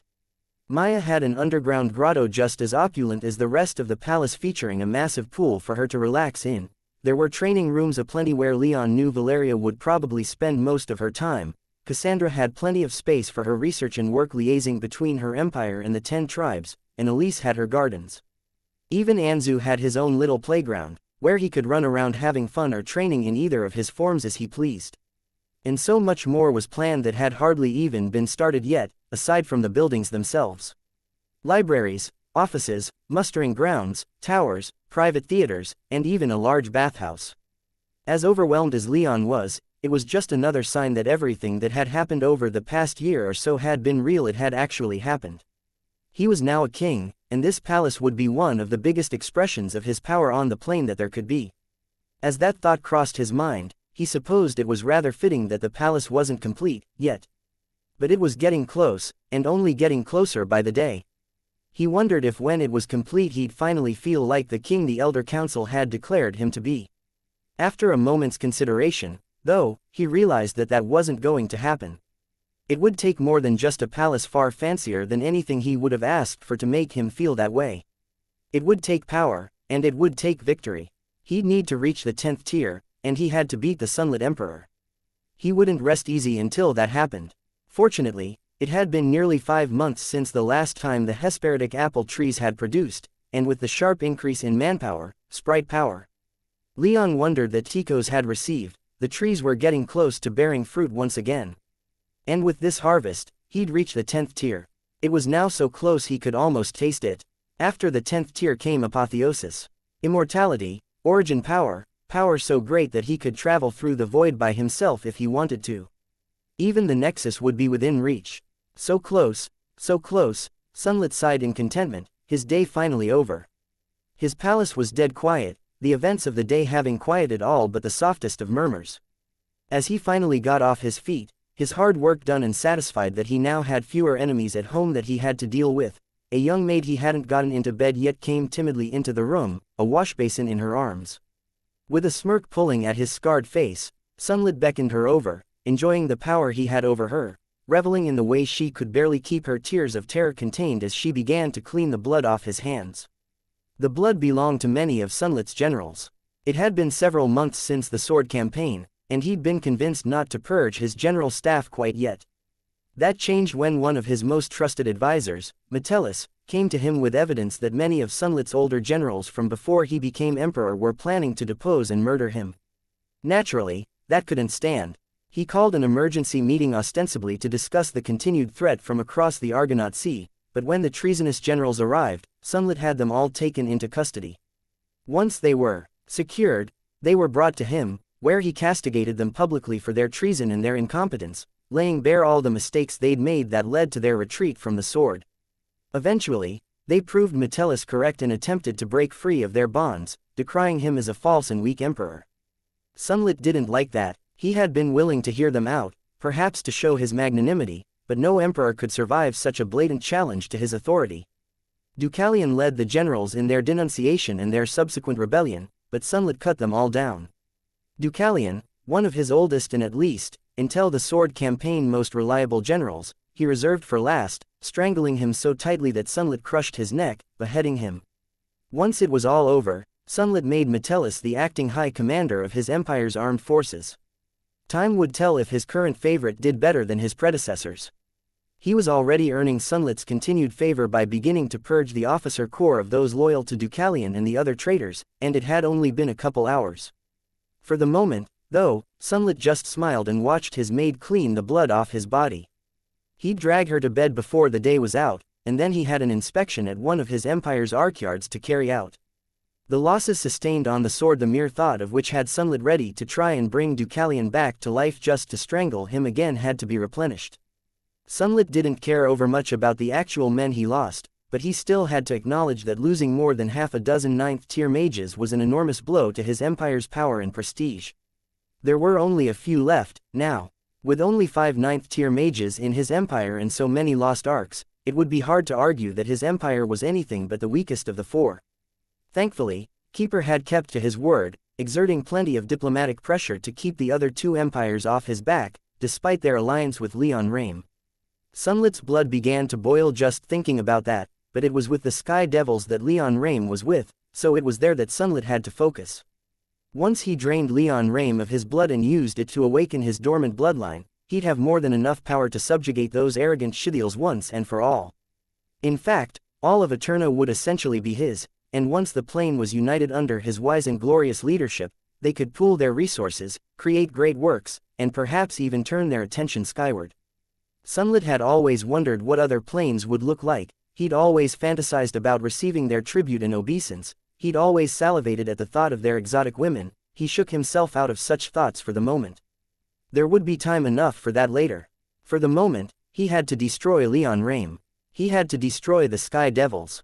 Another maid entered the room, looking no less terrified than the first.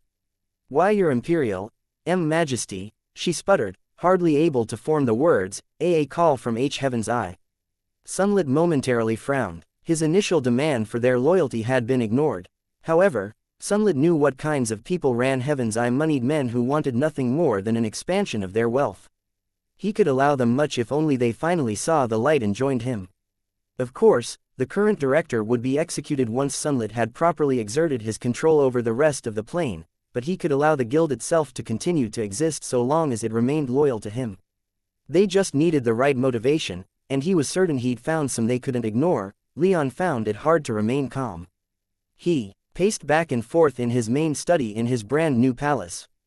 As luxurious and comfortable as it was, the place was still not yet home, though his family was settling in fairly quickly.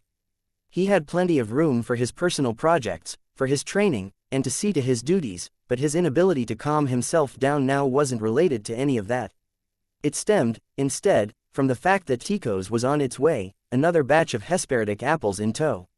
Thanks to the tender care of all of its new subordinate tree sprites, not only did they now have 8 Hesperidic apple trees, though 4 were still too young to bear fruit, but their harvest had been the largest yet, with a yield of 29 apples.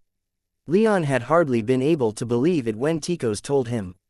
And with the increase in trees, that number would only continue to increase.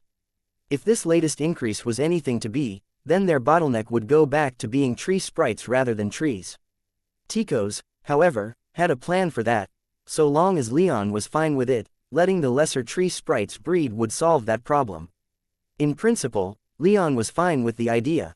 If Tychos ever lost control over the population, though, and the tree sprites returned to being hostile to humans, then he'd have to put his foot down. Until then, he was happy to give them land, peace, and security. In return, they'd give him thunderwood and Hesperidic apples. He felt that made for a fine trade. Now, he was on the cusp of the 10th tier and the final hurdle between himself and apotheosis. Remaining calm was simply not in the cards. Still, as he waited, he eventually took a seat, though that did little to quiet his excitement. He bounced, shivered, and almost violently tapped his foot. When Elise walked into the room, he just about jumped through the roof. "Oh," Elise cried out as Leon turned his eyes to her, a ravenous gleam in the golden orbs. She smiled at him and jokingly posed for him. "Do I look that good, husband?" Leon raked his eyes over his first wife. Fire-red hair done up in a loose ponytail. Green eyes glittering in the light. Black dress hugging her body in all the right places. "Absolutely," he rasped. But then he grinned and asked, "Good news?" Elise shrugged. "Just checking in. You seemed wound up." Leon sighed. "You can say that again. I'm ready to fight or fuck the next person who walks through that door, depending on who it is, just to do something." Elise grinned, then hurriedly rushed back to the door, darted past the threshold, and then ducked back in. She then slammed the door shut and gave Leon a provocative look. "What'll it be, Your Majesty? Think you can take me on?" She held up her fists and swung a few times into the air. "I haven't been slacking in my training, I'll have you know." With an unapologetic laugh, Leon leapt from his chair and took his wife into his arms, pinning her arms to her sides as he wrapped his arms around her, and buried his face in her neck, laughing all the while. He spun her around a few times, Elise shrieking her delight the whole time. And then, when he stopped, he looked her in the eye, their faces only an inch or two apart, stole a kiss, and said, "Thanks for that." He put her down and the two took a seat on a nearby sofa, Elise snuggling up close to Leon despite the wrinkles it put in her dress.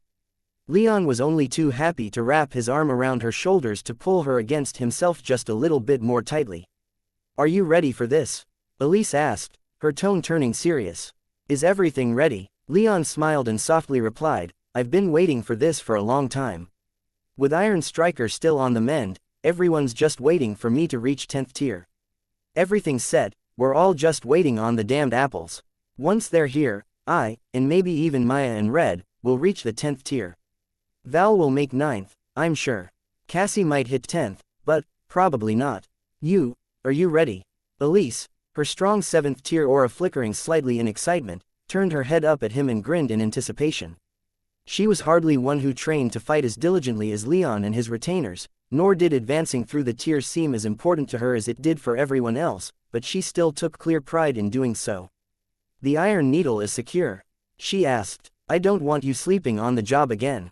She punctuated her statement with a painless pinch and a look of playful reproach that was far more biting. "It's with Nestor," Leon said. "Might even spare him an apple. He said he wants to run some tests with it on the needle, see how it reacts when the apple is more directly applied. Haven't decided yet, though. See how long it takes to reach the next tier," Elise said. "One each for everyone else, and the rest can be gifts to the tribes." Leon hummed in agreement. He and his lady spent another few minutes quietly basking in each other's presence, Leon finally managing to relax just a bit with her in his arms, when Valeria finally stepped in, a wide smile on her gorgeous face. She didn't have to say anything, her expression told Leon all he needed to know. Tico's had arrived. It was time. Leon stared at the apples before him, each one with skin shinier than actual gold, and softly glowing with arcane light. He'd seen plenty of treasures before in his life, but 29 Hesperidic apples in a tray before him was quite possibly the most beautiful thing he'd ever seen, his ladies excluded. Assembled around him were his retainers, his family, and a few select members of the Elder Council. The Jaguar had returned from the sword and arrived with Nikolaus. Singer in Caves and Sar were also present. All were staring at Leon with expectation.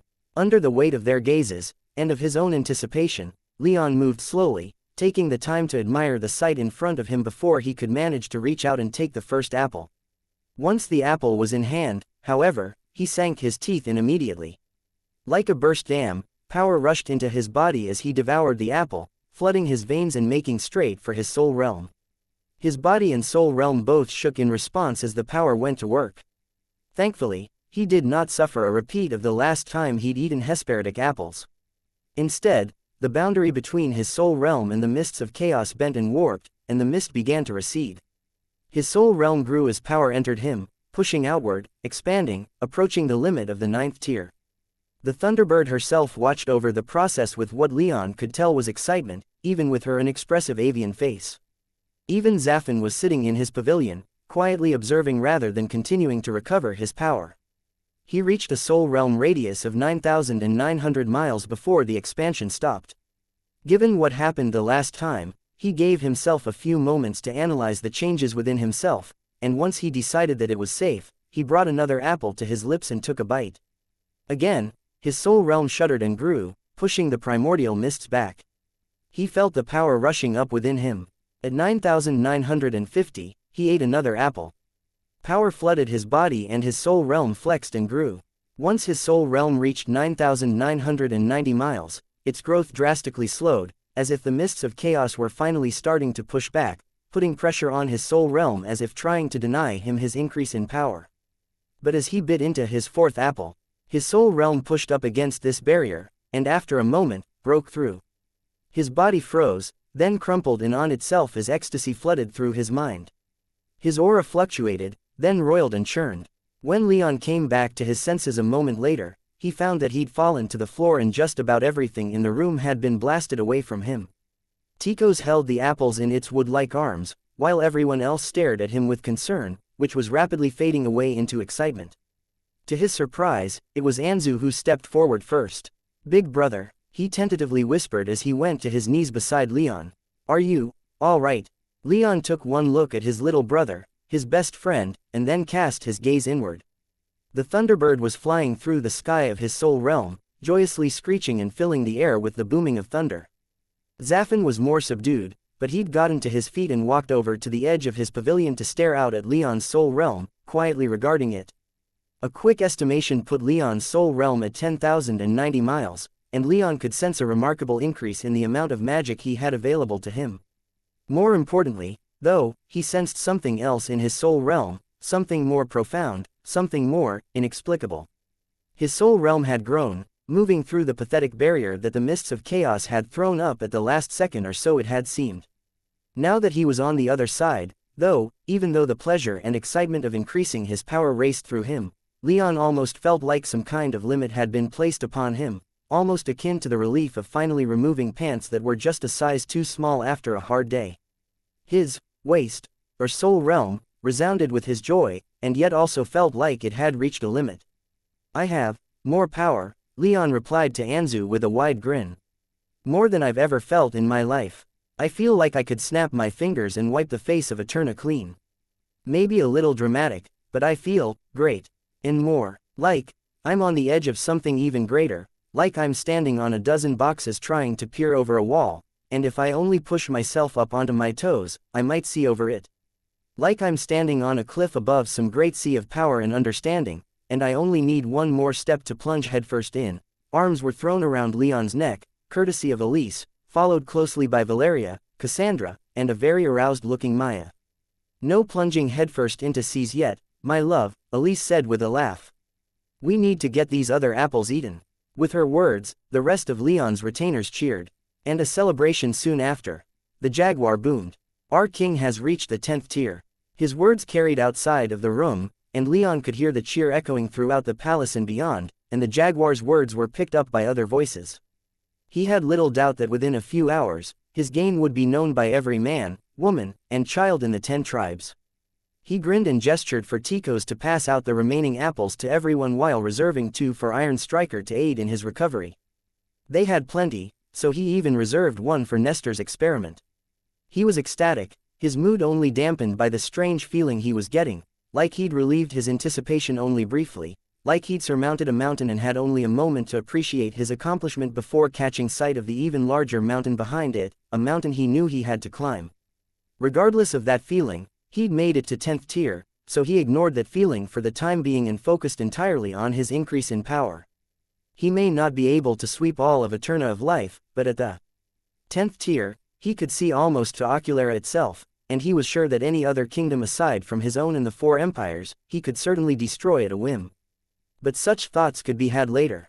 For the moment, he focused only on the accomplishment he soon found himself sharing as Elise, Alcander, Gaius, Alex, and Marcus all reached the 8th tier, whereas Anna and Anshu remained at the 8th.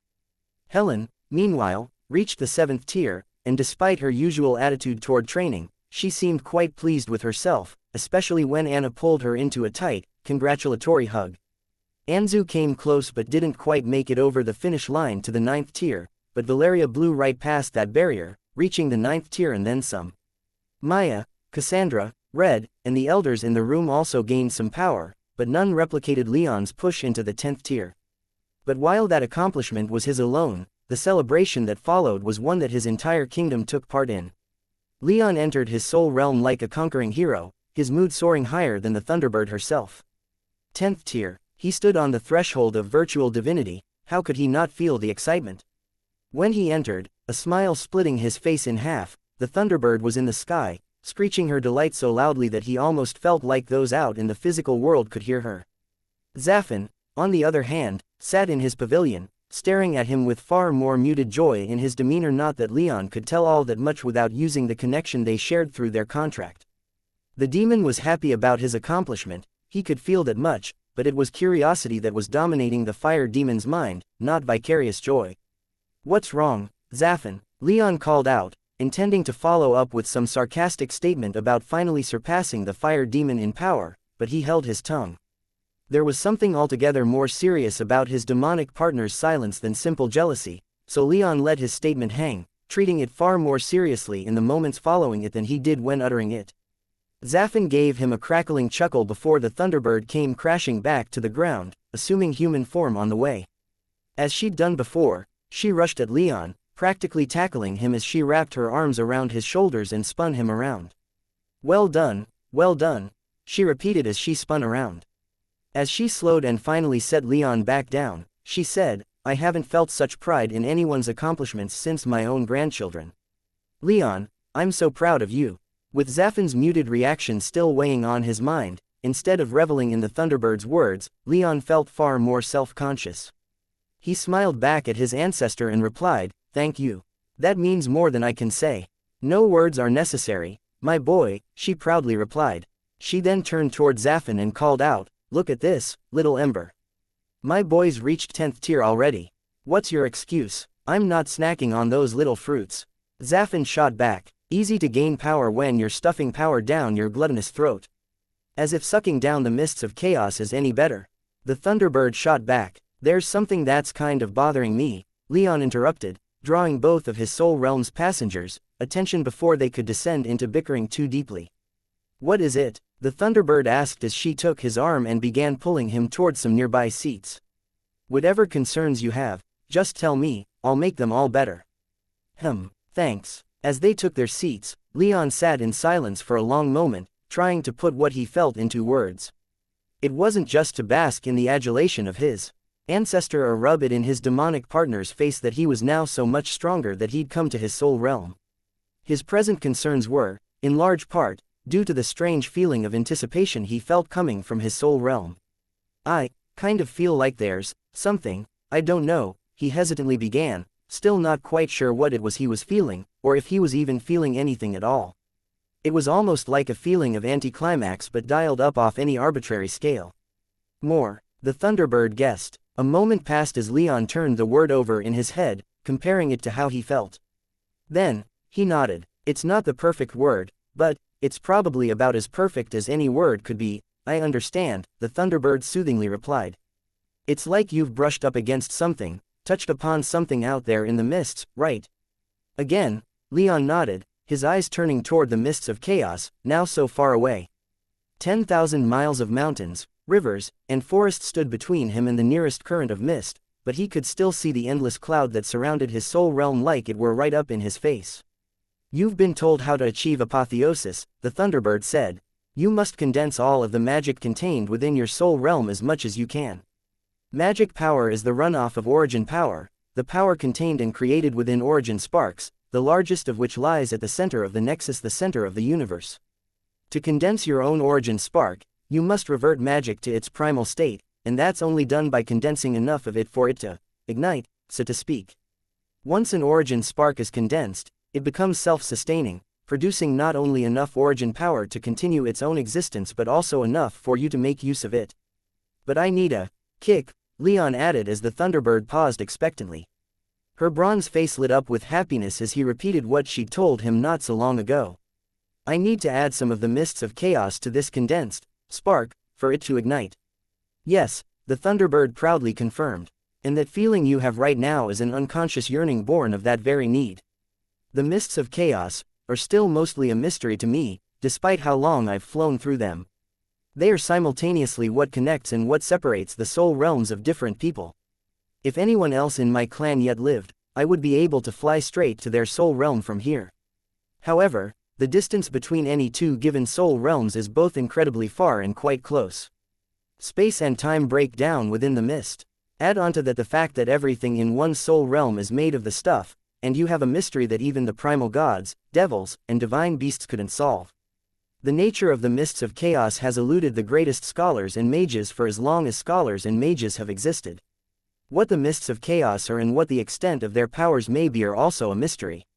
What matters more, though, is that the mists of chaos want to aid you in the condensation of an origin spark, Leon. They press in on the borders of your soul realm, promising you the power that you so desire. That feeling you're getting is how the mist makes its intention known. Don't phrase it like that, Zafin shouted, you'll give the wrong impression. The Thunderbird clicked her tongue in displeasure, but she turned her head toward Zafin and loudly asked, have you something to add?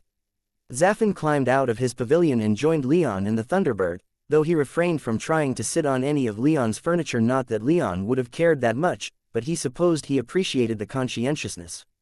Do not ascribe traits to the mists of chaos that don't exist, Zafin insisted. What do you know of the mists of chaos, demon? The Thunderbird testily demanded, glaring at Zafin with some slight traces of killing intent worming through her aura. I have flown through them longer than you've been alive, and it seems that time has addled your bird brains, Zafin sniped back. Do not get blinded to the truth just because you've been forced to squat in the mist for countless years, unable to fully die without losing all who bear your power, too. Speak your truth, then. Speak, and enlighten us. Speak, and share what wisdom you, demon, have. The fires covering Zafin's body flickered in anger and burned a little hotter, turning yellow rather than orange for just a second before returning to normal. With clenched teeth, he growled, the mists of chaos are not sentient. By the primal devil's wrinkled shitholes, I'd be willing to ascribe more sentience to the universe fragments than I would the mists of fucking chaos. But dressing up what they do in flowery language will only confuse Leon and prevent him from continuing to gain power. The mists of chaos have a will of their own, the Thunderbird began before Zafin cut her off a second time. No, they don't. Not even close. They have no will, no guiding authority, no sentience, no sapience, no ability to think. The mists of chaos are just great clouds of power that float around in whatever place houses our soul realms.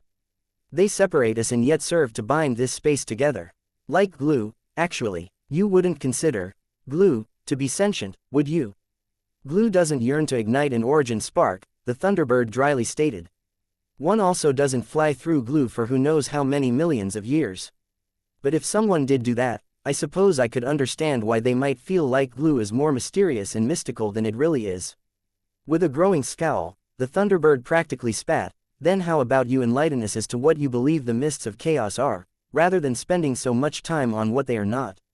And while you're at it, perhaps you might also allow us a glimpse of the wisdom you possess by sharing how you've come by this information. Zafin glared at the Thunderbird, his yellow-hot eyes burning with more than just fire as far as Leon could see. However, it was with an even and carefully measured tone that Zafin answered.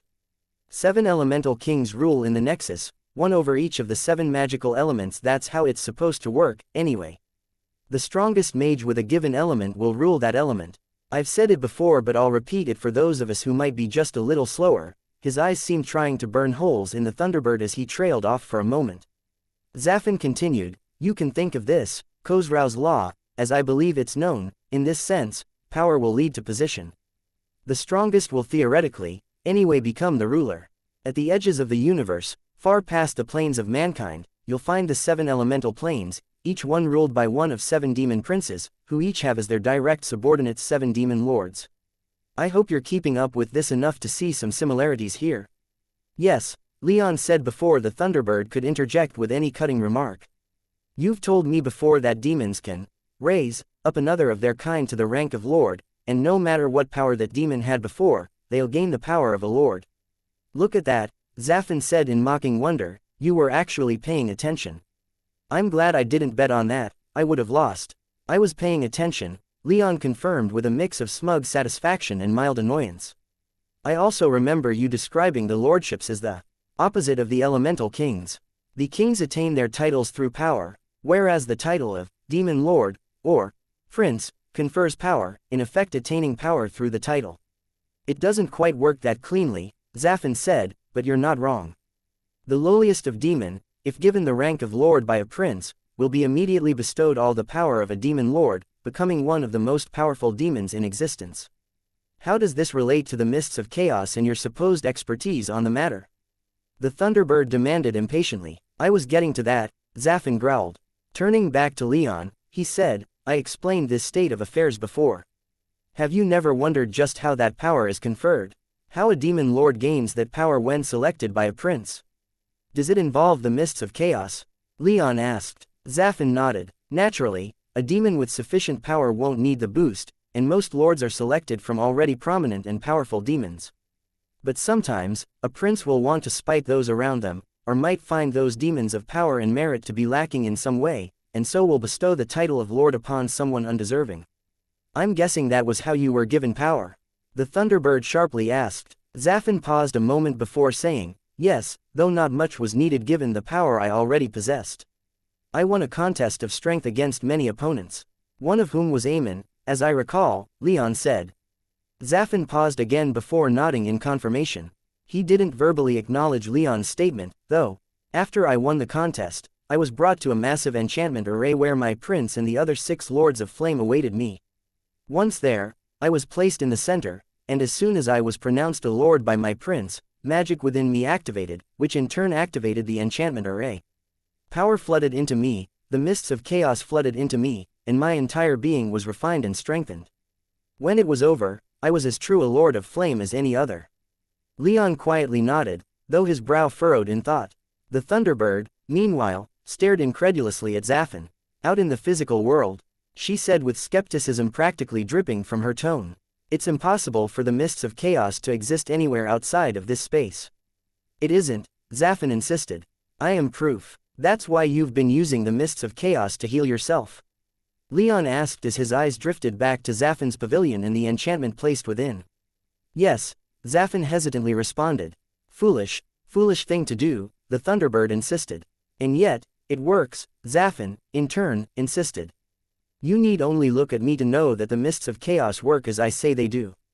The Thunderbird clicked her tongue again, but Leon saw her staring quite curiously at Zafin's pavilion. He had a feeling she was going to be studying the thing at great length in the near future. That leaves me with a question, Demon, Leon said. You said it was the title itself that conferred power, but it just sounds like you were pumped full of the mists of chaos and that gave you power. That doesn't sound like the title did anything. I won't get into the specifics of the demonic body, Zafin replied, but I will say that it won't work without the title, either bestowed or taken. Zafin's aura fluttered for a moment as he averted his gaze, seemingly staring out at something impossibly distant before returning his attention to the conversation at hand. So you don't have the title anymore? Leon asked despite knowing the demon's claims. To his surprise, Zafin didn't immediately jump to correct him or to affirm his status. Instead, Zafin seemed to crumble in on himself a little bit. Quote ellipsis. No, he eventually croaked.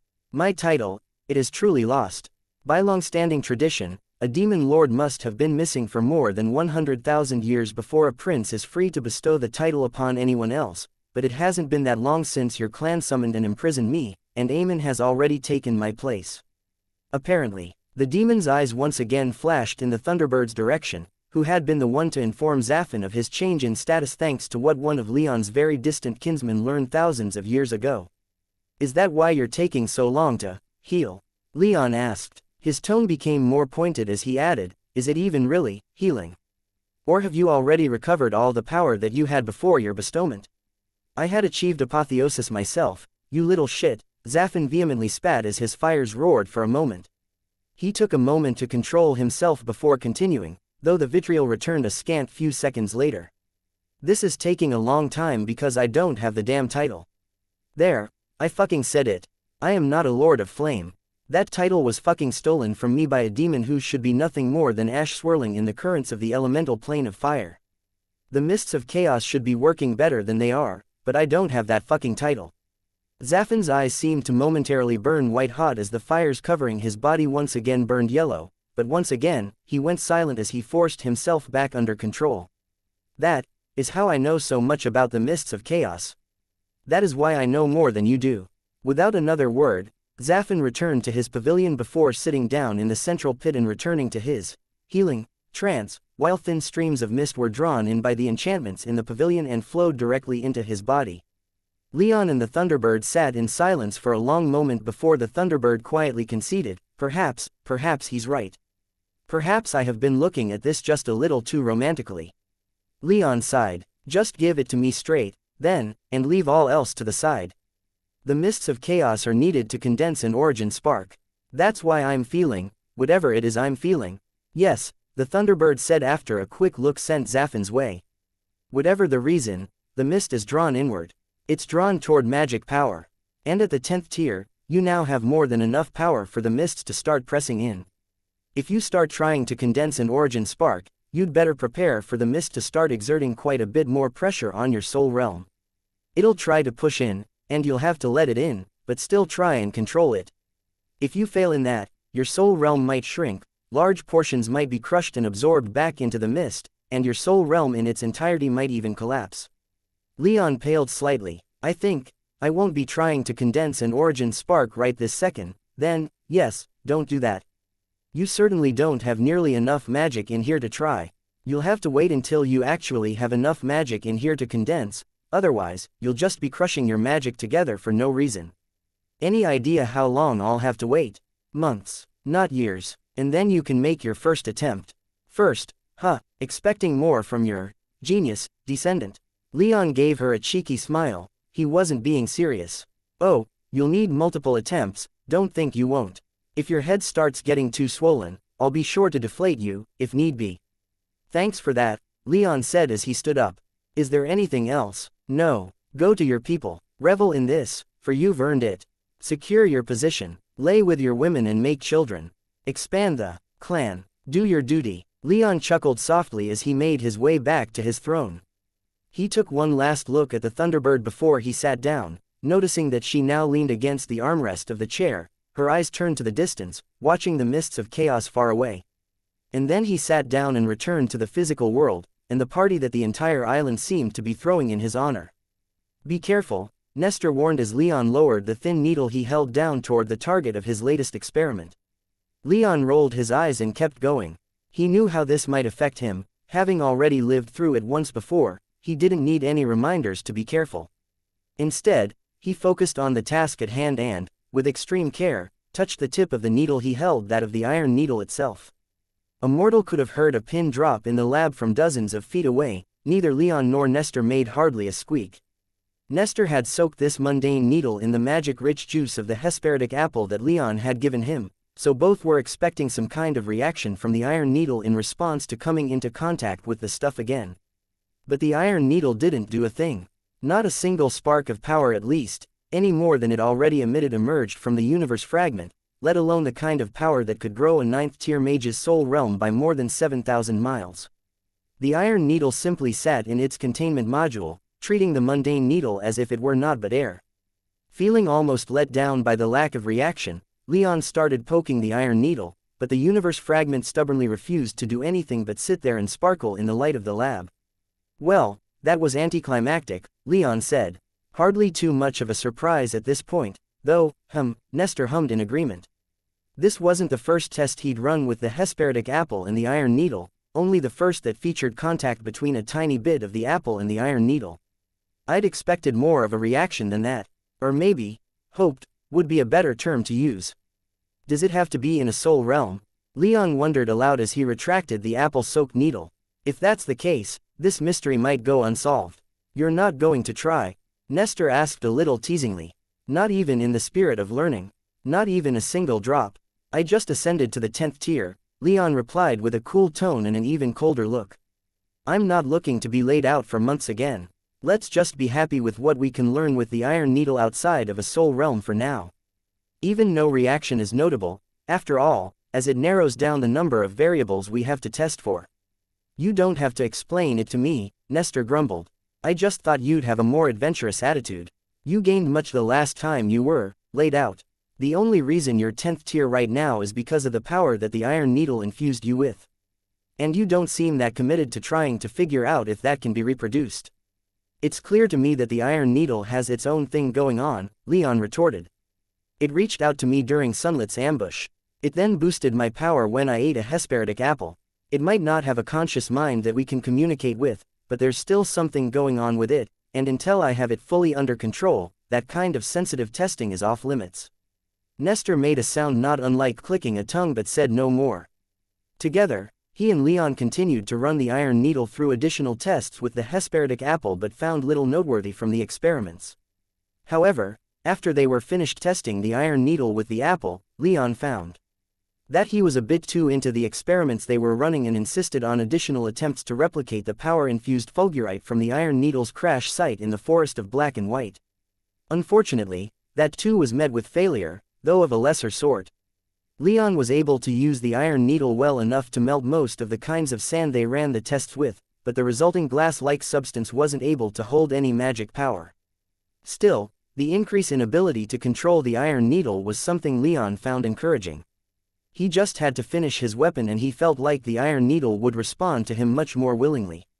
To that end, when he left Nestor's workshop, he had Gaius cancel the rest of the duties he had for the day. They were mostly ceremonial anyway, and made his way down to his brand new workshop. It was a fantastically well-appointed space with all the enchanting and smithing tools he could ask for in his king. He knew that he only had to snap his fingers, and the finest smiths, enchanters, and any other artificer in his kingdom that he could ever want would be brought to the palace for consultation. Not that he would involve anyone else in so personal a project, but the thought alone was a balm to his nerves as he took out his sword design to pore over it again.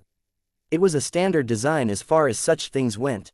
His sword would be just a bit more ostentatious than the Thunderbird's weapon, passed down through his family for so many millions of years. He was told that back in the days of the Storm Kings, the weapon had been far more decorated, with the hilt and guard being almost grossly ostentatious. It was only after Jason Carano's fall that the blade freed itself of those flamboyant trappings and was set in a much humbler hilt.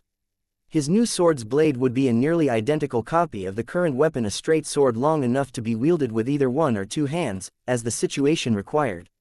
The hilt would be primarily function over form, but he planned on a talon-shaped pommel and wing-shaped guard, and even that much ornamentation strained his sensibilities. Finally, there would be space amidst the feathers of the guard where small sapphires could be inserted. Regardless, he pored over his designs again and again, the sketches already being about as perfect as he could make them. He'd included all of the enchantments he'd need, from strengthening the blade in himself, to amplifying his magic, to using the embedded sapphires as magical batteries that would help him sustain himself in battle. In short, there was simply no more to add or change. The sword's design was about as perfect as he could make it. Any more time spent messing with the design wouldn't allow him to squeeze additional efficiency out of it. So, his bottleneck was material, not theoretical. He needed true adamant, but his efforts on that front were hardly praiseworthy. Since returning to the island, there had been one natural storm big enough for use, but like the last time he tried, no adamant had resulted from his efforts. He was missing something, he could feel it, and he had a theory on that front. After another quick check on his sword design, he began going over the kit he was using to make adamant. He needed a not insignificant amount of his own blood, as well as steel of sufficient quality. He needed a crucible to mix it in a forge hot and sturdy enough to work the resulting material. His crucible and forge were adequate for his purpose as far as he could tell, anyway, given he'd yet to actually make any true adamant. He'd contracted the 10 tribes as a whole and the spiders, in particular, to bring him as much titanstone as they could spare for use in repairing the director's arcs. And at the same time, he'd arranged for enough raw ore and metal to be brought to him for experimentation. He hadn't yet bled enough to go again, but that was something solved easily enough with magic. He'd be ready for another attempt within a few days. So, he had everything that was required to make adamant according to the Thunderbird, at least, but he was still failing. He hadn't yet tried as a 10th tier mage, but he didn't figure that the additional power would help him too much. His problem was technique and the missing piece to the mix. After finishing his examination of his tools and equipment, he retrieved a few recent reports on Valentina's collaborations with the Ravens. Her research on his blood was already proving fruitful and held Leon's attention captive whenever he received a new report, and now that she could work with the Ravens, she was delivering results even faster than before. And from all of her work, Leon was most interested in her working theory that someone like him, someone with 2 bloodlines, had a dominant bloodline. Unfortunately, she could only work with his blood, since even amongst the 10 tribes, those with dual bloodlines were essentially unheard of, and there weren't any known tribesmen alive running around whose blood she could study. But she insisted that she had enough to work with, even if she wanted more. So her theory essentially boiled down to the fact that mages couldn't use any more than one element of magic at a time. Even Leon, whose Thunderbird blood gave him affinities for lightning, wind, and water magic, could only use one of those elements at a time. With that in mind, Valentina theorized that a mage could only use one bloodline at a time, and that bloodline was dominant in that moment. For Leon, that presented a rather distinct problem. He had 2 bloodlines in his blood. His blood had to be used to make adamant. He could only control some of the power in his blood at any one time. He theorized, then, that his problem was that he needed to somehow use both of his bloodlines at the same time in order to succeed at making adamant. If he didn't, Then he believed that he could only make the pseudo-adamant that his armor was made of, which only properly channeled his Thunderbird blood. If he attempted to control something like the iron needle with pseudo-adamant, he had little doubt that even that tough metal would shatter instantly. Leon hadn't yet brought that theory up with anyone. This was a personal project for him, one that struck at the core of his identity. He wanted to solve it himself, if possible, and only if he faced an obstacle for too long would he bring others in on his theory. On that note, he had one thing going in his favor. He believed that it was possible to use both of his bloodlines at the same time. Maya and his retainers had told him, and he had no reason to doubt their words, that he'd assumed the form of a black eagle during his final fight with Jorman in the Serpentine Isles. He had no doubt that he was channeling both of his bloodlines at the same time then, but he wasn't sure how that might square with Valentina's dominant bloodline theory. At the very least, he had a place to begin looking: the original transformation enchantment that the primal god Krithis had used on Jorman, and which both of Leon's transformation enchantments had been based upon. His later transformation enchantments had only seemed to target his Thunderbird blood, but the very first enchantment, as dangerous as it was, had called upon both within him. And Leon didn't make much immediate headway. His knowledge of enchantment had progressed quite well in the nearly 20 years since the campaign in the Serpentine Isles, but not enough to properly analyze the work of a primal god. However, comparing it to the later transformation enchantments proved to be fairly enlightening. From the way it worked, Leon got the idea that the transformations worked based on which bloodline was dominant, or rather, whichever bloodline was being actively used at the time. So if he wanted his great black dragon blood to be dominant, he only had to use it. He immediately put that idea to the test, calling upon his black fire and then channeling a bit of power into his latest transformation enchantment. The results were disappointing. He didn't start transforming into his Thunderbird form, but neither did he start transforming into any kind of draconic form either. He had the power in him, he could use it, but it seemed there were still some blockers in the way somewhere in his blood, preventing him from using it as naturally as he did the Thunderbird's power. That was something he'd railed against before. He'd often felt like the great black dragon's blood was somehow separate from him, that using it was invoking some other being when he should have been trying to invoke his own power, for it was his own power. Getting past that mental block had been key to using black fire at will. Perhaps there's some kind of block that's remaining, Leon wondered. Is the great black dragon still trying to withhold something from me? Is he still trying to restrain my blood? He had to solve this. This was the key to making adamant, he could feel it. He had to find some way to once more call upon both powers at the same time. They were in his blood, after all, and with his blood would he create adamant. If he didn't have mastery over his blood, then he'd have no true adamant. If he didn't balance the power in the adamant, then the refining process would fail and he'd be lucky to have pseudo-adamant left over. And so, he threw himself into work, consulting every report that Valentina had sent him, absorbing every errand note and every reference she made to Raven research, and cataloging it away with what he already knew of his blood and the elements it gave him command over. So into this he became that his ladies and assistants both had to come and retrieve him when the sun rose the following morning, time having almost ceased to exist for him as he immersed himself in his research. He didn't make much progress in that one night of study, but he remained encouraged and made more time for it as the days progressed. Eventually, he got around to practical experimentation. He tried to use enchantments to hold some of his power, then used that power to direct the blood that would be mixed with the iron to make adamant. The results were less than encouraging, to put it mildly. However, his next experiment was more promising. After extracting enough blood and mana for another try at making adamant, he extracted a couple additional vials. These vials were extracted while he was using his bloodlines, allowing the Thunderbird's lightning to arc between his fingers for one, and the great black dragon's fire to ignite over his fingertips for the other. It wasn't much, but it was enough to make a noticeable difference in the aura that these vials radiated. To Leon's senses, the mana in those vials was far more active, in that it gave off a stronger aura and was more obviously packed with magic, but the mana also felt incomplete, like he was subconsciously expecting to sense something that wasn't there. Still, he tried to use these vials of mana as focuses of sorts that could help him control the less active but complete blood that would go into refining the adamant. If he wanted it to succeed, he had to balance these powers. With these vials of active power, he started seeing more promising things. He could channel element less power without actively using either of his bloodlines through the active mana, and that power would take on the characteristics of his bloodline, effectively allowing him to use both bloodlines at the same time. Hardly a practical battlefield strategy since it wasn't letting him use lightning and fire at the same time, and he was sure no one else could do the same with his power. He was channeling his own power through his own blood, after all, but it might allow him to properly forge adamant. What was more, it could potentially serve to aid him in furthering his understanding of the original transformation enchantment and using both bloodlines at the same time. But for now, he believed that if he could channel both bloodlines using the vials, then he could finally forge his weapon, and in turn, assert his control over the Iron Needle. With that theory in hand, Leon only had to wait for another storm to arrive. Fortunately, Lake Ontari was hardly placid, and not even a week passed since he began formulating this theory before he sensed the weather out in the middle of the massive lake begin to turn. Just such a storm was brewing. Without hesitation, Leon prepared himself to try once more to create true adamant. Wind howled around him, rain whipped through his clothes and soaked his skin and hair, and lightning flashed and boomed only a few dozen feet away from him. Leon hovered in the middle of a great storm raging off the coast of Stormhollow, and he felt alive.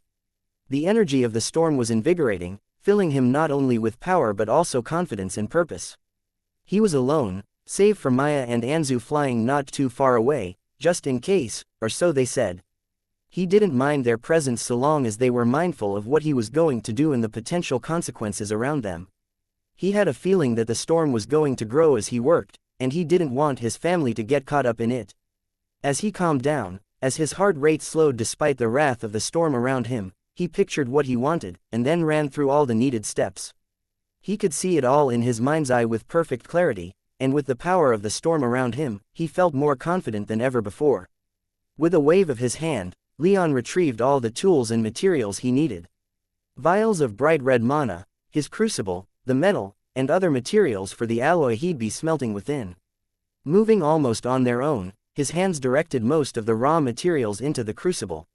Iron, charcoal, and quintessence sand entered the crucible, and he then activated the crucible's enchantments, not minding at all that some rainwater was starting to fill it at the temperature he'd be working at. All of that moisture and other impurities within the rain would boil away, leaving him with naught but what he wanted. Runes along its outer and inner surface glowed, those on the crucible's lip most prominently. That was the enchantment that would infuse his mana into the metal and so were most important. Once all was in the crucible that needed to be there, he prepared everything else. His extracted mana hovered above the crucible, ready to be poured in. His two remaining vials of mana that had been extracted while he channeled his bloodline powers hovered next to him, ready to aid him in his endeavor. Once he was absolutely sure he was ready, he began his work. With barely more than a thought, lightning ceased to fall around him, but instead began targeting the crucible. Leon had especially reinforced it, so it didn't so much as shudder even as bolt after bolt rapidly struck it. The crucible simply absorbed all of that heat and directed it inward, rapidly melting the iron and sand and igniting the charcoal. With such heat, it wasn't long before Leon had a crucible of glowing molten steel, sizzling as rain fell upon it and instantly vaporized. Fortunately, no heat was lost on the whole as he directed lightning to continue to strike the crucible. With that done, he upended the vials of mana that hovered over the crucible and unstoppered them, allowing their glowing red contents to spill into the steel. Leon concentrated his magic, ensuring that even with the raging storm around him, not a single drop of magic-infused blood failed to drop into the steel. When making his pseudo-adamant, Leon had mixed his blood in much more slowly than he did now, for he needed to do his best to ensure that it mixed well and didn't immediately boil away and release all of his power back into the environment. With the two vials of activated blood beside him, though, he didn't feel like he needed such caution. He felt almost like he'd reached some state of enlightenment as he continued, a sense of calm and confidence that he found almost as strange as his intention to not question it. He simply proceeded with the smelt. As his mana made contact with the steel, his power attempted its escape. Unlike all of his previous attempts, though, Leon was ready and able to stop it. He projected his magic power first into the activated blood vials. His power mixed with the power in the vials, taking on those properties, and then flowed into the crucible, where he was able to calm the power in the poured mana. As his magic filled the crucible in this way, he could feel it mixing with and fusing with the metal, aided by the quintessence sand. He was almost startled at how easily his magic power allowed itself to be mixed in this way. He supposed his method of controlling it was helping, but his poured mana still felt calmer than it should have been, more pliant to his will. Maybe just a product of reaching 10th tier. He momentarily speculated before choosing not to look a gift horse in the mouth and instead focus on the task at hand. The remaining process took about an hour, a long enough time to induce some fatigue but barely a fraction of how long his previous attempts had lasted. With his power so compliant, hours of pouring and infusing were cut from the smelting process. And the best part was that not a single silver-blue spark or lick of black flame escaped from the molten steel. It seemed like every eidos of power contained in his blood was absorbed by the steel. As Leon finished this step, he contemplated the remaining materials he'd prepared, silver dust and the petals of the assisi flower. The silver dust he tossed into the mixture. Even adamant could use a little extra ability to channel magic. The assisi petals, however, he pulled back into his soul realm. They were supposed to help the smelted metal retain the infused power, but he could tell that wouldn't be necessary. The silver melted in an instant, and the enchantments on the crucible ensured that it mixed well. Sensing this, Leon smiled, satisfied with the smelt. Now, he had only to let the metal cool a little so that he could work it with additional tools. That thought barely flashed through his mind before he felt the metal in the crucible seem to reach out to him. There was no conscious thought there, more like power being naturally attracted to like power, but he could sense some kind of question within it, some unfulfilled need. This question didn't take the shape of words either spoken or only in his head, but he knew what was being asked of him anyway. The metal wanted to be formed, it needed shape and purpose, it needed to sense his will and respond to it. Leon let his magic inundate the crucible, not even questioning what he was sensing. As his magic interacted with the magic-infused molten steel, he concentrated, ignoring everything else around him. He blocked out the sound of rain hitting him and the sizzle as it hit the crucible. He ignored the flashing lightning and booming thunder as bolts fell upon both the crucible and him. He paid no attention to the wind howling in his ears, demanding attention. He closed his eyes and concentrated only on the magic flowing through his body. He focused so completely that he almost forgot he was a living being, seeing himself only as a dense cloud of magic, reaching out to another dense cloud of magic. The two magics, both originating from him, mixed and flowed through each other as his magic might flow from his chest into his arm.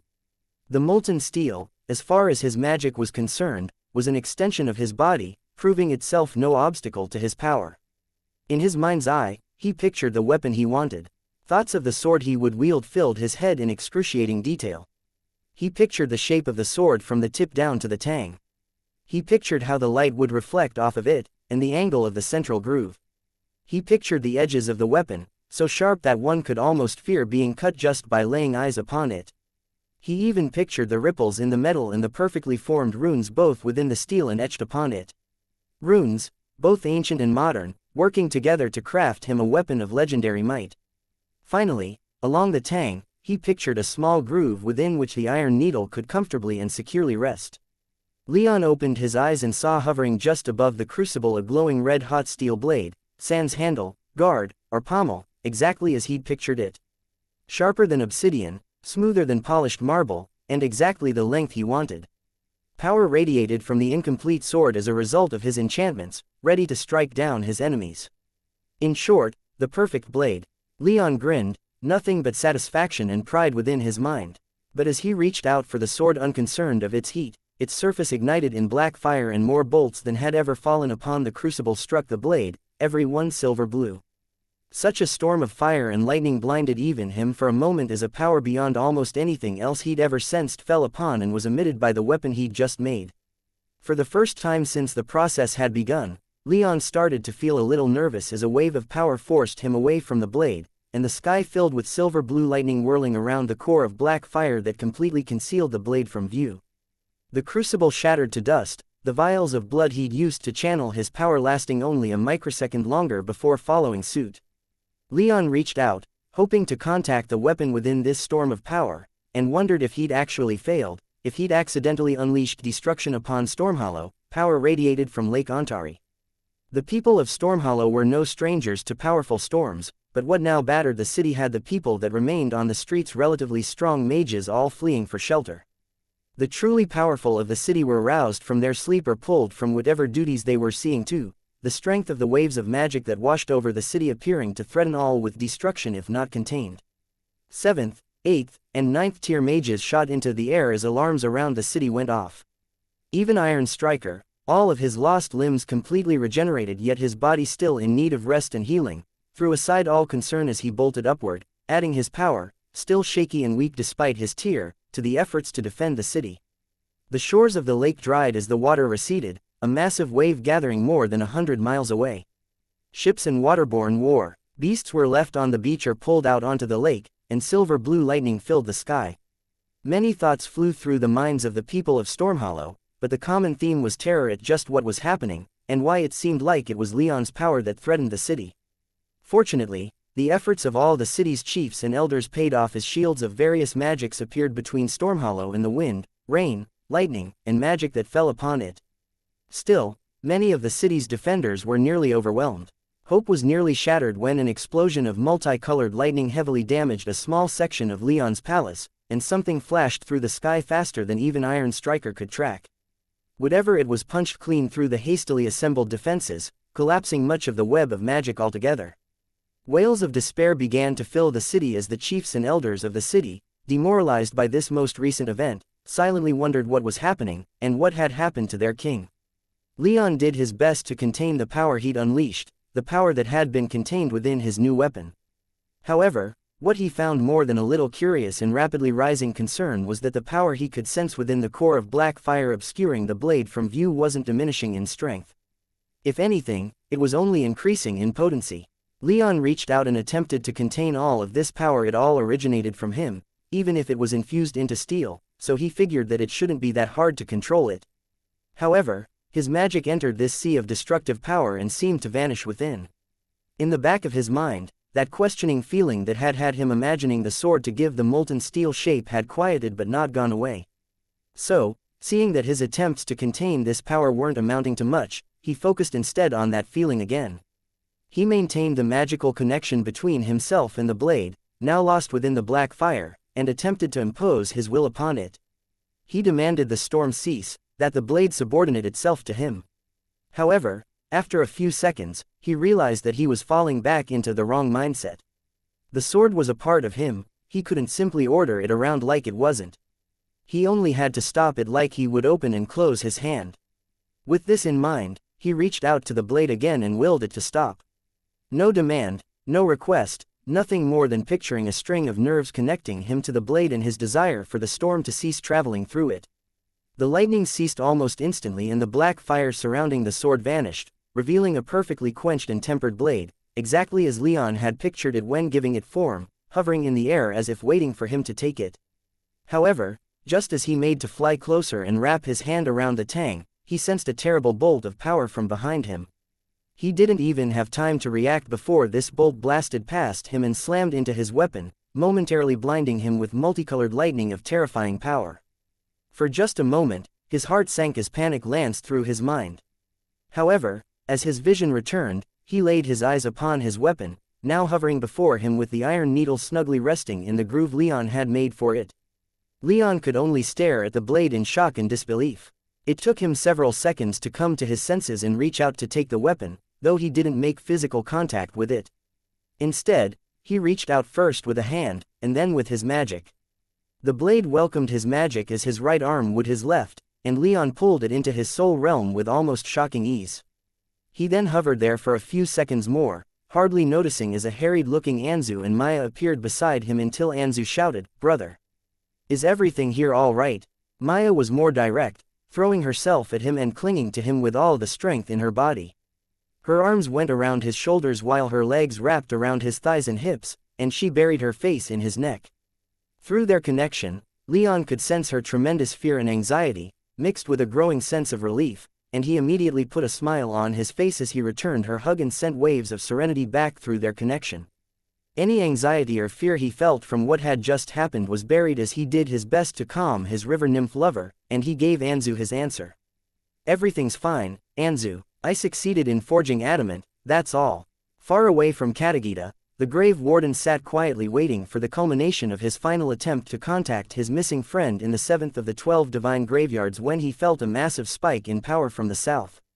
For a few seconds, he grew concerned as this power threatened to swallow his entire plane.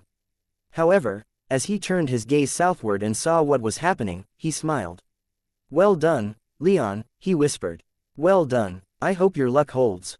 If this doesn't work out, I'll have to call upon you once again. I'll admit it, boy, I'm impressed," Xianxia said as Leon entered his soul realm. Leon had quickly returned to Stormhollow in his palace after finishing the forging of his new blade. He'd had to ignore the questions of the chiefs, elders, and ministers as he did so, but he'd placated them by saying he'd explain in a few hours. For the moment, he needed to inspect what he'd built. "Thank you, Xianxia," Leon said completely genuinely. He was in no mood to give sarcastic or otherwise biting remarks.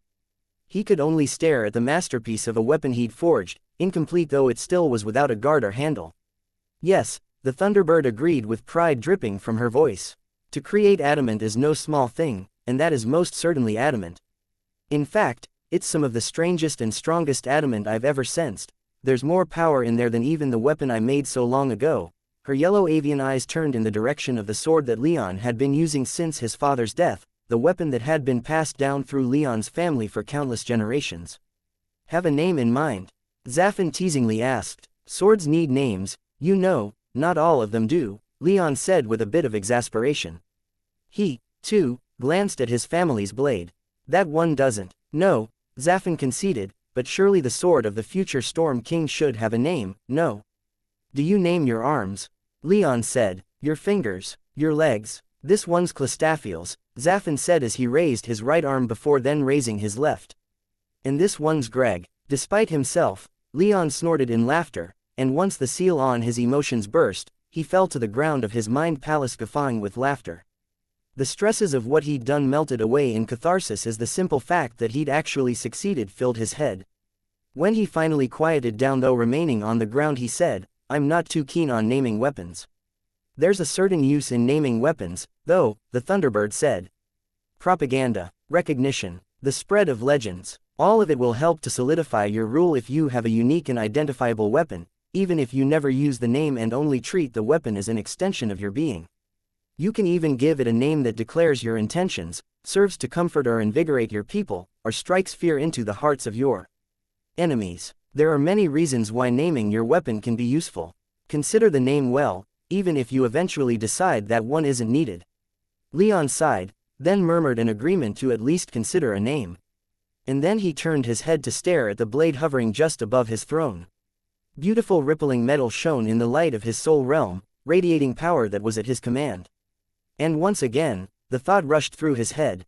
He'd succeeded. "It's so pretty," Cassandra said in awe as Leon held his new blade up for everyone to see.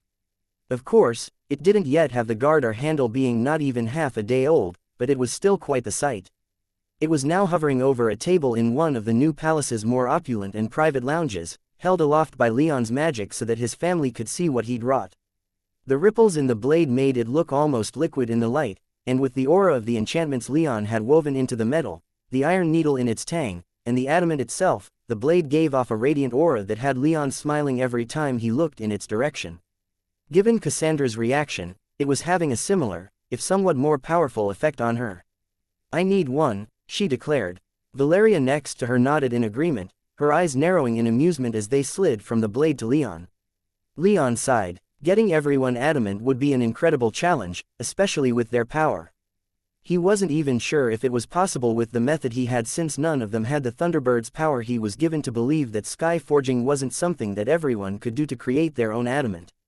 Still, getting his family better gear was hardly a worthless endeavor. "We'll have to see in time," he said. "Or is sunlight not doing the job anymore?" Cassandra finally tore her eyes away from the new blade and stared at him, a scandalized expression on her face. "Sunlight is perfect and I will not hear a word against her." "It's her, now," Elise quipped from where she sat, quietly watching everything with an amused look. "It's always been her," Cassandra retorted. "It's just not always been apparent. It's only a sword," Maya said with a hint of distant dismissiveness. "A weapon is more than just anything," Valeria countered as Cassandra turned her scandalized glare in Maya's direction. "It's what keeps us alive and serves as a companion more constant than any other. To grow attached is normal. Should I be jealous?" Leon pleasantly inquired, his tone lacking seriousness. Valeria gave him a cheeky grin. No. Well, maybe a little. The final member of Leon's family and the only other person present in the room, Anzu, finally said, but we can all have one of these of our own, right? Of course, Leon replied. Just as soon as you can make one yourself. It's not something I can do for you. More like something that you create, that you give shape on your own. It's a part of you and will respond only to you and your descendants. Sounds complicated, Anzu said with a childish frown that didn't quite match up with his looks. He was now in his 20s, but in some respects, he still acted younger than his years. Leon supposed he ought not to be surprised. Anzu was a griffin and couldn't be judged by human standards. Leon gave his little brother a quick hug around his shoulders in comfort before turning back to the room at large. I've been told, he hesitantly began, that giving my weapon a name is a smart idea. The Thunderbird didn't name her sword and I was keen to follow that example, but she insisted that I not. Thoughts? You don't have one already, Leon? Elise asked with interest. No, Leon replied. Like I said, I had no plans going into this, and I was only just given this advice. I'm still sorely tempted to not give the sword a name, though. You should give it a name. Anzu insisted, his eyes practically glittering with excitement. All the best swords in the books I read have names. If you don't name it, Valeria said, someone else will. And who knows if it will be flattering or not. Yeah, Cassandra agreed. What if they call it the Eagle's Butt Scratcher or something? Hardly dignified. If anyone's going to call it that, Leon responded, they're going to do so regardless of whether or not I give it a name. That's not the point. I still think you should name it, Valeria said. So do I, Elise chimed in. Yeah, Cassandra energetically cried. Yeah, Anzu parroted with an enthusiastic nod. Leon glanced at Maya who gave him a noncommittal shrug. It's a powerful weapon. Dangerous. But it's of you, do as you please with it. No matter what, it will be the right choice, it's a part of you. Compelling arguments, all, Leon murmured with a shallow smile. Fine, what's a name, anyway? Maybe a little pompous, but not that consequential in the grand scheme of things, is it? Who knows, maybe it could be, Valeria said with a smile. Choose something worthy of your creation, who knows how long it may be passed down through your clan. Leon's smile tightened slightly. Our clan, right? Valeria blinked in mild surprise. Yes, that can be hard to remember sometimes. An embarrassed smile spread across her face as her cheeks went scarlet. Cassandra wrapped an arm around her waist and gave her a quick hug, which Leon quickly mirrored as he went to his silver-haired lover. Maybe it's time I married her, too, he thought. He and Valeria hadn't been that keen on getting married, each wanting to keep their relationship as it was for the time being. Leon due to not wanting to alter the status quo much for fear of negative consequences, and Valeria as far as he could tell because she didn't want to compete with anyone else for his affection, so she made her relationship less threatening by being less formal. Not that he cared about such things, all four of them held equal places in his heart. And besides, he'd already agreed to have kids with all four of them, and what was marriage in the face of that kind of commitment? He supposed if she was still seeing herself as an other in their relationship, if she was still thinking of herself as an outsider, then he'd have to think of some way to drive home just how he felt and what he thought her place was in his life at his side, with Elise, Maya, and Cassandra, as well as any children they would have. She was important to him, and he refused to lose her, regardless of the past they or their families shared. Sue, Anzu said a little awkwardly as Elise rose from her lounge and pulled Valeria down into it, with Cassandra joining her. The two ladies took up spots on either side of Valeria, holding her hands and not letting her get up, to her immense and evident embarrassment. How about Stormcutter? Ooh, that's a good one, Cassandra said. It is, Leon admitted even as a frown spread across his face, but I'd like to avoid those kinds of names. Storm, this and that, you know. Everything my clan named was Storm, whatever the fuck, and I don't want to follow in those uncreative footsteps. A little harsh, don't you think? His Evergolden bride from the sacred Golden Empire said. Naming everything Storm, who gives a shit was as much for everyone else as it was for them. It helps to reinforce their position in society by perpetually tying them to a force of nature. The Thunderbird clan is inextricably linked with the primal and destructive power of a storm, and much of that is because of how they named everything. After it, point taken, Leon said. Still, there are other concerns. I am not only of the Thunderbird clan but also of the Great Black Dragon clan, as much as that particular progenitor of mine would like to disown me. His power is still in my blood, and now, in my sword. Finding a balance between these two powers was key to finally creating true adamant, and I don't want to forget that by giving it a name that only favors one half of my lineage. Cassandra gave him an agreeable nod as Maya quickly suggested, how about, River's Edge? Another good one, Leon said before he turned his eyes to the rest of his family. Elise said, I'm not good with names, but, what about, come back to me. Dread, Anzu excitedly shouted, Thunder Talon, Raptor's Wrath, Song of Death, very, cool, names, Leon diplomatically stated. King's Promise, Elise hesitantly suggested before wrinkling her nose in distaste. No, never mind, not good enough. Rage of the Universe, Cassandra floated, for the universe fragment in there, you know. Leon nodded, liking her reasoning if not the name. What about, Dragon Slayer? Elise offered, something to make that dragon in your soul realm apoplectic, maybe. A good joke, but perhaps not permanent, Leon said. Ocean Song, Maya proposed. Her eyes narrowed as a playful mood struck her. Nymph Conqueror, maybe. Are we still talking about names for the sword, or epithets for me? Leon asked, meeting her suggestive look with one of his own. She just raised her eyebrows and smirked. Finally, Valeria spoke again, but it wasn't to offer a name. What do you feel when holding it? She asked. What do you want it to do? What message do you want to leave for yourself and those who wield it after you? I think the name will come when answering one of these questions. The room fell silent as everyone admired her suggestion. Leon smiled as he stared lovingly at her, finding her immeasurably attractive as she grew bashful under everyone's gaze. Then he contemplated what she said, finding plenty of wisdom in her words. What he felt when he held the weapon was easy to say, pride. Pride in himself, in his accomplishment, in the sign of where he was heading. Pride in his clan, too, which had taken him long enough to come to terms with. What he wanted the sword to do was also easy enough to put into words. He wanted it to kill his enemies, protect his family and friends, and empower him in all ways. It now held the Iron Needle, one of the most powerful symbols of his clan, and so this sword would also become one of his clan's symbols. He planned on achieving immortality, but if he ever retired or died, his successor would wield this blade, and he wanted it to protect them, too. In that respect, he also had to pay special attention to Valeria's third question. What did he want this blade to say to that successor, and their successor? What message could he send them that he might not be around to pass on himself? He wanted them to take pride in their clan, to protect the clan against all threats, and to act with honor, grace, and dignity. To act with pride in oneself, but to also act in ways that would be worthy of that pride. He supposed he also felt other things, such as his ambition to reclaim his clan's vaunted place in the universe, but he settled on pride as the defining characteristic of the weapon. But simply naming it, pride, wasn't enough. He felt like it needed more than that. He couldn't name it, Storm's Pride, or anything like that for reasons he'd already said.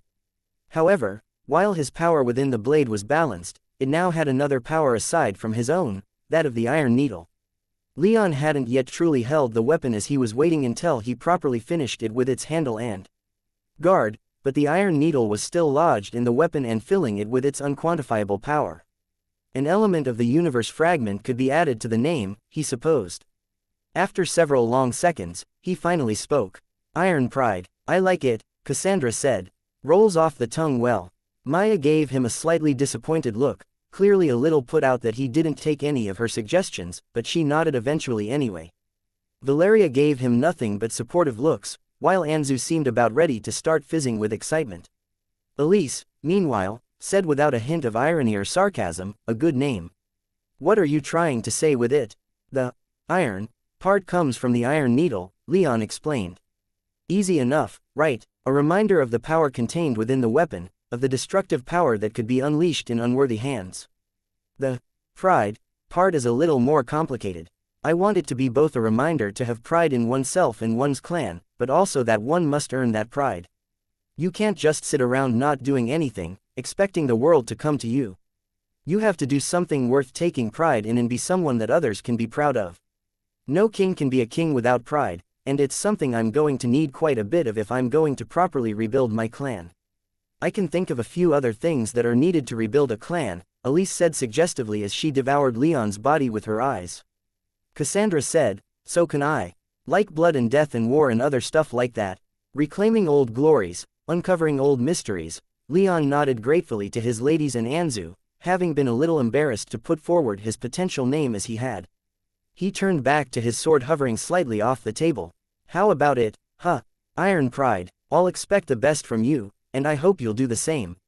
He truly wasn't expecting the sword to answer. The thing wasn't sentient, let alone sapient, and even if it was more of an extension of himself rather than its own separate being. That was the whole point of adamant and infusing one's power into the metal. And yet, as he spoke, the blade began to glow with arcane light completely independently of Leon. It filled him with serenity and joy, as if that was what the sword itself was feeling in response to receiving a name. Leon grinned, knowing he'd made a good choice. He gently brushed his hand across the metal, admiring the weapon intently as it filled the room with its calming power. "That's that, isn't it? No higher endorsement of the name can there be than from the sword itself. Should I be jealous, now?" Valeria playfully asked. Leon smirked back at her. "Maybe a little." Leon received many congratulations in the days that followed his forging of Iron Pride. He mostly locked himself away doing his best to forge the finest handle and guard he could for his new weapon, eager as he was to finally get the completed work in his hand. Despite this, however, he was still a king and had duties to attend to, duties he couldn't perpetually put off. Iron Striker helped a great deal as he returned to duty, his body now mostly healed even if his soul realm and magical foundation would require years to stabilize and fully recover. Leon had been worried that what he'd suffered would impact his performance, but Iron Striker seemed made of stern stuff as he went right back to work as soon as he was able, handling many of the bureaucratic duties that Leon hadn't the temperament for. Leon was immensely grateful, though he tried to ensure that Iron Striker knew he could always take as much time off as he might have needed. Iron Striker simply assured him that he was fine and was getting the help he needed, and congratulations on that. Sword in the ascension to 10th tier. By the way, all of the tribes practically lined up to congratulate Leon after Iron Striker, as well as all his ministers, officers in the army, citizens of Stormhollow, retainers, the dogs and cats of the island, the wind itself, and by the end, Leon was so damn tired of all the congratulations that he almost thought the waves crashing on the shores of the lake were congratulating him, too. Another island-wide party was thrown, Leon learning that it didn't take much for the 10 tribes to throw a massive party. He decided to match the festiveness and moved up the commissioning of many officers and officials in his bureaucracy as they were celebrating his achievement, quietly focusing on putting as many bloodline-less members of the tribes into these positions as he could get away with. He'd already enshrined their status as equal to that of those with awakened bloodlines on the island, and he wanted to prove that with actions and not just with words. But throughout all of this, it was his sword that drew most of his attention. The handle he made from thunder wood and wrapped in lion leather. The wing-like guard was made of enchanted silver, heavily reinforced with ancient runes, while the small sapphires embedded into it were filled with power almost immediately thanks to the thunder wood and iron needle. The talon-shaped pommel, finally, was forged of additional enchanted silver and decorated with a tuft of feathers from the rock he'd hunted down while gaining the allegiance of the heart-stabbing hawks. By the end, he could hardly take his eyes off the weapon. It was, in his humble opinion, his masterpiece, the culmination of all he'd learned of the arts of enchanting and blacksmithing. His family's sword would always be irreplaceable in his heart, but Iron Pride was his, and it would be Iron Pride that would symbolize and protect his clan going forward. The sword was finally finished, ready for him to take it. With bated breath, Leon reached out, his fingers brushing against the leather of the handle for one hesitant moment before he seized the finished sword and held it up. Immediately, a torrent of lightning of every color poured from the blade as the adamant seemed to sing in joy. Leon felt a rush of power he'd never felt before rush through him, filling his body with energy and magic power while the air around him sparked and crackled with lightning. Then the sword settled in his hand, its cataclysmic power at his disposal. And he knew just how to test his new power. With Iron Pride in his hand, Leon felt invincible.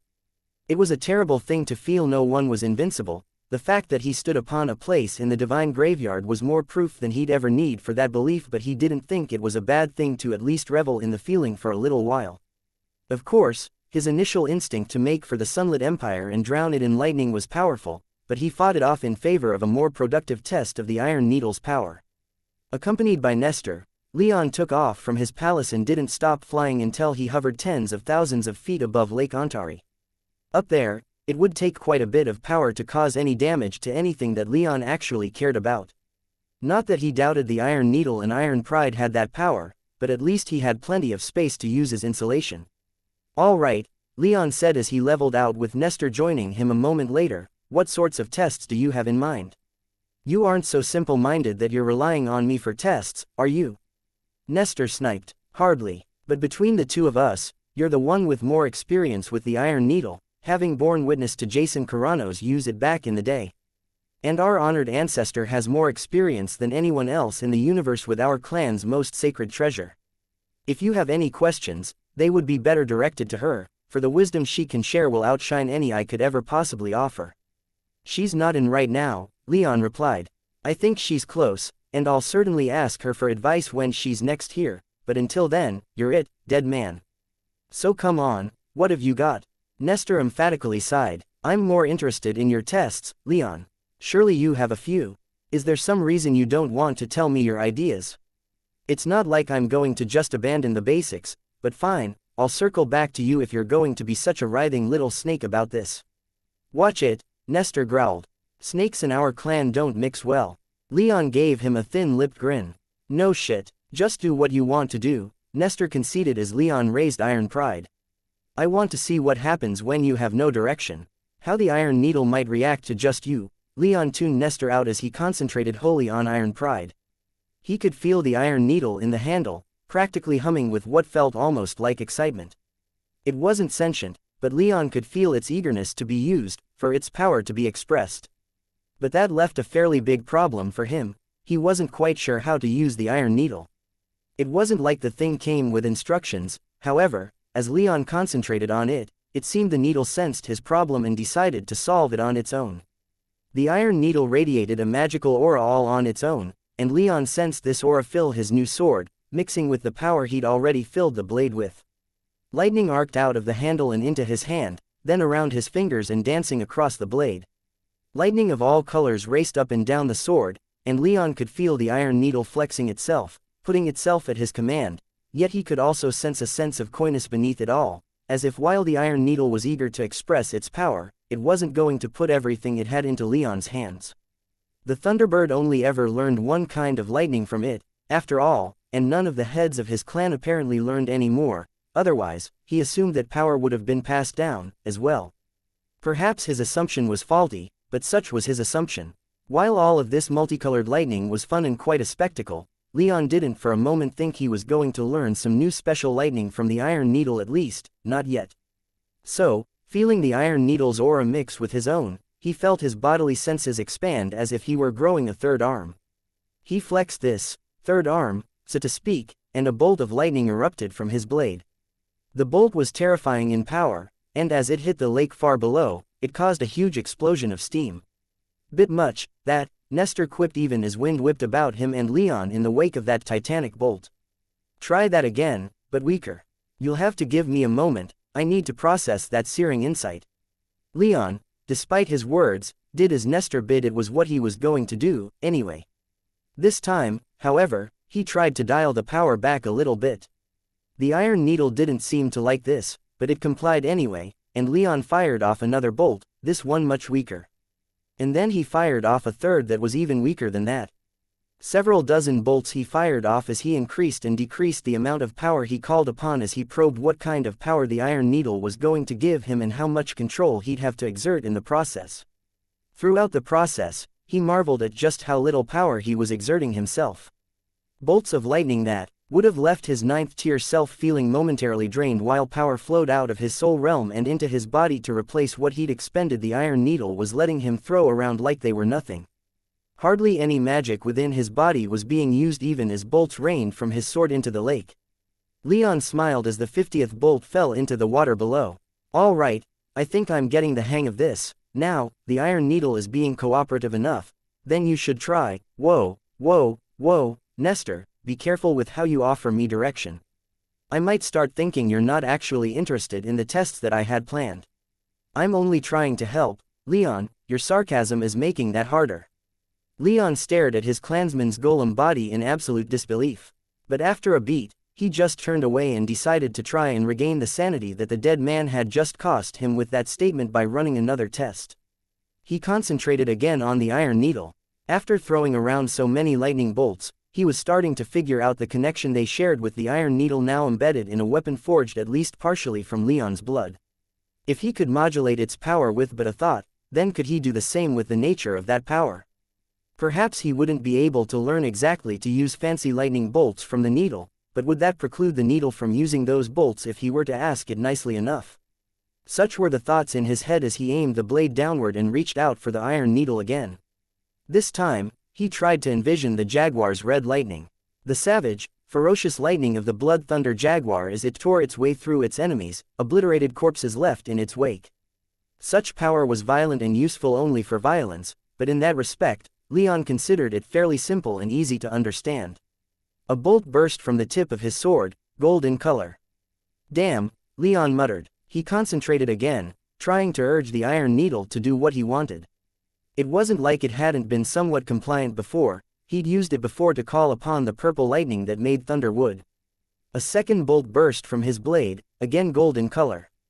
Double damn, Leon murmured. A third time he tried, and a third golden bolt fell into the lake. Triple damn, were you trying to do something just now? Nestor asked with faux politeness. Forgive me for asking, but it's so hard to tell when failure dogs your heels begging for scraps. Nestor, do you even really need a golem body? Like, do you really need it? Threats won't make our clan's treasure work any better for you. I'm not threatening anyone, I'm just asking a question. Maybe you should contemplate the answer to it before you try to shit on me for this, yeah? Fine, fine. With a sigh, Leon tried to will the iron needle to use a different kind of lightning once again. This time, however, it wasn't the blood thunder jaguar's lightning he envisioned, but the purple lightning of thunder wood. This time, to his immense relief and muted surprise, a bolt of purple lightning exactly as he'd envisioned sprang from the blade. Ah, Leon cried out. Well, that's good. I was hoping my method would work. But why did it work for this lightning and not the other kind? Tell me what you're doing and let's speculate together. Tell me what tests you want to run and how our ancestors used the iron needle, and maybe I'll consider taking your offer under advisement. Yes, there is a distinct possibility that that will happen. Potentially. Nestor gave him a theatrical sigh before assuming a posture like he was leaning against something, despite hovering in the air with nothing at all to lean on. Fine, young Leon, I'll indulge your curiosity and your impatience. The iron needle is an instrument that commands lightning. All of it. It has absolute mastery over the element. And the iron needle grants that mastery to its chosen wielder. I hardly feel in control of lightning right now. That's because the bond between you and the universe fragment is still forming. Wield that blade for long enough, and its mastery of lightning will be yours. When you say, mastery, does this include other kinds of lightning? In some cases, yes. I suppose it isn't right to call it mastery, more like whatever the iron needle feels like giving you today. As your bond with the universe fragment grows, as you two grow more attuned to each other, it will allow more and more. Leon nodded along, then thought about the black lightning that the iron needle used against sunlit, then attempted to summon it. A golden bolt answered his call, and he sighed in mild, but unsurprised, dejection. With Nestor, he ran through a few more exercises, which just about exhausted both his and Nestor's knowledge of the iron needle, learning little more about the universe fragment than how far it was willing to let Leon push. In short, Leon could call upon tremendous power, but anything other than normal lightning, the Thunderbird's lightning, and the purple thunder wood lightning was impossible. For now, Leon felt some encouragement even from this much, and he knew that he'd probably be studying the iron needle for the rest of his life. But the direct use of the iron needle in such a manner was only the end of one battery of tests. There was another use of the needle that Leon wanted to test. To that end, he retrieved from his soul realm a dozen containers filled with sand of varying quality, and he extended his blade toward them. Lightning arced from his sword into the containers as he pictured the spiraling, vine-like mass of fulgurite that he'd passed through just before acquiring the iron needle back in Tusk's cave. That fulgurite had been able to contain the iron needle's power, and Leon hoped to replicate its creation. Sand immediately vitrified under the extreme heat of Iron Pride's lightning, but the arcing bands of fulgurite that Leon had hoped for didn't form. Instead, he was left with containers of molten and rapidly cooling sand. It might take more than just finding blasting sand, Nestor grumbled. I know, Leon grumbled right back. They'd debated the subject quite a bit ever since Leon returned to Oculera with the iron needle. It was still Leon's fear that it was some natural quality of that cave rather than the iron needle that had allowed that fulgurite to form. He began returning the containers to his soul realm in the vain hope that once the molten sand cooled, maybe there'd be some usable fulgurite in them, but as he reached his magic out to bring the second to last back in, he felt a slight pulse from iron pride, causing him to pause. There were no exchanges of words, no flashes of images in his mind, or sudden feelings of intent. But all the same, Leon could feel that something was in that specific container of molten sand. He pulled the other back into his soul realm and then stared into the mass as it cooled. "What is it?" Nestor asked. "I have no idea, but I think it might be promising." The container was fairly large, so Leon, losing his patience a little with how slowly the cooling process was going, conjured a mass of water and simply poured the sand into it. Dirty brown glass formed as the molten sand was quenched, none of it all that interesting, save for a single bead of fulgurite glowing with golden light in the center of that dirty glass. "Leon," Nestor breathed, "what kind of sand was that?" "I don't know sand," Leon said as he glanced back at the container. "Batch 11. We need to find more of batch 11. Leon grunted in agreement. Then, he and Nestor turned slightly to glance at each other, locking eyes as much as Nestor could do that for a moment. "Now?" Nestor asked. "Now," Leon stated. They stayed hovering in the air only long enough for Leon to smash through the brown glass to retrieve that one single bead of fulgurite before they sped as fast as they could back to the palace. Leon stared at the vats of batch 11, as he and Nestor had taken to calling it, arranged before him. Tons of sand, literally. All of it slightly different, with extensive notes printed on the side of their vats indicating just what kind of miscellaneous material had been added or what had been taken out. Batch 11 had succeeded in making a tiny amount of fulgurite, and after doing their best but failing to find any more batch 11 in the palace, Leon had ordered the Glassblowers Guild in Stormhollow to supply him with as much batch 11 as they could. And then, after setting aside for control, those same glassblowers used their skill in earth magic to alter the contents in every batch. They were going to find out just what specific composition of sand and other material would make the needed fulgurite, or if sand was even needed at all. If they were successful enough, Leon hoped they'd even be able to figure out some way to make this kind of fulgurite without the iron needle, but he put that hope aside for the moment. That would be a matter for the ravens, in time. For the moment, he sent bolts of lightning into every vat of sand. With the iron needle and his 10th tier strength, his heart rate didn't increase from this expression of power, but it certainly did when 7 vats all close by each other had their molten contents quenched, revealing glowing fulgurite within the vitrified glass. With excitement stirring within him, Leon ran to the vat with the most fulgurite. Nearly a third of the vat had been filled with the stuff, clearly visible beneath the bluish glass. "More of this," Leon called out, "and more like this one." With staggering financial rewards dangled in front of them, the glassblowers Leon had hurriedly contracted to aid him in this endeavor sprang into action. The vat was examined and more sand was brought. Other materials were thrown into the vats that the glassblowers told Leon were quite similar to what had been in the vat that had caught his eyes, as well as some vats that only had their specific ratio of sand to additional material altered. His eyes glazed over during their explanation, but he trusted that they knew what they were doing. With the Glassblowers Guild aiding him, Leon went through 3 more such rounds before exhausting their at-hand resources. However, in the process, they eventually found an aggregate that produced just about as much fulgurite as there had been material in the vat. And Leon couldn't have been happier. The combination of thunderwood and this fulgurite, his arcs, mauls, and whatever else he might want to make with it, such as golems, would completely outpower anything else that his rivals would have. That combination was Nexus-worthy, Nestor assured him, a material combination worth being said in the same breath as Titanstone. It just needed a name, something more poetic than just fulgurite. Nestor suggested storm crystal. Leon hated it, but given how it was received by everyone else, he held back his displeasure. He was too happy that they'd finally made the damn stuff to care over much about its name.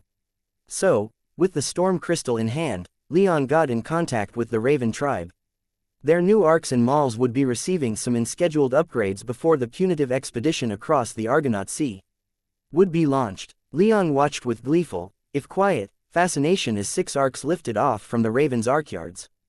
These 6 arcs were the largest and finest vessels the Ravens had ever produced, the thunder wood that Leon had given them, allowing the tribe to increase the arcs, size and armor significantly. These new arcs had also been provided with storm crystals, but they had already been close to completion by then, so the design hadn't been impacted. Despite this, these 6 arcs represented the absolute pinnacle of what the ravens could achieve. 10 lightning lances to a side, and one of their largest flame lances is a main cannon on the bow of the arc.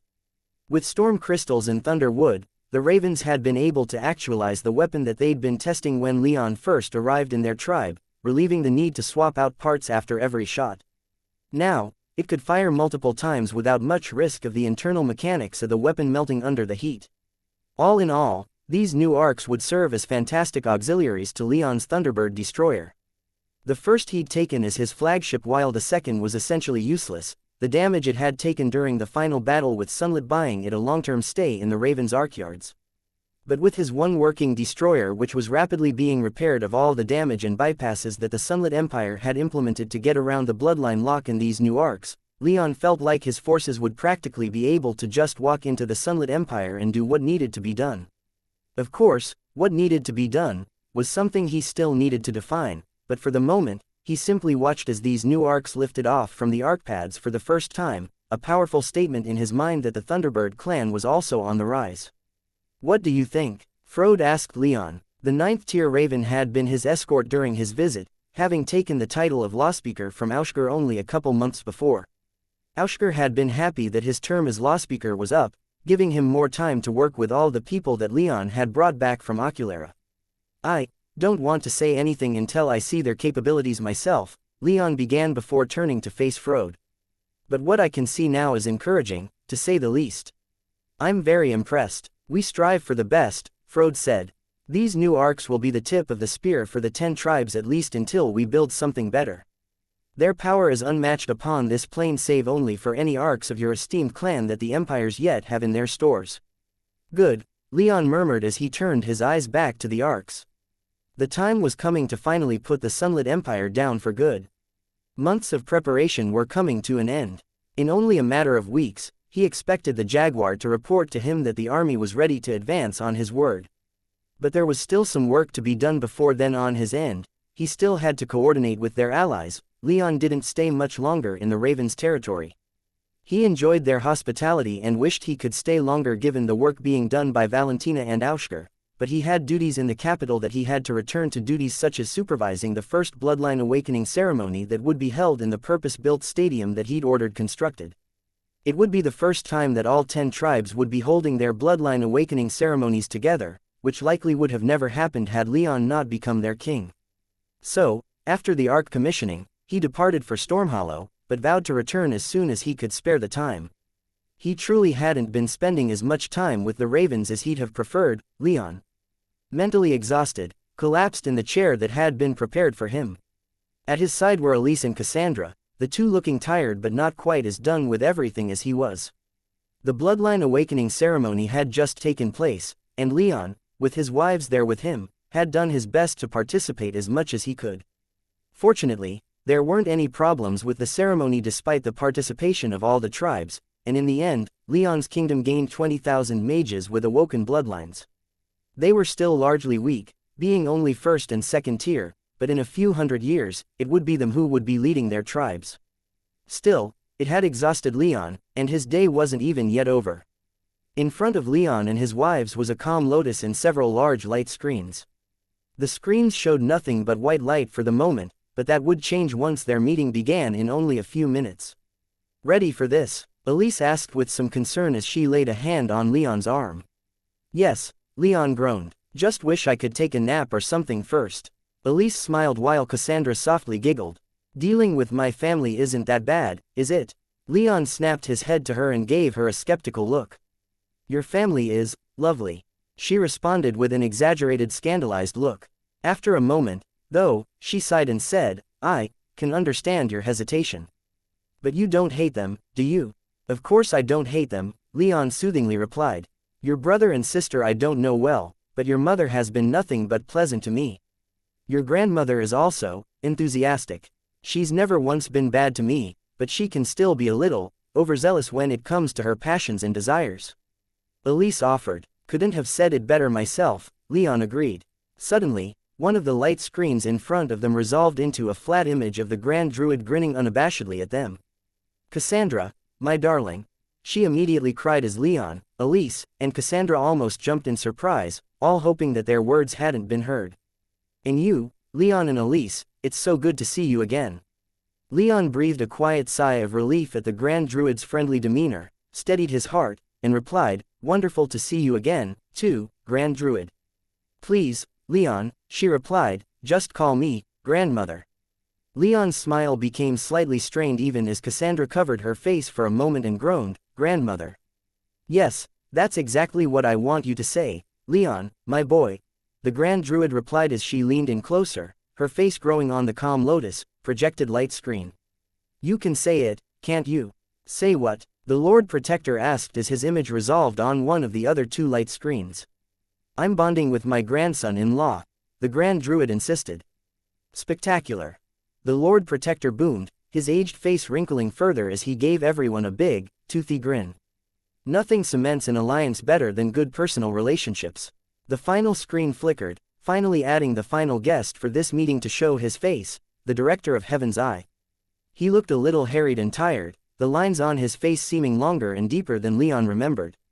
Hello, all, he said. If it's not too much to ask, how about we just jump right into things? Now, the Grand Druid chided, impatience should be reserved for the young. Aren't we all old to be? The situation demands impatience, the director said. I've received reports that the Sunlit Emperor and the Keeper of the Sentinels have met once again. Though it doesn't seem like an invasion force, armies are on the move. Who gave you this information?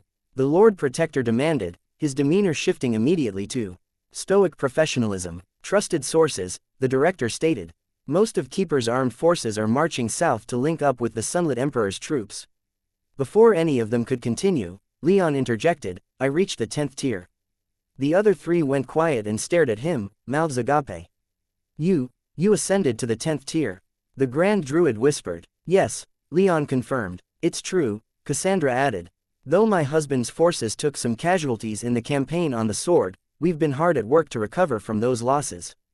I'd say that even alone, we'd be more than a match for the Sunlit Empire. But the Sunlit Emperor doesn't stand alone, the director quietly stated. Keeper stands with him. If we work together, that won't matter, the Grand Druid stated. Honestly, I'm tired of Keeper, anyway. I would be greatly reassured for my descendants if we could do something about the Sentinels before we leave this plane. Leaving this plane, Leon repeated. Should I take this to mean that you're going to accept my offer to come with me when we leave Eterna? Maybe, the Grand Druid coyly answered as her eyes shifted over to Anastasios. If we manage to achieve apotheosis, the Lord Protector helpfully explained, itself something that we can't just assume we'll do. He gave the Grand Druid a lightly reproachful look, which she laughed off, we might just go our own way. Explore the universe ourselves. We might also take you up on your offer, Leon. We haven't yet decided. Either way, if we both manage to achieve apotheosis, we will eventually leave Eterna. Leon nodded in understanding, but that's something to decide when it happens, the Lord Protector continued. For now, the Sunlit Empire and the Sentinels are the problem. Let's just go to war and finish this, the Grand Druid insisted. To the Ashen Fields with this deliberation, let's just end this whole thing. And launch a devastating war that could bring an end to all of our empires, the Lord Protector practically shouted. With all of us together, it would hardly do that, would it? The Grand Druid shot back. We have the power, so let us use it. I have to admit, Leon said, I'm siding with the Grand Druid on this one. My forces are assembling. We can launch an assault on Argos in only a couple of months with weapons that the Sunlit Empire will have never seen before. I doubt they've regenerated the forces they lost on the sword, so while I don't think any war would be easy, I can't see all of us working together losing this fight. The Keeper, the director whispered, bringing all attention upon him. His title is not meaningless. In full, it's the Keeper of Memory, I'll remind you all. The Thunderbird clan was based out of the Sentinels, land when they yet ruled this plane, and the scars their toppling left upon that land remain to this day. It is the whole point of the Sentinels and the Keeper to oppose the return of the Thunderbird clan and to never forget the depredations inflicted upon them by those long dead. He paused a moment to give Leon an apologetic look, which Leon merely frowned at before nodding at him to continue. They hold the largest number of Thunderbird clan ruins.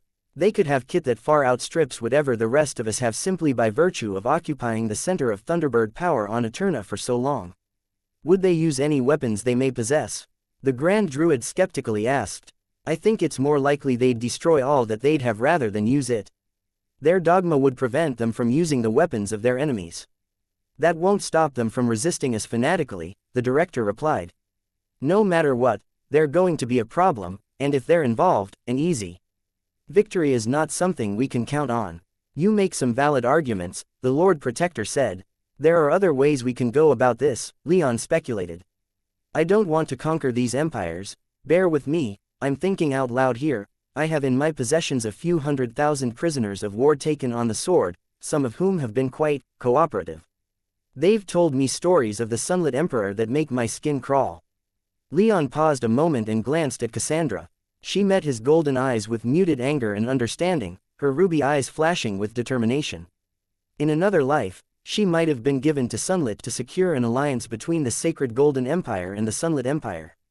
Now, however, Leon would die before allowing Cassandra and the Sunlit Emperor to so much as breathe the same air, let alone have her come anywhere even close to the Emperor's harem. What is the most beneficial thing that can happen? Leon asked everyone. The status quo has worked for a long time, hasn't it? Some kind of mediated peace would be the best, right? Something that ensures the Sunlit Empire and the Sentinels don't become destabilized hellholes that require military occupation, I think. I don't think anyone was advocating for long-term occupations, the Lord Protector stated. Perhaps some regime changes, something that ensures that both of our sister empires are less unpredictable and less zealous. Make them more able to keep the peace that has lasted for so long between our empires. I was thinking along similar lines, Leon said. A punitive expedition against the Sunlit Empire, culminating in the ending of Sunlit's life. After that, we support a new emperor who is amenable to making peace with us. Given what I've been told by many of the Sunlit officers in my care, those in Sunlit's empire won't be too unhappy to see him gone. They may be unhappy to see a brokered peace between our peoples, the Grand Druid mused. Leon acknowledged her point with a quick nod of his head. Still, he said, what is our realistic goal for victory? How do we go about securing it? The way I see it, we have to answer the first one, and then determine if all of us go to war with Sunlit and Keeper, or if the dirty work is left to me and mine.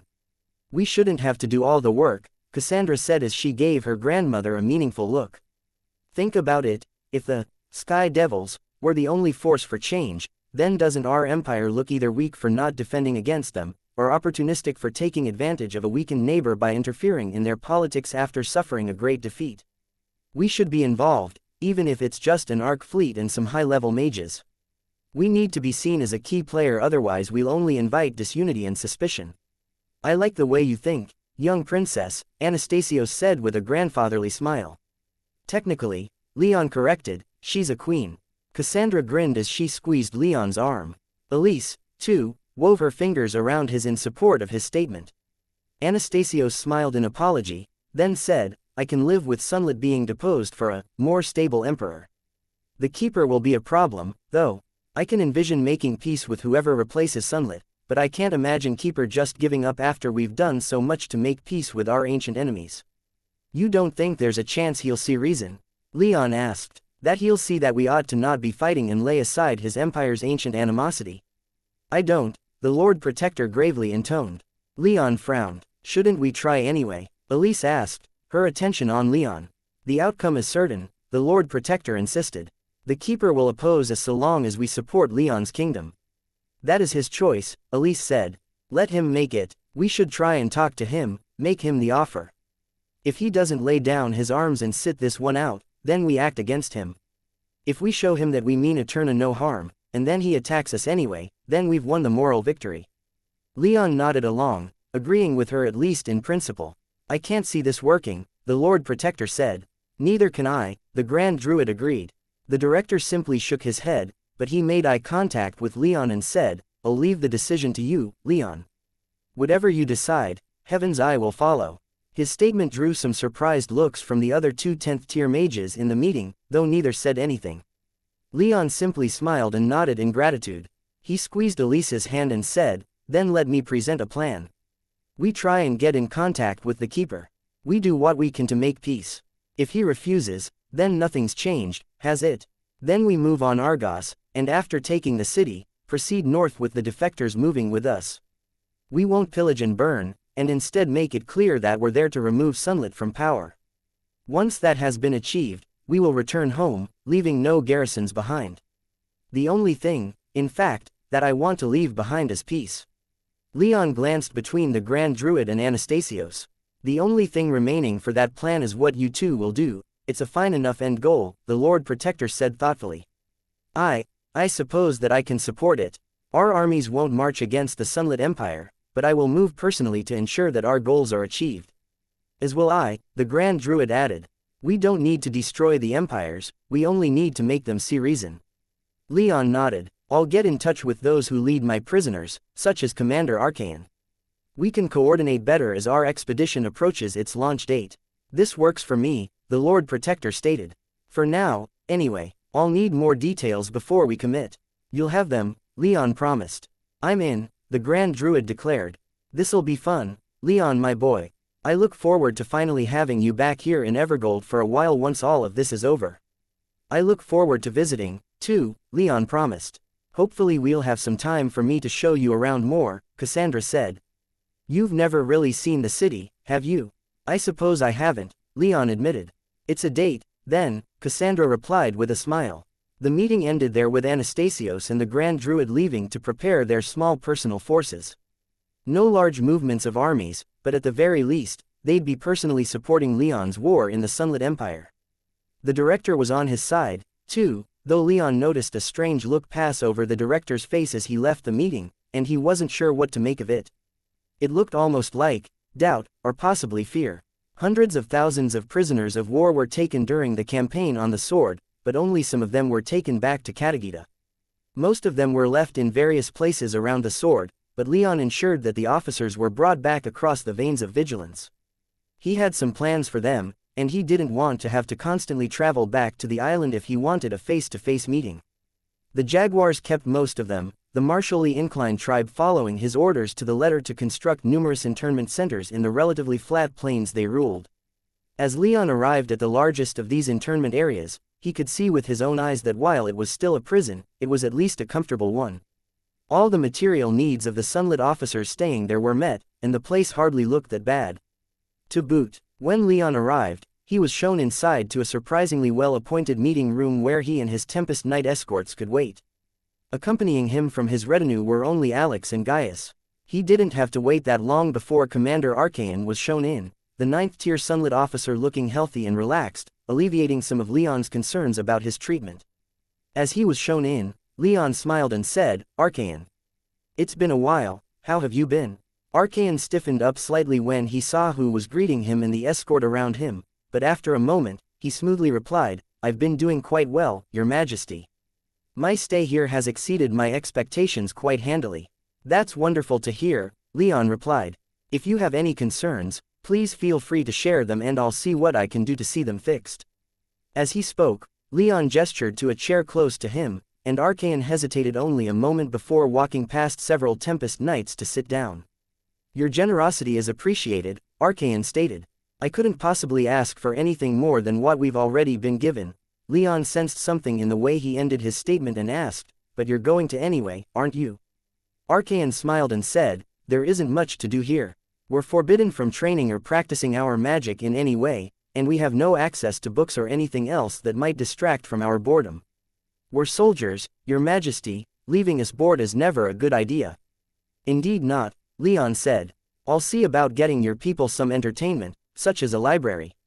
In the meantime, he nodded to Gaius who retrieved some writing implements, which put Archaean immediately on edge. I'd like for you to consider something for me. Consideration is free, so I'm happy to give as much as is needed. Great. Well, I suppose it'll come as no surprise to you that I'm satisfied with simply holding onto the sword. I intend to make peace with all of the empires, and while I've secured peace with Ilion and Evergold, Thunderhaven and the Sentinels are proving to be tougher nuts to crack. It's clear to me that so long as the Sunlit Empire retains its current emperor, peace between my new kingdom and your empire will never be. Leon paused to give Archaean a chance to respond. The Sunlit commander took a moment to consider Leon's words before simply stating, "I would agree with you." He spared Gaius a quick look of mild annoyance as Leon's secretary blatantly scrawled his response down. "Would you agree that peace between our peoples would be best for everyone? No more raids on the Pegasi states, no more bloodshed between us, no more feeding the krakens of the Argonaut Sea. I would. Would you also agree that the best way to achieve this peace is to remove the current Sunlit Emperor from office and replace him with someone more peace-minded?" Archaon smiled in amusement, though it was clear from his body language that he didn't think such a thing was all that feasible.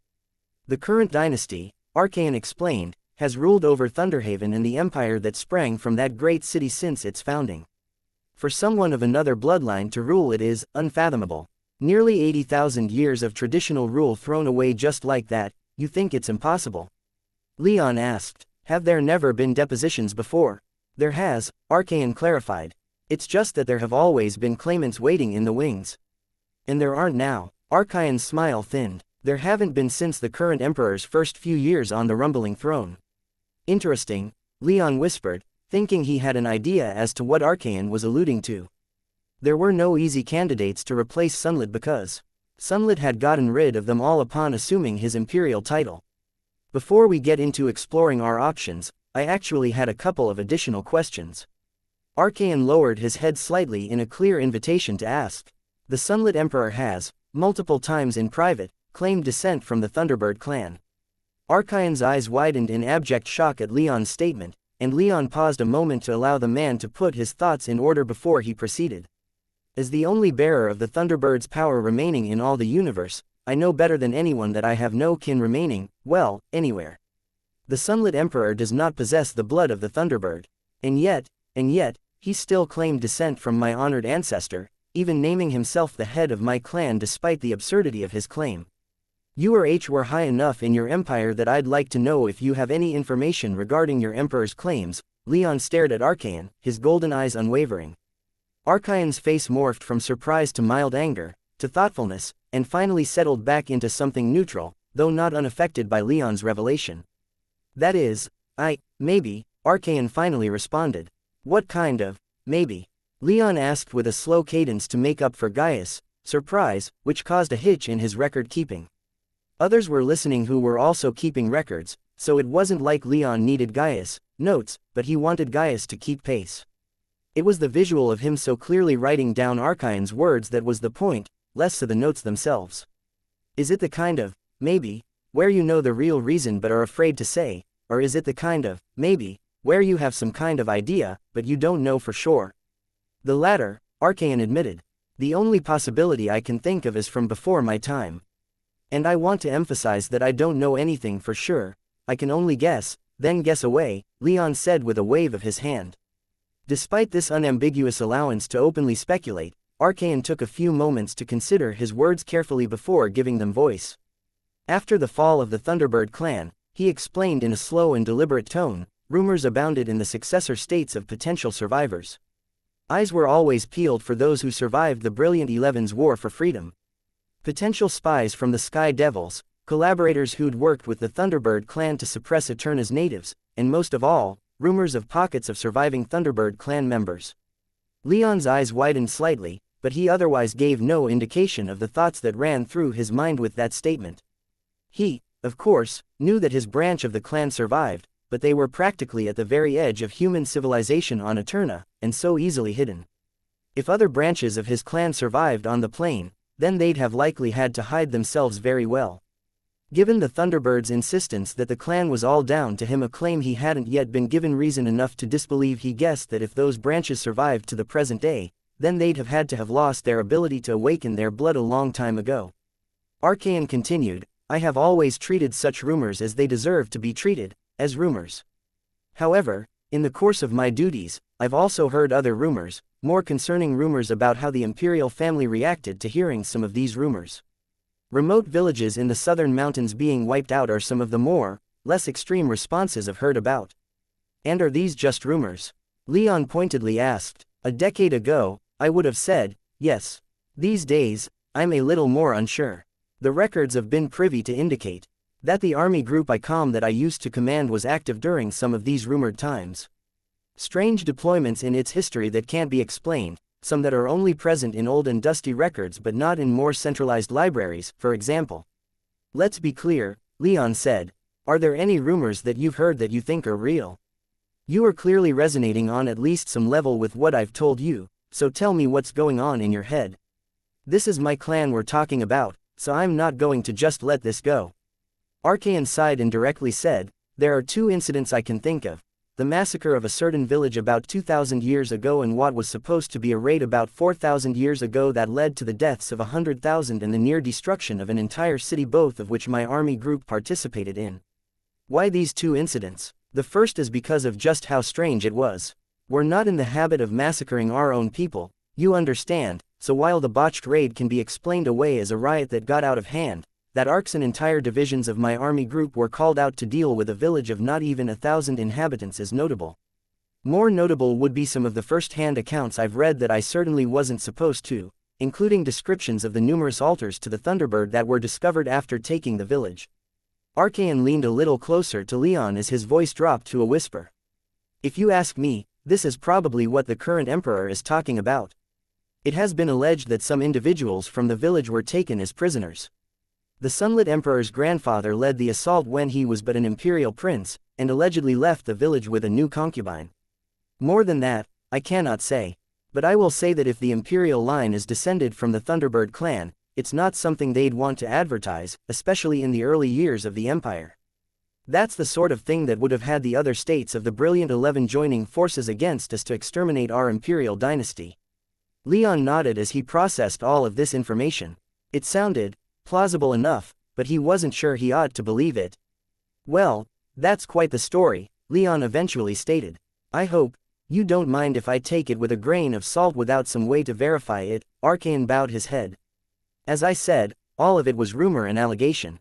Leon nodded. To get back to the point of my visit, do you think that it would be possible to topple the Sunlit's imperial dynasty?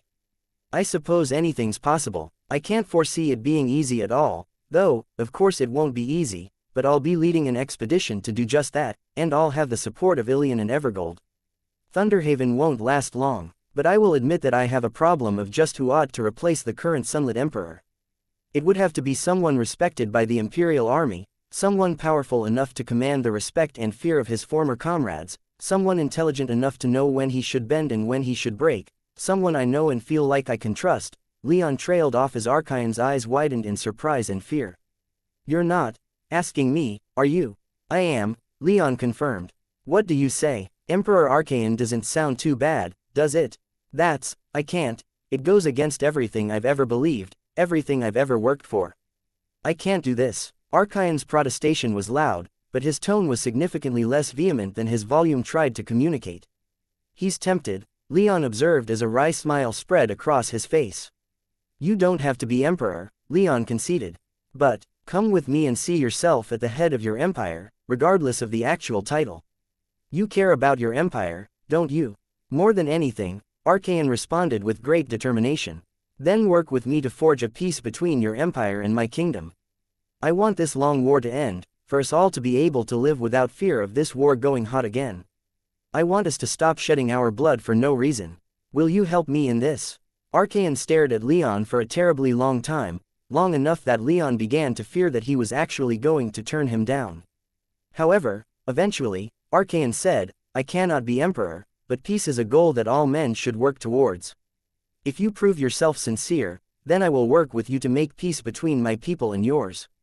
Leon grinned. Very well, I'll accept whatever I can get on this front. Get some rest, Commander, because I'm going to have quite a bit for you to do very soon. The director stared out at Oculara with a morose look on his face, taking in the sights from the window of his office in the hexagon. As he usually was, he was alone.